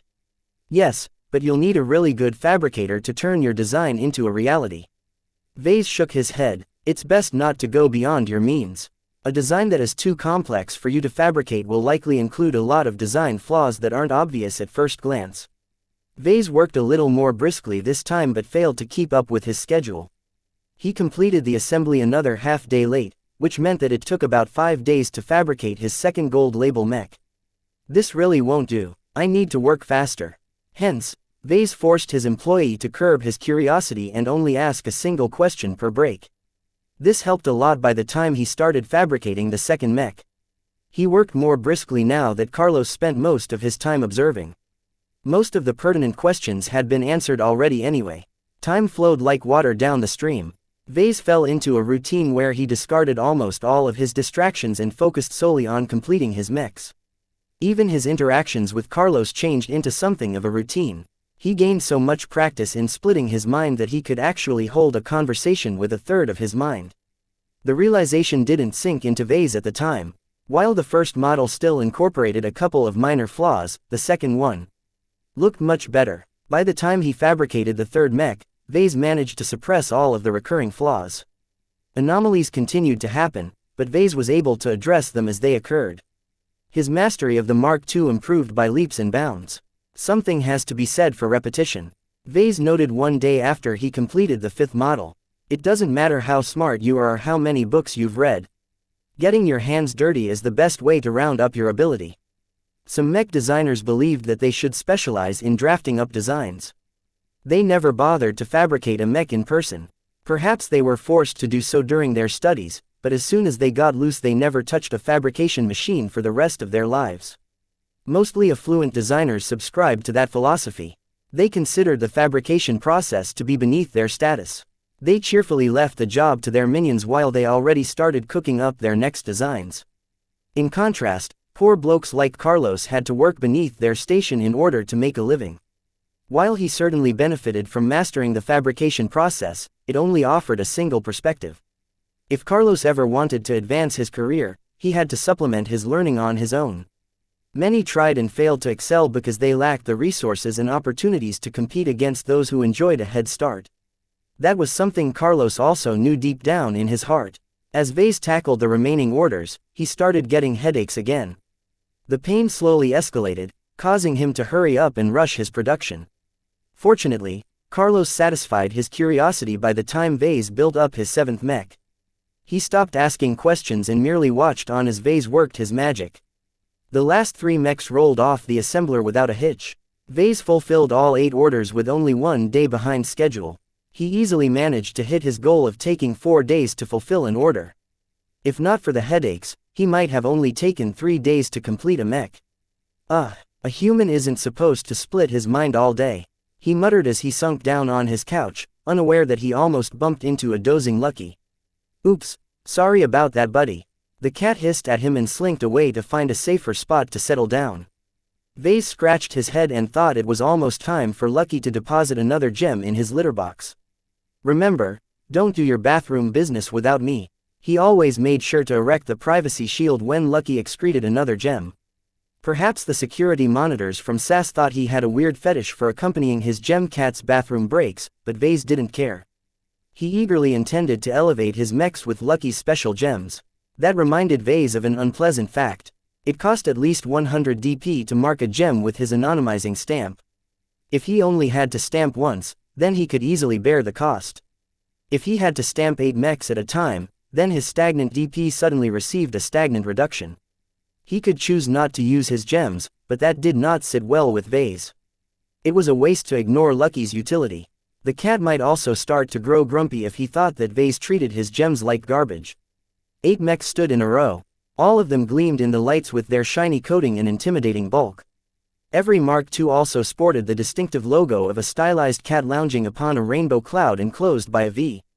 Seeing all of them together side by side hammered home to Vase that he had finally become a true mech manufacturer. Gosh, you're incredible, you know that, Carlos complimented as he became entranced by the sight. It's too bad these mechs are destined to split up. I can't imagine how awesome it would be if all 8 of these mechs are deployed as a single squad. This was the first time Vase put 8 identical mechs together. The X factor that emanated from each of them melded together in a single entity that almost came alive. The amplified waves affected Carlos even if he couldn't put his feelings into words. It's a shame indeed, Vase replied. He wished he could keep the mechs in place and study the effects in greater detail. In the end, we don't own these mechs. As much as we'd like to treat our creations as our own, we have to keep in mind that others have already paid for it. Mechs can only be treated right if they fulfill their purpose. With that in mind, Vase calmly initiated the handoff procedure for all 8 mechs. He first sent them to the MTA for certification. Since he personally fabricated each of the models with sufficient care, they should be able to pass the inspections. He therefore scheduled enough slots for 8 packaged mechs in the next convoy to Bentheim. 5 days later, the mechs should arrive at Bentheim. Marcella can take over from there. He immediately booked a first-class ticket on a reputable passenger liner to the capital system of the Republic. Though Vase wanted to wait and receive his payment for delivering the mechs, he had to leave immediately if he wanted to attend the annual Larkinson gathering in Rittersberg. Before he departed for his trip, Vase made some arrangements for his absence. He first instructed Carlos to continue to practice his fabrication skills. Vase expected his employee to start earning his keep by the time the new year dawned. Don't worry, Vase. You've given me a lot of answers. I've got a solid direction on how to improve. Even Carlos felt bad for spending his first months under Vase as a freeloader. He eagerly wished to prove his worth and start earning his paycheck. As for Calcie, she still worked on a plan. Vase merely informed her to keep him updated as he left for Rittersburg. He wanted to know the instant the ruling coalition wanted to take advantage of his absence by pulling a stunt. You don't have to worry about that, boss. The Planetary Assembly and the City Council are both in recess. Even politicians have to go home to accompany their families. Huh, you could have fooled me.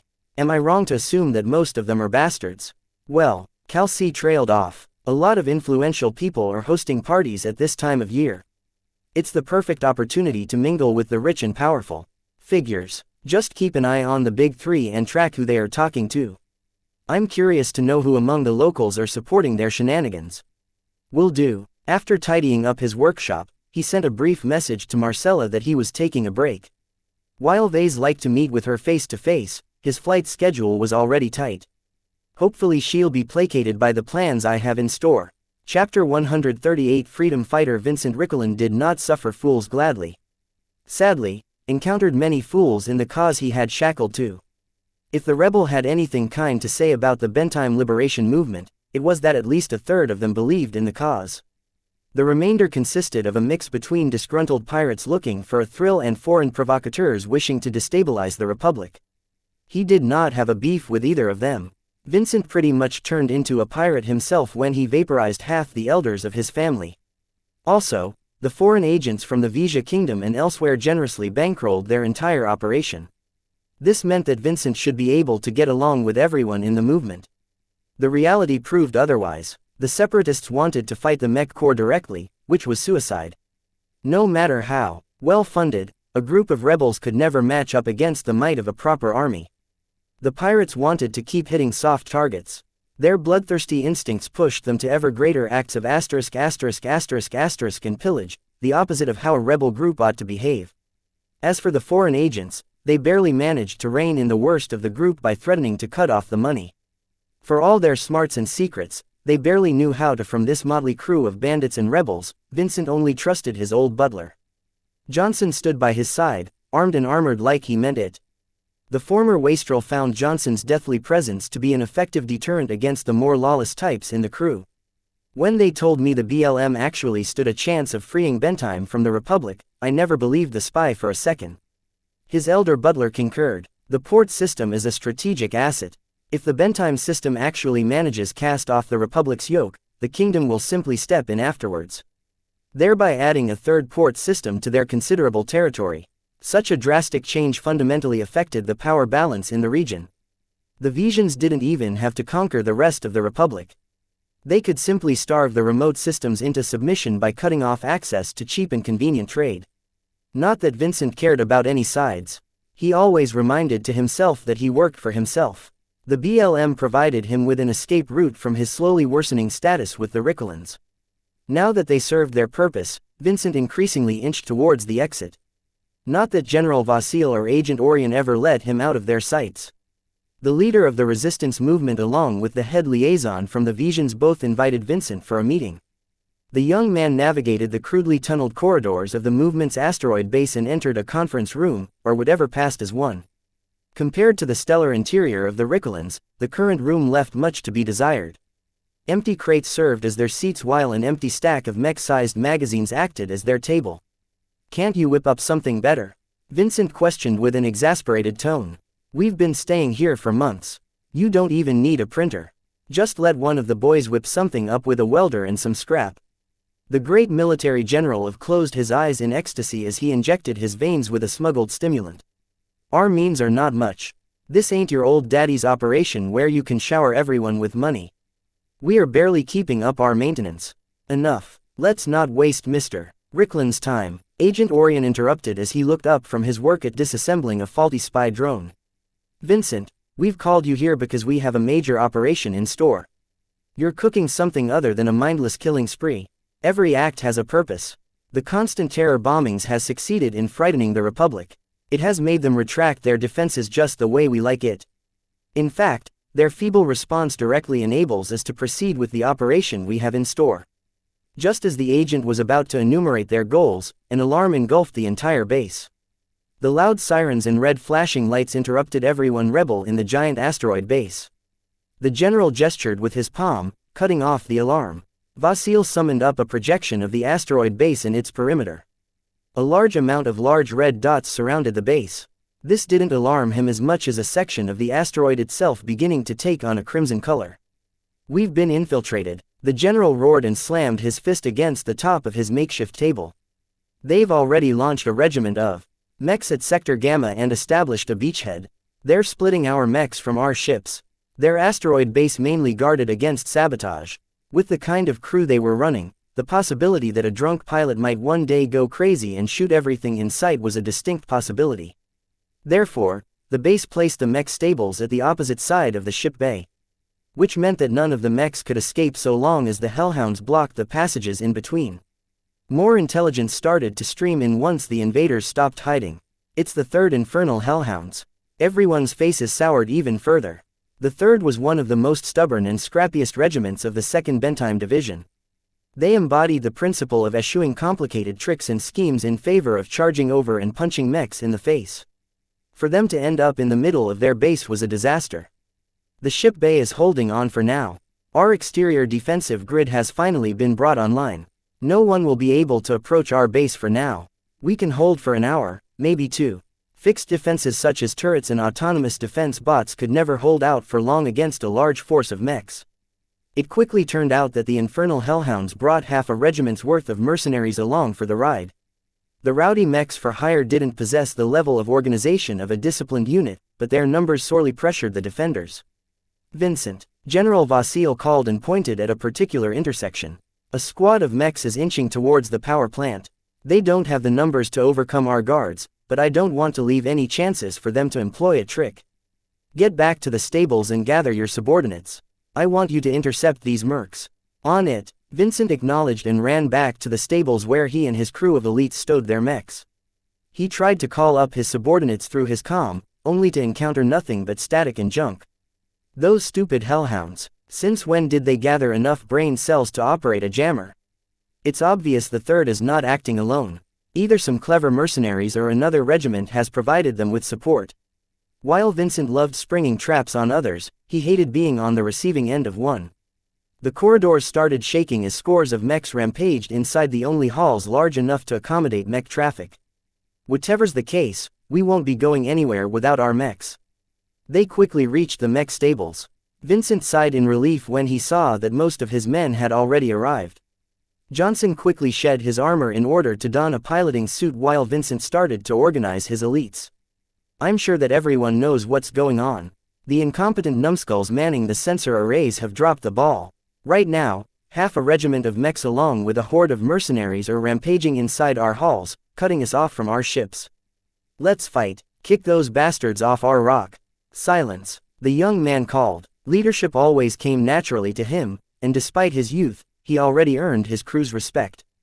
The general has given his orders. A band of mercs are crawling towards the power plant. I won't tell you what will happen if our base loses power.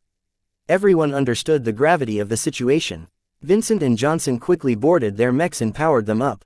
While Johnson piloted a fairly average rifleman provided by the movement, Vincent still clung on to his flamboyant Mark Antony. Months of campaigning had tarnished its armor. Nothing remained of its glorious light scheme. Despite its battered state, most of the damage was cosmetic. "Move out." An eclectic mix of 7 mechs followed Vincent's hybrid knight as they traveled to the power plant. They neared one of the hot zones but avoided the thick of it as they slinked off to the deepest part of the asteroid. The sounds of battle and death slowly faded as they traversed a desolate tunnel. Vincent silently cursed as he considered the chances of making it out alive. A noted terrorist and murderer like him expected no clemency from the mech corps. The falling debris and the gradual collapse of the base echoed the state of the resistance movement. A combination of attrition and lack of cohesion slowly broke apart the BLM. Vincent wouldn't be surprised to find out that a couple of traitors emerged from their ranks. How else could their sensors miss the approach of an entire regiment? A light mech in front of Vincent suddenly jerked. "Detecting heat signatures in front of us." "How many? 6 or 7, I'm not too sure. They're mostly mediums. We outnumber them." "That's good." They must have detected our approach as well, so there's no need to sneak around. Stick to a tight formation and unleash hell. With Vincent's sturdy knight at the fore, they stormed inside a large and open cargo hold. Due to the lack of supplies, the hold never filled up to capacity. Only a handful of isolated containers lay forgotten in the cavern. The lack of cover allowed both sides to peek at their opponents. "Hello there, Vincent," the pilot of a distinctive mech called out. "I've been expecting your arrival for a while now." A mech that sported almost the same contours as Vincent's waited at the other side. The young rebel leader grew alarmed. "Who are you?" "You can call me Captain Carruthers, the bounty hunter. No wonder you've managed to track me down." The infernal hellhounds couldn't find their own tails with their own noses. The two owned the only physical copies of the Mark Antony Mark I. The similarities between the two mechs caused their teammates to halt in confusion. In the meantime, the two mech pilots continued to chat. "Does your mech hitch up when you overuse your wrist lasers?" Carruthers asked. "Yeah, it does. According to the technicians, the overheating easily disrupts the channels that feed into the engine. It's too easy to forget your limits when you keep blasting your lasers. I see you've stuck to the original mace." The codpiece sporting mech hefted its heavy mace and took a heavy swing with it. "I've tried out a couple of swords, but I'm no good with them. I prefer the weight of a mace." They brought their mechs to readiness once they finished talking about their mechs. The Phoenix Cry readied its sword while Vincent's tarnished mech held up its heavy tower shield. "Boss, I've got them in my sight. Just say the word and I'll pump them full of lasers." "Stop, this is between me and him," Vincent declared as his mech gestured them away. "Back off and don't get in my way. This rotten merc is only here for me." Both sides understood that a full-blown battle could quickly spin out of control. While the rebels had numbers on their side, the mercs sported pristine mechs. A fight to the death could quickly turn ugly for both sides. "Are you ready, kid?" Carruthers asked while his mech flourished its sword. "Don't call me a kid, old man." Vincent blazed forth with his mech with its launchers disgorging its payload of rockets. While the sudden strike caught the bounty hunter off guard, Carruthers quickly reacted by bracing the Phoenix Cry's shield. Many of the unguided rockets went wide, but at least half of them impacted the shield in a constant stutter of explosions. The rockets packed a lot of punch and easily chewed through half the layers of Carruthers' shield. The pounding mace attack that followed further stressed the remaining layers. Instead of disengaging, the Phoenix Cry pushed forwards and stabbed forward with its sword.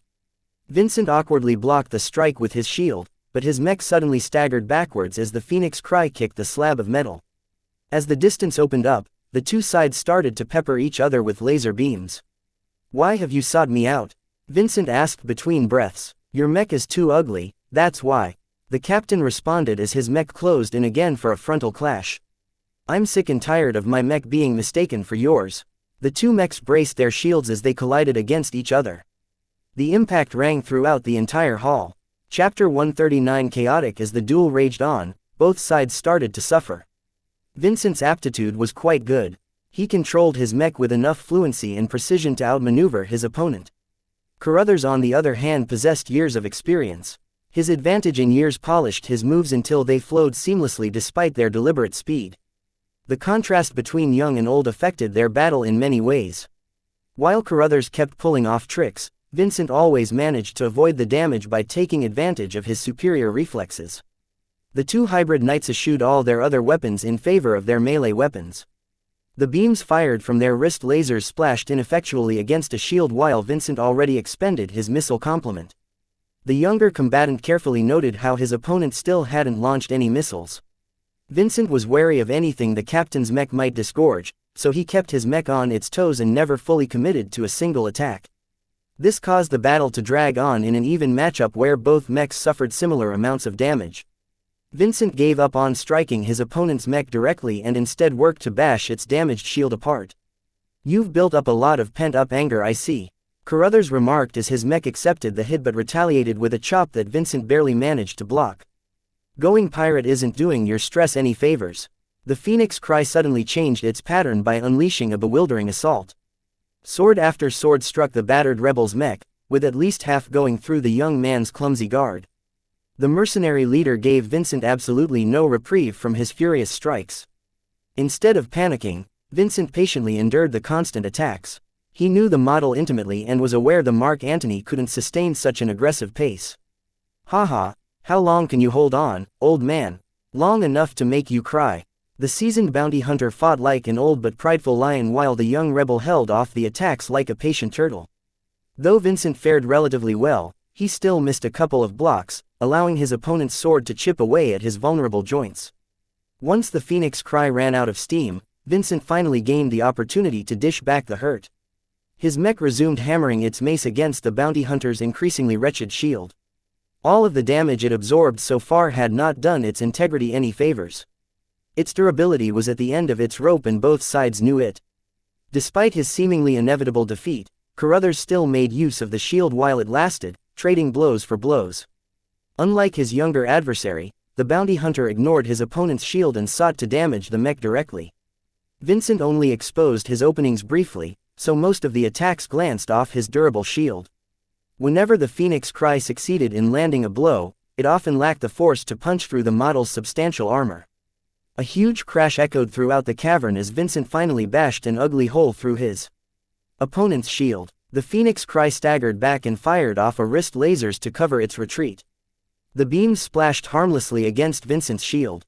The younger pilot ignored the lasers knowing that a hybrid knight like his own could take it.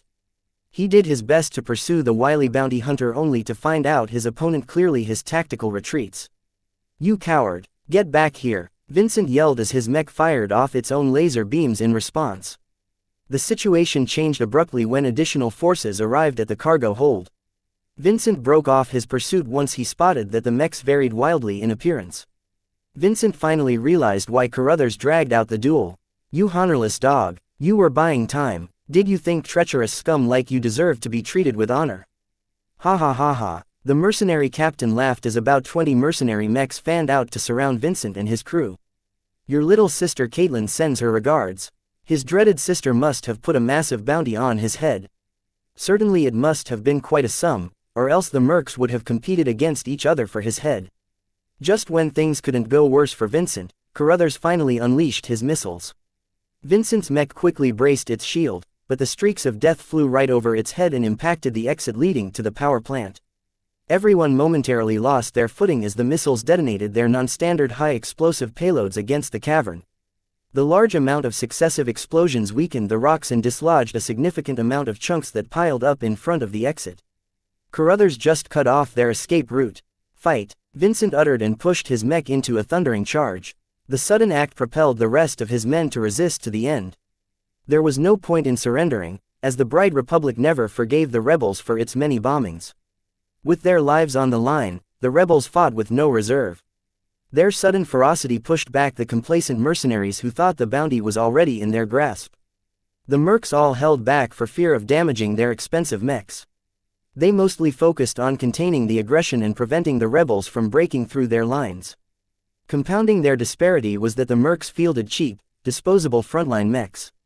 Most of these mechs lacked the flexibility of a regular humanoid mech due to the absence of fully articulated arms and specialized shapes. One such mech looked like a walking gun platform. The crude-looking mech sported twin ballistic cannon barrels instead of fully articulated arms, and it also lacked a head entirely. The sensors and many other essential systems had been integrated in its large barrel-shaped torso.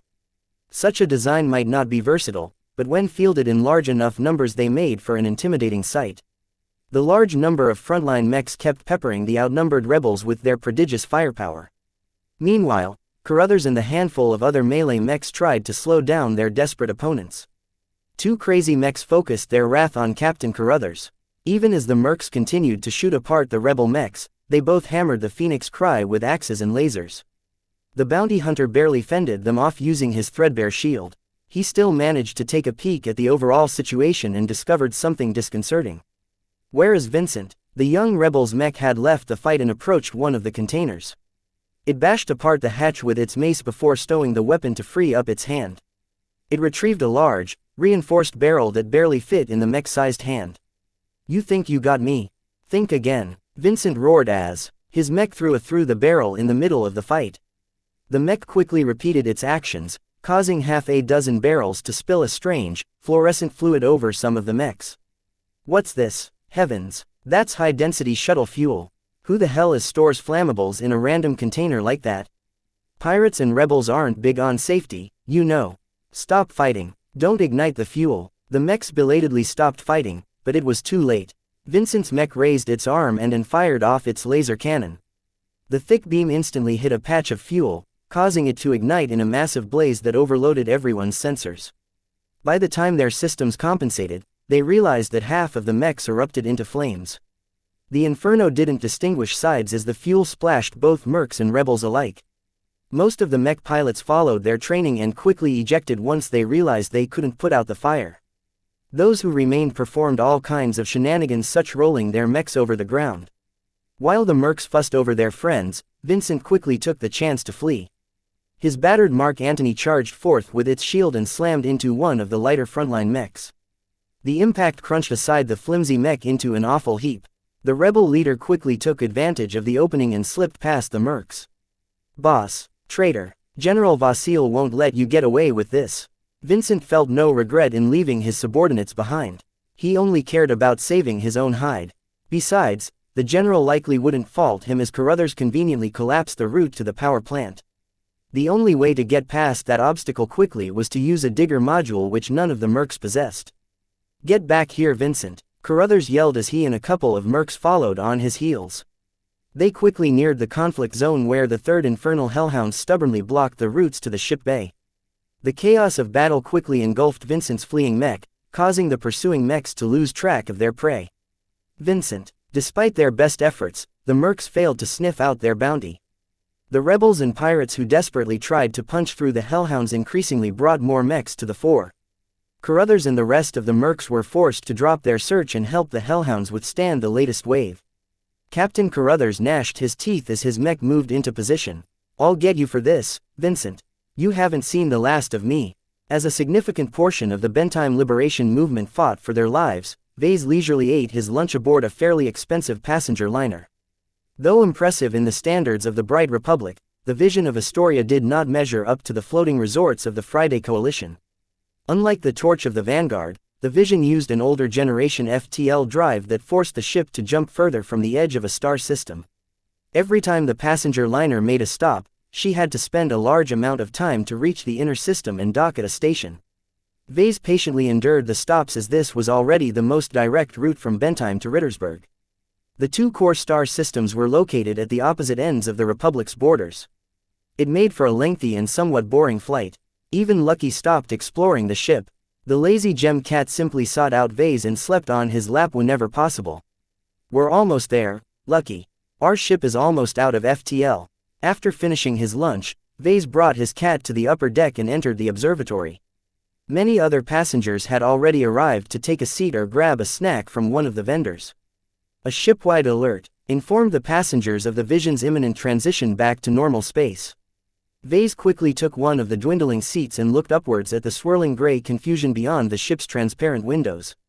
A few minutes later, a black expanse of stars replaced the hypnotic view as the Vision of Astoria finally reached the Rittersburg system. Beyond the emptiness of space, a large amount of ships and defensive installations loomed over a massive star fort. The ancient structure, along with 3 identical forts, had been built by the descendants of the original pacifists who settled this remote system. They salvaged many unique systems from their old Rubarthan capital ships and incorporated them seamlessly into the central structures of the forts. Among those, the gravitic anchor played an essential role in keeping the star fort relevant. They distorted the surrounding gravitic topography and drew in every incoming ship that traveled to the Rittersburg system. Any hostile force that wished to invade the Republic's capital had to overcome a star fort before they opened up the rest of the system. The Republic hadn't slacked off and constantly reinforced the forts until they reached a point where they were virtually impregnable to any conventional force. Perhaps the Visions might be able to overwhelm one of the forts if they were willing to sacrifice a couple of divisions of mechs. Such a price was too much to bear. If any Vision monarch tried to force an offensive, they'd be deposed by their own subjects before such madness could go through. "I'm finally back," Vase sighed as he drew his eyes past the giant star fort and tried to spot one of the twinkling lights that represented the capital planet. "I wonder if anyone still remembers me." He graduated from the Rittersburg University of Technology with grades that were only slightly above average. Most likely, no one expected Vase to amount to anything. His father had to go into debt in order to cobble up a shabby mech workshop, and that still left him with little means to acquire a production license. Things were different now. With the help of the system, Vase rapidly established his chops as a young but promising mech designer. In fact, Marcella recently transferred 60.8 million credits to his bank account after handing over his finished products. I wonder what my grandfather will say when he sees how much profit I've made. Chapter 140 Larkinson Compound. The star system that hosted Rittersburg used to be endowed with lots of exotic resources. It used to be an oasis compared to the barren desert of its surrounding systems. The pacifists exiles who wearily escaped from the fighting in the center of the Komodo star sector eagerly laid down their foundations in this relatively rich star system. All of the deposits had been depleted after 100 years of intensive mining. The initial boom in resources had fueled the construction of the initial colonies and expanded the reach of the descendants until they carved out their own place in the galaxy. The vision of Astoria along with every other ship had to dock at a giant space station orbiting a very remote dwarf planet. Vase and Lucky joined the other passengers in exiting the passenger liner and had gone through multiple security screenings and identity checks before the dour-faced security officers pushed them onwards. Security is even tighter than before. Of course it is, a pot-bellied man replied as he frequently looked at the time. If you think this is bad, wait until the war starts in earnest. Most civilians won't be able to enter the system. A lot of visitors bemoaned the current state of unrest. The tourists and civilians who wanted to celebrate the New Year at Rittersburg had to wait for hours before they received permission to move on to a Navy-operated transit shuttle. Fortunately for him, Vase got lumped in with the veterans and active servicemen who enjoyed preferable treatment. He had already become a notable citizen when he reached the finals of the Fusion Cup, so no one gave him any hassle. Even his potentially dangerous gem cat had been cleared to accompany him, though with caveats. Lucky resentfully yelled at Vase. His paws had been locked together with resilient cuffs, preventing him from deploying his claws effectively. Just deal with it, Lucky. Vase tried to soothe his pet. You'll be free to roam around once we reach the Larkinson compound. They boarded a secure shuttle that slowly brought them to the inner system. As a precaution, the only ships, shuttles and transports that operated within the system were directly crewed by the Navy. The Rittersburg system was the only place in the Republic that remained untouched by the rebels. After 2 days of plodding, the shuttle finally reached one of the civilian space stations orbiting the first planet from the Sun. It used to be a fairly hot planet, but extensive terraforming had tempered the climate until it closely resembled that of ancient Earth.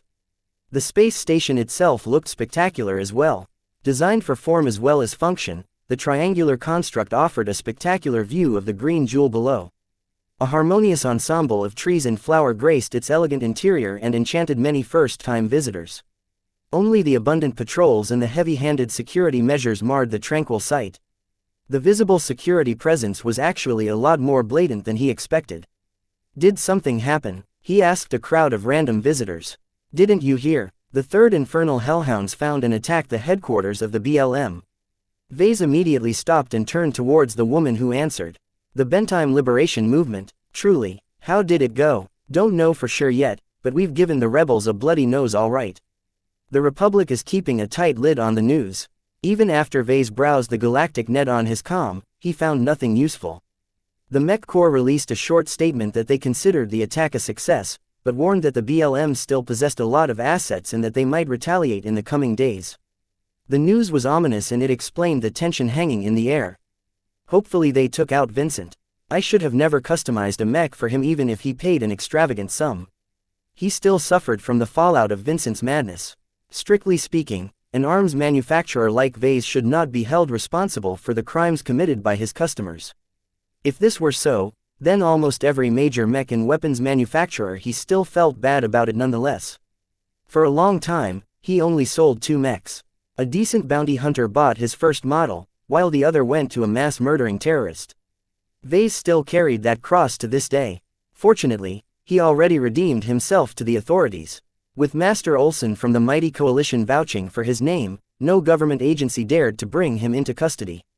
After a short wait, a different shuttle brought him and his cat down to Rittersburg's famed spaceport.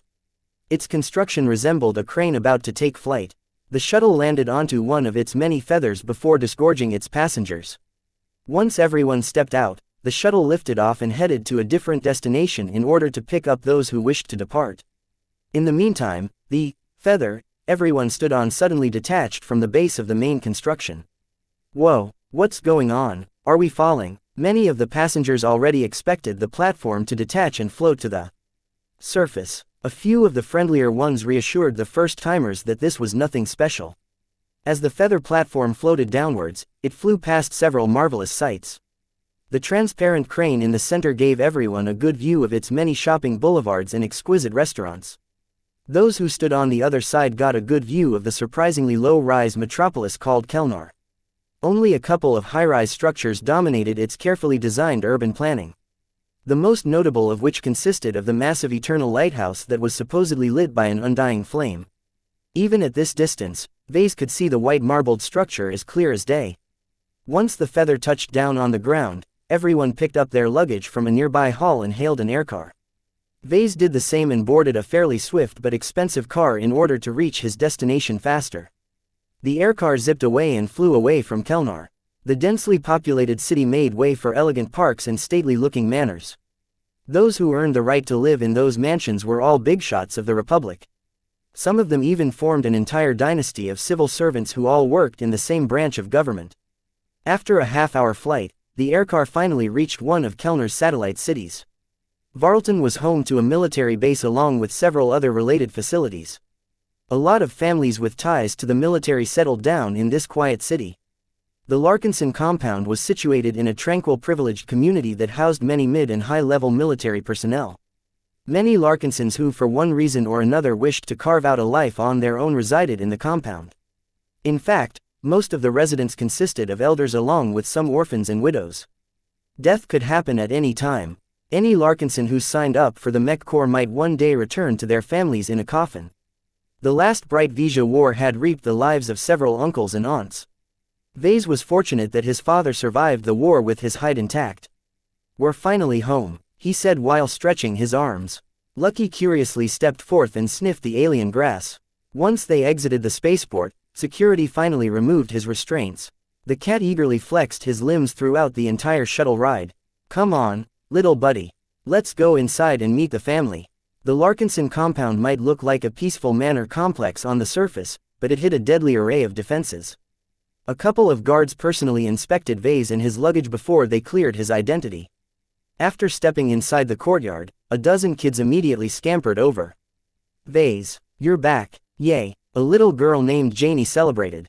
"Hug please." He obliged the girl as well as every other munchkin. Once he put down the last kid, Janie quickly glomped his leg and looked up at him with a pleading expression. "Can I have a mech now? I want a mech too." "Whoa there kids, mechs aren't toys for you to play around, especially at your age." Vase tried to placate the mech-hungry brats.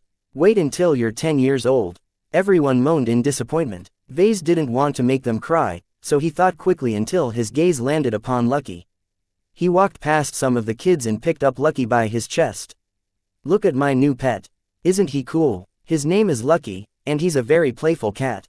The kids completely forgot about asking for their own mechs once they beheld the gem cat. Lucky's gorgeous appearance immediately entranced the boys and girls.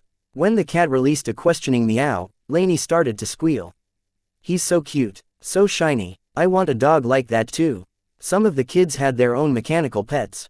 For example, a couple of resplendent, glass-like birds rested on a tree, while nearby a teenager played fetch with a titanium dog. Despite the competition, Lucky effortlessly stole their hearts due to his cute and gorgeous appearance and intelligent behavior. Vase eagerly handed off his cat to Lainey to let the kids get to know his pet. He smiled as the kids carried Lucky to a nearby playground. Vase used to be one of them. In happier times, he played with his fellow cousins and dreamed about piloting a mech. How times change, he sighed, and turned to find someone to talk to. There must be someone here who knows what went on in the raid against the rebels. As he walked deeper inside the courtyard, he spotted many relatives.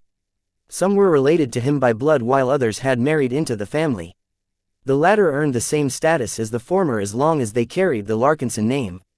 The Larkinsons didn't make a big deal out of everyone's pedigree like they did at some of the more hierarchical families. A couple of aunties sat on a creaking wooden bench. Even as they gossiped, they carefully watched over the children. To the side, a dozen elders leisurely sipped their teas as they exchanged the same old war stories. Most of them looked harmless, but appearances were deceiving. Closer to the central hall, a sizable gathering of teenagers and young adults surrounded a projection of an action-packed mech duel. They cheered and supported their favorite duelists when they appeared on stage. He finally spotted an authoritative-looking man in uniform watching from the porch. Vase briskly strode forth and reached the man as he gazed at the entire courtyard. "Hi Mazer, it's good to see you Vase." The man greeted his nephew with a hug. "You've created quite a stir.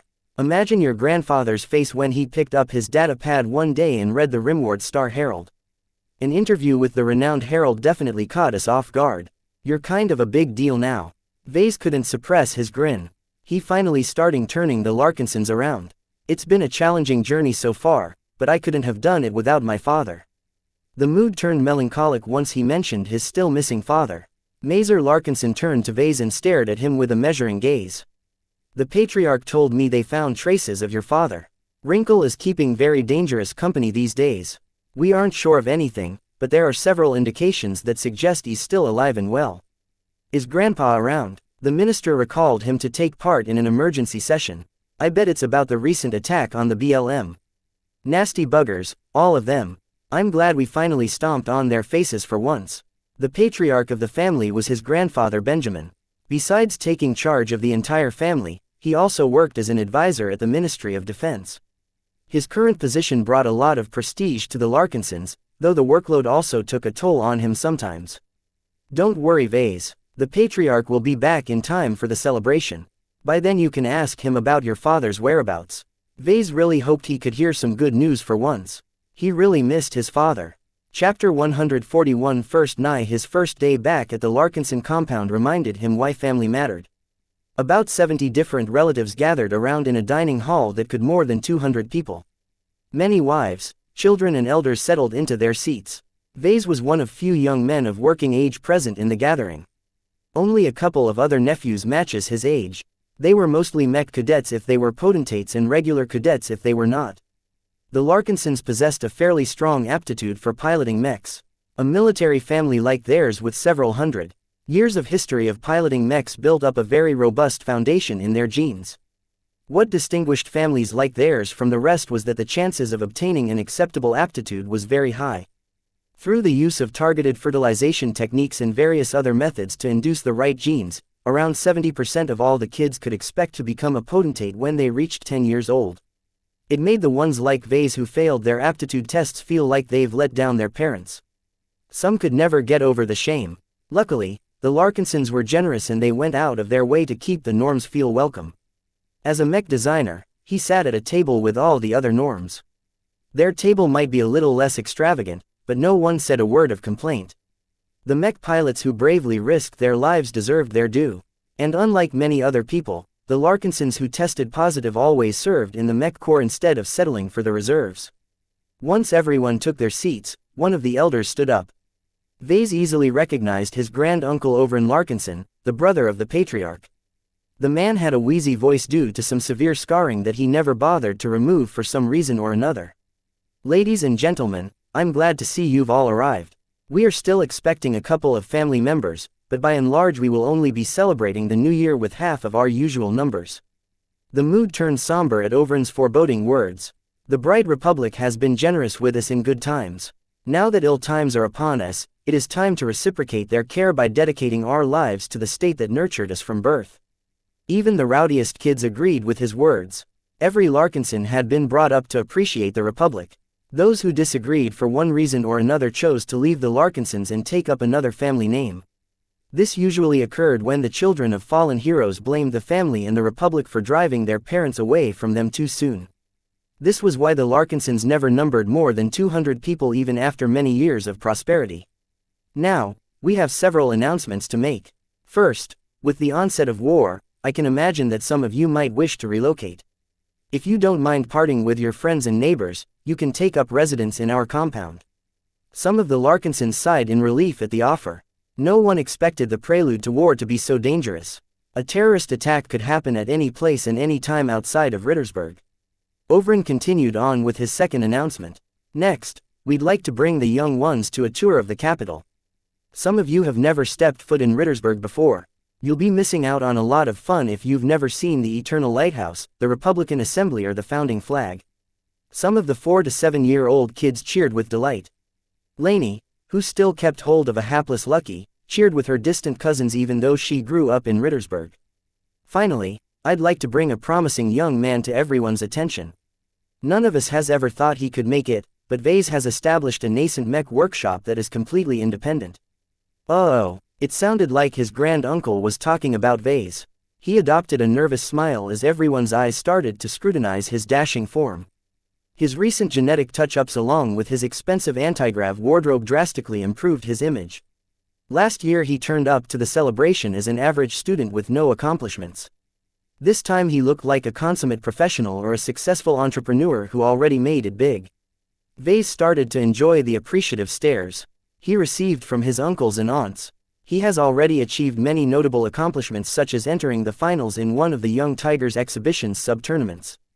Not only that, he profoundly impressed the entire star sector when he traveled all the way to Coalition Space and won an even bigger competition.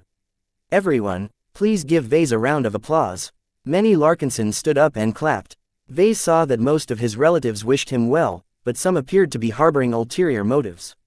Only a couple of Larkinsons looked grumpy, but Vase never got along with them anyway.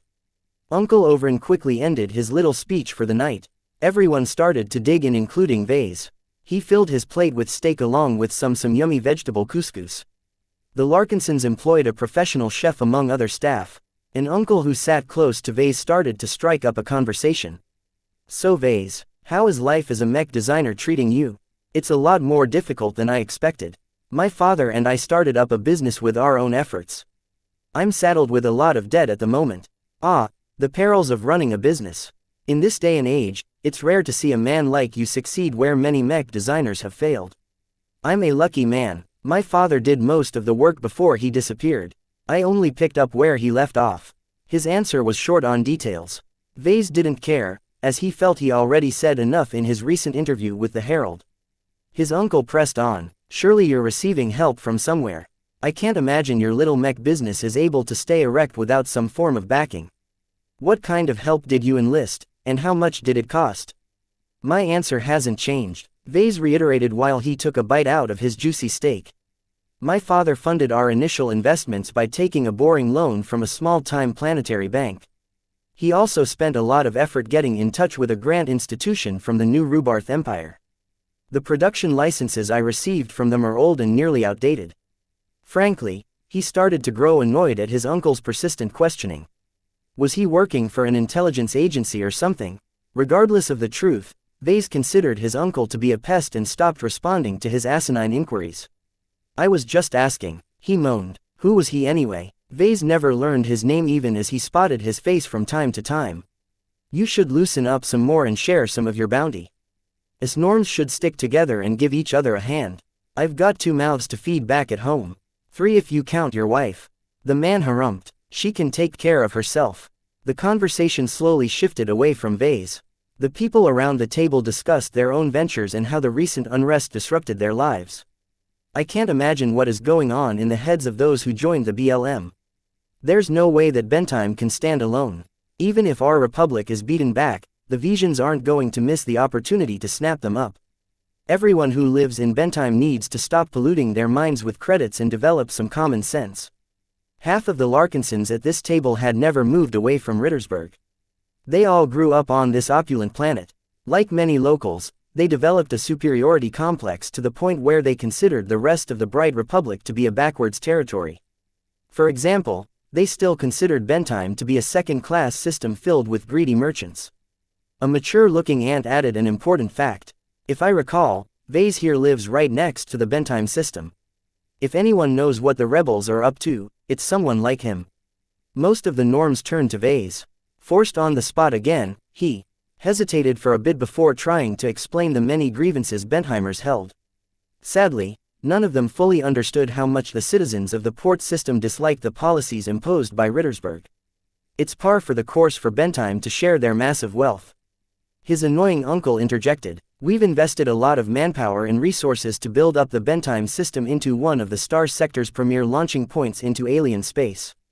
We've facilitated most of their contracts with the Common Fleet Alliance. Many Larkinsons nodded in agreement. Vase did not even try to convince them otherwise. Without visiting Bentheim in the flesh, these idiots would continue to cling on to their prejudices. Once the waiters served dessert, Vase quickly finished his ice cream and left the table as soon as possible. He couldn't stand their presence any longer. Before he departed, he briefly approached the kid's table. "How are you doing, Lucky?" The cat turned to Vase with a glare and actually hissed at him. The nerve of the cat. "I gave Mr. Lucky here a bath earlier. He smells really good now." Lainey chirped with a grin. The other little girls started to giggle as well. "Can I keep him?" I think it's best if I take him back for a time," he said while scooping a rose-scented gem cat from their table. "Don't worry, we're not going anywhere. You'll have plenty of opportunities to play with him for the rest of the week." The kids took it well enough, which was good since Lucky clearly needed some time alone. Vase brought his pet away and walked outside. As Rittersberg's sun started to fade over the horizon, Vase took a seat at a nearby games table. A half-finished game of Neo chess laid abandoned and forgotten. He worried about his father. Was he still alive? Where did he go? What kind of crowd did he hang out with? Vase hoped his father didn't have to suffer too much on his behalf when he passed the Mech designer's system onto Vase. "Good evening, Vase." Overin greeted him and took a seat at the other end of the chess table. "Do you want to play?" "No thanks. I've never spent much time with the classics. It's a shame you missed out. We often teach the game to our young potentates in order to develop their sense of strategy." As a norm, Vase missed out on a lot of things. He used to be jealous of his fellow cousins, but now that he stood on his own, he let go of his resentments. It all seemed petty now that he looked back. "Why are you here, Overin?" The old man took a deep breath. "The elders recently came together to discuss your rise, as it were. Your rapid career advancement took us all by surprise. It made us reconsider our treatment of you. While you are still young, you already capable of wielding a substantial amount of influence." Overin had a point. His niece Melinda might be a capable mech pilot, but she only earned a modest salary. Vase on the other hand earned millions of profits with each single sale. While he still had to worry about the rising cost of raw materials and invest in newer assets, it was undeniably true that mech designers simply earned more. He even suspected that his income soon dwarfed the family's top earners. "So what are you suggesting, Grand Uncle?" Young ones, so impatient." The old man sighed. "All right, let me get to the point. We'd like to invite you to our steering committee. As a budding mover and shaker, you deserve a place among us." Every Larkinson who mattered joined the steering committee. The influential committee decided many things, such as the rules and the budget. They were also in charge of rendering judgment when a Larkinson had gone astray. Furthermore, they also approved marriages when they haven't arranged them already. The offer genuinely surprised Vase. He always expected to join the steering committee eventually, just not this soon. Perhaps something else was behind this premature offer. Vase considered his options. Chapter 142 Steering Committee. Vase spent the next 2 days in a leisurely fashion.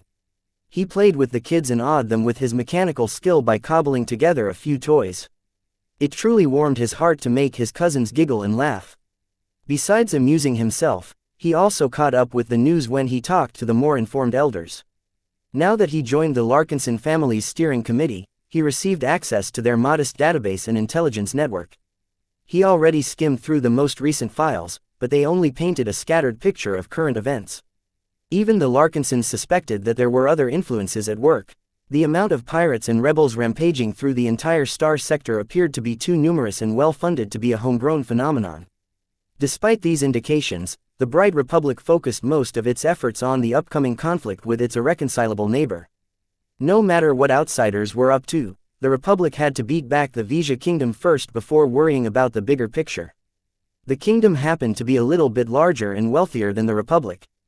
They owed most of their superiority due to possessing 2 port systems, which greatly extended their reach and shrunk their supply lines.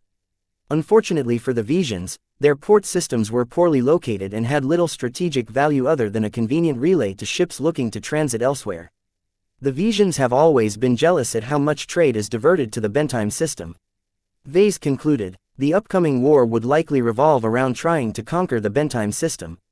Cloudy Curtain shouldn't attract too much attention, but it will definitely be in the line of fire at some point.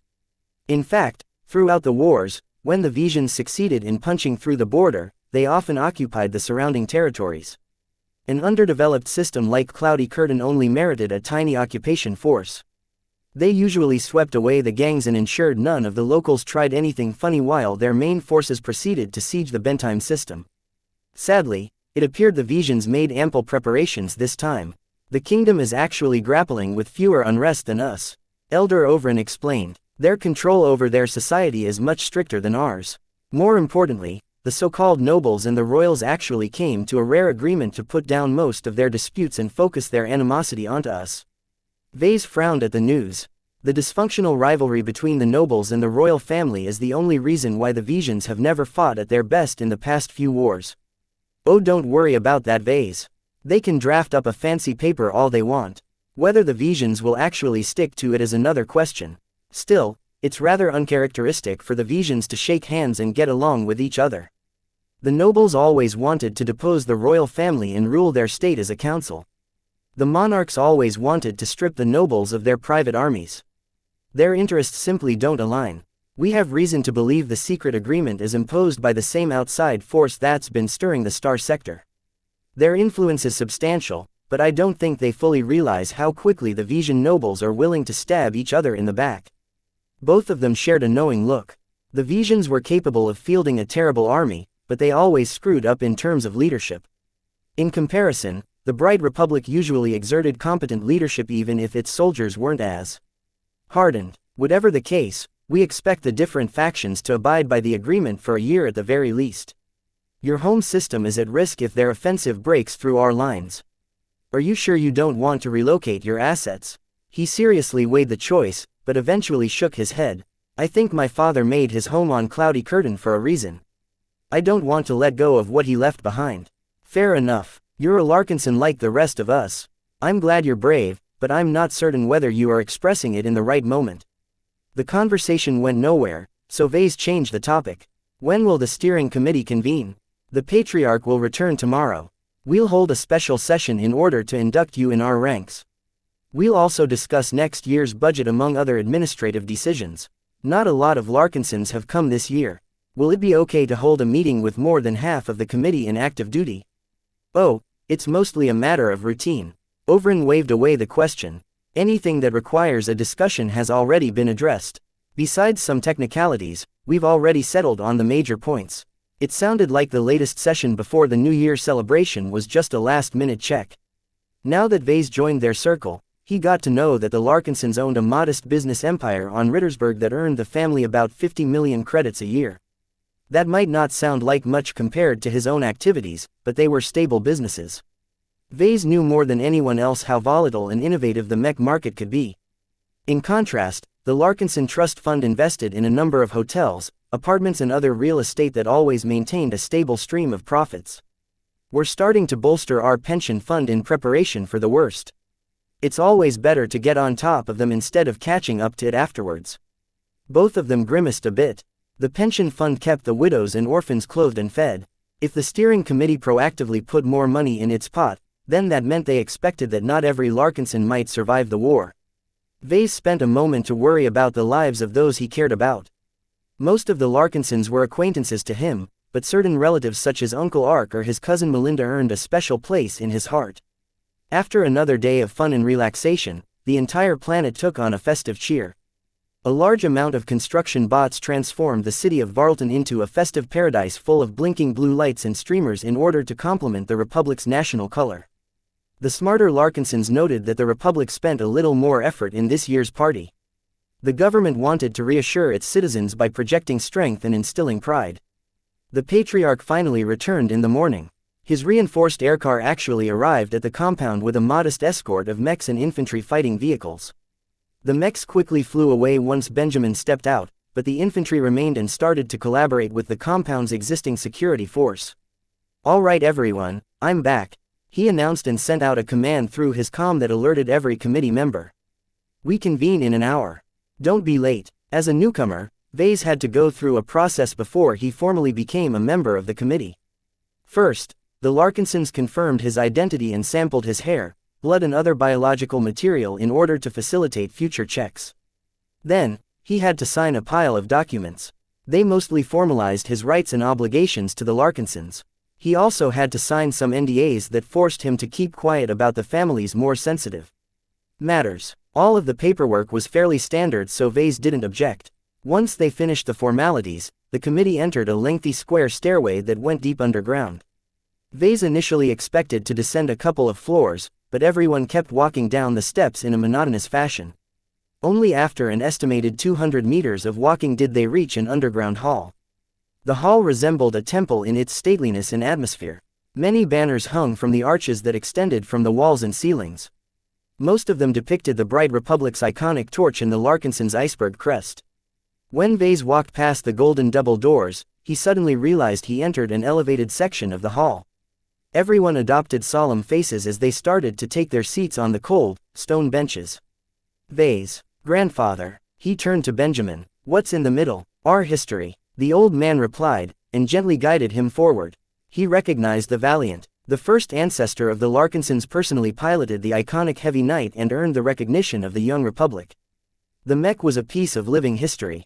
Its scarred and broken appearance hinted at a story filled with bitter struggle. Vase choked on his breath once he scrutinized his ancestor's steed in the perspective of a Mech designer. Somehow, the ancient Mech radiated an aura that tingled his X-Factor senses. The Mech not only appeared to be a custom job, its rich experiences somehow enhanced its X-Factor beyond anything else he had ever designed before. Could the Valiant actually possess an X-Factor of B or higher? His brain started to churn as he tried to recall his ancestor's story. Who designed the Valiant, and what was his relationship to his ancestor? His grandfather suddenly bumped his back. Vase, I'm sure the Valiant is interesting, but we have business to discuss. I'm sorry, I forgot myself for a moment. It's a magnificent Mech. I'm lucky to see it up close. While his grandfather approached the podium at the front, Vase took a seat at the bench closest to the Mech. Despite the importance of this gathering, Vase forgot all about the steering committee and focused his entire attention on the incredible Mech in front of him. He tried to turn on his comm, only to find out it fizzled out. Damn, the family is sure being dramatic. He muttered under his breath. The austere underground hall was surrounded by many layers of insulating material that hindered virtually every kind of handheld broadcast equipment. Various other security measures prevented any electronic device from activating and recording the proceedings. Once everyone took their seats, the patriarch banged his fist against a special plate that cut through the chatter. I hereby announce the start of our annual end-of-year session. His grandfather started to follow through the usual rituals.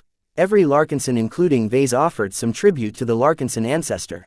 They then memorialized the Larkinsons who died in the line of duty. Vase noted that the ritual explicitly excluded those who didn't die on the battlefield. Strange. Next, the patriarch addressed their last year's agenda and summarized the results. It turned out the family recently invested a lot of effort into advancing the careers of their younger Mech pilots. The committee wanted them to be in the best position to fight the Visions and come back alive. As Vase listened to the various means in which they befriended and even bribed certain officers, he realized how much of an old boys' club the Mech Corps turned out to be. Every commanding officer in charge of a division, regiment or battalion wielded a wide range of autonomy. Getting onto their good sides ensured they never mistreated the Larkinsons. Serving in their ranks, after half an hour of dry reports, his grandfather finally raised a subject directly related to Vase. Many of you are already familiar with our very own Mech designer, Benjamin said while everyone turned their gazes to Vase. This time he bore the scrutiny like a pro. Some of us have considered a couple of proposals in light of his future potential. Vase, tell me your thoughts on the following. His grandfather started off with a bang. We'd like to purchase some stock in your business activities. If you're not opposed to the measure, we are willing to divert a portion of our trust fund to build up a stake in your venture once you incorporate your business. The proposal completely caught Vase by surprise. How much? I think it's fair for the both of us if you give us a 25% stake for 500 million credits. His heart almost skipped a beat when he heard the sum. Almost every other committee member looked shocked. No one imagined that his grandfather or whoever audited his business valued his small and risky startup at around 2 billion credits. The Larkinsons relied on its massive trust fund built up over centuries to provide for everyone's pensions. 500 million credits represented a substantial chunk of its liquid assets. While many of the Larkinsons thought the price was too high, Vase instead thought the opposite. Considering his accelerated career advancement, his future business might become a lot more valuable than a couple of billion credits. As long as he had the system, his future was bright. I accept, Vase quickly decided. Despite the gross undervaluation, he didn't wish to act like a greedy toad like that obnoxious uncle he met a few days ago. He valued his family and wished for them to prosper alongside him. I haven't set up a corporation yet. It's about time I did. I'll be glad to sell the family a 25% share. You won't regret it. Chapter 143 Whereabouts Not everyone agreed to throw 500 million credits away on an extremely risky business venture. One of the elders stood up and spread his hands. I object. Vase recognized the skinny form of 3rd Dildura Raymond Billingsley Larkinson. His physique resembled Ves's in that he had never trained his body to endure the rigors of piloting mechs. The elder should be someone who supervised the family's overall finances. Let him speak. Grandfather Benjamin forcefully spoke, causing everyone to shut their mouths. Thank you, Patriarch. According to our analysis, while Vase has cleared the first hurdle and is able to manufacture mechs, his business is not in an ideal position to sustain his current level of profitability. He is far too young and his assets are already depreciating very hard. Since the 3rd elder dared to talk about his business directly, Vase felt obliged to respond. Elder Raymond, you are overstating the risks and exaggerating the costs. I have worked hard this past 6 months to kickstart my mech business to the point where I am able to sustain a single production line. Last month, I fabricated 8 whole mechs and earned a gross profit of 60 million credits. 60 million credits. The Larkinson Trust Fund had to wait an entire year before it could accumulate such a sum. Vase on the other hand only required a single month. Every committee member had to suppress their excitement. You've already peaked, Elder Raymond retorted with a slam of his palm. Any market analyst is able to predict that you won't be able to sustain your current level of profits. Resource costs are rising and your production licenses are about to become irrelevant in a couple of years. Might I remind everyone that a relatively affordable production license can easily cost around 2 billion credits. 2 billion credits. Many committee members gulped when they heard the sum. The business-savvy people among them confirmed Raymond's assertion. The mech industry is characterized by high risks and high returns. What I mean by that is that you can easily earn a fortune today but get utterly ruined tomorrow. Don't be blinded by his current monthly income. It's merely a snapshot of his peak. With just the meager amount of capital he has on hand, he's unable to ramp up his production and earn enough profit to finance the acquisition of an up-to-date production license. The mood started to turn against the decision to invest in a stake. While Vase actually benefited financially in the long run if he kept hold of every share, he disliked being painted as a foolhardy boy. He had his own pride. Elder Raymond, you have not taken my growth into account. I am apprenticed to a renowned master mech designer from the coalition. My current level of operations is but a springboard to designing a completely original mech. I am confident that my level of skill will grow to the point where I can design a viable original mech. I don't need to license an expensive complete design in that case. At most, I'll have to license up to 1 billion credits worth of component licenses. His words sounded ambitious. No one ever thought Vase planned to design a completely original mech. Even the most boorish mech pilots among the crowd knew how difficult such a project must be. Mech designers who designed variants were a dime in a dozen. Those who graduated beyond that point and designed a mech without any existing reference points deserved admiration from everyone. If the Larkinsons brought up their own real mech designer, the family might be able to achieve a new level of prominence. Grandfather Benjamin had enough of the back and forth. All right, pipe down everyone. This is a solemn committee meeting. We are here to decide the future of the Larkinson family. Do not disgrace yourself in front of our ancestors valiant. The thought of showing their shameful sides to the valiant abhorred the devoted Larkinsons. The temperature cooled down through Benjamin's intervention, allowing both Vase and Raymond to cool their minds. We are approaching a decisive moment of history. The patriarch continued in a level tone. Our fates are tied to the bright republic, which isn't looking too healthy these days. Anything might happen in the future. In order to provide against contingencies, we need to hedge our bets. Everyone sat still when Benjamin started to paint a grim picture of the future. Vase tried to keep his head sober. He belatedly realized that Benjamin soothed the committee members into accepting the decision to acquire a stake in Ves's mech business. Raymond didn't even get a chance to retort. Please raise your hand if you approve the previously raised proposal. Well over 2/3 ultimately raised their hands. Vase noticed that Benjamin bought over almost all of the potentates. The norms on the other hand glared resentfully at Vase. Why did someone like Vase deserve a 500 million credit investment while their own enterprises barely scraped by? Elder Raymond shook his head. While he still disagreed, he knew where the wind was blowing, so he ceased his protests and quietly backed down. The rest of the meeting turned largely inconsequential to Vase. Instead, he resumed his study of the ancient heavy night and its extremely potent aura. After all, it wasn't every day he chanced upon a mech that set his X-Factor senses on fire. He eagerly wished the meeting would drag on so that he could make the most of this rare exposure to the historic mech. Once his grandfather ended the session, everyone started to leave the hall. Vase dragged his feet because he still hadn't cracked the secret to the Valiant's abnormally strong X-Factor. He almost wanted to ask his grandfather to pass him some food and water and lock him inside. Surprisingly, Benjamin asked Vase to stay behind, but not because of the Valiant. Instead, his grandfather finally wished to talk about his missing father. A couple of other elders stayed behind, including Grand Uncle Overin and Uncle Mazer. Vase guessed that his grandfather must have gathered the family's inner circle. The constant waiting grated on Vase. "Can you finally tell me where my father has been spotted? You best sit back for this, little cousin," Mazer warned as he placed his hand on Ves's shoulder. "It's very complicated. From what little we managed to gather, it isn't looking pretty." Grandfather Benjamin tentatively nodded. "Let's begin where we first found signs of wrinkle. Have you heard of the Xianxia Gap? Isn't that a massive asteroid field filled with the loads of environmental hazards? It's also located at the fringes of the Komodo star system. With a decent enough FTL drive, you can springboard from the gap to the neighboring majestic Teal and Vicious Mountain star sectors. In other words, lots of pirates along with every other kind of scum could be found in the gap. The massive number of asteroids trapped in the warped gravitic environment provided pirates with the perfect hiding spots. To cut the story short, one of our sources has snapped an image of him at a busy market in the infamous Three Spokes pirate station. The hall prohibited electronics from working, so Benjamin simply handed Vase a shiny printout. When Vase accepted the page, he stared at a somewhat grainy image of his father in the company of a band of menacing people.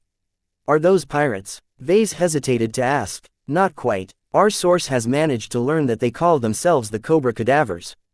They appear to be a dark mercenary corps. We haven't found any other traces of the cadavers in our archives, but they appear to be too seasoned to be a newly established group." The findings astounded Vase. Cobra Cadavers, they sounded extremely ominous. Mazer, who sat next to Vase, shrugged his shoulders. "I almost couldn't believe it either when I first heard about it. We did some more digging until we finally managed to uncover more details. It appears that every member of the Cobra Cadavers are being hunted down by a shadowy organization called the Five Scrolls Compact." His family introduced yet another unfamiliar name to Vase. "I can't say I've heard about them. They sound like serious business. I've had some dealings with the Five Scrolls Compact," Benjamin said with a very grim face. "The Compact is a galaxy-wide cult of alien worshippers and doomsday lunatics. Even the Republic isn't clear of their goals, but from what we can tell, they've infiltrated every corner of human space."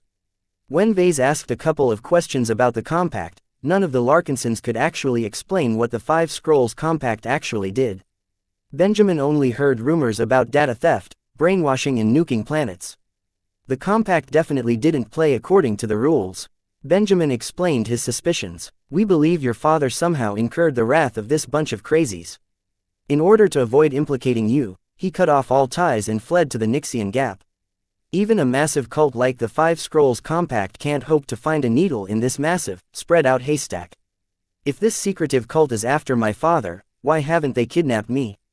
Vase worriedly asked. "They can easily nab me from my home in Cloudy Curtain if they wish. It's because the Mech Trade Association will hunt them down if they show up in civilized space." His grandfather answered. "The cultists all possess abnormal genes. Even if they cover up their faces, they can't hope to pass a security check. The power of the MTA deterred every single state and organization from breaking its rules. Its military might was only second to the Common Fleet Alliance that collectively took charge of defending humanity's borders." Vase believed wholeheartedly in the MTA's ability to punish Five Scrolls Compact if they ever showed up. Despite this security, Vase still worried about the reason why his father earned the Compact's ire.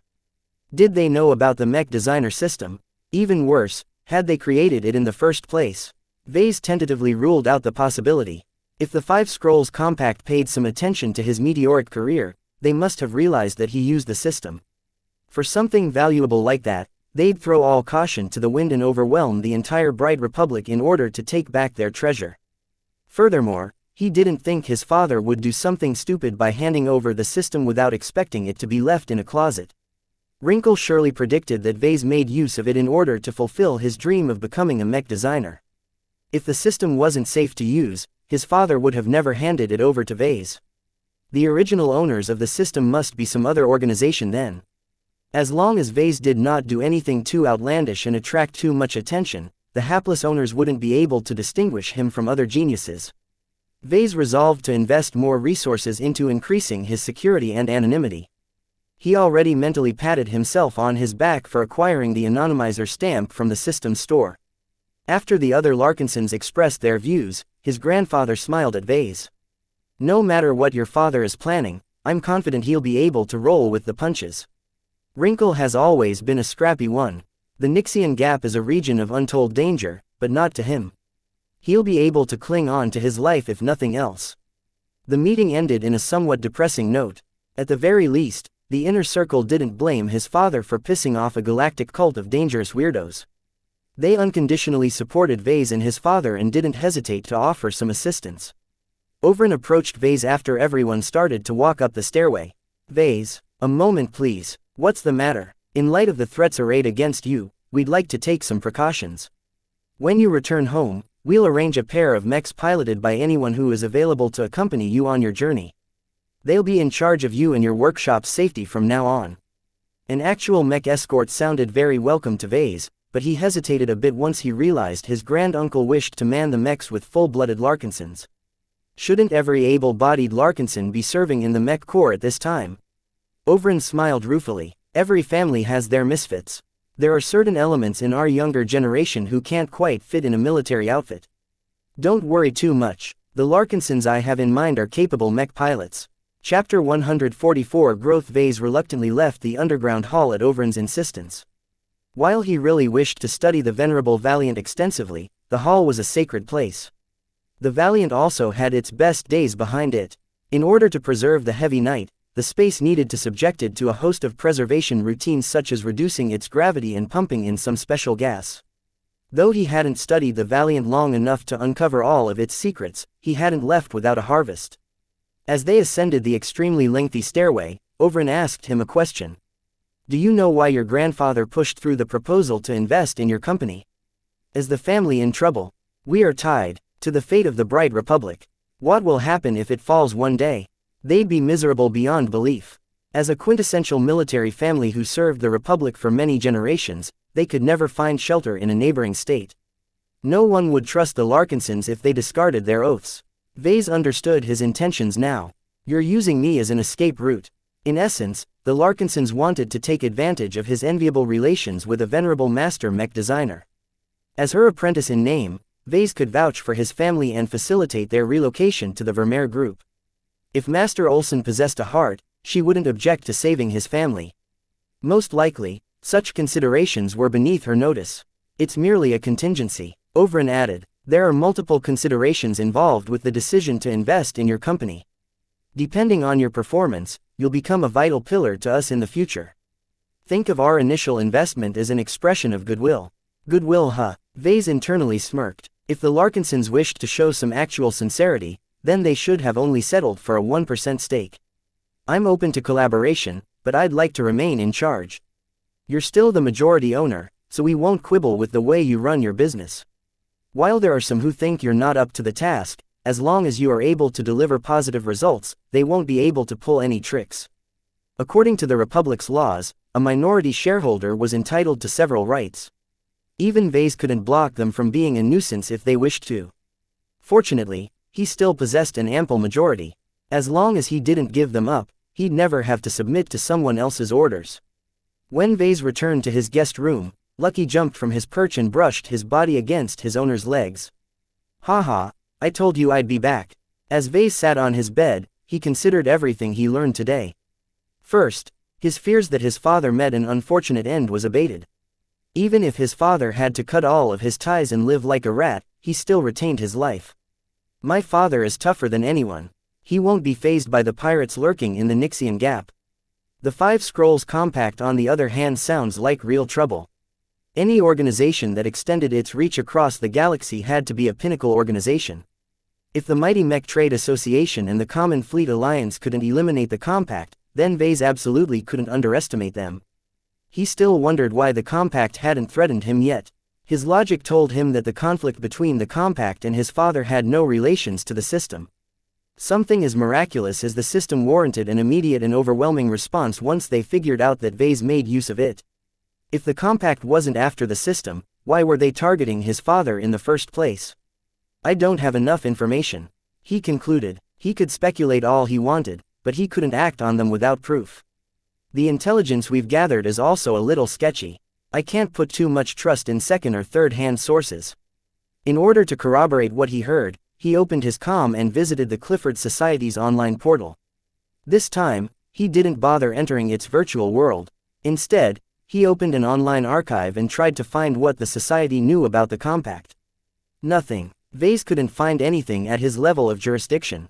His search results happily noted that it found mention of the Five Scrolls Compact in 3 different documents, but he would only be able to read them if he reached the master level.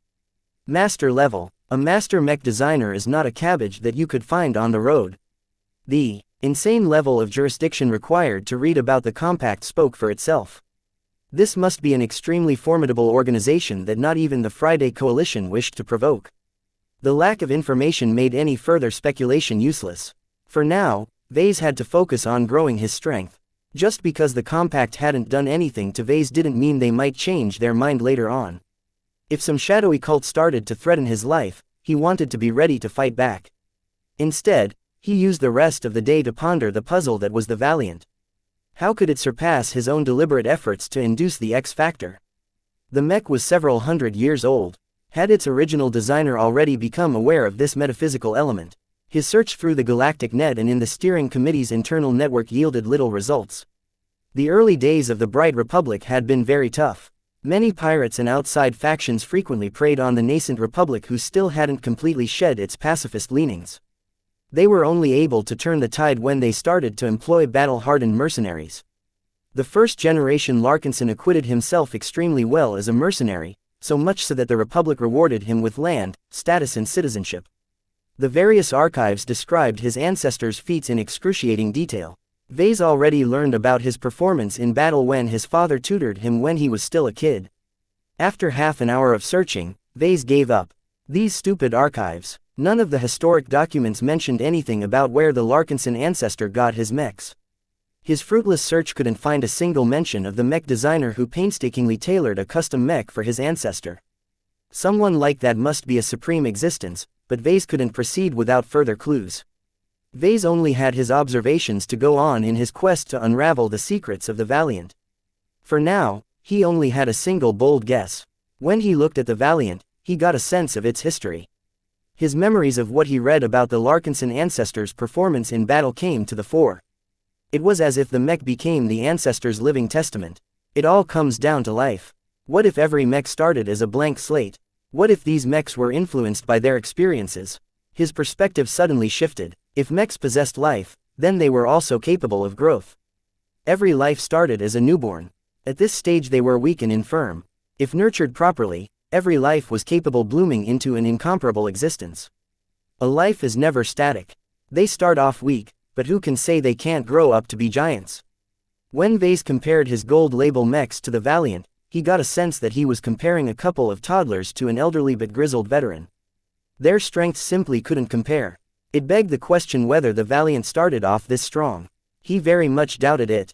Its designer might have passed on some metaphysical traits, but most of the Valiant's aura had most likely been acquired later. Did this mean that his own mechs might be capable of growth? Most likely not. He never took growth into account when he passed on his intent to his design. They were designed to be strong at the very start. Vase never imagined that his mechs could strengthen its intrinsic X factor after he fabricated them. He was under the impression that the mechs were fixed at birth. In the end, he blinded himself with his own assumptions. More specifically, he still looked at mechs as if they were machines. Before seeing the Valiant, he subconsciously assumed that he could manufacture a complete life. So long as he manufactured the right inspirations, he could sharpen them into a purposeful intent that complemented his designs. It completely ignored that life was capable of growing from their humble beginnings. Every newborn needed two things before it turned into a formidable existence. First, they had to possess a good foundation. An ant remained an ant. Even the most ferocious ant could easily be stomped by a harmless human child. Vase guessed that his current progress in the X Factor fell under this category. His recent designs proved that he was capable of achieving a fairly rating according to the system. Nevertheless, he faintly thought that he came across a bottleneck. A moderate rating of C+ was the best he could achieve so far. So how could he achieve a higher rating? He used to think he only had one avenue available, and that was to keep on strengthening the foundation. While this might ultimately be the correct path, Vase did not have a single clue on how to proceed. He was completely in the dark. Now, he uncovered another path. While it might not lead to his initial destination, it nonetheless enlightened him to another aspect of the X Factor. Now that he was aware of the previously hidden growth component, he could start to replicate the phenomenon in his own designs. He repeatedly thanked his ancestor and the valiant Mech designer. His trip to Rittersburg had been worth it for this lesson alone. It's time for dinner. Vase held onto Lucky and brought him along. Let's go and celebrate. The entire Larkinson compound turned into a festive location. The holiday cheer infected all of the kids, who eagerly ran around with their little sparkling flags. The cooks served up an extravagant feast for New Year's Eve. The estate even hired some musicians to put on a performance. Later at night, the new year finally dawned. The entire sky lit up as fireworks loudly proclaimed the start of another year. Elaborate projections came into existence. They first displayed the Republican torch before projecting a series of iconic images of the Republic's proudest moments. Lucky meowed in confusion at the noise. He didn't know what to make of all the fireworks. Perhaps he thought the entire planet came under attack. Over time, his mechanical cat calmed down once he saw that no one panicked. A grinning Lainey ran up to Vase and held out her arms. "Can I hold Lucky again?" "Sure," he said, and handed off his cat. The little girl giggled before scampering away with her prize. Vase smiled at her antics. His recent brainstorming caused his thoughts to wander. How would little Lainey's life look like after a decade or two? Would she grow into a demure and stately lady, or would her upbringing shape her into a powerful Amazon mech pilot? There is so much variation in life. No one could predict the future. As Lainey belonged to the Larkinsons, she would surely lack for nothing. However she turned out, Vase hoped she didn't grow up with any regrets. Throughout the night, the Republican torch with its bright blue fire never dimmed. Every planet in the Republic's borders projected the same unyielding symbol. It carried the hope and ambition of the entire bright Republic. No one wanted the Visians to invade and despoil their precious planets. The torch inspired everyone. They looked at the torch with sparkling eyes and imagined different dreams. The kids imagined taking up the torch one day. The adults resolved to fight for their loved ones. The elderly prayed their previous sacrifices had been enough. As for Vase, his ambition was boundless. Chapter 145 escorts the Larkinson compound's tranquility enamored Vase. Many times, he wondered if he could put down his work and spend the rest of his life in idle bliss. He already knew of a handful of relatives who ended up as a good-for-nothings that never amounted to anything in their lives. Vase shook his head. The galaxy is too dangerous to let my fate be entrusted in the hands of others. Even the Larkinsons started scrambling for a safety net. In such dangerous times, Vase would be a fool to assume that business would be as usual. The next day, Vase prepared to depart. He already packed his luggage and ate some breakfast with the early risers. After saying his farewells, he exited the dining hall and brought his luggage and Lucky to the front. His new escorts awaited him there. They were both a little older than him and carried themselves with an air of overwhelming confidence. "Hey, are you the geek my grandpa assigned to be your guard?" a woman asked. She looked at him with a disdainful expression, no doubt filing him away as a twig she could snap in two at any time. "This duty is a gigantic waste of time. Why do I have to babysit this stupid pig? I'd rather go back to the arena." They already got off to a wonderful start. His niece obviously aspired to be a mech duelist. Generally, the Larkinsons disdained fighting for sport. They treated the art of piloting as a sacred duty only to be employed for righteous purposes. To abandon some of your morals to fight for fame and fortune was to turn your back on your heritage. No wonder the family packed her off to Vase. A rural planet like Cloudy Curtain offered very little amenities in the area of mech sports.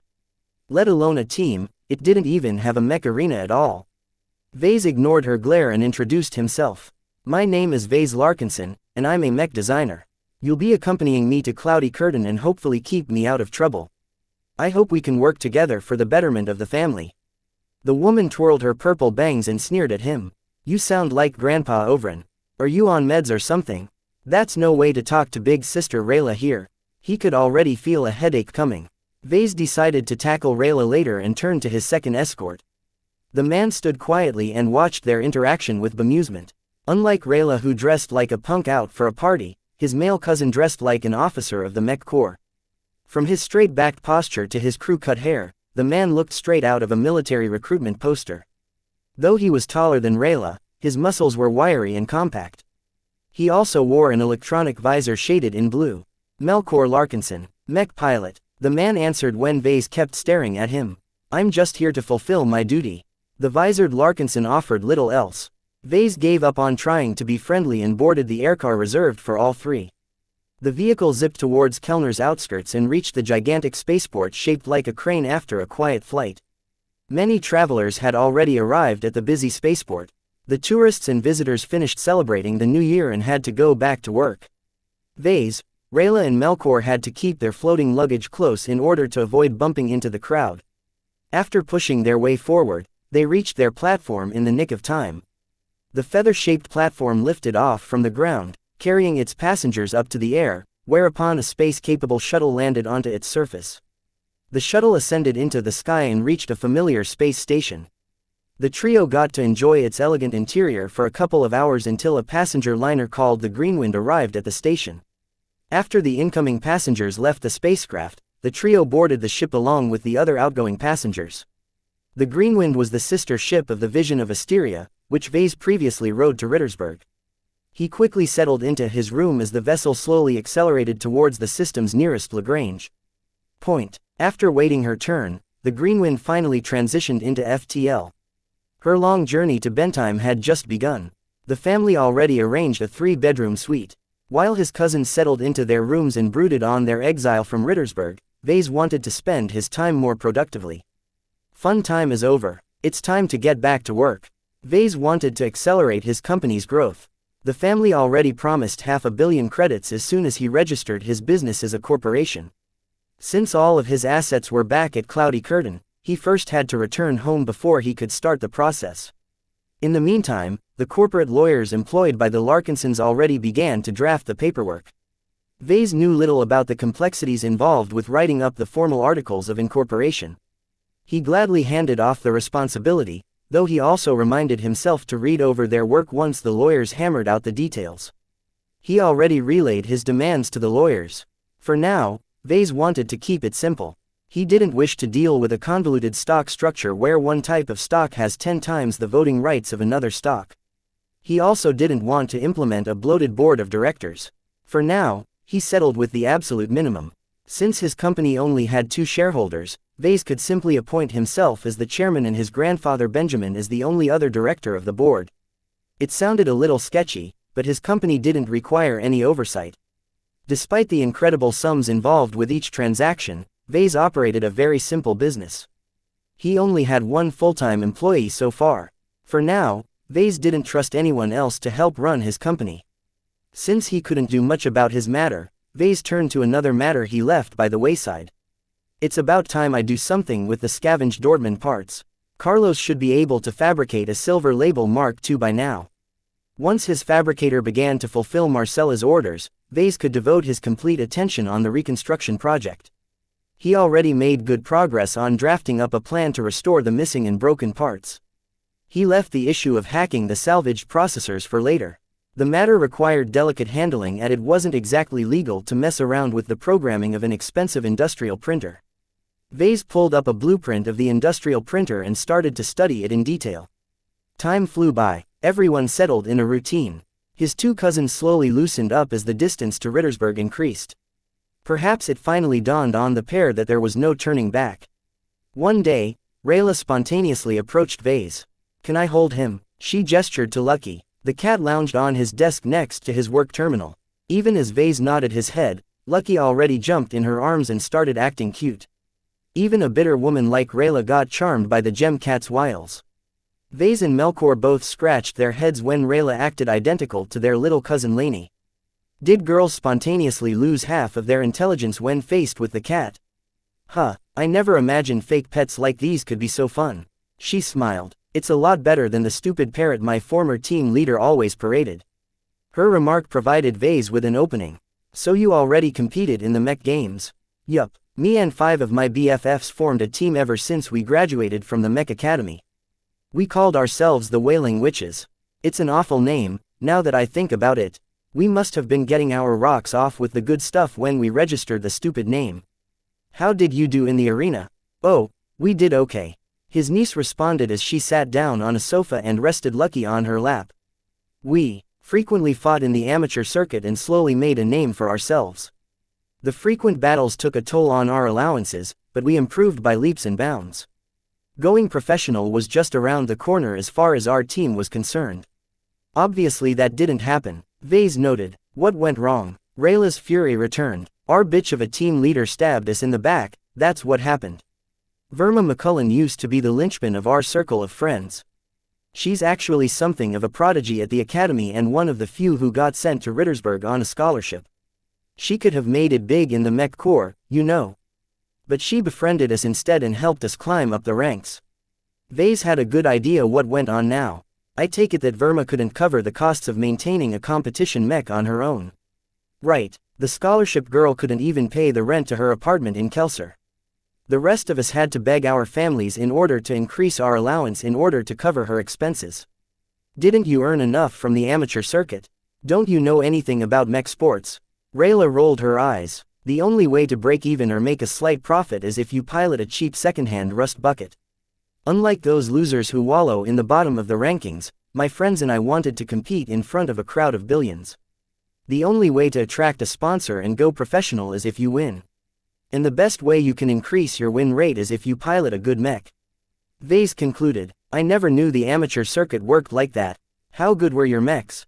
Oh, they're pretty decent for Karentgen mechs. In fact, I'm bringing my competition mech along. It's a tough little light skirmisher. It doesn't pack a lot of punch, but in my hands I can sever the joints of any mech once I get close. His niece actually licking her lips as if she still hungered for the taste of blood. I'm one of the finishers, you see.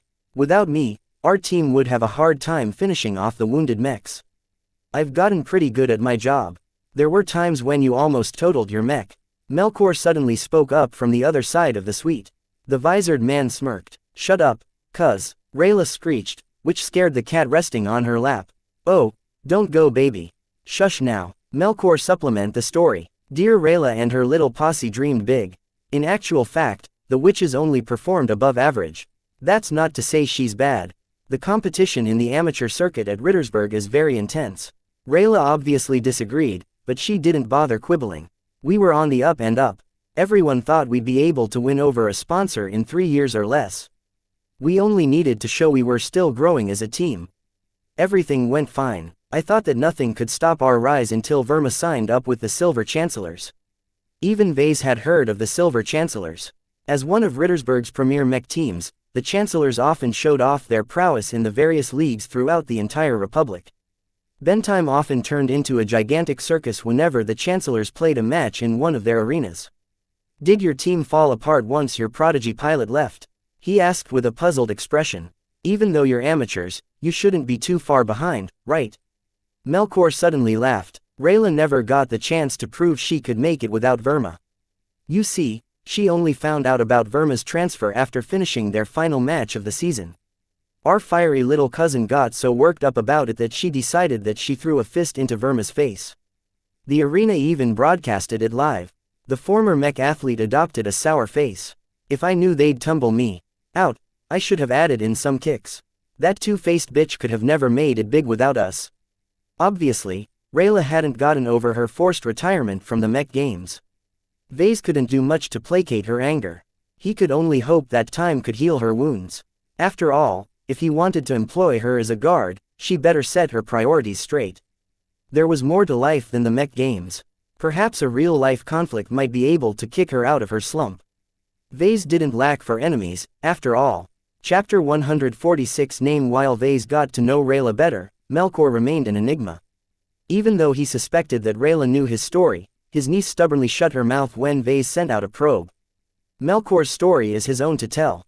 I don't want to get on his bad side, Rayla explained as she shuddered in an exaggerated fashion. Watch out for the quiet ones.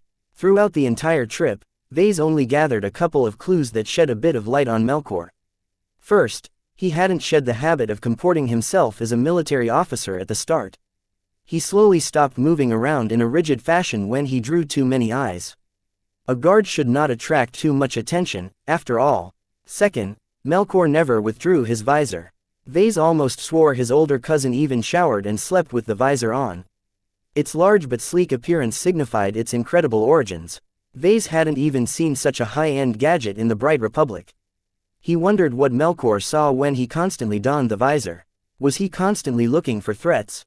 Or was he secretly browsing the galactic net like a calm junkie? In any case, Melkor never appeared to be too distracted, so Vase didn't call him out. Besides his eccentricities, Melkor always followed his instructions. In contrast, every time he spoke to Rayla, she always acted confrontational. Vase had to tread lightly around her in order to avoid setting her off.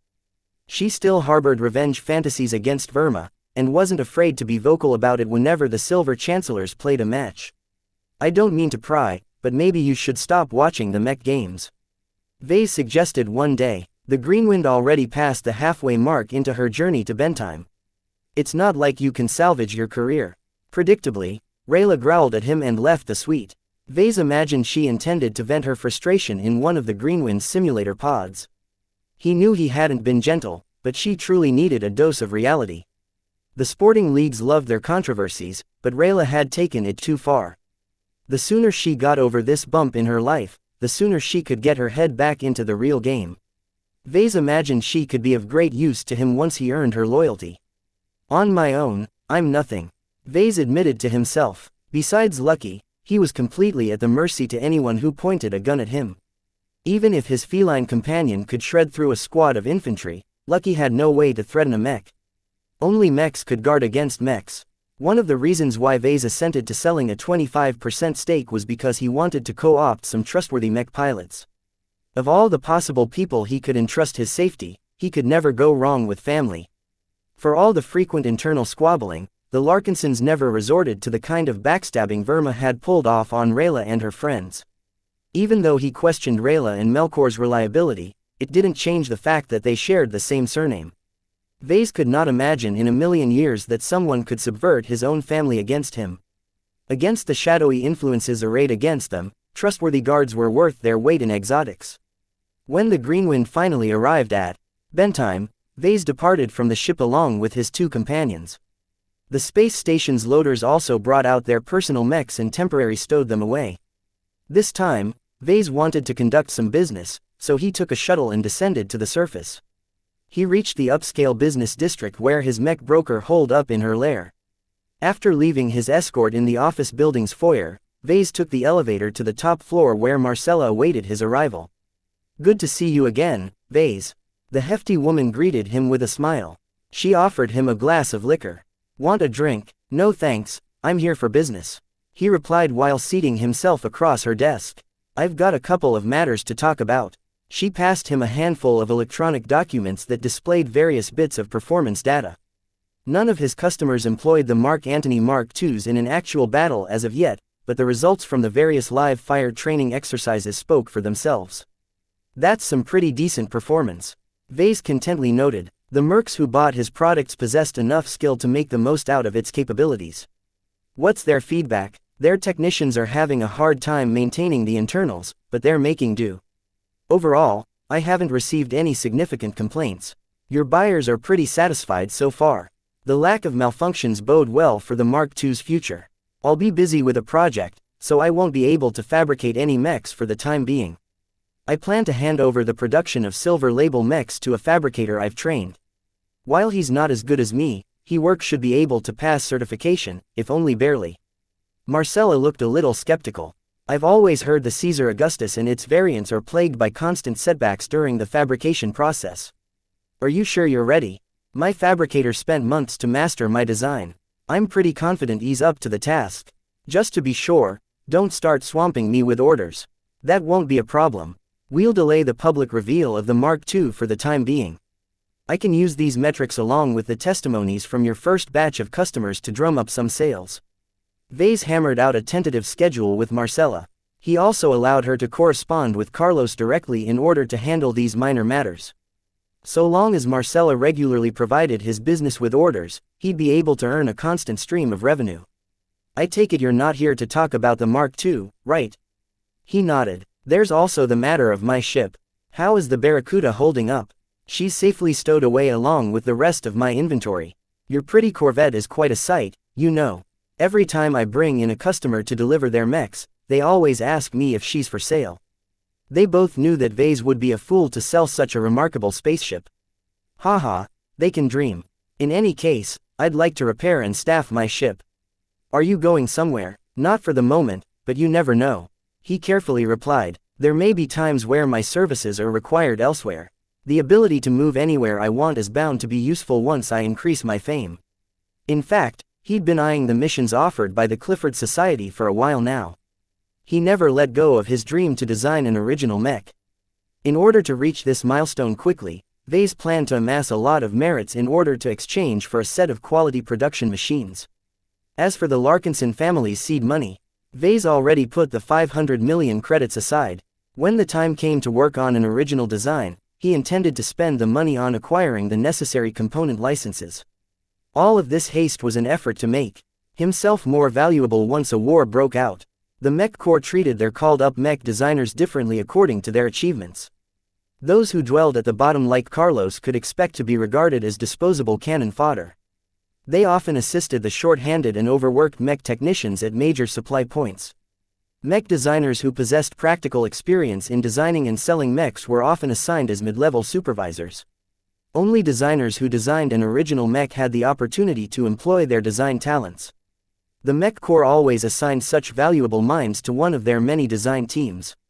Marcella already made the necessary arrangements to repair the Barracuda. He quickly transferred 22 million credits to cover the greedy shipyard's costs and hire some spacers to crew his ship. You'll need a captain, pilot, engineer and at least 1 or 2 ratings to properly crew your ship. You can't get by with less unless you intend to run your billion credits ship to the ground. We'll go by your arrangements since you know better than me. Just make sure you're not hiring a bunch of pirates in disguise. Trustworthy spacers are hard to find. You'll have to throw in a lot more money in order to contract a crew who won't cut and run as soon as you encounter trouble. After a quick discussion, Vase transferred 100,000 credits in order to facilitate the hiring process. Oh, there's one more thing I'd like to talk about, he said. He sent over a handful of documents his family's lawyers had drafted. As soon as I get back, I plan to register a corporation. The Larkinsons agreed to purchase a 25% stake, you see, and I've already waited long enough to incorporate my business. That's great news. It's a lot less risky to do business once you move over to a limited liability structure. Are you still selling stock by any chance? Not at the moment. Vase awkwardly laughed. Giving up a fourth of his stock to his family was one thing. He didn't intend to be so generous to outsiders no matter how much a help his mech broker had been. He firmly intended to maintain a cordial relationship with her. So what's your question? I've already come up with a logo for my corporation, he replied, and summoned up his familiar emblem of a stylized lucky sleeping atop a prismatic cloud over a giant V letter. I'm still grappling with an appropriate name. I've been trying many random names but they don't really roll off the tongue. His mech broker nodded seriously. Determining your company's name is one of the most important choices you can make. A bad name won't be much of a drag, but a good name can absolutely be a boon to your marketing. Under Marcella's guidance, he quickly ruled out several categories of names. For example, he declined to use an acronym unlike the famous BSBH Corporation that operated various popular virtual games like Iron Spirit. He also declined to use a safe but boring name like the Larkinson Corporation or the Cloudy Curtain Mech Corporation. Perhaps we're taking the wrong approach, Marcella noted in an exasperated fashion. They'd been at it for half an hour and Vase still hadn't settled on a suitable name. The name of your company is both an identity and a brand. Think of your products and your future goals. Think of your specialties and selling points. What makes your products different from others? Vase leaned back and considered her advice. First of all, he distinguished himself from his competitors with the help of the system. Such a miraculous invention should never come to light, so he quickly decided not to use it as an inspiration for his company's name. That left his specialties. So far, Vase intended to specialize in both the X factor and a balance between speed and armor. The issue with the former was that it couldn't be measured or put in a spec sheet. The issue with the latter was that he lacked sufficient depth compared with those who fully committed to either speed or armor. Perhaps he might be overthinking the issue. Vase wanted to build a company that embodied his dreams. What was his ultimate dream? To reach the pinnacle of mech design. To explore the ultimate limits of a mech. To see whether mechs can come to life. His eyes instantly brightened. Could it be so simple? Vase wanted to convey the message that his mechs had life. Even if hardly anyone knew about the X factor, the bold aspiration should help convince his customers that his mechs were worth the price. "I've thought up a name," he said. After repeating the name in his head, he finally decided to air it out in the open. The Living Mech Corporation, or LMC for short. The Living Mech Corporation. Marcella widened her eyes. Despite its fairly plain use of words, the mere idea of producing a mech that could be described as living was a bold one. It already described the indistinct sensation that every customer of his mechs had mentioned to her. His mechs felt more alive than any other ones. It's a decent, if somewhat simple name. Are you sure you want to roll with it? It also brings up an unpleasant association with the fantasy of designing a mech composed of living tissue. Vase firmly held on to his stance. "I'm certain. The name describes my philosophy of treating mechs like persons instead of machines. I don't want my customers to associate my products with commodities to be discarded at will. Every mech is a life to be treasured." Chapter 147. Detour. Vase wanted to leave his mark in the age of mechs. The Living Mech Corporation encapsulated both his selling points and his aspirations. The name might sound a little bland, but its open-ended meaning left a lot of room for interpretation. More importantly, the name also matched his nascent design philosophy. No matter how many mech designers had already touched upon the secret of the X factor, Vase definitely wished to forge his own path. After finishing his discussion with Marcella, he left her office and returned to the foyer. Lucky played with a potted plant. Rayla and Melkor stood at the side, admiring the promotional footage projected at the sides. They all showed several designs in action. Vase even saw archival footage of the Mark I in action. "Is that your mech?" Rayla curiously asked. He nodded with pride. "It's my very first sale. In fact, I designed the variant and fabricated it completely on my own. No one else lent a hand to me during the entire process. Recently, I even updated its design. The Mark II is a comprehensive improvement over its predecessor." His cousins looked suitably impressed. It turned out they hadn't heard about Vase and his accomplishments before. Rayla dedicated her entire life to the mech games while Melkor presumably served in some kind of military unit. Only now, they realized what kind of a bigshot Vase had become. The ability to design and build your own mech impressed the two mech pilots. To them, the entire process sounded like sorcery. Vase felt as if he was a wizard showing off a fireball in front of a crowd of knights. Though the latter could easily snap the former's body in two, the impressive display held them back. The wizard's magic had exceeded their limited comprehension. For the first time since they joined his company, the two regarded him with respect. Rayla always wore her emotions on her sleeve, so her mood shifted the most. As for Melkor, he must have already been acquainted with Vase from reading a report. The visor blocking half his face also hindered anyone from determining his attitude. With the help of his enhanced perception and intelligence, Vase nonetheless picked up some hopeful signs. "Let's return to the spaceport now. We have a flight to catch." "Ah, do we have to?" Rayla suddenly begged. "This place is a lot livelier than I thought. I want to visit all the mech boutiques and see the local mech athletes in action." Though Vase originally planned to depart in a few hours, Rayla convinced him to take them for a day out. Perhaps it hadn't been fair for the family to force them to accompany Vase. For privileged city folk like them, a rural planet like Cloudy Curtain must be a boring place to them. Rayla especially wouldn't be able to handle the transition. "Let's head downtown then. The classiest mech boutiques and chain stores can all be found there." Vase hailed an aircar and the three of them boarded the vehicle. After inputting the address, the vehicle ascended into the air and joined the orderly traffic. Vase sat in the front holding Lucky while Rayla and Melkor sat in the back discussing the merits of Bentime's local teams. Rayla favored the Velvet Fists, which was Durham's flagship team. They often clashed head-on against the Silver Chancellors and acquitted themselves well. The Velvet Fists distinguished themselves by their flamboyant female leader. As for Melkor, he respected an up-and-coming team called the Grease Monkeys. Based in the heavily industrialized city of Haston, the community-funded team enjoyed a lot of local support. Somehow, they signed on a couple of talented locals and have been making their mark over the years. I don't care much about the local teams, Vase replied when Rayla asked him who he supported. Bentheim isn't my home. I spent a lot more time on Rittersburg actually. My real home is Cloudy Curtain. It's just too bad the planet isn't rich enough to fund a team. They simply didn't have the means. The farming consortiums owned the majority of the planet's wealth. Considering their roots, the last thing they wanted to do was to foster more mechs. Just as Rayla started to explain the merits of her favorite teams, Melkor held up a hand. Aren't we supposed to head downtown? Why is our aircar moving away from it? His sudden interruption startled Vase. He never paid attention to their environment. When he pressed his face against the window, he found to his dismay that their aircar had inexplicably turned around. Instead of shops and flashing lights, he only encountered drab-looking workshops, factories and warehouses. This isn't good. Our car is flying above the industrial district. We're never supposed to come close to this area in the first place. Rayla instantly pulled out a laser pistol that she previously hid in her coat. What the hell? Why is someone after you, Vase? Are we being kidnapped or something? It might be possible. I never thought anyone would be crazy enough to start something on Bentheim. Vase replied while holding his chin. Who could it be? Bentheim Liberation Movement, the Five Scrolls Compact, the Gage Dynasty, the Rickelin family. Vase provoked too many enemies lately. He couldn't determine who was aiming for him at the moment.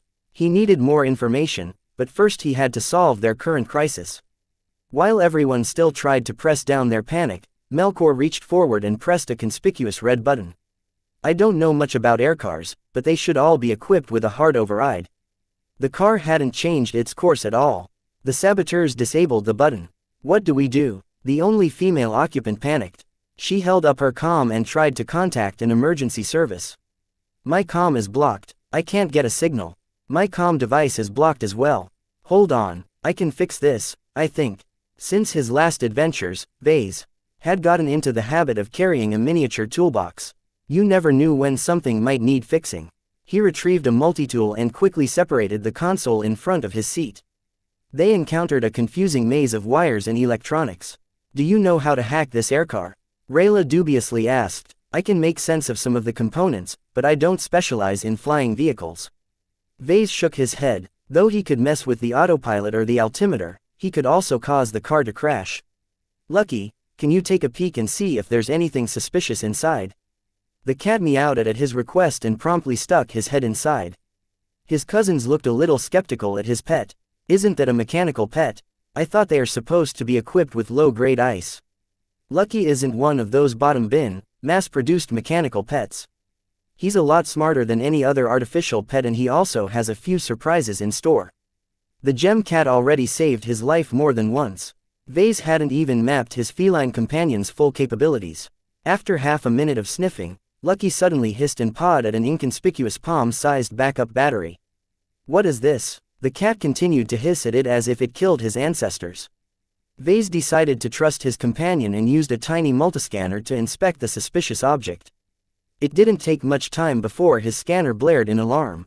It's an improvised explosive. His announcement landed like a bomb. Rayla practically started to foam at the mouth. As for Melkor, his entire posture radiated fury. He pressed a button on his visor, causing its fluorescent surface to turn from blue to red. He looked around and his expression soured. He retrieved a hidden knife and started to stab the aircar's upholstery. What are you up to? There are spy sensors embedded into our seats. That instantly shut her up. Rayla quietly watched him squash the bugs one by one. Meanwhile, Vase continued to scan the improvised explosive in order to determine how much of a threat it posed.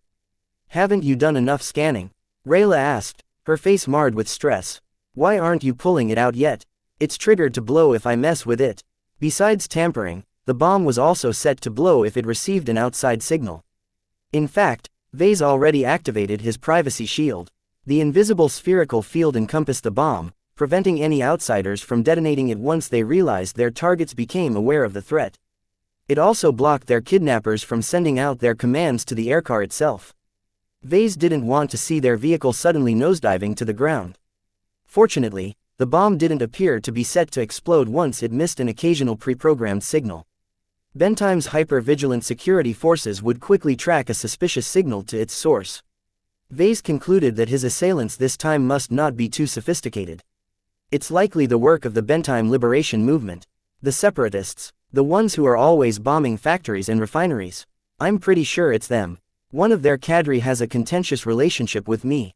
This must be some form of revenge. Well, you better fix this quickly before we end up in his grasp.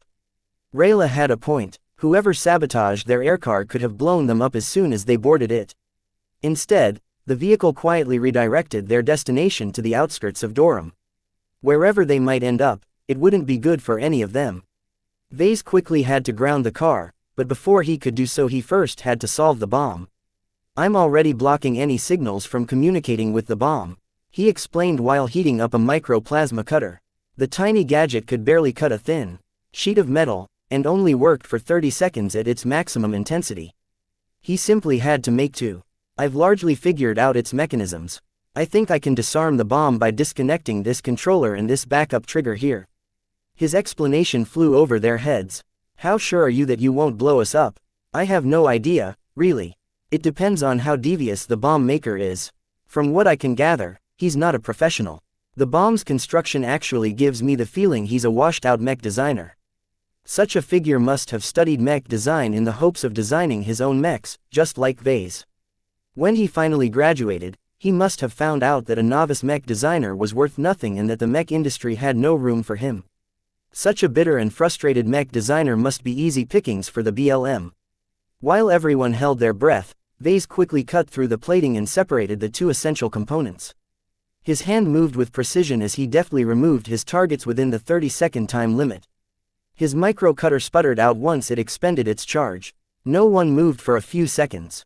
Once they realized the bomb hadn't gotten off, everyone sighed. Let's throw it out. Vase nodded in agreement. He used several tools to cut its external cables and separate it from its mounting. After pulling it out, he looked at the aircar's window. Lucky, can you open up a hole? The cat sprung his energy claws and ruthlessly attacked a window. The claws neatly parted an oval-shaped hole in the car. The vehicle's continued high-speed flight caused the interior to be engulfed in wind and noise. Vase finally threw out the package, which quickly dropped onto the roof of a warehouse. With the state of Bentime's alertness, I bet the drop has already triggered an alert. Melkor reasoned. As soon as they take a closer look, they'll know it's a bomb. Help might be on the way, but the security services still needed some time to catch up with the car. By the time they finally tracked it down, the Larkinsons might already be dead, or worse. Enough talk. Vase, please put us on the ground. Vase had already started doing so once he threw away the bomb.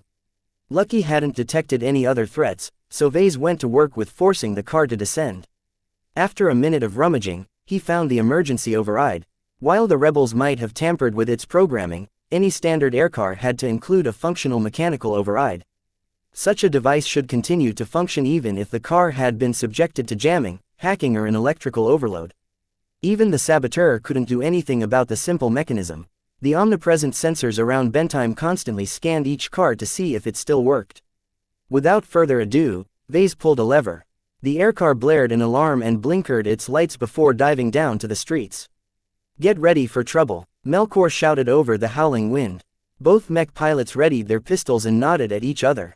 As soon as we touch down, we'll try to flee to the nearest shelter and try to hold up until the security forces arrive. No one knew if anyone awaited them on the ground, but the Larkinsons never backed down from a fight. Chapter 148 Cold Wind. The three young Larkinsons disgorged from their forcibly landed aircar in a run. They approached the entrance of what appeared to be a junkyard. A single security officer along with a host of rickety security bots held them up at the entrance. Stop. No entry allowed. Let us in. It's an emergency, Vase retorted as he banged his fist against the gates. The BLM is after us right now. The portly security guard appeared puzzled. He looked around and failed to notice anything amiss. I don't see any rebels. Are you sure you've got your heads on straight? Just as Vase wanted to respond, everyone flattened themselves when a huge explosion threw them off their feet. His anti-grav clothing instantly righted his body in place, but his cousins had to roll on the ground before they came to a stop. Everyone gawked at the gigantic plume of smoke a few blocks away. "We're under attack." The guard panicked and quickly slammed his fist against a button. The entire junkyard started to go into lockdown as metal shutters rolled down windows and all of the fences became electrified. "At least let us in before you hole up in your little corner." "It's no use," Melkor said and pulled Rayla back before she could bang her fist against the metal shutters. "Look around you. Everyone's running scared." All of the air trucks and shuttles zipped away, even those who were still in the progress of loading their goods. Some of them even dropped their cargo as their hatches hadn't closed in time. Along with the retreat of every vehicle, every factory and warehouse started to put up their barricades. In an unsafe environment like the industrial district, which was plagued with criminals and other unsavory characters, such an exaggerated level of security was a basic requirement. Even as the air grew a little hotter due to the nearby flames, no one looked out for others. As the Larkinsons tried to find some shelter at the warehouses and workshops next door, they were only met with stony silence. "It's no use," Vase eventually said. "This is one of Durham's worst neighborhoods. A lot of gangs like to threaten and steal from these facilities. You won't be able to find a good Samaritan in this part of town." Melkor frowned behind his glaring red visor. "I don't see any police. How could Bentheim let its public security deteriorate to this degree? Even if the Durham police force slept on the job, they should have sent some help over." Vase brought up his comm but only got an invalid signal. "Our comms are still blocked. The rebels must have sabotaged the nearby broadcast towers." Things weren't looking good, Vase thought. A nefarious force had blown up something big and blocked their wireless communication attempts. Had the rebels given up on the quiet option and therefore opted to go loud? An intense sensation suddenly engulfed him. For some reason, Vase felt as if an apex predator stared hungrily at him. Sweat trickled down his brow as he tried to parse this unfamiliar probe. His so-called sixth sense only triggered when he came into contact with the X factor. Did this mean that one of his own mechs was close? The flavor is wrong. For lack of a better word, he described each different sensation from the X factor as a flavor. As someone who personally designed and fabricated the Mark Is and Mark IIs, they possessed a unique blend of daring and aggression. The flavor currently pinging his senses lacked the boldness he had personally imbued. Instead, it tasted like a cold winter wind snuffing out a lonely candle. "Ves! Get down!" Melkor suddenly yelled and tried to tackle Vase to the ground. A sudden shield sprang into being that forcibly bounced him back. Distracted by his attempt to parse his sixth sense, his entire vision suddenly bloomed as a solid projectile suddenly crashed against his shield. Master Olson's gift prevented the incredible amount of kinetic energy from affecting his fragile body. "That's a railgun," Rayla yelled and haphazardly fired her laser pistol in the direction of the attack. "We're all going to die." Melkor forcibly bent down her weapon arm so that her deadly laser beams burnt harmlessly against the pavement. "Calm down. Vase didn't die. We can still make it through." The attack had pulled Vase out of his stupor.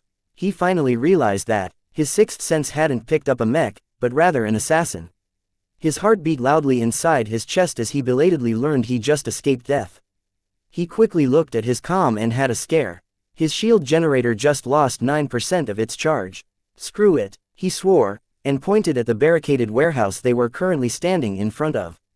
"Lucky, cut down an opening for us." Lucky didn't act cute this time and directly clawed a crude man-sized opening in the metal shutters. The three along with the cat barged their way inside the storage area, which blared in alarm at their intrusion. Security bots armed with both lethal and non-lethal weapons started to hover over their heads. "Damn it, these assholes want to shoo us out," Rayla exclaimed and raised her pistol at the robots. Just as she pulled the trigger, they all lost power and crashed to the ground. The three had to jump away in order to avoid getting pummeled in the heads. "Melkor, these are ancient models. Even if their firmware is up to date, they're nothing compared to the models used in Rittersburg." The man grinned with satisfaction and tapped his finger against his glowing red visor. "I'm not wearing this for show, you know." It turned out that Melkor had taken a course in hacking. Though he wasn't a genuine programming expert, he had more than enough skills to apply a standard script to old vulnerabilities. As long as the system wasn't too new or advanced, he'd be able to bypass its lock. "Why didn't you hack open the doors in the first place, then?" "It didn't work." He shook his head. "Every property in the block is secured with both mechanical and electronic means. This wasn't unusual as the people who operated these facilities couldn't afford to update their cybersecurity. Just because Vase could afford to employ Sanyal Ablin to fortify his systems didn't mean that anyone else could do the same. The cutthroat competition along with all of the other dangers on Bentime often forced the local businesses to cut corners. Is anyone around? No one made a peep. Whoever supervised the warehouse must be holing up somewhere safe. Just as they started to move forward, a loud bang sounded as the sniper shot another round. The projectile punched straight through the warehouse wall and only lost a bit of energy before crashing before the shield that sprung up again in front of Vase. He just lost another chunk of his shield generator's charge. He only had about 80% left. His cousins didn't even ask about his shield generator. Both Melkor and Rayla urged Vase to run towards the middle of the warehouse. Hurry up and run. The railgun won't be able to penetrate all of these goods. They all ran towards the stacks of what appeared to be various bulk materials. Vase recognized that most of them were often used in producing mechs, such as titanium and a number of composites. Just as they reached the middle, they started to hear a large number of footsteps from the entrance Lucky had created. "Our target's inside," one of the new entrants announced. "Fan out and shoot the bastard as soon as you see him. Don't forget to call out his position." "On it, boss." "Death to the Republic. Shed blood for Bentime." The Larkinsons groaned. They recognized the BLM's slogan. "How many?" Rayla asked. 25. "They're not wearing armor. No heavy weapons." Melkor slowly analyzed as his visor appeared to see straight through the stored materials. "We're outarmed and outnumbered. We should surrender." "No," Vase replied, immediately shutting off this line of inquiry. "The BLM never returns its hostages. Anyone who's taken by them will suffer an agonizing fate. We'll have to fight our way out." "You heard Melkor. We're vastly outnumbered. Those guys must be ruffians. Their sniper is something else, but he's too constrained while we're indoors." Vase explained with burning hope in his eyes. "You two are mech pilots, are you not? You've spent more than a decade learning how to kill. Even without a mech, you should be able to handle some untrained thugs. We're not dealing with some. There's 25 rebels closing in and we have no way to beat them all." "Are you sure about that?" One reason why Vase insisted on entering a packed warehouse like this was because it contained a lot of vertical space. He turned to Lucky, who vigilantly stood at his side, and petted his back. "Go get him, Lucky. Don't show them any mercy." His deadly pet replied with a dangerous yell and jumped up to a shelf above his head. Lucky quickly disappeared from his sight as he instantly entered hunting mode. A few seconds later, the thugs started to scream. About half of their screams cut off midway as if their throats had been cut. The other half. Vase gritted his teeth and pushed his two cousins forward. "We should attack now that they're distracted. I don't know if Lucky can hold on for long." He always noted that Lucky was never able to sustain his claws for long. Though they possessed an incredible amount of cutting power, Lucky's cat-sized body could only store so much energy. It also took a fairly long time for his mechanical pet to recharge. "He's right. The rebels are in disarray. We have to stake our lives for this." Melkor decided and ran towards the direction of the screams. We're really doing this, aren't we?" Rayla stuttered for a moment before slapping her head. "What the hell am I doing? I'm better than this. I'm a Larkinson." Rayla followed after Melkor with Vase closely in tow. He started feeling really guilty for not possessing a weapon. He always intended to purchase one whenever he ended up in situations like this, but always forgot about it after the danger had passed. Vase resolved to address this shortcoming if he managed to survive. He tried his best to keep up with his athletic niece. "Let me stand in front. My shield can still take a couple of hits." She didn't argue his decision even if a professional guard would balk at his words. She cleverly positioned her body behind his so that she only exposed her eyes and her pistol. They passed a couple of brutally savage bodies of men and women. They all wore dirt-crusted rags but wielded fairly pristine weapons. These guys have been hiding in tunnels in order to evade the local security sweeps. Vase remarked as he bent down and picked up a basic but brand new ballistic rifle. His face quickly soured. Gene-locked. Whoever supplied them with these weapons must have a lot of money in their pockets. Vase might be able to bypass the gene lock if he kludged up a workaround, but the situation didn't allow it. He discarded the rifle and picked up a plain combat knife. "This will do." They caught up to Melkor, who currently exchanged fire against a pair of thugs. 3 bodies lay scorched on the ground. His shooting skills surpassed Dietrich's by a considerable margin as Melkor neatly squeezed a laser beam through a finger-sized slit between two large containers. The rebel screamed as the high-powered beam turned his stomach into a blackened mess. "My pistol is overheating," Melkor said and turned to Rayla with a hand. "Give me yours." "No way, this is mine." "This isn't the time, Rayla. You know my marksmanship scores are better than yours, and I can interface my weapons with my visor." The lack of living opponents lessened their urgency. They all believed the situation had been handled. "Just hand over the pistol already," Vase commanded his cousin. "We need to clean up these men as quickly as possible before." He abruptly stopped when his sixth sense started tingling again. He felt another chilling wind blow past his undefinable senses. "Get down." Chapter 149. Pinned down. The projectile punched through the warehouse's walls from the side and came at them like the wrath of a falling meteor. Forewarned by his sixth sense, Vase barely ducked in time, allowing the flaming projectile to impact against the ground, throwing up a momentous amount of cement. The large amount of debris pelted the Larkinsons, causing no small amount of minor injuries. Vase managed to stay unscathed due to his shield generator, which lost another % of charge. "We've got to pull back." Melkor gritted his teeth, giving up on trying to borrow Rayla's pistol. "As long as that sniper is lurking around, it's not safe to leave the center." Rayla nodded her head as she gripped her own weapon with an iron grip. "We're mech pilots without a mech in sight. We're sitting ducks out here." Losing the initiative never went well, but they all agreed and ran back towards the deepest section of the warehouse. All of them tried to find a way out of their predicament but could think of nothing except to wait for help. With the amount of noise the BLM had stirred, the police or planetary guard should be arriving at any moment now. "It's a monster. It's some kind of drone is killing us all. I never signed up to this. Let's get out of here." The discordant group of rebels broke apart due to the terror in their midst. Lucky reaped a toll on their sanity as he slowly constantly clawed out their throats. At a certain point, the survivors forgot about their mission and fled like rats. Rayla looked at Vase as if he had done the killing himself. "Did you upgrade your cat or something?" "My father gave him to me as a gift," Vase replied, bringing up his standard excuse whenever someone asked about Lucky's peculiarities. "He's a product of the new Rubarth Empire.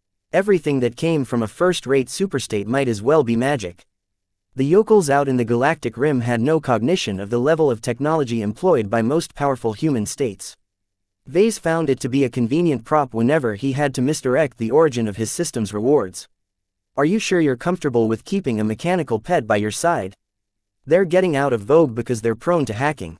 "I trust Lucky," Vase replied emphatically. In fact, he trusted in the system. He's a unique pet who's hiding quite a few surprises. "I don't believe anyone from this star sector can compromise his programming." Moments later, the star of the show appeared in their midst. The tired-looking cat had dropped down from above and meowed with less enthusiasm than before. This time, Vase felt an ache in his heart when he saw that Lucky hadn't come out of fight unscathed. His left side had been scorched by a passing laser beam that blackened his shimmering bronze surface. "Lucky," Vase called out and picked up his companion. "Are you okay?" He tried to interpret his cat's attempts to answer his question. Lucky appeared to have a lot of energy to spare due to the opposition's lack of armor. A simple swipe of his energy claws at their lowest power setting easily took care of the untrained rabble. Instead, the heat damage partially crippled Lucky's capabilities. A significant part of his flexible shell had fused together into slag. The laser also transferred a lot of heat into Lucky's internals. Over time, his gem cat could recover from the damage by eating special minerals and letting his advanced self-repair do all of the work. Unfortunately, time was in short supply today. "So we can't rely on your pet anymore." "Seems so. We're on our own." The news disheartened the Larkinsons. Their best weapon had been taken out of what must have been a stray shot from a panicking rebel. After some crunching, Melkor finally spoke up. "We're going to have to come up with another plan. The only thing I can't figure out is whether our opponents are committed to investing more assets." "What do you mean by that, cousin?" the only woman in their midst asked with a reluctant voice. From all the smoke and fire, the BLM must have blown up an entire refinery or something. Which anyone can do as long as they are smart enough. Only a small cell of terrorists working together with some insiders are required. Think, Rayla, how much does this operation cost in their perspective? Not much. Besides funding the weapons and explosives, the BLM mainly sacrificed their worthless footmen. The real pros who supplied the weapons along with the expertise to set up a facility to blow were long gone by now. Melkor turned his ominous red visor to Vase. Are you certain it's just the BLM who's after us? I'm not doubting your judgment, because everything we've experienced so far matches up with your guess. Only the railgun specialist doesn't fit. His weapon is too sophisticated and his aim is spot on. You already died twice, you know. It hadn't really set in, but Vase knew he brushed past certain death. He mentally thanked his master for her very timely gift. I know what you're talking about. To be honest, I've provoked other enemies besides the BLM. All of them are incredibly wealthy. That's great, Rayla sarcastically remarked. It might have been nice to tell us how many people you pissed off before we get shot at. Before the argument escalated, Melkor held out his hand. Stop. More men are approaching. There are fewer steps, but they're heavier than the last wave. Is it the police? I don't know yet. I'm not familiar with Doram's fast response force. Everyone readied their weapons for another fight. If the newcomers came with ill intent, they'd fight tooth and nail to save their lives. Vase petted Lucky's head. Can you take a peek? Just tell us if it's friendly or not. The cat meowed softly before padding away with a much less slinkier gait.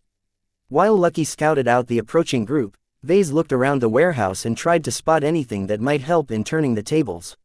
Sadly, the shelves only held low-value bulk materials that wouldn't be of much help. Vase found nothing remotely volatile or flammable, and he couldn't even find an industrial loader mech that normally carried heavy loads. With nothing at hand, Vase hesitated in bringing up his comm. He could still resort to the system if nothing else. With almost 10,000 DP in reserve, he could buy a gadget from the stingy store and hold on for a couple more minutes. Lucky quickly returned and yelled with panic. Melkor also finished parsing his visor's readings. We're dealing with armored mercenaries or the like. We won't be able to overcome their armor with our pistols. Laser pistols worked extremely well against soft targets, but had difficulty penetrating past a solid layer of armor. As long as the armor was thick enough, it diffused the heat among its surrounding portions. This is ridiculous. Rayla cursed and held her weapon ready. Where's our help? We've been under fire for over 10 minutes now. While Melkor tried to form a plan, Vase turned his body and discreetly activated his comm. While the BLM disabled communications, they couldn't do anything to his apps. He tapped the system's icon and entered its store. Millions of items flashed by in a blink as the store came into being. Vase tried to figure out the best way to spend his DP. He didn't ask for much, just a way to survive. The life-threatening situation disrupted his thoughts, making it harder for him to think. He couldn't employ his logic when all of his primal instincts activated his fight-or-flight response. Come on, system, please help me out. Give me a suggestion of what I should buy. The mech designer system is not meant to replace the user's own judgment. Please treasure your autonomy and make your own decisions in life. Vase felt the urge to scream. This stubborn system still stuck to its stupid principles when his life was at danger. He couldn't rely on anyone but himself, it seemed. He quickly considered where he should spend his points. A weapon is no good. They'll kill me before I can kill them. Armor will only delay the inevitable. He quickly concluded that he should obtain some means to avoid the enemy entirely. He first thought of teleporting, but he quickly balked at the prices the various teleportation items offered. Unless he accumulated more than 1,000,000 DP, he shouldn't be thinking about teleporting himself and his cousins. What about a way to hide? A permanent or durable way to hide still cost way too much, but the store offered several one-use alternatives. For example, he could spend 5.000 DP for a temporary augment of his privacy shield. Comm upgrade, privacy shield, level 1 one-time augment, full stealth price, 5.000 DP duration, 10 minutes temporarily upgrades a level 1 privacy shield to emit an overpowering field that disrupts any means of observation. It is capable of obfuscating every possible means of observation that is known to the mech designer system. The simple description didn't do the augment justice. It blocked both electronic and biological means of detection. As long as no one bumped into their bodies, they could sneak off under the noses of their hunters. Heavy footsteps started to become audible. The mercenaries entered the warehouse and started to fan out into two separate groups. Vase gritted his teeth and purchased the augment. Everyone, come close to me. Best to hold on to my body, front and back. I've got a gadget here that can hide us from their view. His cousins didn't doubt his words, witnessing his shield generator. They knew he visited Lemar and returned with a lot of high-tech gifts. Melkor stood in front while Rayla pressed against his back. Lucky on the other hand jumped on his owner's shoulders. How long will it last? Melkor asked in a whisper. It's supposed to be no more than 10 minutes. Both of his cousins were taken aback. Full stealth for an entire hour. Such a powerful piece of technology shouldn't even be available in this backwater star sector. Vase didn't try to convince them any further and activated both his privacy shield and his newly purchased augment. He felt sick at the thought of bidding farewell to 5.000 DP. He could have upgraded a lot of skills with those precious points. At least he saved them up beforehand. If he had already splurged his entire savings beforehand, he wouldn't be able to avoid the approaching killers. Melkor and Rayla both tried to say something, but the privacy shield dampened every sound.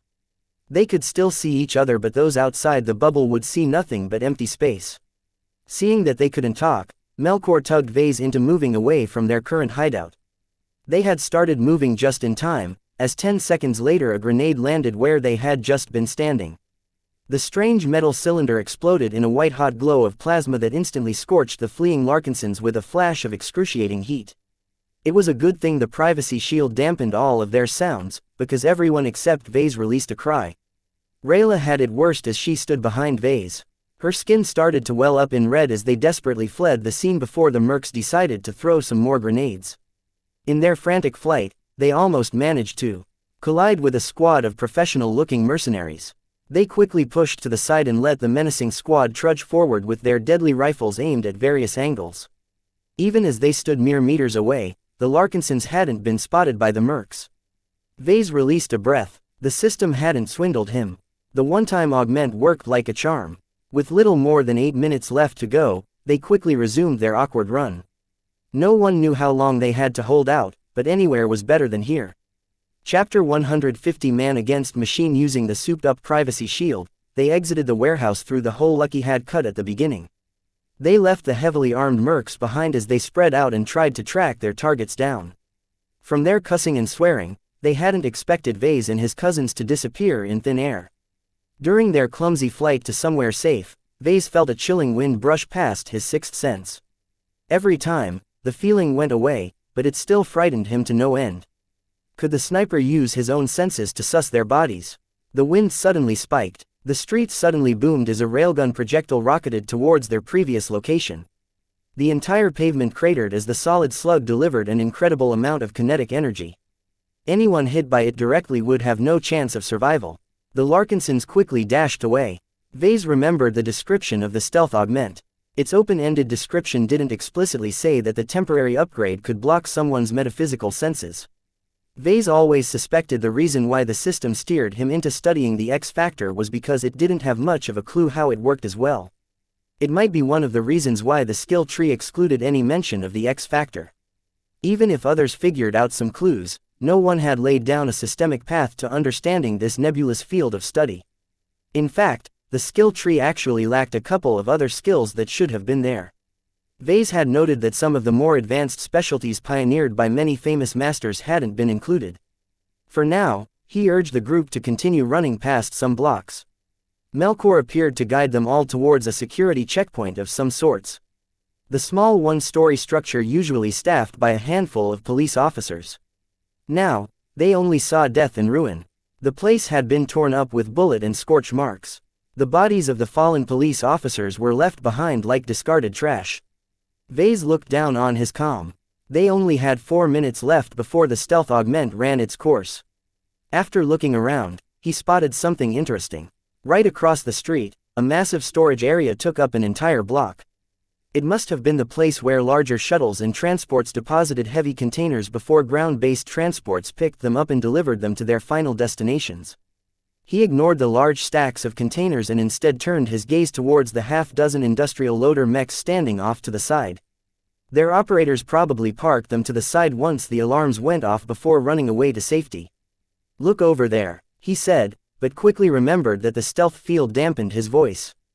Instead, he tapped their shoulders and pointed at the mechs. They both understood his intentions. Rayla looked skeptical, but Melkor nodded in understanding. They crossed the street and stopped before the storage yard's sturdy gates. With another prompt, Vase got lucky to slice a narrow opening. Once they entered the yard, Vase suddenly felt the cold wind return. The sniper must have noticed the sudden cut as soon as his privacy shield moved away. With its stealth charge about to run out, they all ran towards the industrial mechs. Compared to combat-oriented mechs, the industrial mechs emphasized cost savings and strength. They were mostly designed to be an affordable way to carry heavy loads of goods without relying on expensive heavy-duty lifter platforms. An industrial mech might cost more upfront, but a lifter platform guzzled energy like an alcoholic stuck in a wine cellar. The limbs also offered very fine manipulation when needed. The ones employed by the storage yard weighed heavier than medium mechs and featured very robust limbs. They might not be able to outtrace an aircar, but their heavy arms and legs allowed them to lift hefty loads without straining their frame. The stealth field fizzled out just as they reached the lifter cables that could bring them up to the cockpits. It's out. We're exposed now. Melkor, can you hack into these mechs? I should be able to, but I might need your help. Sometimes, the owners of these low-quality mechs. Rayla rapped her knuckle against the scratched and dirty surface of one of the machines. Are we really going to hijack an industrial mech? They don't even have neural interfaces, let alone armor that is able to withstand an infantry-grade railgun. If you can point out an actual combat mech, then be my guest.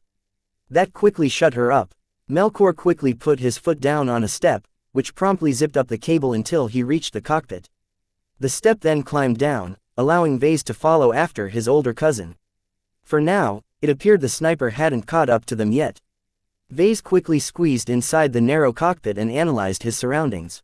The omission of a neural interface meant that the cockpit offered a lot more manual controls.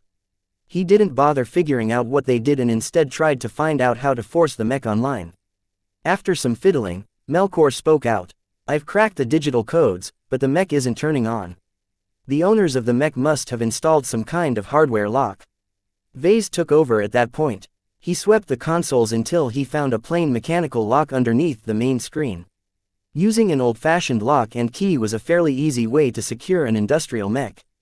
It prevented them from being taken for a joyride at the very least. Even a mech technician could install something as simple as this setup. He forced open the lock in 30 seconds. Such a simple mechanism didn't faze him in the slightest.